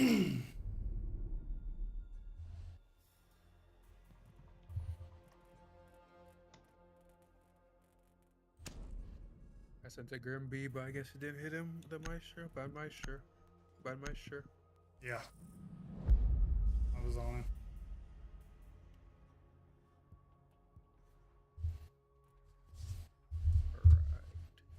Alright, so what do you want to do?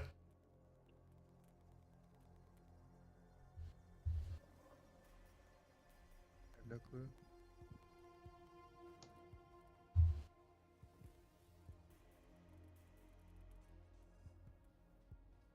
Alright, I run Twitch again. That Twitch again, that would be good.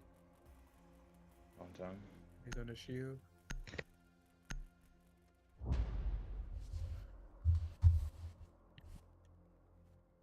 Probably gonna have a mirror again. Probably a Fenrir again. We've run Goyo twice now. What else? They run probably Smoke.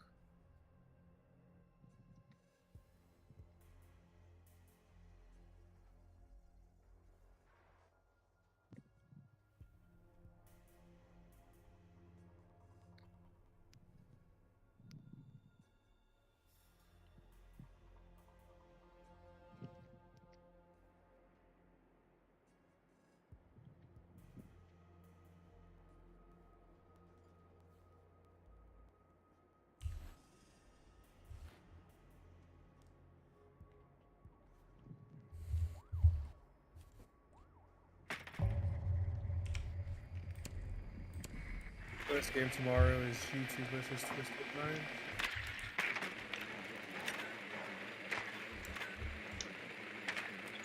Thorn, Warrior, Warden, Mira. A lot less traps.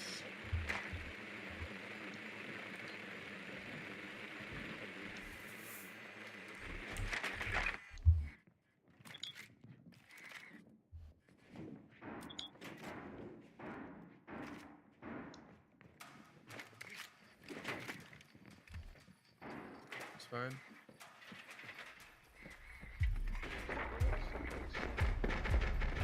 They're holding Vert pretty hard. Yeah. One is getting hatches. Did the 5 PS comp, double shield.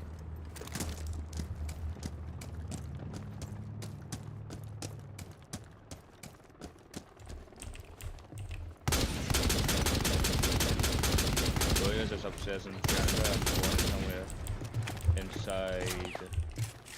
Yeah, Goya's by janitor. Goya's janitor square. Goya square.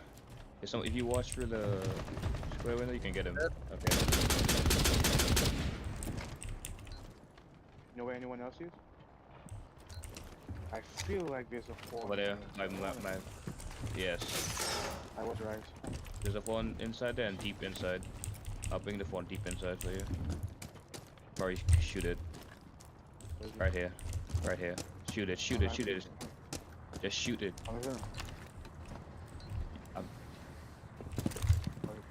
Head hose all along the meeting wall. Wait for herself. Sentry meeting, sentry meeting. Don't die. I see.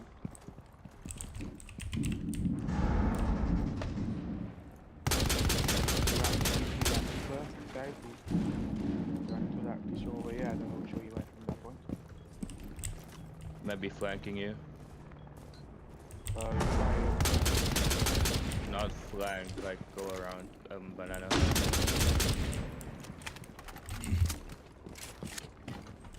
You're already deep. He's probably ran downstairs. Another sentry skedaddles off too. Wasting a lot of time upstairs or something. Yeah, good. Pressuring downstairs. No, sentries on stairs, sentries on main stairway.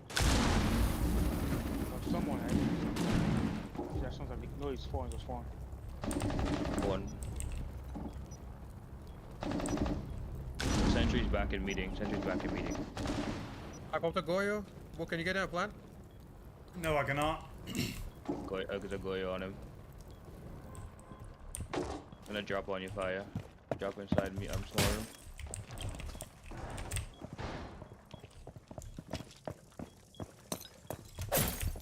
I'll tell you they're gonna drop the bomb. Janitor.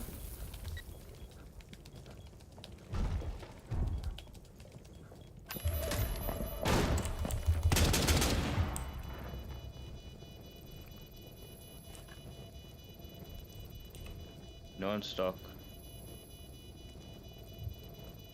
Come in stock. Phone is coming, janitor. I think someone else is in stock. One is coming stock. One is dropping stock. Drop. My window. Drop in stock. Nice. Good job, Bill. I know you dropped.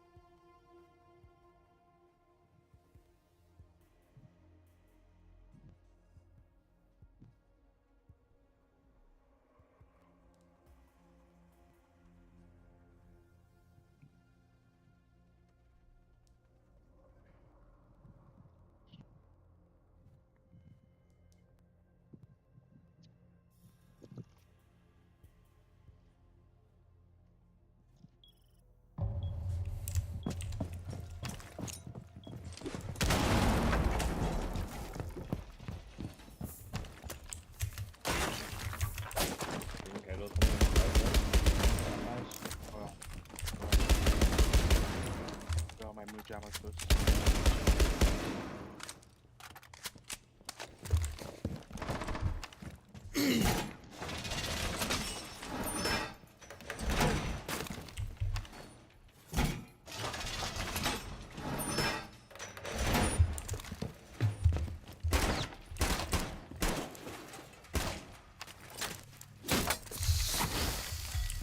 Are you on the those, bunker? Across this wall? Not across this wall, just on the drop. I'll ping it for you. Like right here. That good enough? Put one more here. Yeah, that's fine. Thank you. Yeah.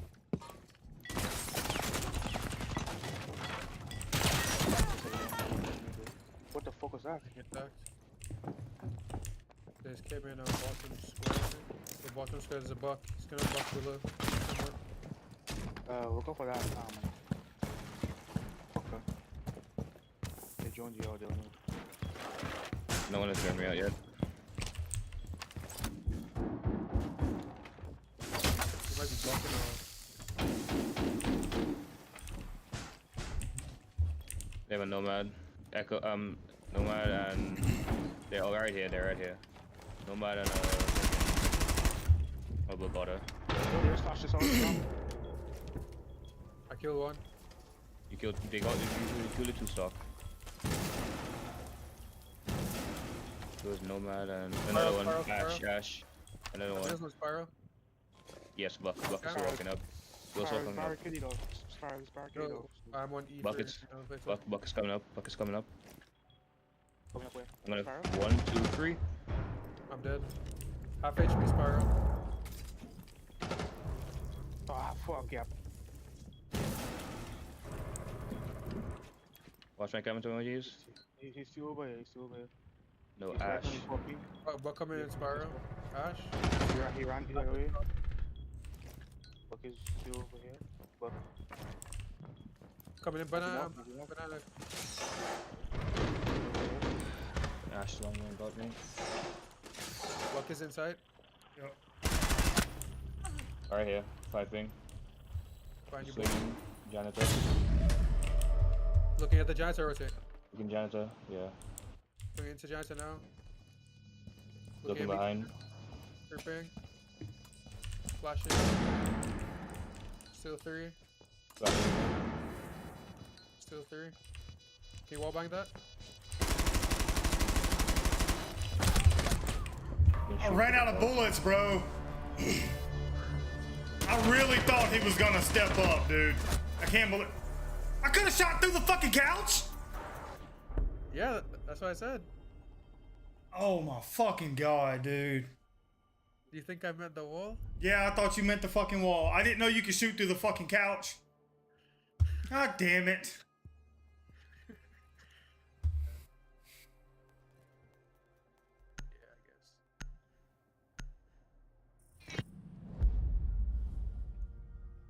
Holy fuck, I did not know you could shoot through that fucking couch, dude. Oh my god.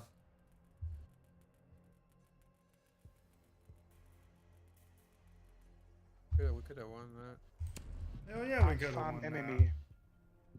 Inviting me to a party. Who is this guy? Is this our team? Who is this? The enemy team. What does he want from me, bro? Oh no, but Probably gonna tell. Probably gonna tell you to throw. That was him in words. Either way, I'm not interested in joining. I'm so fucking mad, dude. I did not know I could shoot through the fucking couch.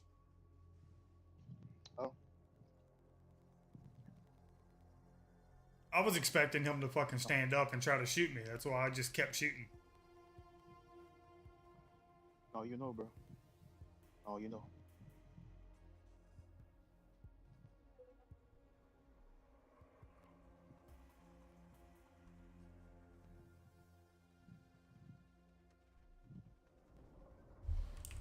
Oh, damn.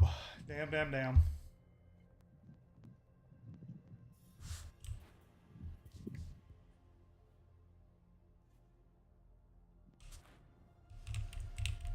Can you get one of your Echo drones in stock to help me? Fuck. Alright. where do I place? I'll just take out the one inside side. Well, I don't have nobody playing janitor to help fucking keep everybody from jumping in. Robots slow it better. You have the TCSG from Ice? Oh, but considering that's too big. That's too big. That's alright.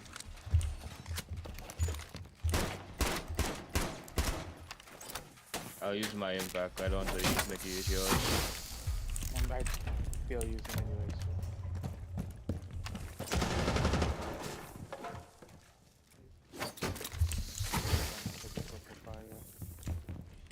The lockdown over here.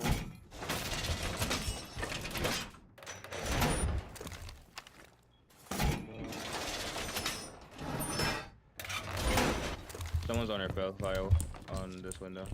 They can't shoot you, but they can shoot you, Ice. You can?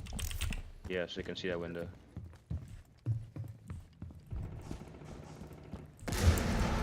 Got them below. Wow, what's that? What's that? There's a buck as well.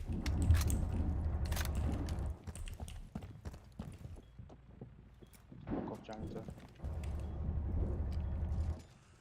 Top square. Walked in top square. 3 top square. Both 3 ping. They're watching you, bro. In the back. The ram. Inside it, bro. Inside. Yeah, I left. There you go. Good. God damn it, man. Fuck. Where? Inside side? No, he's in fucking bottom lobby. I'm gonna put this back inside side then. Coming up spiral stairs. At the top. Good job, Ice. Okay. They have side. We have sides. Okay, I thought you was in there. One's in Then janitor. janitor.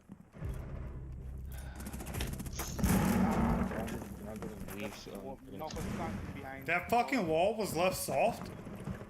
Yes. Ram is watching the headers inside a meeting. Actually, no, Ram is inside the main block. She's on janitors.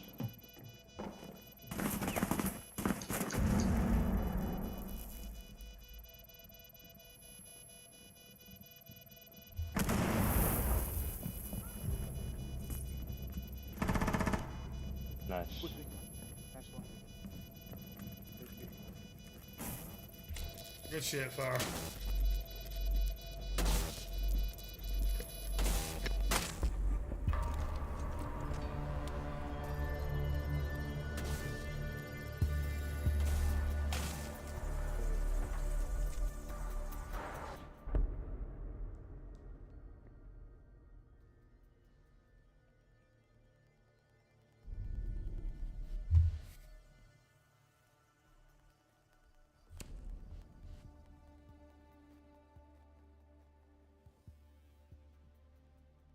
Monty. Monty? Mm-hmm. Damn.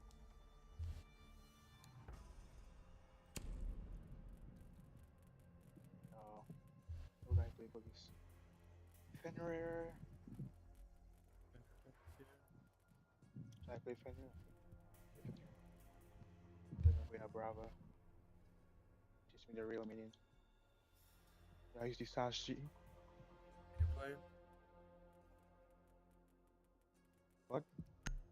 I'll play smoke. Well, I thought you'd take smoke and go in blue stairs. I haven't figured out how to control that gun yet.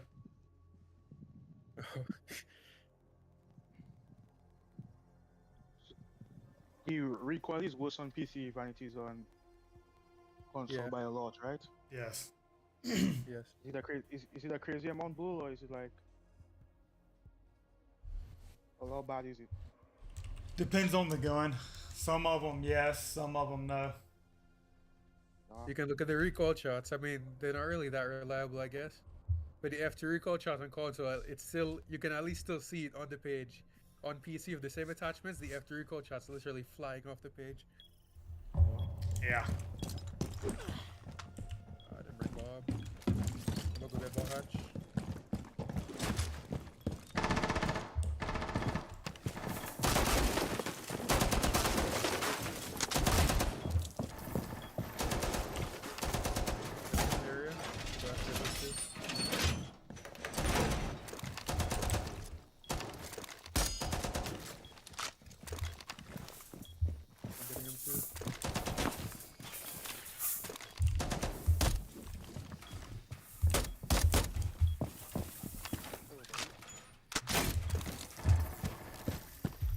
Back to side enough, fast enough. Can't even get to reinforce down hatch.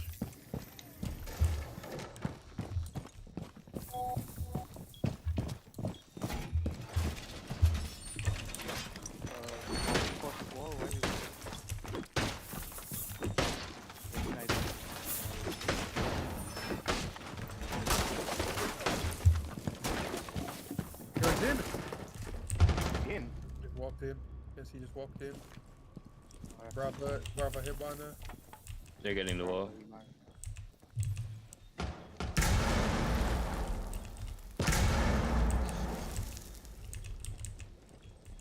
But don't waste, and they're not inside yet. Like, don't let them take an open fender, because then you lose it forever.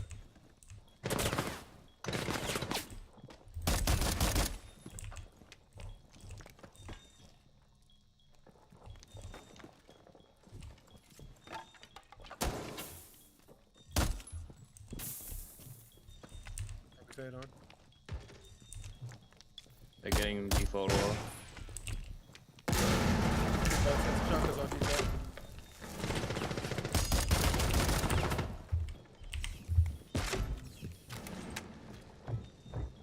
Fuck, dude, yeah, we don't have anything watching that shit. Gonna fuse you now, bro. Boy, you got a flank, maybe? That's it. Go on truck, go on trap. Alrighty.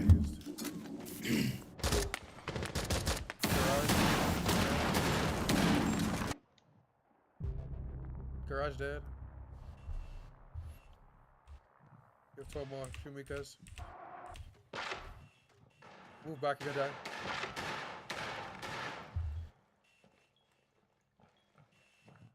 Bro, I actually watching the same angle as Stone.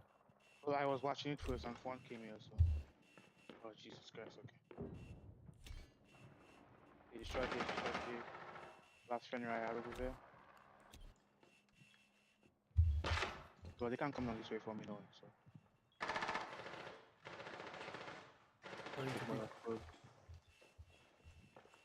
I hope Hit the chunk of fires. Main stairs. Go, go, go, just fire, fire, fire. Main stairs. Let him come in. He's in.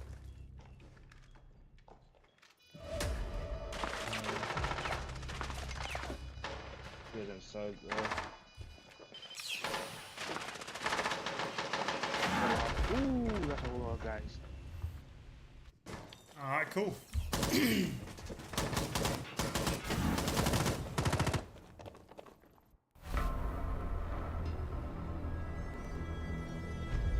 Reinforcing all the hatches were not very good. I had no time to do my own setup. Should have stopped that whole thing for at least 30 seconds. 30 seconds, at least a minute.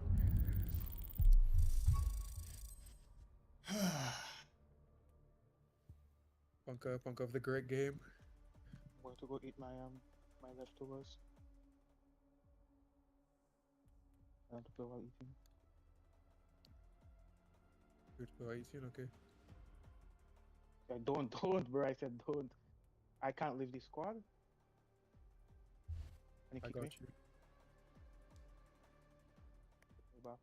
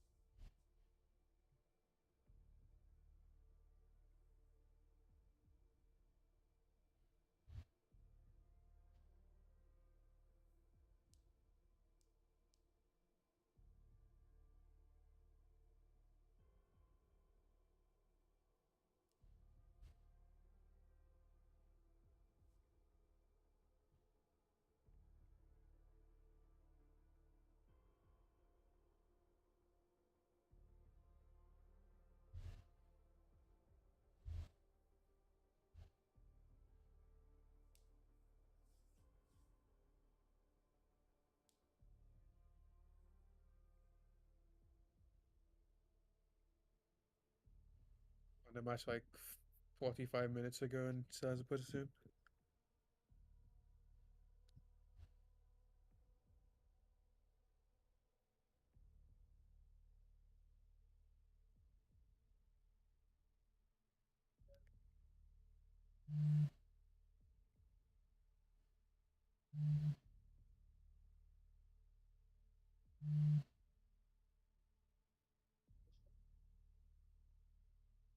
I need to know.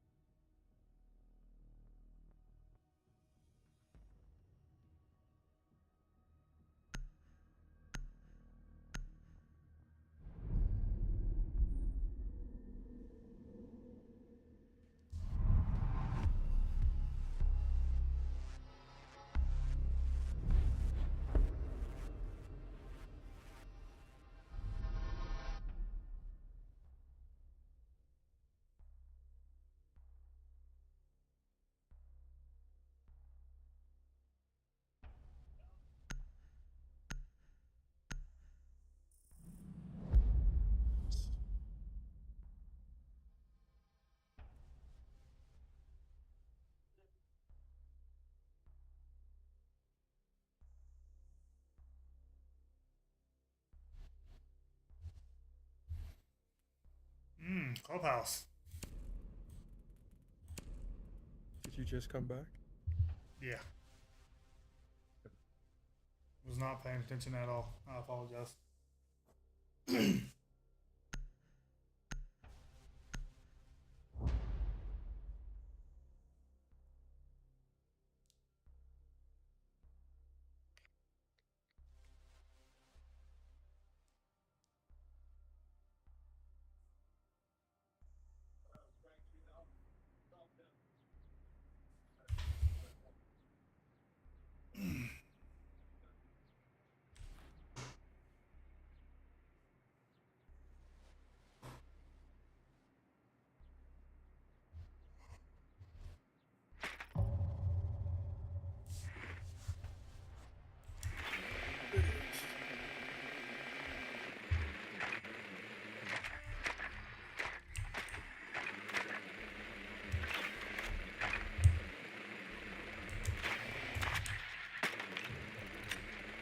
You know, in that last game, when I had that clutch as bandit, my heart was kind of pumping.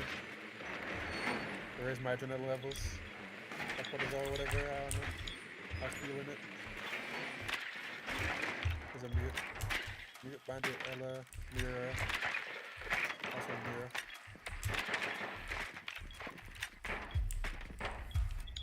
Look at the Gabby action. Where are they? Bedroom gym. Basement, bro. Okay, I'm making sure I wasn't watching it properly. So we don't have eyes now. No, I'm blind actually in my right eye. I might be right with how you were playing last game. I played perfectly last game. Don't know what to tell you. You have the skills than Ice, and Ice missed a point blank shot and Bucko wasn't looking at him. You're just sitting on the door. Alright, bro, I'm gonna get it. Funka, can you nade the journal? I don't have grenades.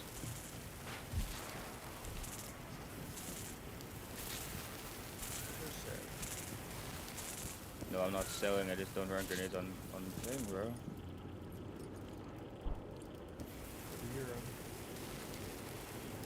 Like 3 guys watching one door. I can't even get a single drone inside.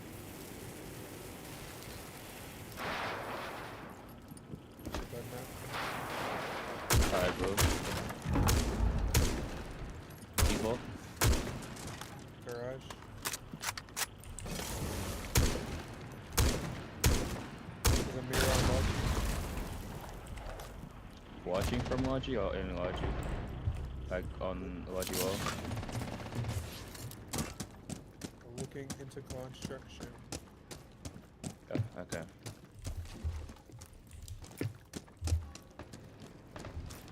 No one's playing on it though.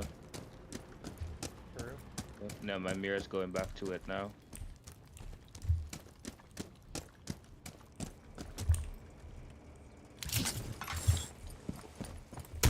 Yeah, it's like in the corner, just watching the hatch.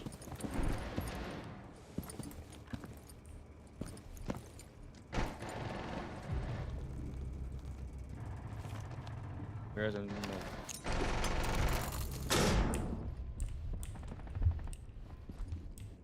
the bathroom, and then right by the door.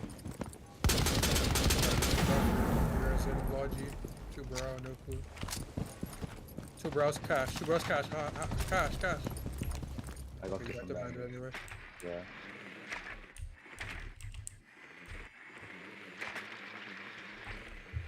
You see him? Bro. There you go. 22, kind of winnable. Did you not get the wall? Yes, the wall is gotten.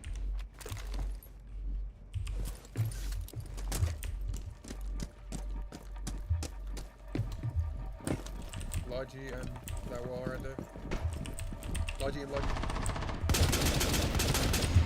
Land. What did... Boom height. He's gonna die anyway. He sent us flash on.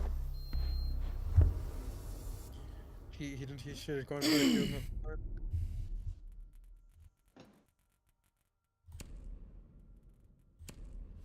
You bandit. Okay, you can. Okay, just take their mic. Go get wall.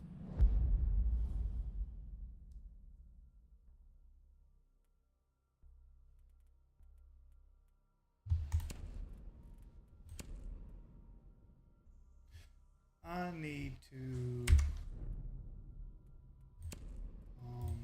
controls. My teammate knows what's up. This dude's an idiot, bro. I swear to God. Hey, buddy. Cade and Bandit are banned. Why are we playing Thatcher? They might mute the wall. Actually, you can go upside down. That's why I told him to get their mic and go get wall, bro. Come on.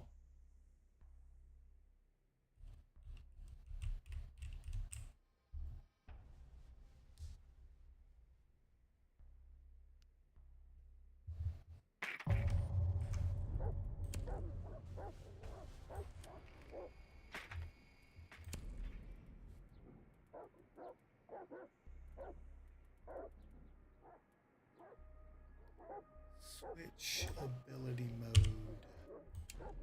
There we go.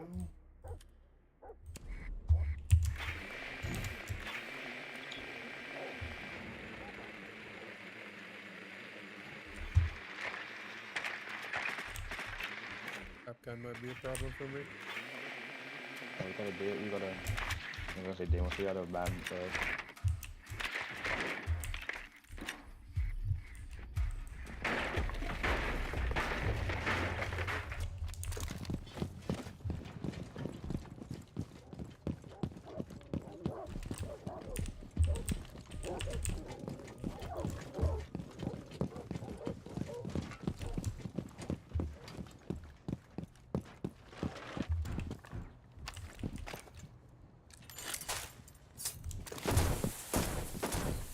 Capcan on this door.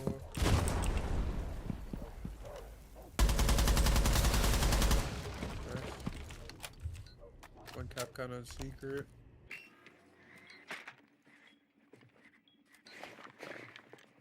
The beeper right here.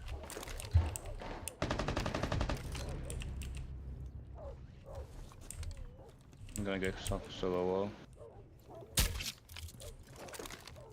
I doubt it with a meet. Who's the last one? I'm gonna pick the last one so I can shoot for the ball. Do we know? No. Haven't seen him. There's a guy downstairs.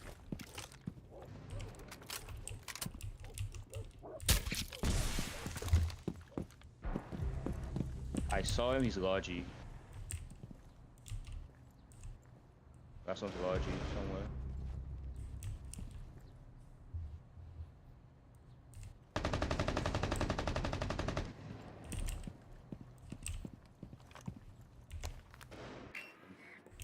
He's in construction right now. Okay, I was looking for him, bro. I had no clue where he went. What's his name? Last Capcan, new gem, I can't scan him. We have no idea who the last one is? He's somewhere con area, I'm not...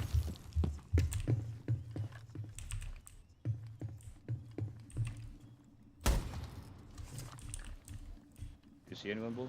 I have rafters. Ella.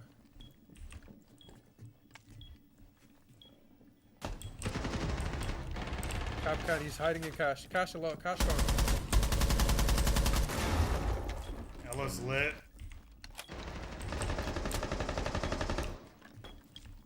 Okay, you should go plan. Alright, go, I'm gonna plan. Yep. You need to hold me. Oh, shit! Cash. Sorry if he runs up. We would run on him. Running up. Nice, good shit.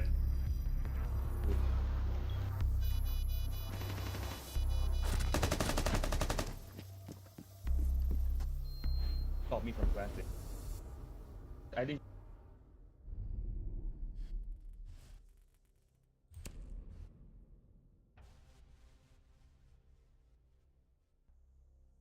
I really thought the Monty was gonna fucking clear rafters. I don't even know where he went. He was on main bridge and then he turned around and Tuber shot. Voluton. What's going on, buddy? How you doing? He couldn't walk in because the... You're cutting in and out, bro. He couldn't do that. Oh.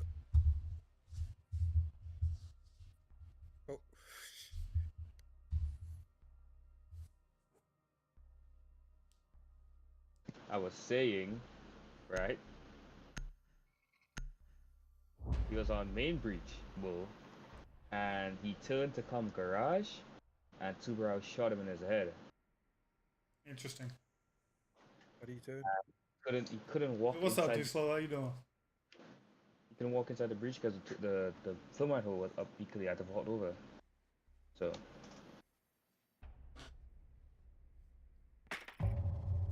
Oh, I didn't make that.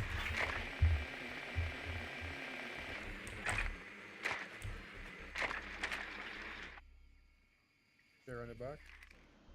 I don't think so. There's a Capcan again. They're a basement. Basement.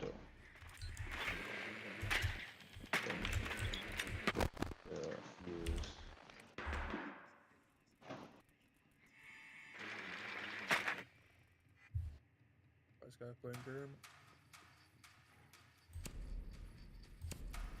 You have a Caveira? Caveira? Yes. Ooh, you got it. Oh, Jesus, thank the Lord. She was upstairs, the Logi side.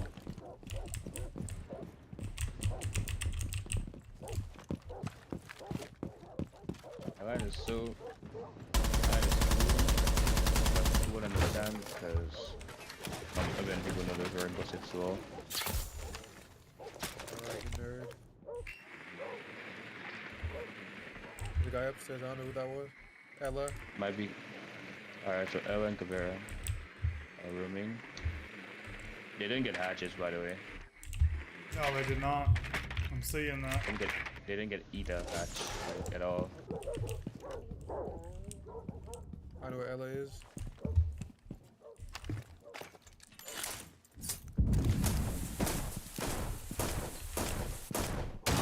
Caveira's close to me. You didn't see Ella on main. No, I just see Caveira. Where's Caveira? Caveira, she's somewhere close to bar, I think. One stairs, one main. Alright, I'm gonna start using this then. the motor. Come with motor hatch. Can you come get this as well? Get what? The hatch. I think that for you. I'm Demos. You can get hatches if you have a gun. Oh. You want me to get? You got kitchen hatch or what? Goyo just immediately murdered me. Goyo's like at the back of a box. Oh my god, I'm retarded as fuck. I know Bravo's dead. Well, watch out. Can you go get Bravo? Can you tell Bravo to crawl up more so you can get her? or Holy something? shit! There we go. Whoa. What's up? Tell Bravo to crawl up more. She's a safe res, I think. I'm not too sure.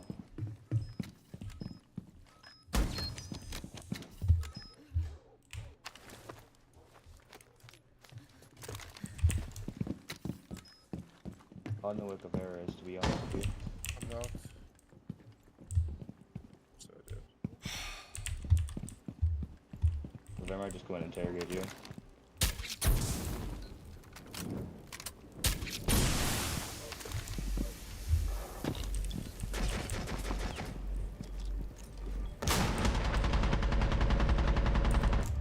One left. Where's that? Inside. Go top on it. Nice. God damn.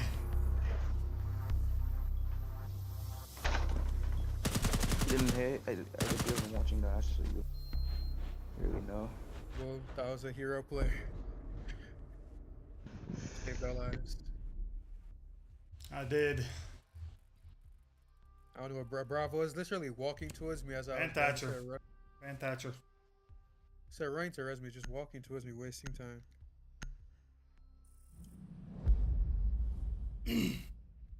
No, we can't play Mira. There's only 3 of us. Never mind. CC or Jim? Go Jim. I said Jim before they killed the kid. I play Clash.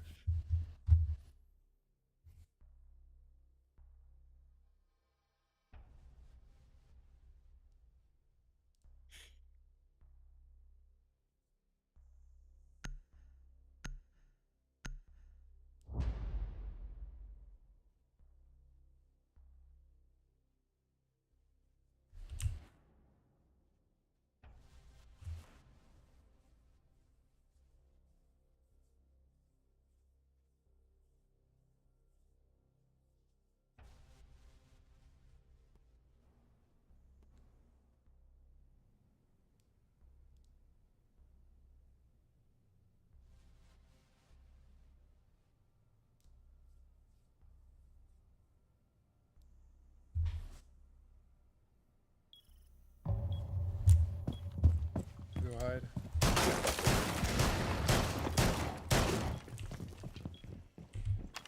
You're not CC? Jim. Bro, you literally said Jim before they killed the Clash. Or killed the Cade. I said CC before they killed the kid. You said Jim, bro. Am I losing it or something? I swear I said CC, that's why. I swear to God I said CC.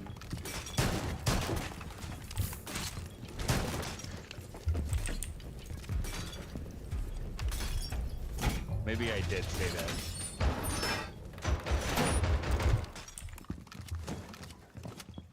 No. Okay, thank you. You gotta watch my gym door. Thank you. I get shot in the feet from the drone hole. Nah, you'll be fine. Once watching RG, you'll be fine. I'd have to watch a gym door. You're playing Cade. Oh yeah. There's one outside breach. They just droned me. Yeah, they did. You can go back. I'll okay. There's one highway.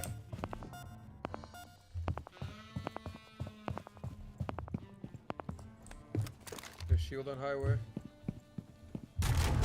Blackbeard.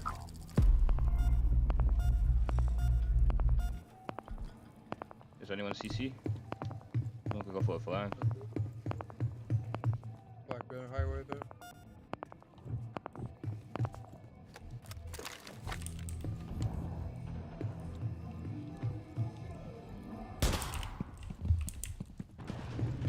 Ooh, I got one Selma, but they got the wall.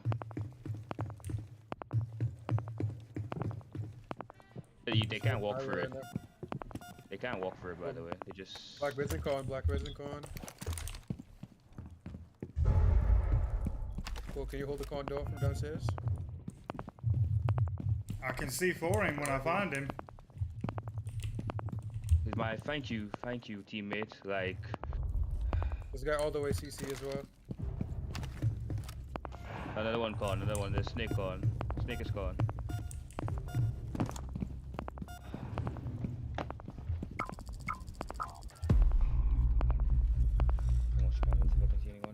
Snake is inside. Snake is inside. Logi. I mean, Snake is inside Logi. And Osa is on the wall. Osa and Isa are on the wall, and Snake is inside Logi.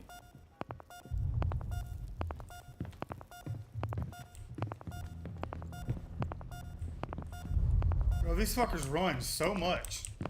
Can you try to trap them in fucking Logi or something, bro? Alright. They have headers on the wall. They have headers on the wall, bro.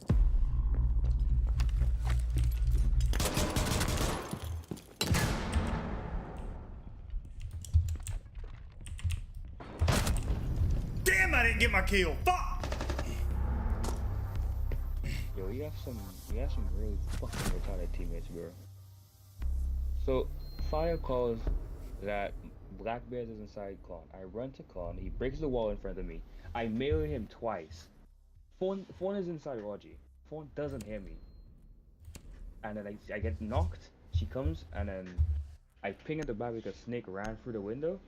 Not ran through it. It ran through Cash, and she kills the freaking Blackbeard instead of killing Snake. So I was basically stuck. I had to hold 3 doors, 2 windows. Like, and then do anything. And then Goyo started to Goyo just slow walking up the stairs and he got shot. Yeah, I'll hold underneath fire. What? I'll hold underneath. Okay. Freaking Goyo still walked up the stairs, and Goyo got killed by the headers that they had on because he didn't run. If he had run, he probably would have lived. They would have killed him for sure, but he would have lived a little bit longer. Play goes ice.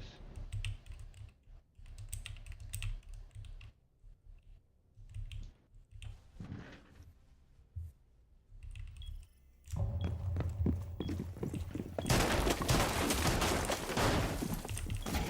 you can take a bus.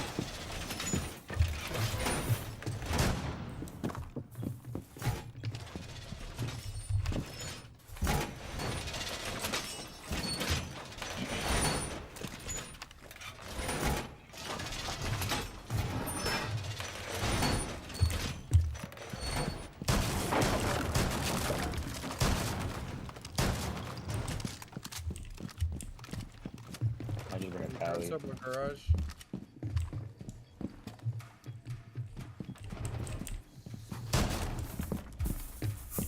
Have you already placed your bandits? Yeah. Alright, but I'm gonna take it out. Yeah. So you can do it. Oh, wonderful barbed wire, bro. I had to put it back, Someone's on outside. Put it back, you're good, I opened them. They got a drone coming up on you. I can't put my bandit down. Oh my lord. The wall is open. I couldn't hit the wall. Why could you not put it down? Was it the barbed wire? The barbed wire was making me not be able to get it. I couldn't put it down on the wall. It was making me put down on the barbed wire. There's a drone somewhere spotting me. I don't know where. The inside side. By the inside side. Yeah, I know.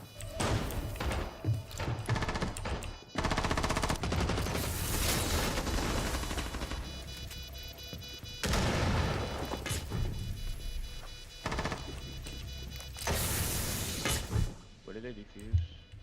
It's right here.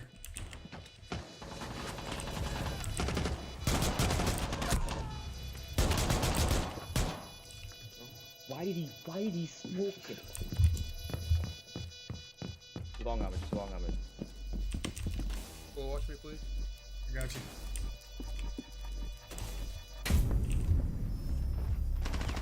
Dude, it's like, why did smoke the diffuser when no one is inside the room? He smoked it when I started to defuse. I tried to stick it because I thought I could get it, and I just got murdered. Yeah, that probably happened.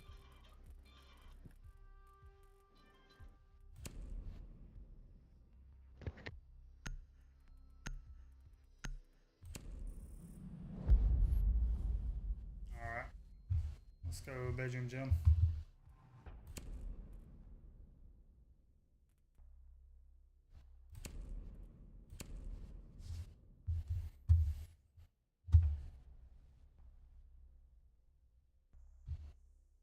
Starting to really like Pulse, dude. Freaking phone, bro. Like honestly, phone put a barbed wire right in front of the wall, bro, and I was trying to get it down. And even if I couldn't have bandage trick it. I broke it, and when I broke the barbed wire, they freaking aced the wall. I didn't have enough time. Phone put it right in front of the wall. That's crazy, dude. I've never seen that. Because I could have gotten it if I was like all the way left, but it was too far left, so I couldn't bandage it properly. So when I tried to break it, it's just, I wish he put it in front of the wall, like.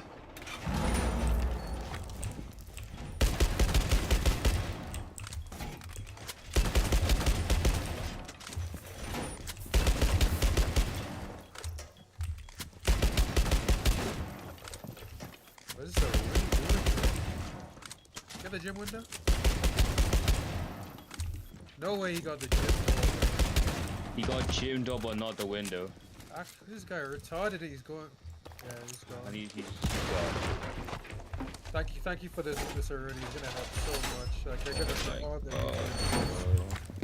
Thank God. I love my team. Yo, phone. I just hope you do not put that. Okay, he got someone. No, he can die now. Well, he doesn't have to, but. He might just get killed when he's trying to get back up. Anyways.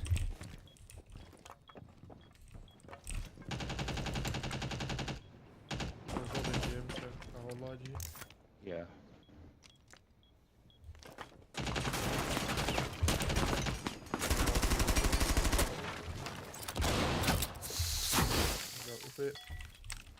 Thank you.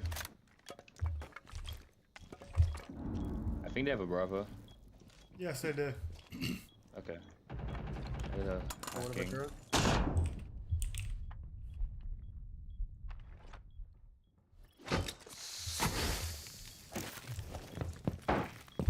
Okay, they're coming outside now by jacuzzi. No one pushed logic yet. Alright, the second Bravo drone gone. Tried to Bravo my bandit.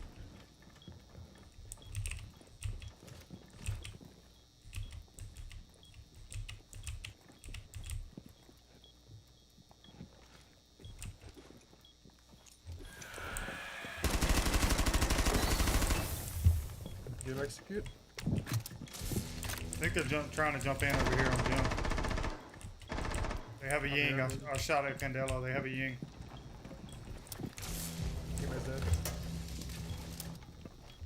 Okay, now Bravo drone is gone, for real.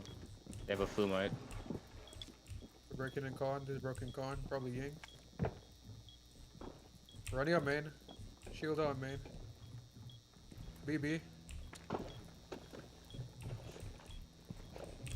Right here. Swing him, swing him.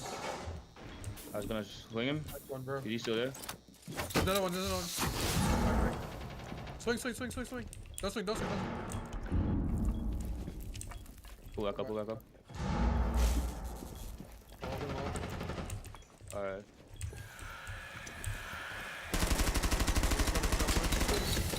Yeah, hold says. Watch him. Watch. Condo or something. Condo dead. I got case. I think that one's gone. Got him. Gone. Alright. Fuck, I should have just played a zombie the whole game. Bro, you had the freest kill on Blackbeard and Thermite ever, and you just tried to throw a C4 and he threw it on the railing. He Yeah, just wasn't paying attention. GG's, y'all. GG's. Yeah. We won. That's the most important thing, man. Thank y'all. Which one of y'all was the stupid one? The Rooney? Both. Alright, I'll give that one a Both. thumbs up. I ain't giving the Rooney a thumbs up. Say both, you know. Oof, 39. Alright. Let's get this next win so I can hit gold. Finally. Yep. Bro, I need this warden set from the event, but I'm not getting it. Him scamming me.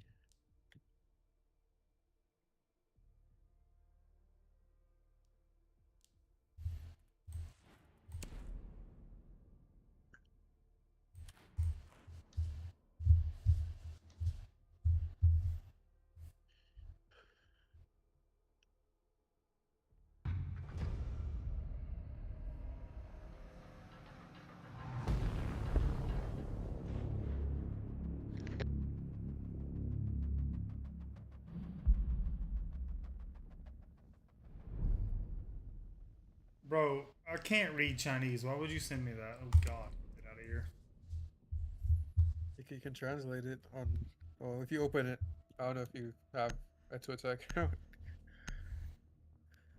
If you go on Twitter, it just auto translates. It was translated for me.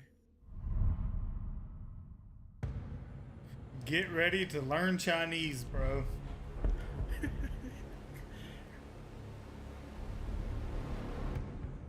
There's no way. Consulate. It's the map. Consulate. Get rid of Snake. Because I will be running Pulse.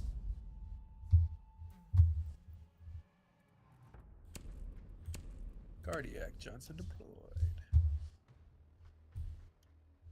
Who do I play for you? We got 2 intel ops. Need a trap. Lucky should play Clash.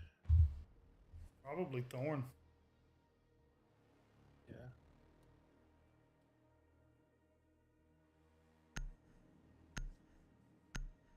What time's the first game tomorrow, Fire? 13:15 Mountain Time. Or 13:45, one of those. Mountain time? Yeah. That's only 1 hour, so that's 2:15 or 2:45. That's unfortunate. But aren't you off? Yeah, but I got a well test. I dare you to fucking jump in and plant, buddy.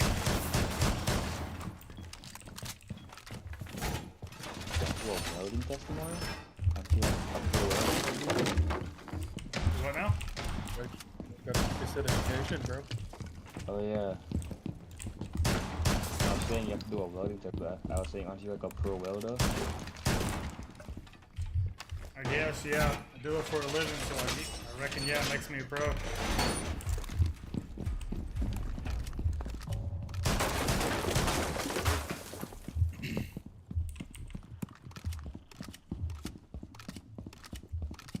This vigil might get killed. I believe in him. They're breaking by you downstairs, Bull. They're spinning wall. Pushing my wall. It's open, but no one's pushing it. There's someone outside of it. They just ruined you. Full mats on it. On the window, hop in. Side here. Pushing you. He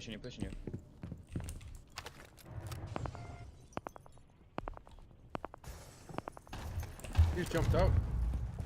I thought I knocked him. Full mats inside there still. I'm hoping. How's Ash not dead? I have a 50 damage gun. Where are they? Pushing up the single wall. Ash and Thermite, no clue where the other ones are. Full mats journeying. He's out journeying. He's pushing back inside. He's inside. They're both Got pushing. one up here on yellow. Both pushing me. Single wall. Pink. You on yellow. Single wall. They're not you. There's a guy in yellow. The mite's almost dead. Like 1 HP. He went back outside immediately after he swung me by the way. Oh, Ying got me. Fuck you, Ying. Ying's on yellow. Kill Thermite and Ace. She's prone under the table.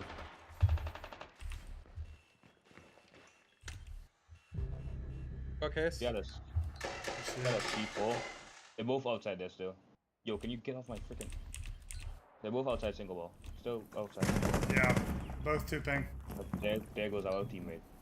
Fly's walking inside. Ash is going somewhere else. Alright, they're both going in. One's going around. Ash is coming Spiral. bathroom. Ash is coming around. Bathroom. Yep, over here. 1 ping. They're both over there. Good Pushing shit. you, Last one pushing you. Pushing you, bathroom. No. I almost had that. She was one. If I got 1 bullet off, bro. Damn.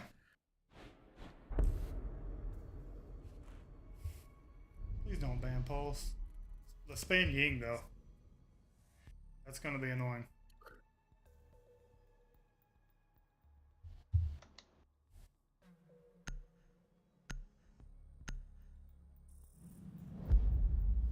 Yes. They banned the one. That's not good.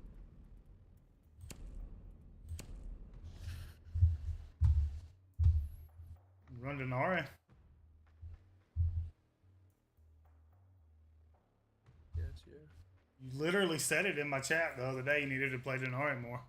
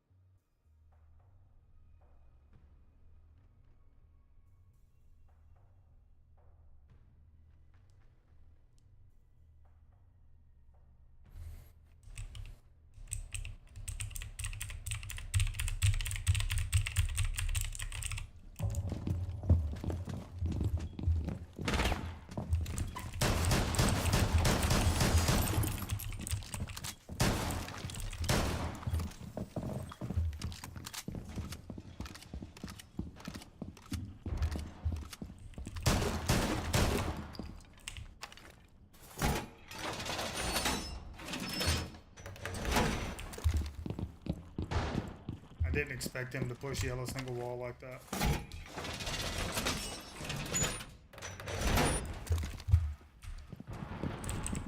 You reinforced this time? Yeah, I reinforced it.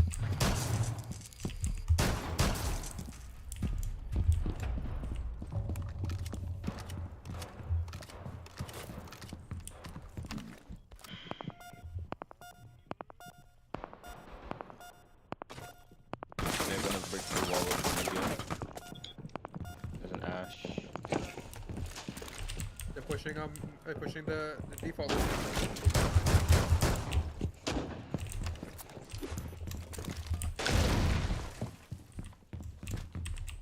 But no. Someone jumped in on you, Bull, on your window. Yeah, they were like hard focusing me. Fuck, bro.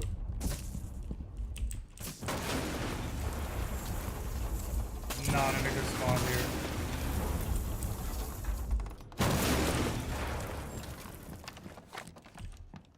They got my cam inside side on by you, fire. Ash is coming spiral. Ash is spiral.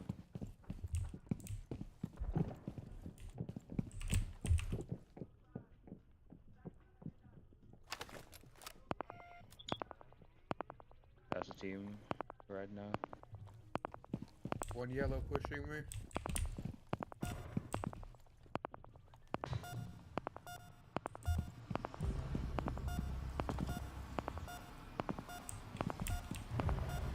Let's go fried on yellow. Yellow ace. One's on piping. He's swinging. His back's towards the door. His back is towards your door. What is Mute doing, bro? Okay, Mute got someone. Still, how always says, not looking at all. Mute swung him. Mute's about to lose his life. Ace is inside side. Ace is going inside side. By B bomb.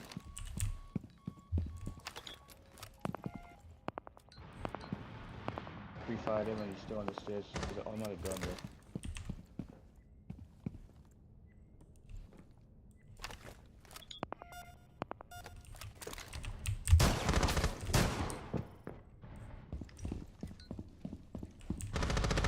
Last one's still mad. Ace is inside side right now. Well, you gotta kill this ace. Ace is right here on my full ping. He's coming around. I didn't know he wasn't in your ping. Oh! He turned back around and went. Yeah, your ping wasn't in the fucking door. I pre-fired the fucking corner. Well, why don't you grab the Reaper? I don't like that. I'm a lot better with that pistol than I am that other pistol. Yeah, let's go upstairs. Fuck, man.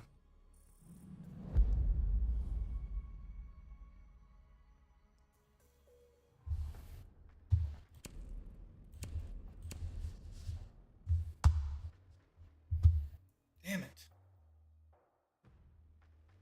Yeah, I know, Baba.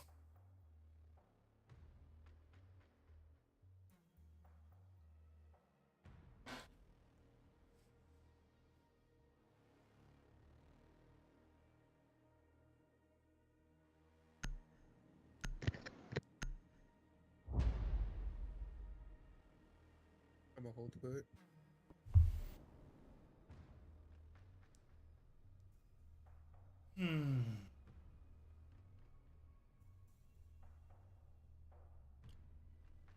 That was just unlucky timing, I guess. I pre-fired where you pinged, but he moved right after you fucking pinged. Yeah, I pinged it, and as soon as I pinged it, he moved and turned around and he knocked the door and killed you.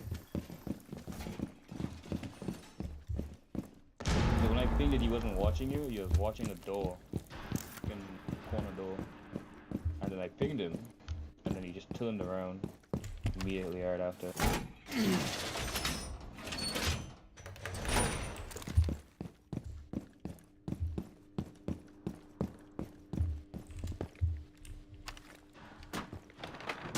Please stop using your bossy shots like that, bro.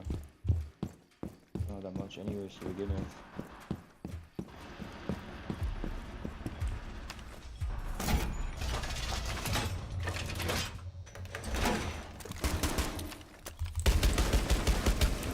And why do we have an emerald in our body, in our freaking game, bro? I didn't even realize that. Fried.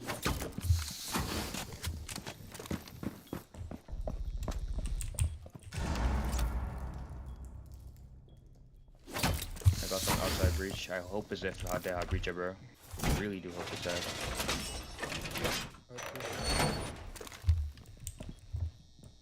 Someone's upstairs. I like a shooter. It is.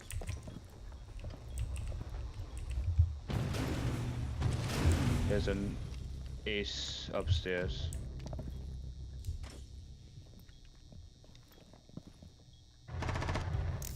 Yeah, ace just got me. Ace is upstairs on the hatch. Fuck. Ace is upstairs with you. Fire.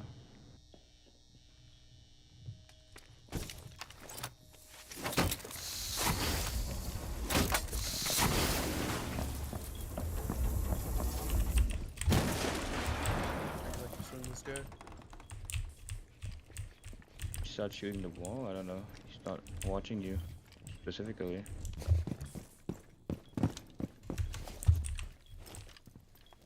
Yeah, he's gone. By the way, he's left. He went to go spiral.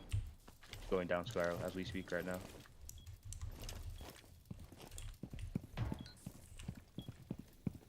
Yeah, he's spiral. IQ.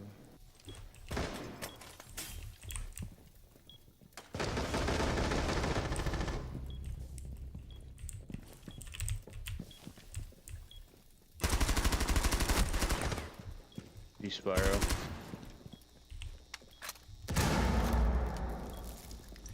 Spiral hole.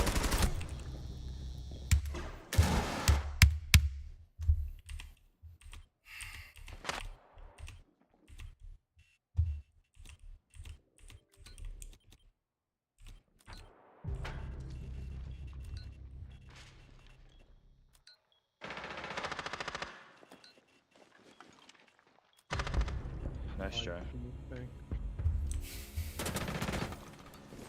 He just went to the headers. Not headers, the freaking wall. Reopened. That's fucking ridiculous, dude. Goddamn Emerald 2 in our fucking lobbies, man. This is stupid.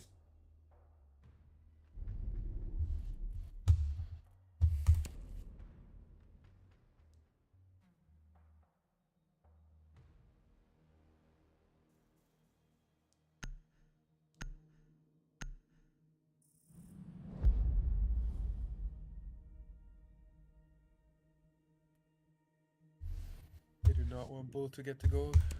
No, they fucking don't, man. This is fucking stupid. Why the fuck are we queuing against an Emerald 2?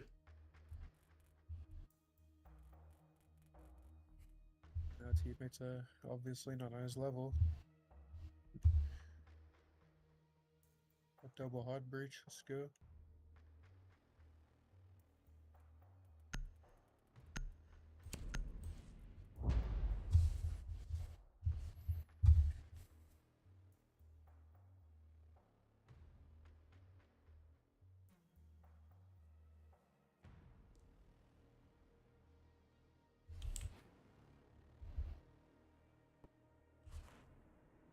If I had my controller, it'd be an entirely different game.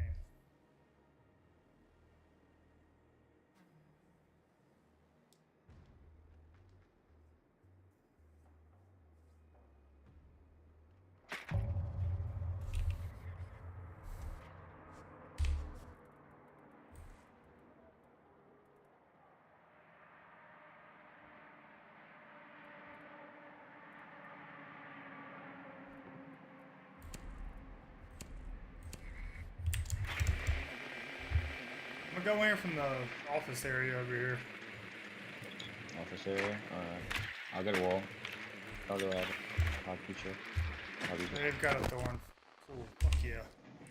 Yeah, two brow. Two brow can't stop the wall. Last one's thorn. This is also open. Let's look at the ones that traps this guy.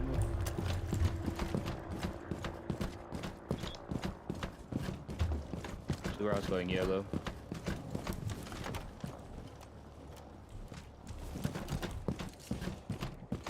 The wall, be careful with the window.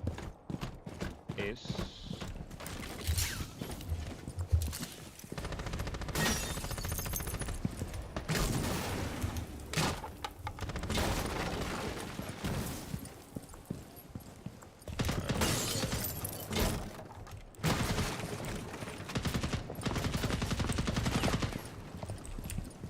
I'll join you out.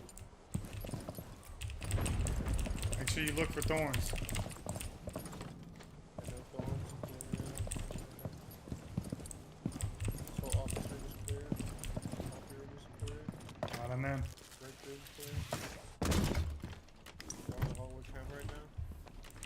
was on the stairs. Warden walking up to you. Warden walking up to you. There's 2 people, by the way. Oh. What the fuck? Didn't finish down. Stop doing that.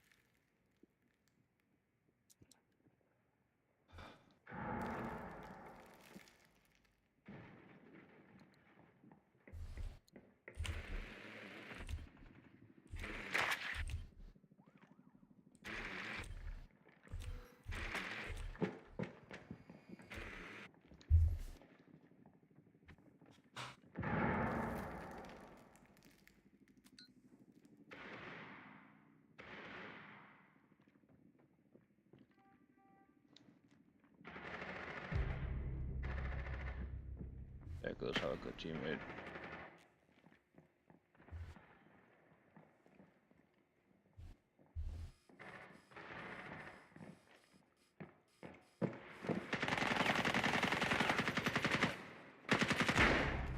Bro, what it is 1 HP?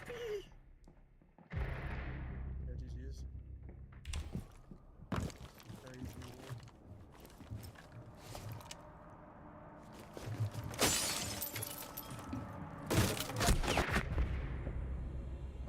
Yeah. Imagine that.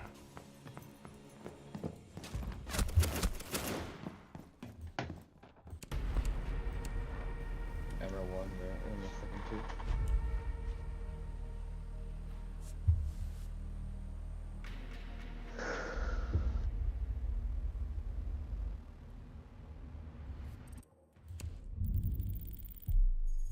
Cool. Alright, I'm gonna play one more.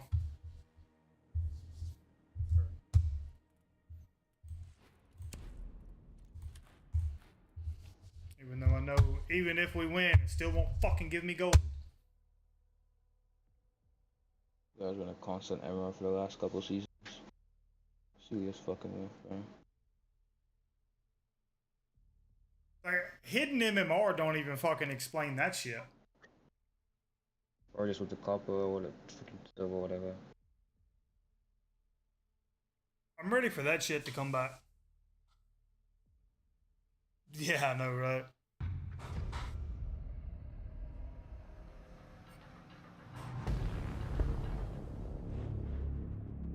An emerald should not be able to queue with a fucking copper. But what's fucked up is clearly the copper was smurfing. It was a copper tube and he was the second frag.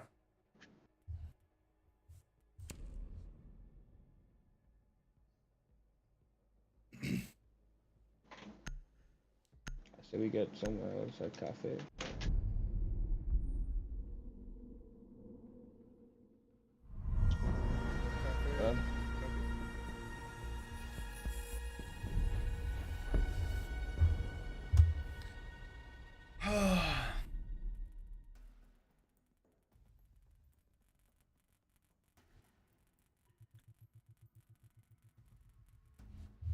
I'll say Valk.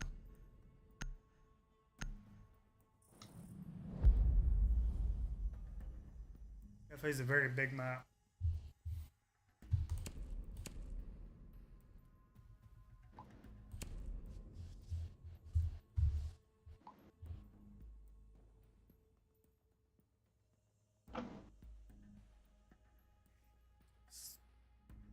Need a gridlock and a, well, I guess that'll work.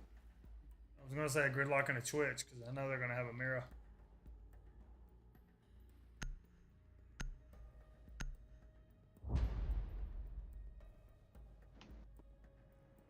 Oh, I feel like I need to buy another keyboard to have one on standby because I'm gonna end up breaking this one. That poor space bar. When I died of bullshit, I beat the fuck out of that space bar. That's not good. Just being honest. The first step to recovery is admitting your mistakes.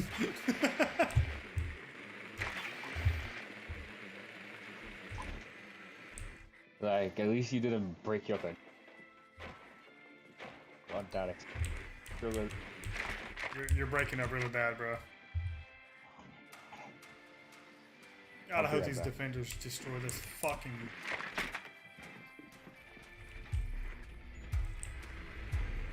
I think that was a Denari. I was saying, controllers are more expensive than keyboards, so this is a keyboard you're breaking, because keyboards are not that expensive, at least decent ones. Bro, there's a Rudy was just throwing downstairs. None of my teammates saw him. He was just prone on the garage wall. None of my teammates saw him. He was blending in or something. Oh, I didn't hear on that side, so. And I did get the kill. Oh, good teammate is very far up. There's a guy right here. Here you can shoot him. There's a cave right here. Hatch. Run that hatch. You shoot the mid jammer. Oh yeah, I got you. He's right. Still there. Still there? I don't see him. Got an echo drone. Where is he? Tagged him. 2 people are watching him.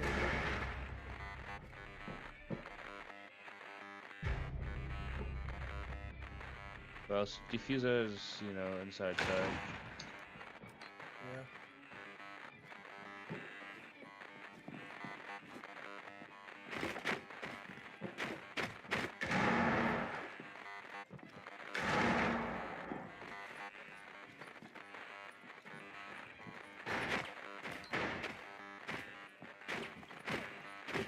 We have to do something else.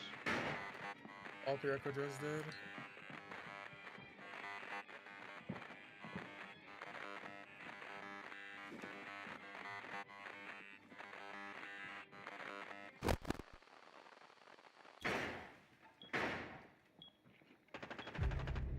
Mute. Dead. Well, do I have a drone up there, right? Well, can you watch my drone up there? Tell me if I'm going.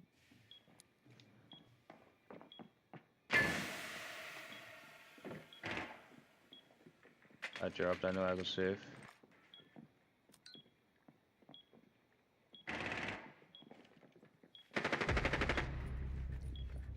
Going in.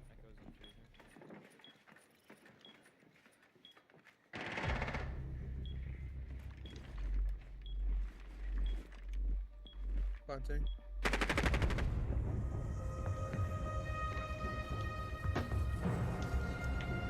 There's a lost other keep on the side though.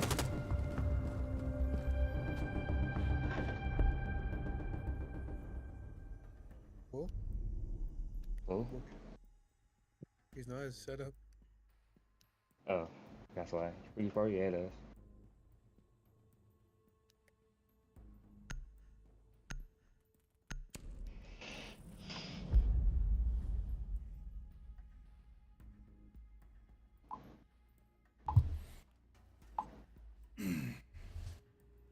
Oh, you came back? Yeah. Well, you didn't see our epic clutch. No, did not. I'm sure Bubba was glazing us in right there, you know? Right, Bubba? No, he didn't. He didn't say anything. Wow.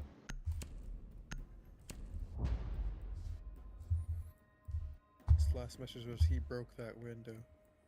Yeah, talking about Punka the last round on Consulate. Punka broke the window, dude shit on him. Makes sense. He said, "What up? I'm here." I don't know if he's seen it or not. Okay. Doesn't matter anymore. I've moved on. Oh, okay, cool. Their kitchen. They have a mirror. Or a mirror, fucking Aussie. Mute. I'm Mozzified.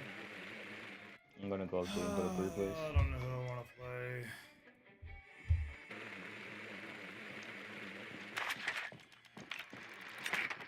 that's a mute. Oh, Flores. Smoke. This dude's Smoke whispering in his 30. fucking mic, bro. Who, one of our teammates? Yeah. Might be me. I don't even know what Paul said. This dude's selling our game, bro. He said this Me? dude's whispering in his mic. Oh. Fallen's upstairs, there's a Fallen. There's a Fallen trap somewhere in this room. Oh, there it is. Let's give it. You fucking bitch. Alright, there's a Fallen trap. She's still there. So. Let me see if I can drone out and find her. Oh, Rooney's upstairs as well. There's another Rooney.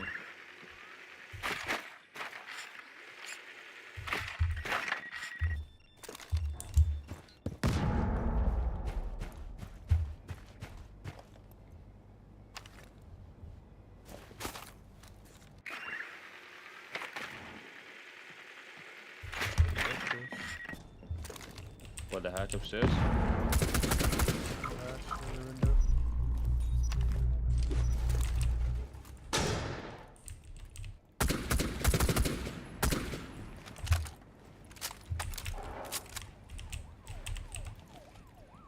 There's 2 Fallen traps in this room.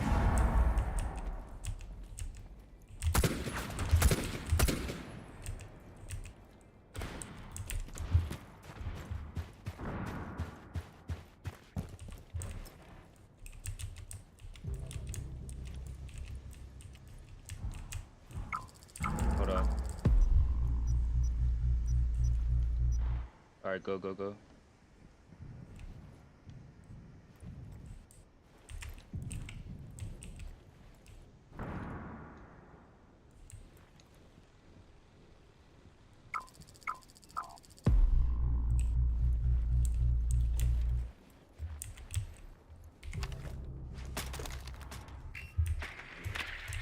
If you got knocked purple, can you get him?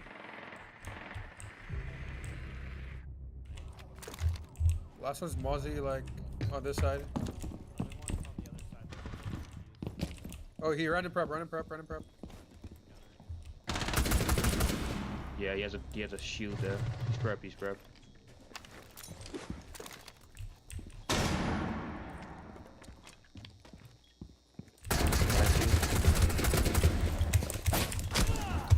Oh.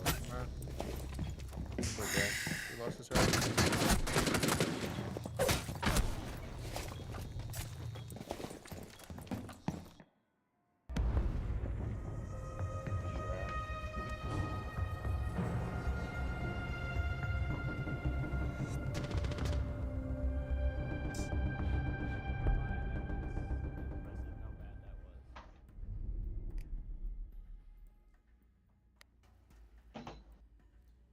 Alright, if we want to get this done. I'm saying a mute, maybe.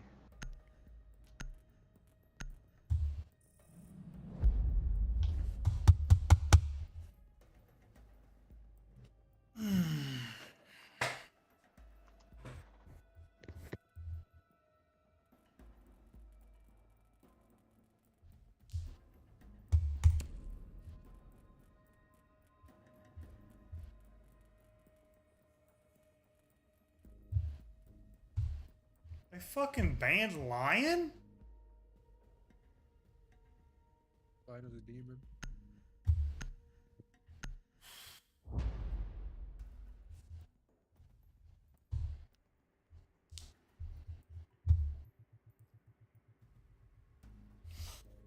I probably should have dropped earlier, I guess. I want to hold the vid just in case. I'm gonna drop with me. Yeah, but I was holding vid. Actually die off that. 2 people on the one guy. I dropped and smoke. I got smoke immediately. But I tickled Mozzie. That's the problem. I tickled Mozzie. Right? Nice, sure. They have a visual. Hey, let me run Bravo. I can't do shit. Alright.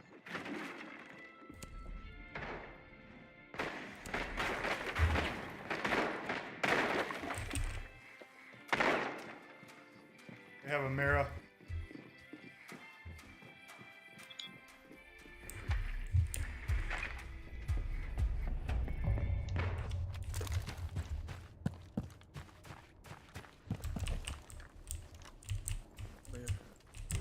Nice. Where?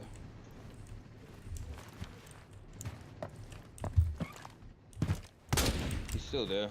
Okay. Freaking tickled me. Half my freaking HP gone now. The mirror.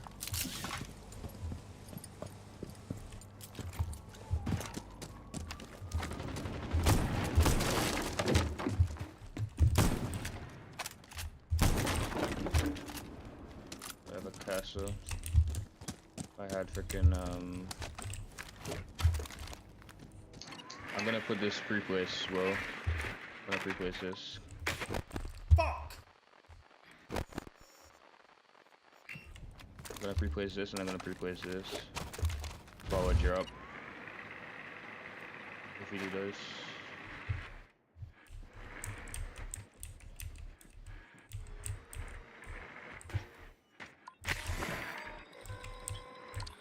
Gotcha, bitch.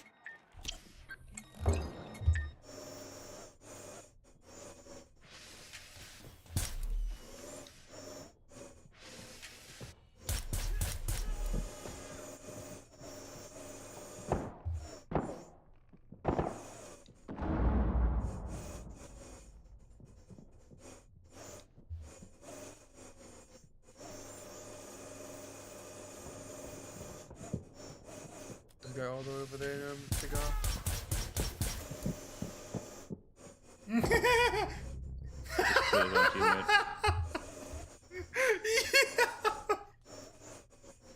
Oh fuck! Oh shit!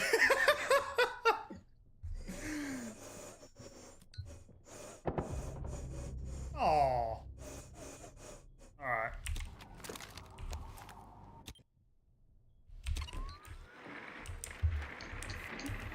I was having such a fun time with that, dude.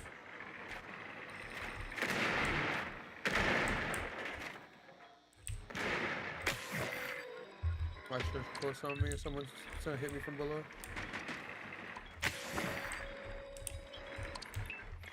Oh fuck yeah! I got two of them, bro. Can we plant? I just realized I have diffuser. Aw. Wait, it's on bomb chassis, A-bomb. My sure is inside freezer. I didn't know he was inside freezer. Yo, what is Twitch doing? Twitch, go get the diffuser flag.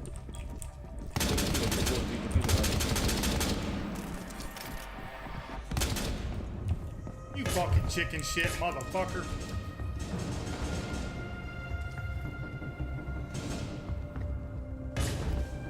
I didn't know the Valk was just standing there, bro.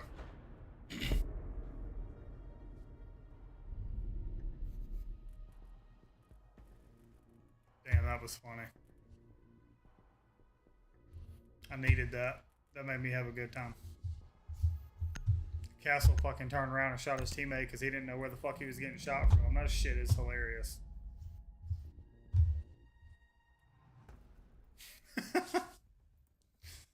Fire went and killed my toy. Fucking dick. Glad to. I was having fun playing with that dude. That shit was hilarious. He didn't know what the fuck was going on. No, I don't know why the fuck we're going downstairs. So who's on the upstairs? Who's that downstairs? That was upstairs.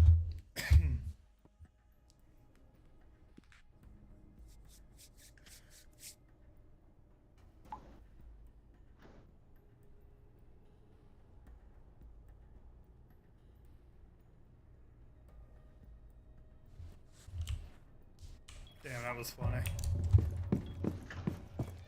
Dude, I forgot he dropped.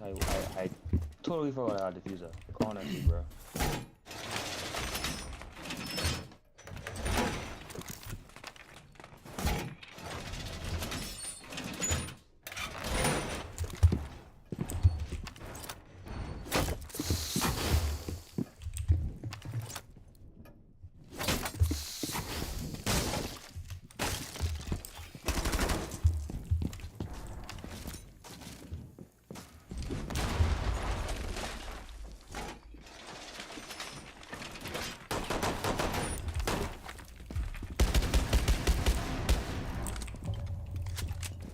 I'll make it Fable, just move.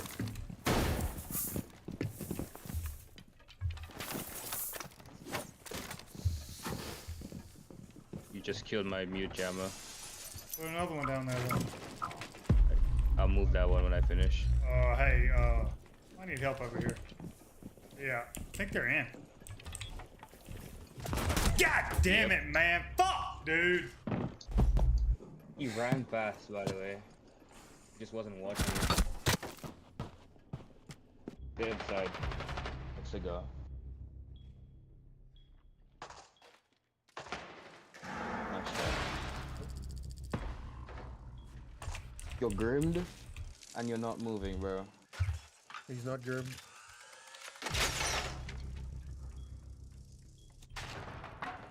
He's not? No. What is grimmed? Jesus. What? Jesus. The 1v1 now. Cigar.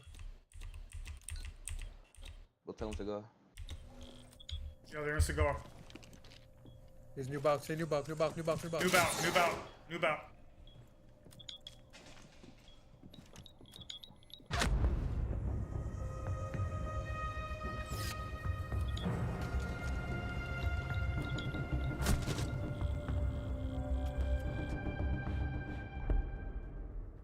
All right.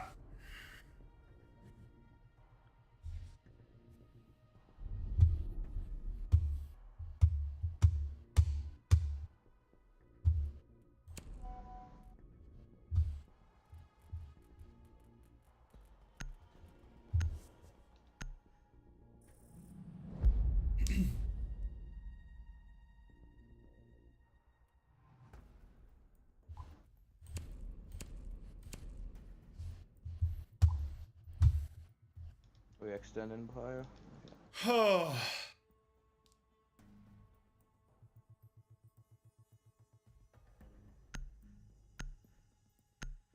I can't believe this shit.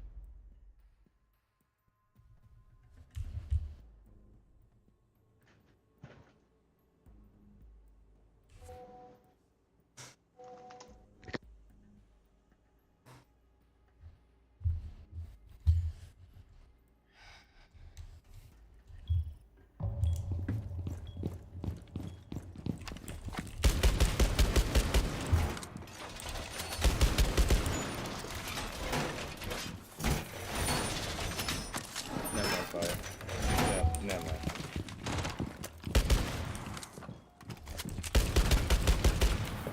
I mean, we could extend still. Well, boo.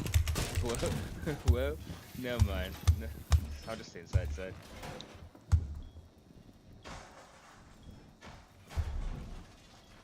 Hey, dog. You see head holes on the wall. Why the fuck would you reinforce it? Gonna get you banned, bro. Well, you're gonna get banned, bro. You need to stop cursing at these children, bro. Well, let's all just set in sight so Fuse can kill us all with one fucking Fuse charge. We're gonna. They're already getting Frieza. Not Frieza, freaking Did he drop? It's mine. It's mine. Goddammit. No. Go get it. I'm not coming to get a kill, bro. I'm getting drops, bro. I'm so hungry, bro. I'm so hungry. There's a black bed. Sends and black bed. Push it together. Oh, big. You're on the Coming. lower. Sense dead. Pushing my fire. Black. There's another one there. Get the defuse. Push out a little. There's three of them. All three of them were there. I had to push out. Go, run.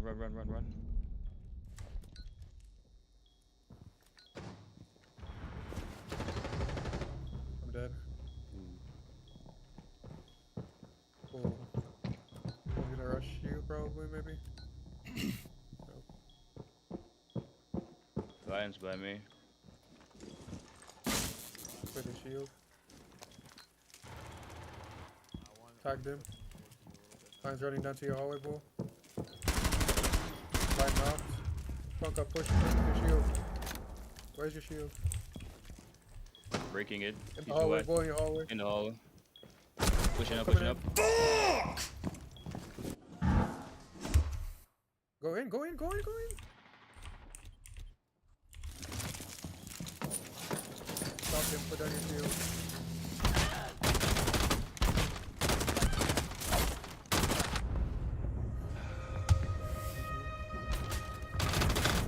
Okay, there is like the only exit out of basement. Bend your head over.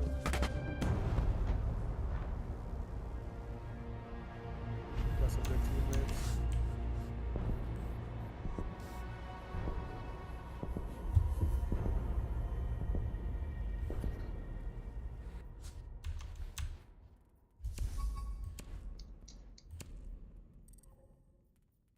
God damn it. Back out. Bullet's not quick into the game.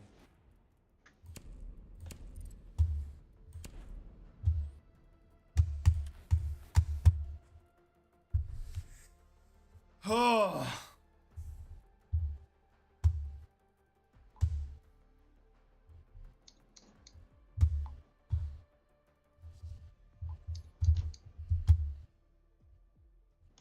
Man, this has not been my fucking night. Get absolutely retarded fucking teammates. Dying to goddamn Amaru.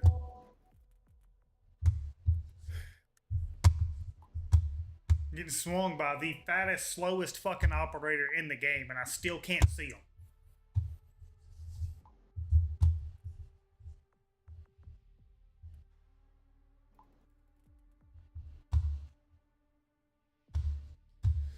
Alright. I'm getting off. There you go. That's going to be it for me tonight. Hope y'all enjoyed watching the Pro League. Hope y'all enjoyed whatever in the fuck my ranked session was.